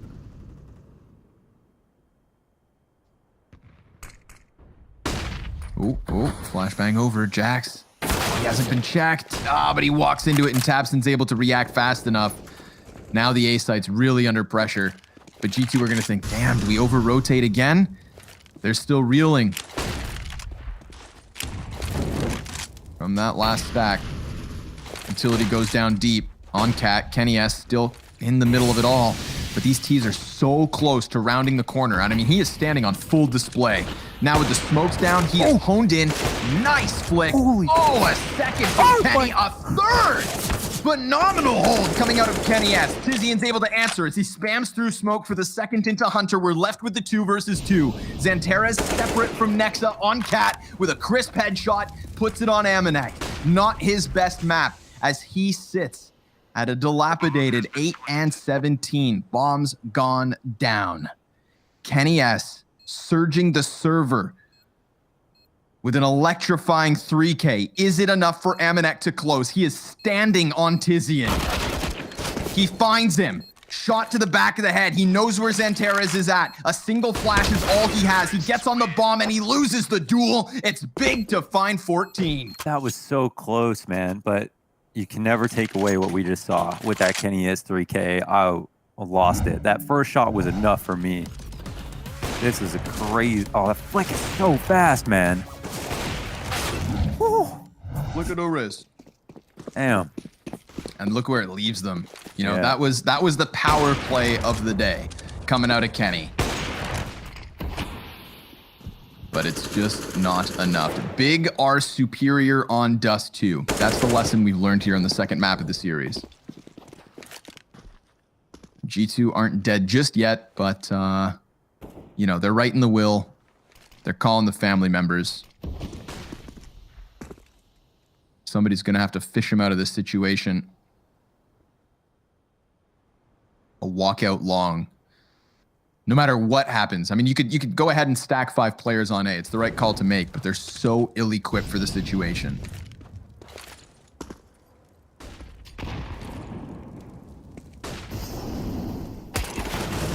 Jax, ooh, insta-dink. Good early damage. No kills. No, we were looking for the frags. The damage is there. It's across the board versus Big, but this is 6 map points to extend the series to Overpass. Yeah, they could make it a long game. There's still a chance. It's just unlikely. Look at this. 3 players at round 25, under 10 kills on G2. Yikes. You know, yeah, the only, wow. Yeah, really rough game from Nexa. Not saying a lot. He's been one of their best performers recently. Uncharacteristic. Ayoy. Kenny S is still in the server. And while we question the other 3, I mean, let's be real. Kenny S and Hunter have looked superb. So the long clash is an exchange of frags, and Hunter looks to reposition to the closest of corners. Tabson's got that bomb. He learned his lesson on Inferno, so he'll walk away with it. Keto, he drops off of Catwalk, besting Kenny S. That's one of the 2 hard hitters taken out of this 25th round. We're even at the 3v3. Hunter tries to activate. He saw the trajectory of the smoke over mid, telling him Xanteras was still towards spawn, and there is a player in Goose in the form of Nexa. Sure, 5 frags across this map, but for him to get 2 right now would be massive. And yes, he will close alongside Hunter. This map not done yet. Yeah, it's one hell of a save. They got Kenny with the opening kill. Of course, Hunter makes a heads-up play. It's a weird timing, but as you mentioned, he had that little bit of information, the smoke that went over, and that was enough for him. So some good individual moves here to bring things back. I don't even know how he ended up there in the first place, but it was a good spot to be. Officially into the double digits. Still time to recover your scores if you're really down there for G2 with Hunter and Kenny S performing like this.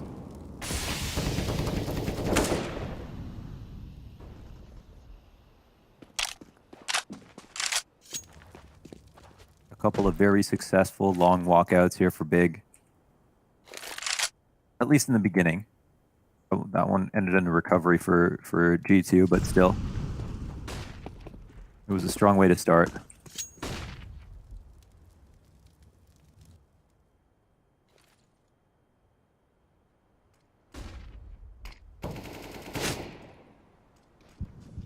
Ooh. They want to go for these peaks down tunnels. They don't have an op. Oh my god, they never recovered Kenny's op. Yikes. Oh, he sees the shoulders. Hunter, he could line them all up. Racks up the 1 kill. Now it's on Kenny. They don't fully commit fast enough, though. He now has a second rotate. Ooh, gets his crosshair back into position. That could have been awful for him. And here's Nexa trying to bail them out of trouble. Bomb has been dropped outside of the tunnels, so Big cannot retreat. They have to fight forward despite the heavy opposition. Nexa, he's going to get burned into the open by that Molotov. Doesn't take anybody down with him. Tabson doing it dirty. 2 kills back for him. Now, these last remaining players from G2 have a health advantage, but they're running in before they need to. Bomb's not been planted. Jax catching Tabson off. A no-scope from Searson. That's nasty. But Amanek is lasting. The last member up gives G2 their 11th. That's so awkward. That is so awkward. I mean, they had such a good hold with Kenny S and Hunter to get 1 kill. Hunter should have got 2. Kenny did well to get 1. He messed up his movement trying to get on the box. They threw some amazing flashes to delay as long as possible, and then Nexa dropped a spray you don't normally see, and yeah, it was very messy. G2 would just be happy to get that one over with, move on to the next. Pressure out long A. Whoa, whoa. Hyper aggression. Tabson just facing through smoke, but it does set up Xanteras.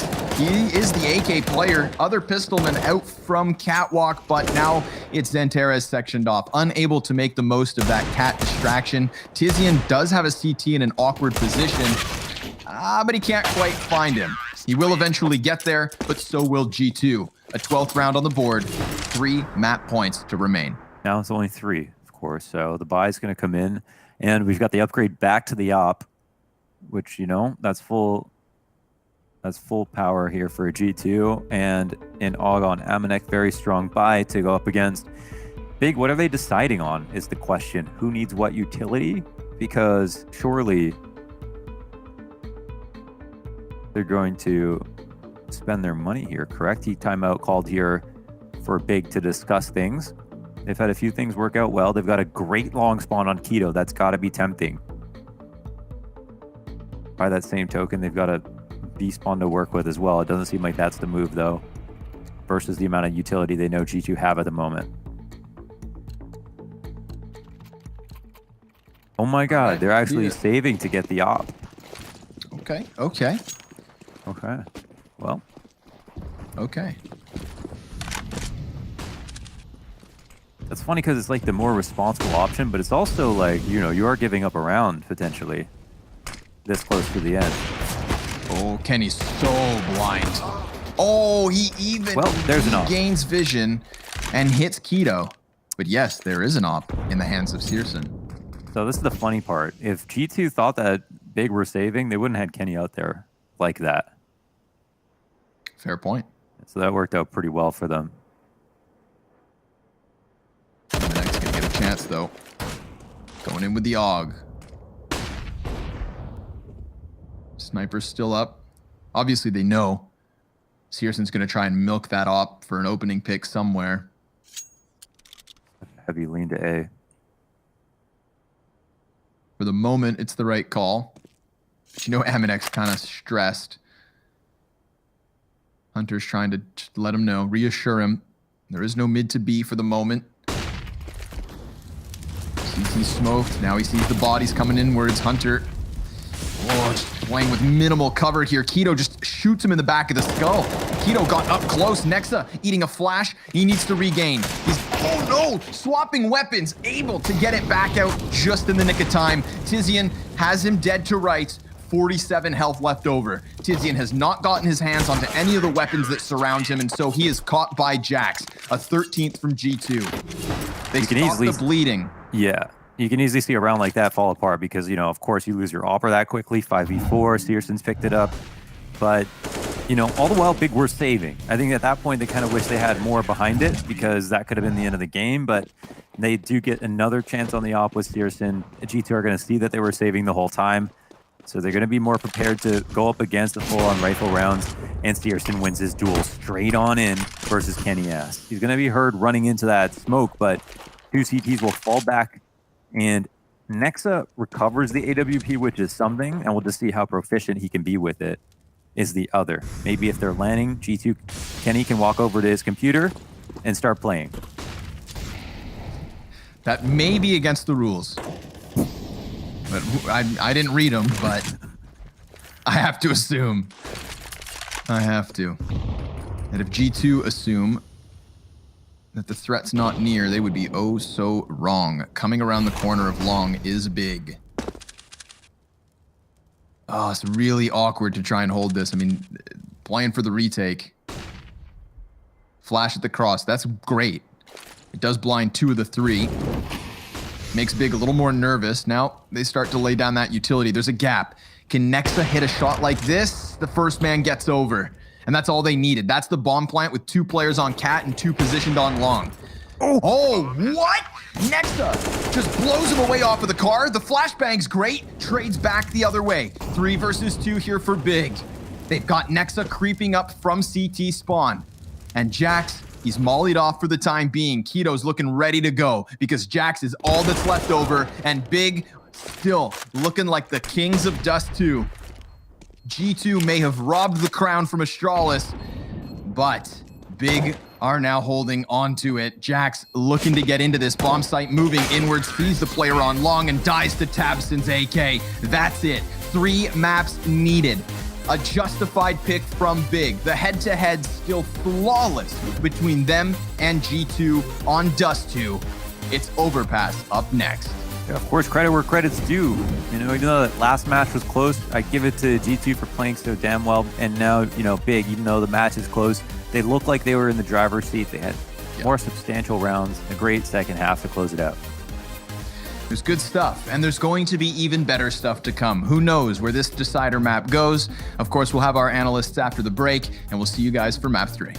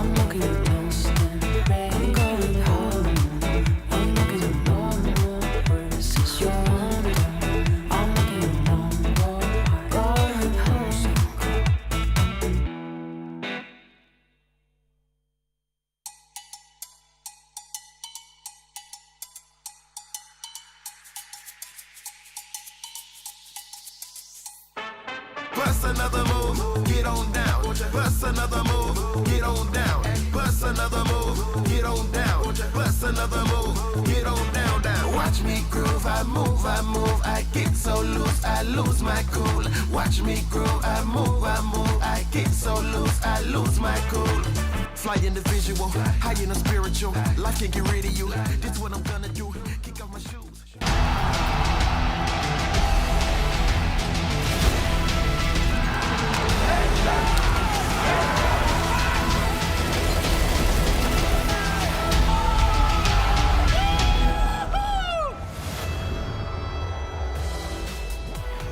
The dust has settled after map number 2 as Big sweep up the win in a close 16-13. We're taking it to the third, and it is going to be Overpass, but not before we break it down with our two wonderful analysts, Maniac and Blair.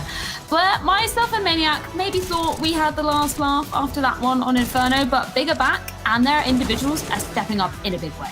Yeah, OE of Lil Fate. Big, I mean, we did have questions why they picked us too, and here we go. They had a game plan individually. Everyone was kind of popping off. Xantares comes to mind. Keto was very instrumental as well. Tizian joining the fray as well.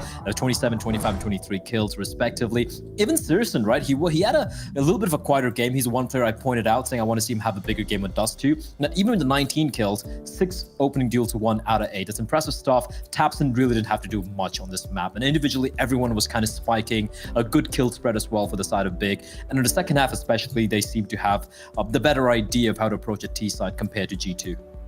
Yeah, and talking about that T side a little bit more, Blair, where were sort of the crucial moments for you in terms of that Big side to be able to close out this one? nothing too spectacular. I felt like G2 were just losing a lot of the opening deals initially. We saw a little bit of aggression. For example, the Hunter round comes to mind. He walked up top mid. Again, there's no contingency plan. If he dies, what happens, right? There's no flashbang for him either. They're relying a lot on Hunter and Kenny S to just win all the duels. And Maniac brought it up earlier in the green room as well. Like, it's Hunter and Kenny S. Whereas everyone else, no one really showed up for the G2 side. And unfortunately, in Dust 2, I hate to say it, but it does require some of the usual suspects to kind of step it up a notch. Yeah, I mean, it's what we saw in the game versus Astralis. That's why they were able to take that one 16-2 on Dust 2. A lot of the players were stepping up a lot more than we saw in here, Maniac. So for you, were there any kind of crucial adaptations that G2 were missing in terms of this one if they were hoping to take it in 2?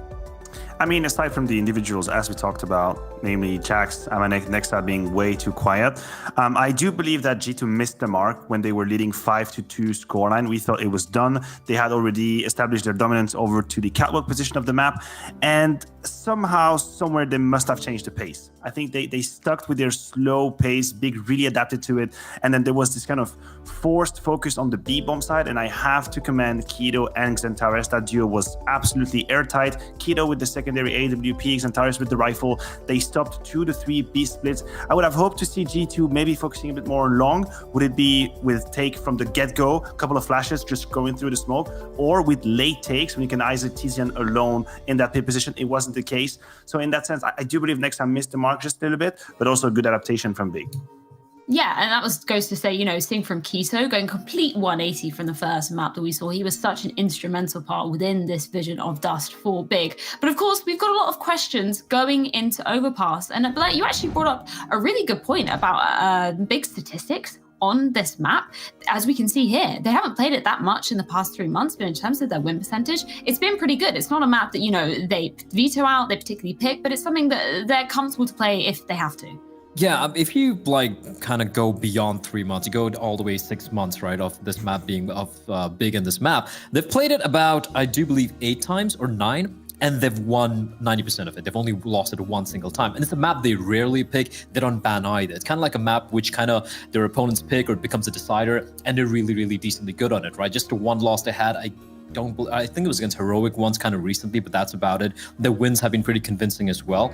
And for the side of G2, I wouldn't lie, like before Maniac and me lost our collective minds over the map veto, we were expecting Overpass to be banned by G2. The fact that they let this through and Maniac said they haven't kind of working on this particular map, I don't know. I feel really nervous if I'm a G2 fan on Overpass. Yeah, it might be a test for the G2 side of life going into this third and final map. This will decide who continues the run of the gauntlet in the upper bracket of the playoffs. Scrawny and Launders, rather. Their duo name. That's what I'm going to be naming them. They'll be back with the action after this.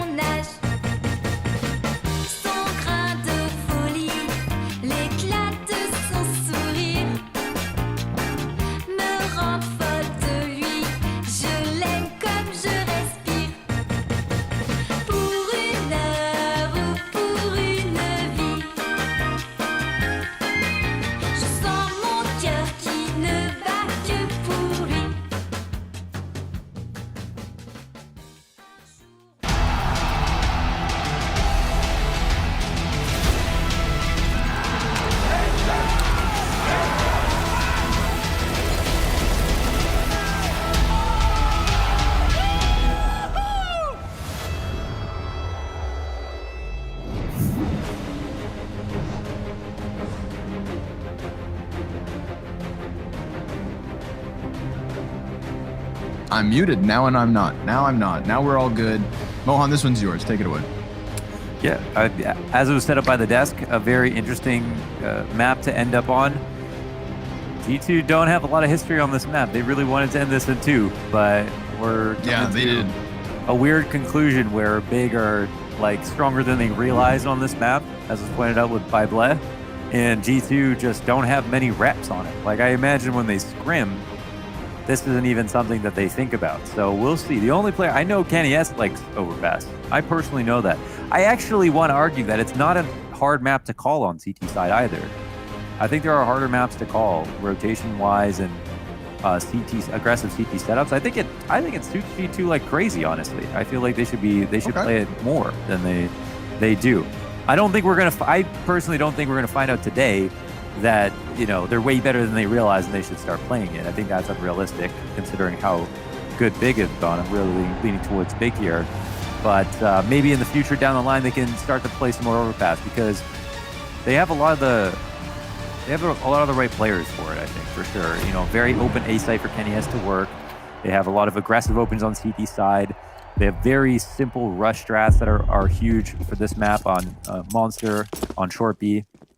Very conducive to G2's playstyle. But no, I don't think there's a lot of hope for them here, but we'll see. Yeah, well, they won the knife round, and they chose to start on the CT side. Yeah. And then they chose to get aggressive up here towards the party. But it's down in Connector, in the doldrums, where things might get weird. Amanek and Hunter trying to play a little diagonal crossfire, and Xantares and Keto just not playing games. Nope. Uh-oh. Trolls in the dungeon. And then, of course, trying to recover something from the round, they get aggressive. Nexa moves forward with Kenny. They catch Kenny, but they don't find Nexa. Nexa, oh, that's gotta hurt. He had a bad map on Dust 2, man. Very bad map. I say that with love because Nexa has been like their IGL and their Star Fragger with Hunter for the past couple of months. He's been keeping the ship afloat. He's been plugging all the holes, dumping the water. So he set the bar too high, Now it's apparent when Nexus not having a good map, but that was just a hell of a round from Big. I mean, everybody's just killing. Headshots all over the place. Those first 2 exceptionally clean. Big off to the golden start, winning the pistol on an overpass. How about a B hit? It's a lot of bodies down here for G2. Oh, that frag grenade. That's like the Iron Dome defense system. Hunter peeks over the wall, boom, nade to the face. Thinks about going again, oh, another nade. And now, the push. Big already committing to this B site. They've got 2 kills before Kenny S and Jax answer back. And there's further damage being done. Look at Tizian and Searson, they're barely alive. This Mac 10 is not quite what Searson would hope for. Let's see if Keto with the bomb and the AK can just put everything to rest.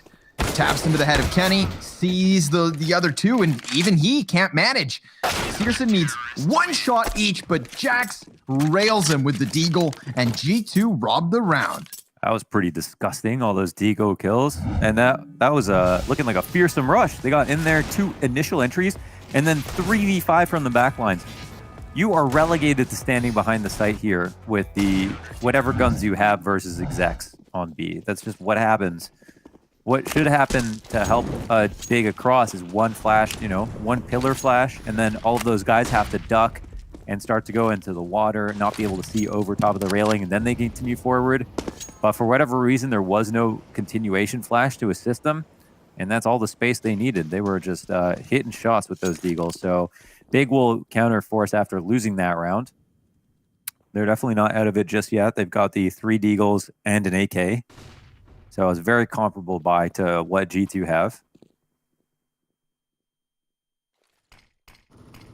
Making a lot of progress. Getting close.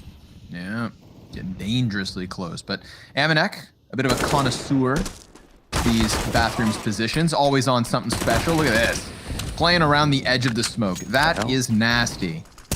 They barely even saw him. Kenny S at a distance with the M4A1S Knight. Now that is an argument for the better skins, Launders, but you didn't mention that one, so your argument is void. Which one? Searson now walking in with the Scout. The Knight. It's from the Cobblestone collection. Goodbye. Is it on the ground? It's probably in the dirt where it deserves to be. Man, okay. Well, I don't know which one that one is. You'll point it out to me in the future. Was that a one-way smoke that Almanac? It looked like it. Because Almanac, that was a little bit tricky. They didn't see him, and he didn't move a muscle even after getting the second kill and reloading. So he was very comfortable in that position, and it feels like it had a lot to do with the smoke. I'm glad you asked because I had that hunch. Oh my God! What? They all ran through the mid Molotov. Wow. It's a lot of damage, huh? Yeah. How does one come back from that? It wasn't bad enough with just Glocks. All right. Not How ideal. fast between the first and last kill? How many seconds? 2. Okay. Oh my God. Oh my God. Almost not even. Yeah. Okay. 0.48 maybe. That And was it was crazy. 4 kills. It was his Molotov, wasn't it? Because they didn't get any assists. No assists. Yeah, watch this. Oh man. Holy hell. Yeah. Holy. God, that would have been such a sick ace. Yeah, that would have been sick. That would have been up there for contention for fastest ace of all time. Ever. Yeah. Yeah. Wow. You all almost watched history. Yeah. Maybe it's the fastest 4K of all time. Could be. It just doesn't have the same punchline. True. But can't quit throwing that. punches is big at the B site. Ready to come through Monster. Through a Molotov again. Not fearful of fire or frags because they have fury in Xantares. He gets through Nexa and Jax as they're just offloading their utility belts like Batman. Xantares comes swinging out with his superpower. Aim. Hunter jumps to the top of the site trying to catch T's within it, and they don't know he's here. They're trying to sniff him out, but he goes over the top of it as Xantares finds yet another kill. It's Hunter to finally answer, but he is bested. It's only Amanek from the heavens above, trying to find his angle inwards, but he doesn't want to chance the peak. Bomb more than halfway gone, and a risky play for Amanek to ever make. I think he holds this off to make sure he can run away and save, but Xantares is getting closer. He wants that other sniper so that Big can move into this 6th round. Of course, trailing by 1, but well equipped. Nice round by Hunter. It was just nobody left to help him. He actually moved around the site really nicely, almost set himself up for 3 kills, and it was just this. It was Xantares, right? He comes out, he kills both of them here. Right. Problem is when both people have their nades out, no one's covering that. You could still die if one person has a rifle out, one person has a nade out, but there you definitely die. So they got a bit confused. The flashes can make things kind of sketchy, but when all the dust is settled, they have won a round. Another great entry round from Xantares, which is a few of those this series.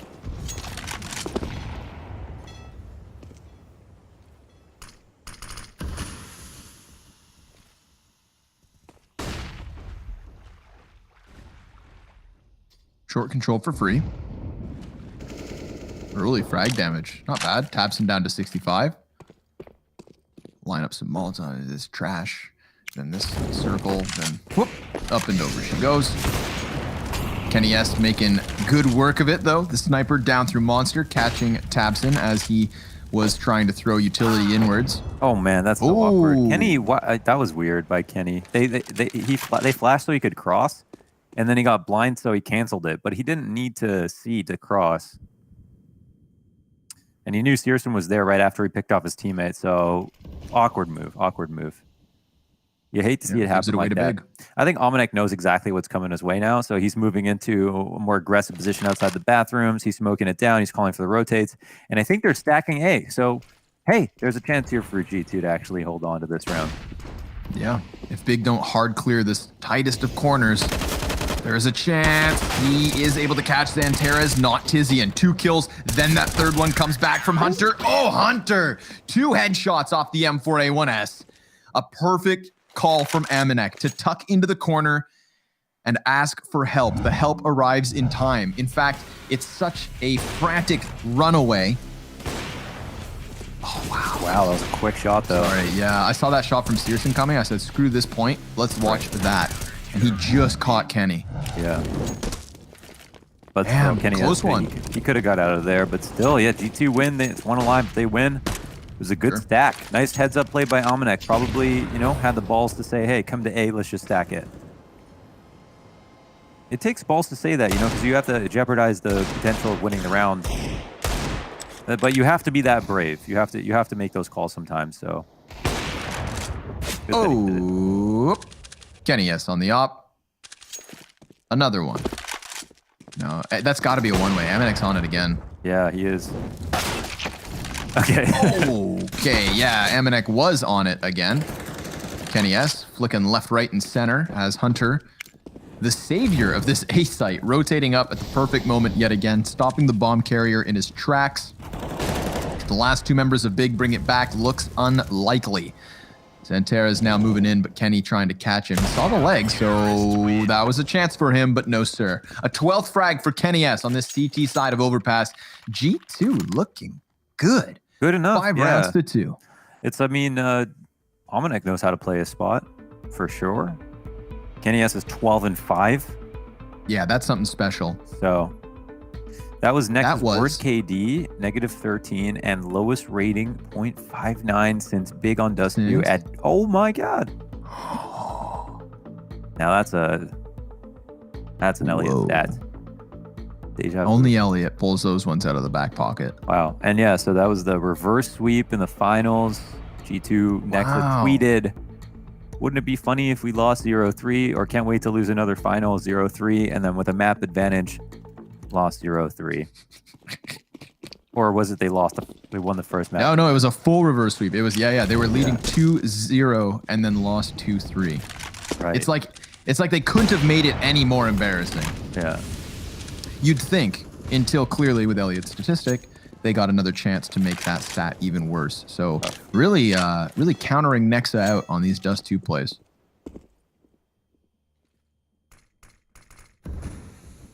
What else you got, Elliott? I'm excited now. That was a good one. That poked the right spots in my brain. You're washing you're washing the dishes too well, Elliott. Now you have to wash more. That's what you get for doing too good of a job. And he has this big flank here up through the ladder room. Oh, gets cut stuff. He pulls out the knife. He wants the money. Oh, he wanted the money. But instead, he'll get nothing. Searson turns on him. Well, everyone got Amanek's owned. Looking at his dead teammate, man, like, shit, I don't want to be that guy. Yeah.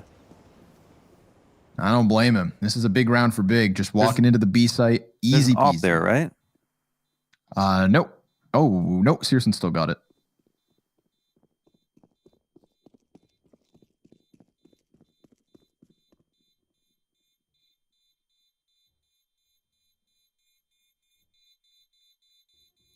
Well, they tried to... Nice mower. What's that? What do you mean? What's a mower? Lawnmower. Oh, that's a lawnmower right in front of him, yes, in the game. Okay.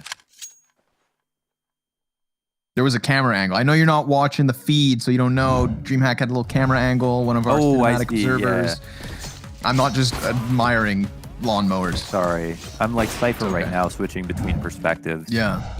Yeah, now you're doing the heavy lifting. Don't you apologize, buddy. Keep it up. Trying to get DJ out of a job. Yeah.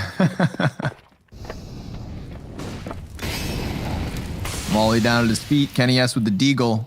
He bought this round.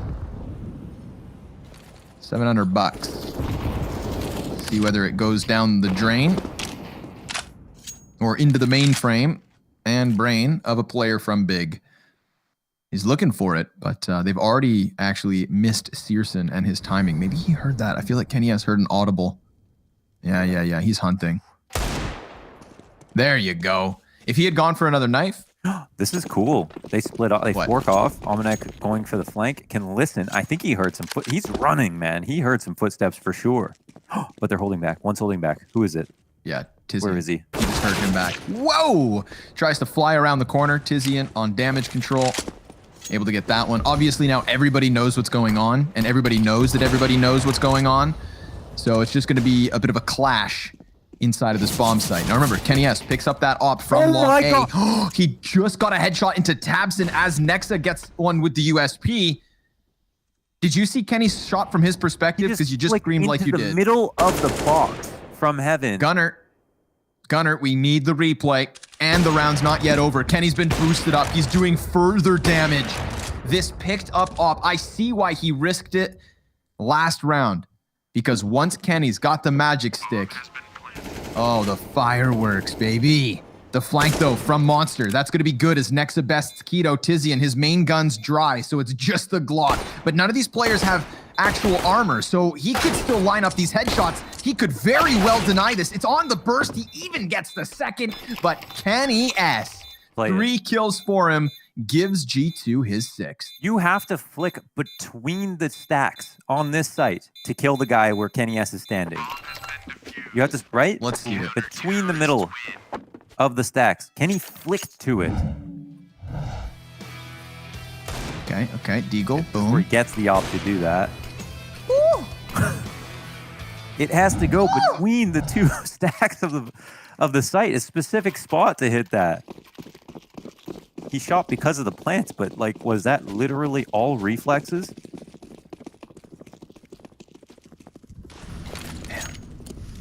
Okay. Now remember, that was a round where they only had an ump. G2 only had an ump. And the deagle for Kenny S that he blindsided Searson with. Getting his hands on that op was everything for Kenny.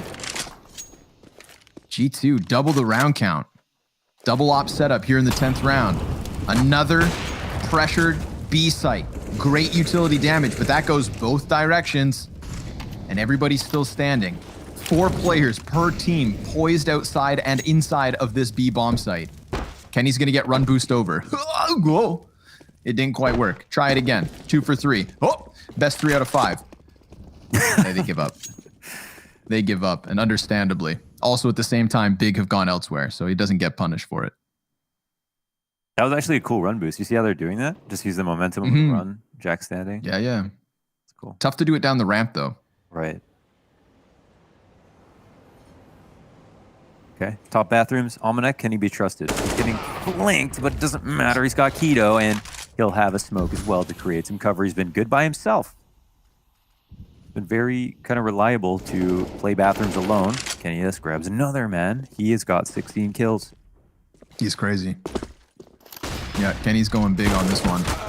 He wants the series. And Hunter, well, trying to get back up to par. Remember, it was very much the Kenny S and Hunter show on Dust 2 to even make that map anywhere near close. And right now, Kenny's keeping up the tempo. Searson, 1v5. 4 of the 5 players from G2 damaged, but none of which dead. They will add a 7th round to the scoreboard, leading by 4. This is like when they beat Astralis on Dust 2 just now, when they were not even going to plan to pick it. They had a 30% win rate. They had 0% win rate across 3 maps, and then they beat Astralis 16-3 or whatever. And now they're playing Overpass like they play it every day, but they don't. And Almanac is doing an amazing job, man. He's doing a fantastic job. He's only got 6 kills, but every single one of those kills has been impactful this half on A. Fun fact, 3 fireworks. Wow. In the first 8 rounds. Hold on. We're now 10 rounds deep. Let's see if anything's been added to the tally. What's the number, Mohan? 334. It's still 334. Okay, so no damage in the last 2 rounds, but 334 in the first 8. Holy a moly.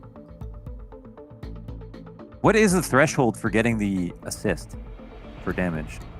Because I was thinking about that Kenny has 4K, and I was like, is he the one who threw the aggressive Molotov? Because he's also an A player. But Kenny didn't get any, there was no assist for Almanac on those kills. And I don't know what the threshold is. Anyways, Jax with the flash. At least 41 points of damage. Okay. Yes. I felt like according to a very quick Google search. Gotcha. Also, Google tried to auto-complete my question for how much damage for an assist in Valorant. Do you know who I am? Right. Google, you should know everything about me by now. Isn't that the whole problem? Frag grenades going down monsters, softening up Xantares, but Big, they're just holding off for now. They're so ready to hit this bomb site, but G2, let's see, man. They're gonna get put under the pressure of the moment.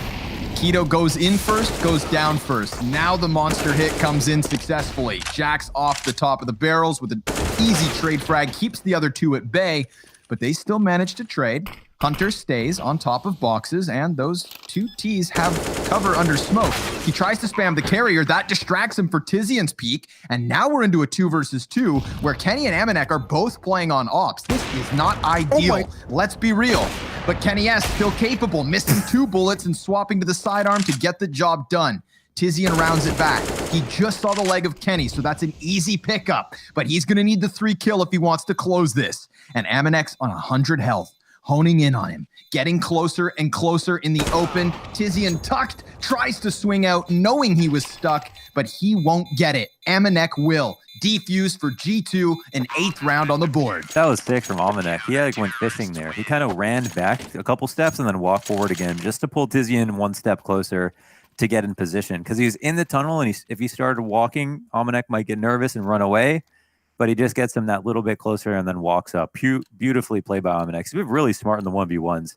Gotta love that from Kenny. Missing the 2 just kind of no-scopes. He's really chilling right now. Like, what I say, if anything, Kenny S is good at this map. Always has been. Sure, They should start playing Overpass. I feel like when we watch, I want to say it was the opening game between G2 and Endpoint, where they played Overpass. And like, Kenny S was underwhelming. Like, Hunter had to step up on it. Or no, it would have been versus, I don't want to, maybe Heroic. I'll go check, don't worry. I can't remember. Group stage is all, yeah, we definitely casted it 2 or 3 days ago. But I remember seeing like Kenny going for party peaks and he was struggling. And then Hunter had to actually take his positions away. Heroic and Complexity. They played 2 times Heroic and Complexity and lost. There it is. Kenny's back in action. I mean, Kenny never left, man. 19 kills. He loses Amanek up close as Amanek's consistently playing those close corners. And Searson's so ready for that re-peak that we now have Big with a very real chance at this A site. G2 are running upwards, throwing flashes, trying to stave off the execute and the commitment here from Big, but they will go for it. Bomb planted behind Dice. Tizian's throwing away ops. Okay, I was going to say settle down. But he actually now scopes in on it. He's down to 6 HP. 2 snipers in the post plant, and he's pushed off by that pressure. Can't really escape bank here. No nades for Hunter to get out. He'll have to just run across or something. Searson's ready. Finds the timing on the peak as those 2 CTs got ever closer. And there's another one from Searson. Great post plant. Hunter knows he has no business in this. He'll get the fadeaway headshot into Tizian and call it quits. A 4th round for Big. Yeah, the 1 op down, but I feel like the CT rounds, like as I said earlier, like I feel like the CT rounds are not hard to call, but probably Big are still going to be just fine because they're gonna have a deeper playbook. Like if they are the better team and they win most of their games, eventually they should be able to make G2 uncomfortable if they don't practice a lot on it, if they don't have a variety in their setups. So like now they're starting to punish things. We're just having a really amazing map from Kenny S as well. That's making things a lot more difficult. But we're just glad to see we're having an amazing map from Kenny S because those become a little bit too far and few between. Yeah. He'll be picking up the op one more time. Yeah. Here he is, going for the peak. Finds Tabson with his back turned. Oh, they thought they were going to get away. And then, of course, mobile as ever, Kenny goes sprinting back up to the A site. Let's see if Amanek can slow things down long enough. Keto's going to come hard clear the corner, and there is some substantial damage, but no additional kills. What's left of Big is ready to go into the A site, and Kenny is waiting. Molly hits his mark, pushes him back somewhat. Still, he sticks around. And so have Big. Minute on the clock. They could walk away from this, but the utility is doing a good job of delaying, except a boost behind APC was not seen by Big until it was too late. Kenny S trying to get the wall bang, actually just hit Searson, but not hard enough. Hunter off the side of Dumpster, loses his head to Xantares, and Kenny S just saw him in the open. Goes for the peak, finds himself in the middle of Searson's scope. Back-to-back rounds where Searson bests Kenny. back-to-back rounds for Big. The execute was very nice. The first molly does some damage, makes them uncomfortable, but they don't commit off of it. They re-molly Optimus, or you think Kenny's going to have open lines, and they get on the site, and of course, they can hold from there. Doing a good job. Now, of course, they didn't have much to work with outside of, I think, one rifle and the op on Kenny S. On this round, it'll be a tad bit harder. Group up outside at Monster, and G2 have shown some troubles when trying to push short B. I don't know if they're going to try that again, but they've made some noise. I heard a molly footstep on short. Yeah, they got the audio cue as Kenny stepped into the fire, and then they just decide to fully commit. Good thing for Jax to give that cover. Kenny doesn't know if he's pinched between players. Molly goes down, Smoke puts it out. He's fixated over on short as Amanek tries to buy his time, but what is that? Tizian somehow robbing the kill away and pushing G2 into a very awkward position. Kenny S stranded in short. His teammate exiting Graffiti. But do they even need to commit to this? Economy is busted for G2. There's only one round left. Yeah, that's something they've got to work on. It feels like the couple of times we've seen them try to go for a short B push, both players have died. Big weren't even focused on short B there, but they just kind of had no idea about the monster run out that was coming. And I think for Big, they had an audio cue because they touched the Molotov on short, so they might have had an idea what kind of setup it was. Yep. Because you obviously got to be somewhat aggressive if you're touching that Molotov. I need to see how Tizian manages to get that kill on Amanek. I mean, a robbery. Really? 98 damage from Amanek. Watch this. Oh my god. Yeah, bro. Oh. And Amanek, like, he had been flashed, but he didn't shoot. Like all his bullets into him. Yeah. Yeah. Tough. So, awkward one. May not have made the difference, but definitely could have helped. Here we have it. Last round of the half. Hunter, this is the position I'm talking about. We saw an excellent 3K from him already in this tournament. So crisp from this position, just letting people cross, playing it patient, snappy executes. And he's doing it entirely alone. Executes Keto, goes for the second. Tizian bests him there. I think they're going to push Monster off of this information, and Xantares is going to be there to hold. He does some good damage, gets away with a kill, and now Almanac 5-7. Wow. They'll have to have one of his best 5-7 days ever to stop this long presence. But they're kind of spread thin. There's one close-up in Thompson, and Tizian is quite far back. Oh. Good flash from Tizian to make sure that he doesn't have to have a fair fight, and that leaves Kenny S all alone. 1v4 Kenny S. 1v4 Kenny S with 20 kills to his name. 14 rounds deep. Can he get anything done here before the end of this one? I mean, what more can you ask of him? 20 frags. He's got to jump across this half already. Yeah, he's just going to have to fly out there if he wants to stop it. I mean, there will definitely be eyes in heaven knowing that Kenny's the last man alive. Smoke lands in front of him. He goes barreling out, hits the water. They are all very close, and Xantares wastes no time. A 3K for Xantares to close the first 15. It's G2 with a 1-round lead. Join us after the break.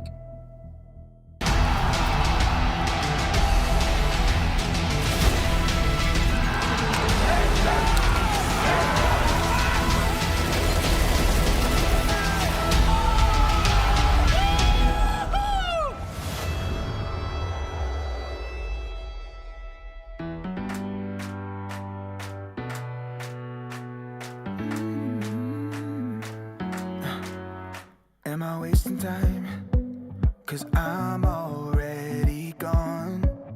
So long, can you stay the night? 'Cause you're the thing I want. I know you're feeling different when you're stressed out, but even with no makeup you still stand out.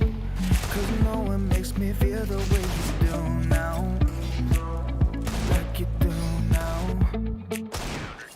Ways that you move your body make it look like a hobby. Every time that you touch me, it's electricity. Things we discovered underneath the last night's covers. Everything came so easy. It's electricity. Electricity. Whoa.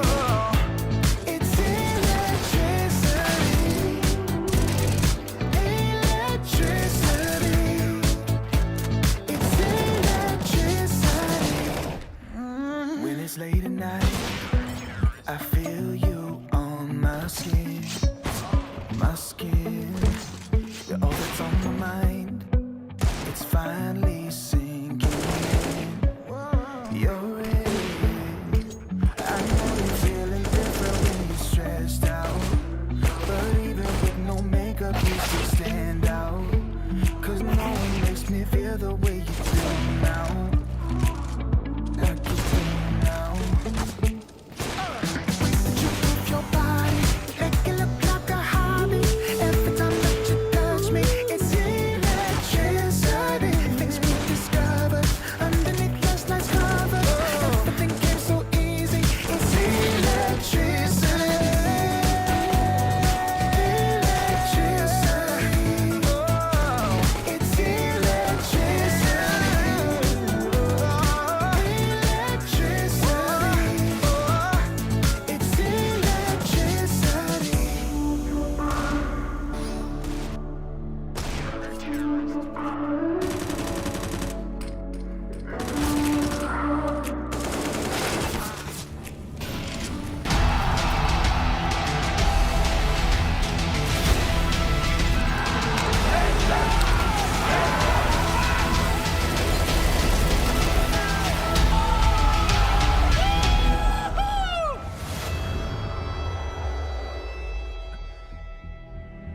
So we've got Let's Kenny S. get with ready the to Ash- rumble. I knew you weren't going to do that. You Production nailed asked Connor to do it. I knew he wasn't going to do it, so I did it. Yeah? And how do you think you did? I think I did horribly. Don't beat yourself up.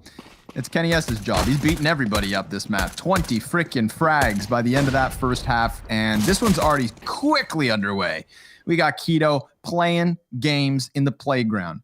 King of the hill pushes Amanek down into the dirt, kicks sand in his eyes. Where's your mama now? And 4v3 to Big's favor here. Looking to tie things up early at 8. I mean, how do you get out a connector when there's already counter-terrorists on Fountain? You can't. The answer is you can't. You have to go back to the B site, which is exactly what G2 will try to do. But you know who else is really good other than Kenny S? Xanterez. Man's got almost as many frags in just the same amount of rounds. Okay, I did this video on Xanterez, and I was looking at his stats, and one thing jumped out to me. It was just that he's got great stats overall because of his time, playing in Turkey. So his overall stats and stuff like that are a little bit inflated. But on Big, he's been amazing too. But his impact rating, he's got a higher impact rating than Art, and Art has like the most ridiculous impact rating. He's at like a 1.40 impact rating. Which is so crazy. I don't know. Oh, wow. Baby. The blue spruce. Oh, it goes through and through. Tries to swap to the sidearm to get this one done. Nice little 3K there from Searson's Scout. A Scout and unarmored players. I mean, that's just more satisfying than SMGs. Yep. It's nice. Okay, best Scout skin. Blood in the water. Is that okay? Probably the blood in the water. Yep. Or underrated Scout skin, everybody, Go from ahead. the Overpass collection, known as the Detour. How do you remember where the collection? What collection it was? Because it matters. Okay, true. Okay. That's a good answer. Oh my goodness. Ooh. Look at Keto. Just like the last round. Just, dude, these flashbangs. I don't even know if G2 realized this man's dead yet. Xanterez will trade as he followed suit and Tabson. No, excuse me. It's Tabson's trade. That's the big one. Nexa gets recalled back into the action. Hey, Elliot, when's the last time Nexa had such a bad map on Overpass? Was it also versus Big? If it is versus Big, then I will be baffled. Low HP, man. I mean, this round right here, right? This is a crucial one. Let's be real. Okay, jokes aside, wrap it in a business package, put a tie on it. This was a huge round with guns on each side, and Big didn't even care. They go running out Monster, and I mean, 2 players on such minimal health, that was massive. That was their chance where things could have gone the absolute opposite way. And it could have been recovered by Kenny, but he was so stuck between Searson and Tabson, he had nowhere to run. I think it's important that you bring that up. Like that, this is where, you know, it might get a little tricky for G2. I said, to be consistent, the CT side is easy to call. They've got a lot of stuff that could be good on T side, but we don't know how much they have. Now, Professor, guest of HLTV confirmed, said Serbians generally hate / don't play Overpass. Hunter, for example, has just 16 Overpass maps played from over 1,100 in total played. So he's barely seen this map. He probably doesn't know half the callouts. I know Nico hates this map. Ever since that infamous major, North America's first major, that major, he's hated Overpass. You mean North America's only major? Yeah, that was a home map for FaZe too, actually, which is interesting. Even when they were playing it, he hated it. So that's how you know he really hates it. Oh, Nexa almost fell for the trap of going for the closer kill, but he still got his headshot right when he needed to. Big looking for that 11th round, and well, Jax is doing a good job of making him fight for it. Keep your eye on the radar. As all of these kills come in from Jax, the bomb is heading towards B, and the bomb may not even be needed if they could continue with kills. But Jax is it gets back in a bit bank. They know Jax is on A, right? So this is the hard part. They can rush down Almanac, and now what's Jax to do? Yeah. He's gonna run in. Audio's being heard. Xantares is gonna try to stick this. If he can hit him with the wall bang. If he can hit him with the wall bang right now, then that would have been the stoppage. But wait, what? He got it just in time. Oh my God. There's no kit on Keto. He's gonna run in and get on it. Should have time. We're all good. Defuse comes through. Wow. Xantares was making noise behind him, but never actually flanked him in heaven, so had no way to help Keto. Almanac played that as like expected. He played that in the most expected way, and still, like, Xantares didn't cover his teammate there. He really needed to just like eventually flank or something. But because even if he delayed, the defuse could have come in. Like, that shouldn't have been possible. Sorry, not Xantares. Whoever was covering Xantares, my mistake. Wow. I thought that, wow, that was close. Yeah, that was one of those swing trade moments. If Hunter gets his Tech 9 kill in the CT spawn guy, which he probably should have, then that's a round over. So, big 3-round lead. Searson opening off frag on Kenny S, no less. A lot of A control here for the CTs, and they have also established a connector with the smoke down. I think Nexa doesn't want to like give this up for free, but there doesn't seem to be much of a plan outside of maybe a B hit on the horizon for G2.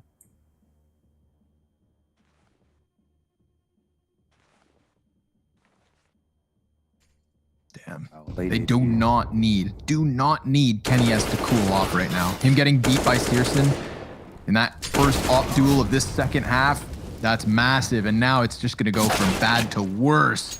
Tabson and Tizian picking up kills all over the place. If Xantares closes this one from down Monster, it's a team ace.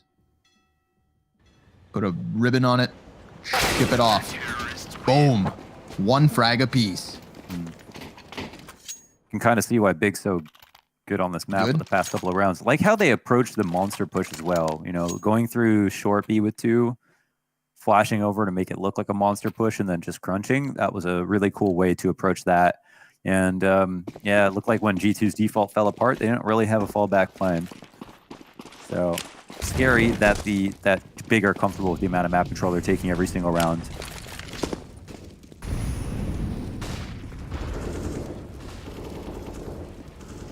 Okay, here's another chance. Doesn't feature the Yop on Kenny, which is how he got this crazy of a stat line. But oh, Tabson peeking underneath the crosshair there of Hunter. Nexa, he's got to trade this. He's got to trade this, and he can't. Tabson wide swings back out. The kill feed is full of blue to the favor of Big. This 13th round about to be added to the tally because it's just frag after frag. Amanek's gonna try his damnedest here. Second kill on the round, minute on the clock, bomb on his back, but 15 health to work with spells disaster.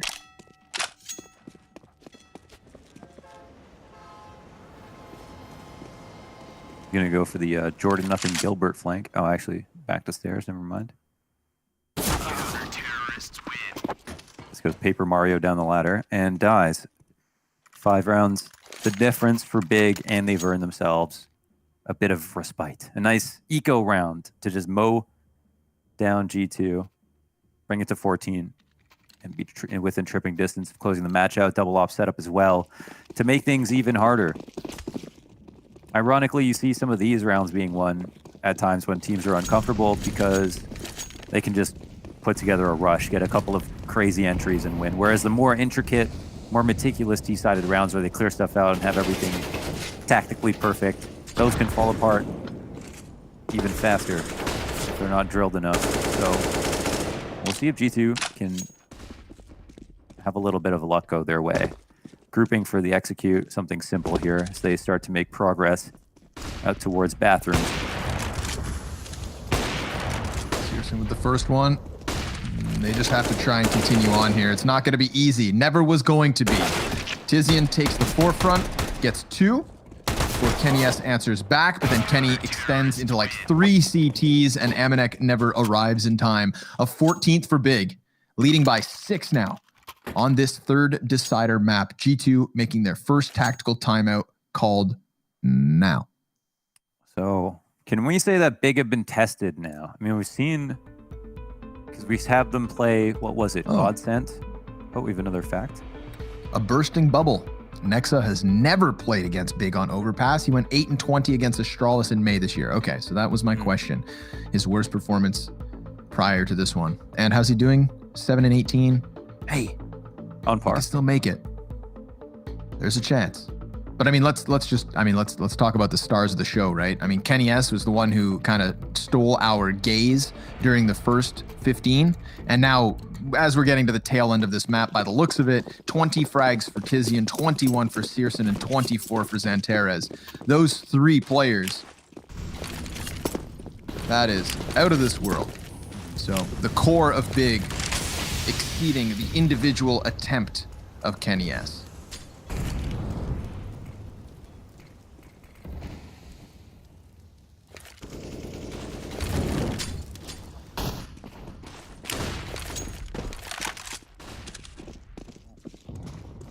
Whoa, is this scary for G2? Searson with this push, man. He's going to whip around and flank a lot of players at long. Oh, man. And if Tabson draws their attention at right before he peaks, yeah, easy for Searson. He's going to extend into it, gets the second kill, then Tabson hits them just a moment after. Sure, Searson, he peeled back for a moment. That is impeccable. The 2-pronged pinch completely obliterates G2 and Mohan. That was their gun round. That's what they were waiting to get into. It fell flatter than the pistols that came before it. This is really nasty timing. Of course, he just calls us out totally. He heard like one footstep, didn't see anybody out of Fountain, and then took a liberty. Probably didn't even call him to his team. Just to surprise him with something nice. Searson opening pick here potentially at mid. He'll spot 1. But that's not a lot of information. And it looks like they're thinking about pushing Monster again. It's the right call, man. They're doing so much good stuff here. These Monster pushes, however, they can't out-duel Jax or Hunter. And this is going to be an open avenue into the B site. All about Xantares, but he's there a moment too late. Well, that's something. Dead already.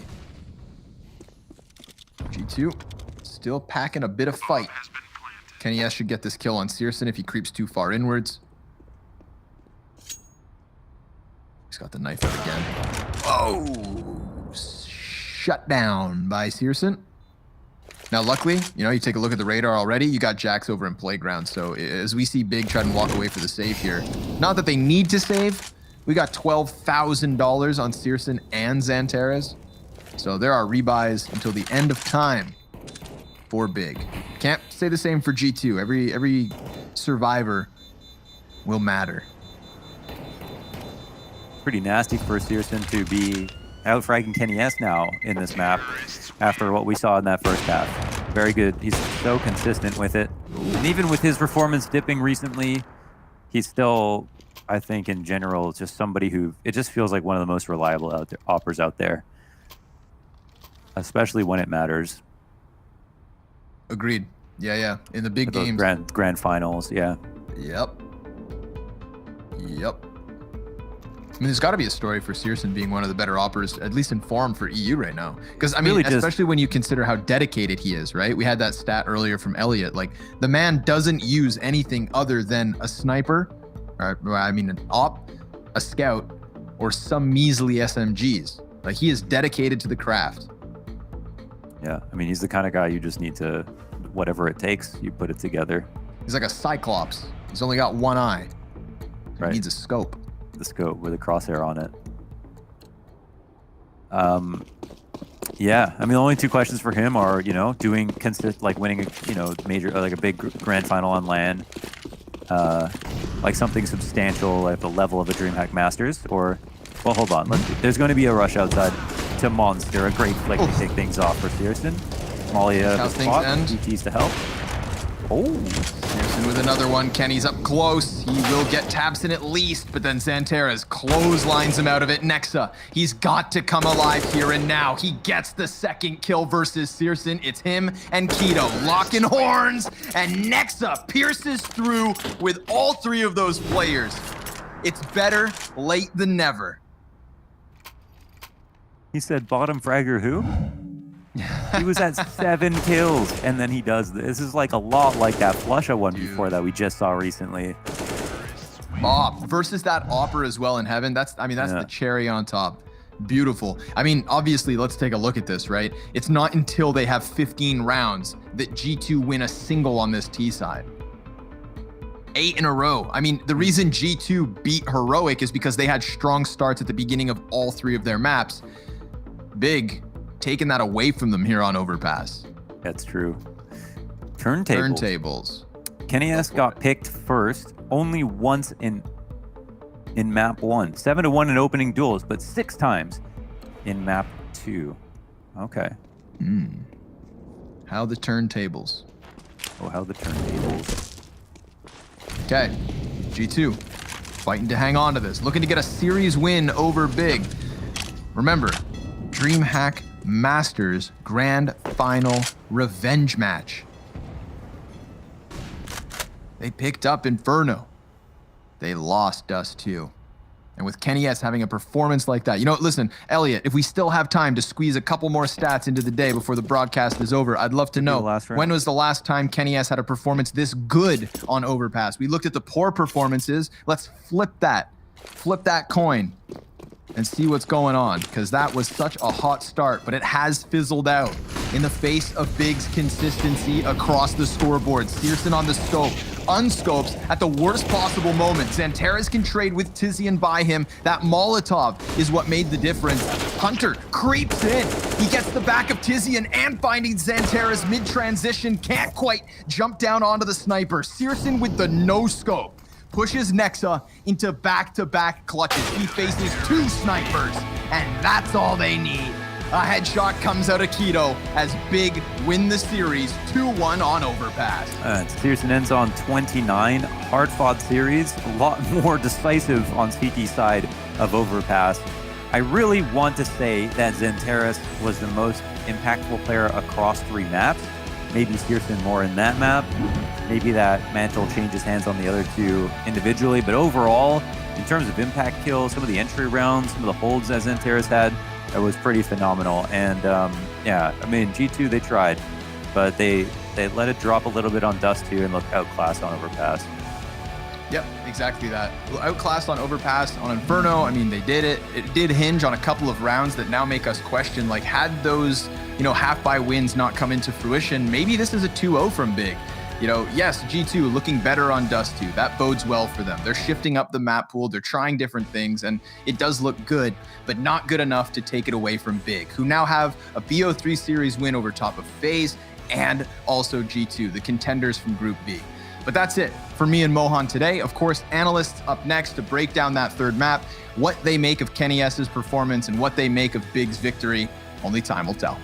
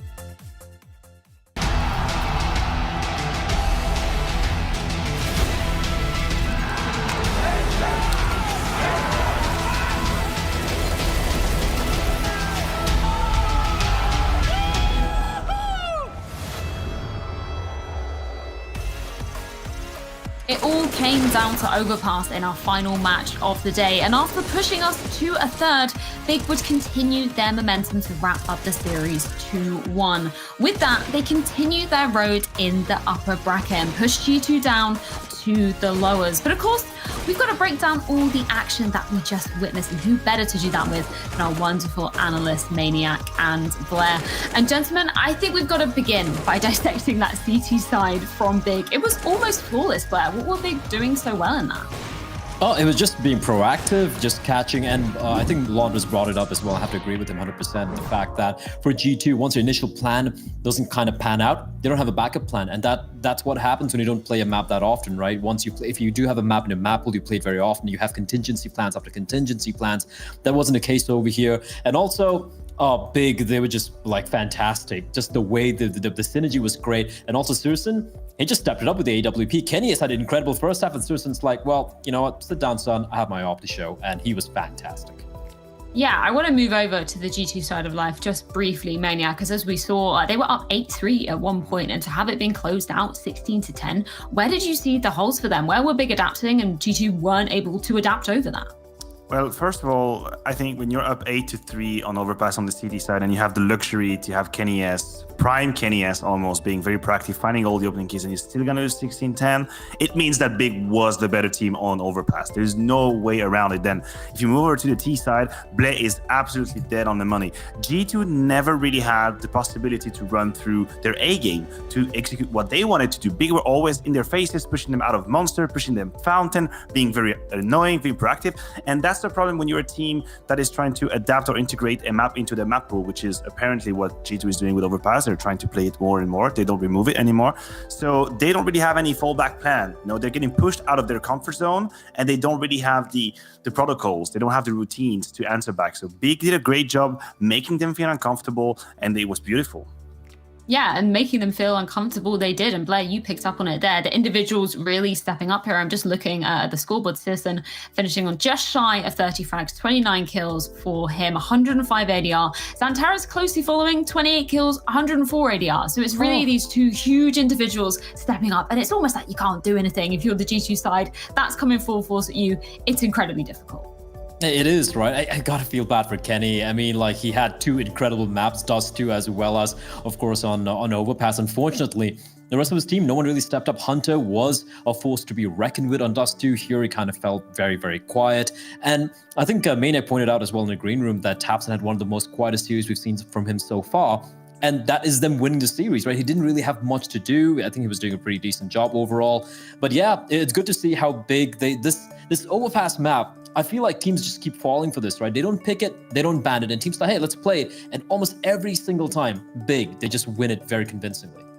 Yeah, I think we need to give an ode to Kenny, as you were saying there, Blair, because Maniac, again, he was stepping up so much. I believe he had 20 kills by the end of that first half. He was looking absolutely insane, even though, you know, he goes for that knife kill, misses it maybe a little bit. We thought maybe that might be Kenny going off. No, it wasn't. He continued on that same form. He's one of those confidence players we always talk about, and it's great to see him stepping up here, even though G2 weren't able to close it out. Yeah, and it could be a defining factor for G2 and their run in that tournament, because in the past 3 months, Kenny S has been in one of his lowest form in a long time. I think he had a rating of 0.99 going into this event, which being below 1 is very, very extraordinary for Kenny S. He's always been up there in terms of numbers. So him finding his groove again, finding the rhythm, getting active, being proactive, and also, as you rightfully pointed out, not being thrown off by this attempt with a knife. I know Kenny. I can tell you that some years ago, trying to knife someone at this point in time, missing the situation, that would have put him really, really off the mark. Now he remained in the game. He still had a lot of impact. But again, you can kind of flip the coin and say, okay, where is the rest then? If you have prime Kenny S, what was missing? Unfortunately, Nexa is an IGL that I usually call as a high fragging ability. If you look at the stats, he's at the top of the list for the past 3 months. He missed the series. There's no way around it. Individually, he went right through it. It can happen. But if you look at the win conditions for G2, that was missing right there. Yeah, and I think that was a huge defining factor going into Dust 2 as well. You know, Nexa was the one really stepping up against Astralis when they managed to get that dominant 16-2 victory. So it's kind of sad to not see him stepping up in that same form. But of course, we need to take a little bit of a recap of our playoff bracket as we round out the day here at DreamHack Open 4. Of course, we've completed the first 3 of our upper bracket matchups tomorrow. Vitality versus NIP awaits for us. That's going to be a tasty, tasty treat early on in the morning. But looking at some of these results, Maniac, Astralis and fnatic, no surprises, them going straight through to meet each other in that semi-final, but that is going to be an absolutely spicy matchup. It is, and if I can direct your attention to the lower bracket, my eye has spotted a little G2 versus OG now. Oof, that one's going to be tasty as well. There's going to be some bad blood, NVK going up against some of his former teammates in there. That's going to be a series that I want to see.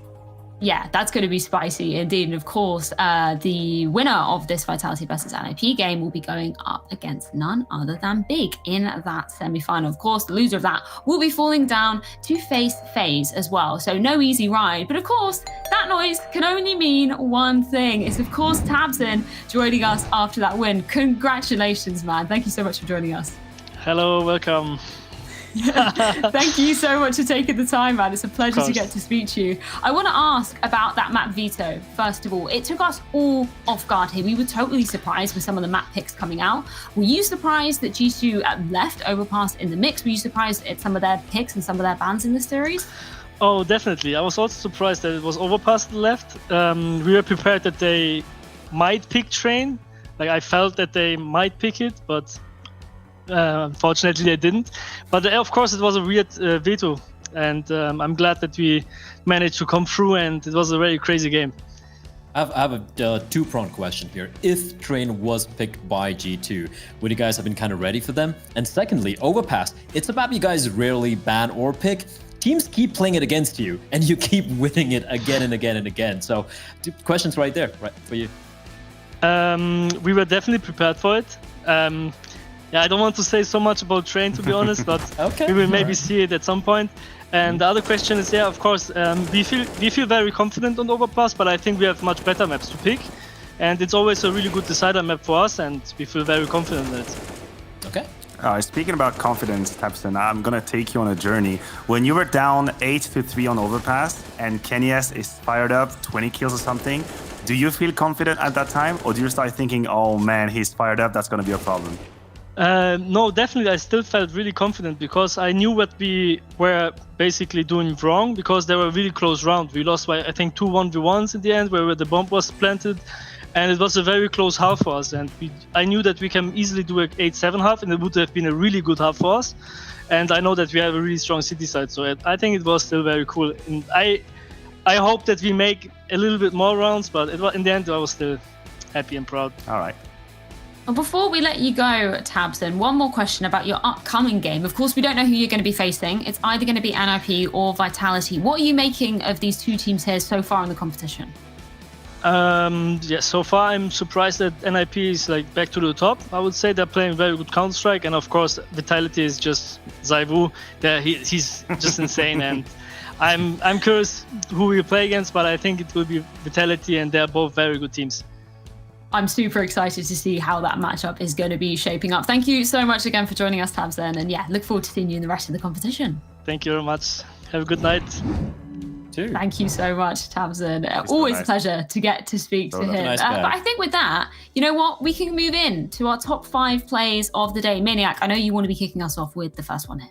Yes, I do, because it's a player that's close to my heart. We have the AWP god, I believe, as first. That is Kenny S with a crazy triple kill. That first one, I didn't even see him. Maybe I'm just too old. I didn't see him at all. And then the quick scope onto kill. That was beautiful.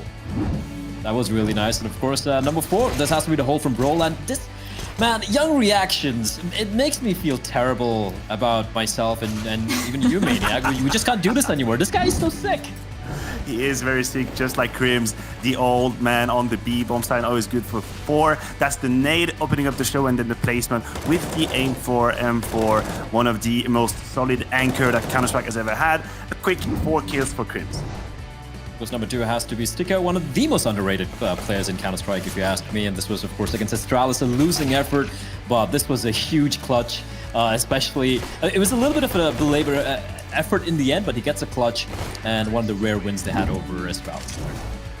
And of course, coming in at number 1, they didn't manage to win the matchup, but this might be a bit of redemption for Lekro here. Beautiful 4K onto the side of fnatic. And we can see Lekro, he's really been coming out to shine, hasn't he, Blair? We've been quite impressed with what we've seen of him so far. We saw all these kills from his enemies' POVs, and honestly, I was just, my mouth was wide open. I'm like, how is he hitting these shots? They're really good at shooting people in the head, Freya. I mean, you'd hope so, right? Being a top-tier Counter-Strike player. And you know what? Let's crown the top of the top-tier competition today. Blair, I'm going to give you the honor of crowning our DTS player of the day. Who's it going to be?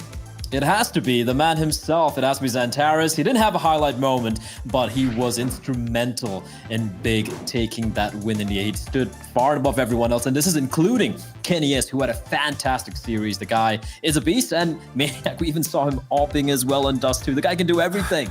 Yeah, speaking of shooting heads, I mean, he's got one of the most crispy aim you will see. He's also one of the most dedicated player out there, and there are also some memes about Xantares playing deathmatch for hours and hours where you can definitely see the result. He has, again, one of the most snappy aim ever on the circuit of Counter-Strike. He really does, indeed. He was instrumental in terms of big success in this final matchup. And I'm so excited because we get to see him more. He's going to be going into that upper bracket player. Vitality or NIP, I think it would be an incredibly interesting matchup if Vitality do manage to make it through. That would be an absolute gauntlet. Yeah, absolutely. I mean, ZywOo versus Xantares, like, I hope if that matchup does happen, I just want both players just popping off. Of course, you got to give the edge to ZywOo, but Xantares, I mean, magic can happen. Well, I think all there is left to say is thank you so much gentlemen for joining me. Thank you to everybody in the Twitch chat for joining us as well. And of course, a huge shout out to our wonderful sponsors, MSI, Corsair, DTS, Intel, and of course, Monster Energy. Of course, we're going to be opening the show tomorrow with a match up for the ages. We're going to be finding out who will be facing Big. It's going to be either NIP or Vitality. We're going to be starting same time, same place. We'll catch you here tomorrow.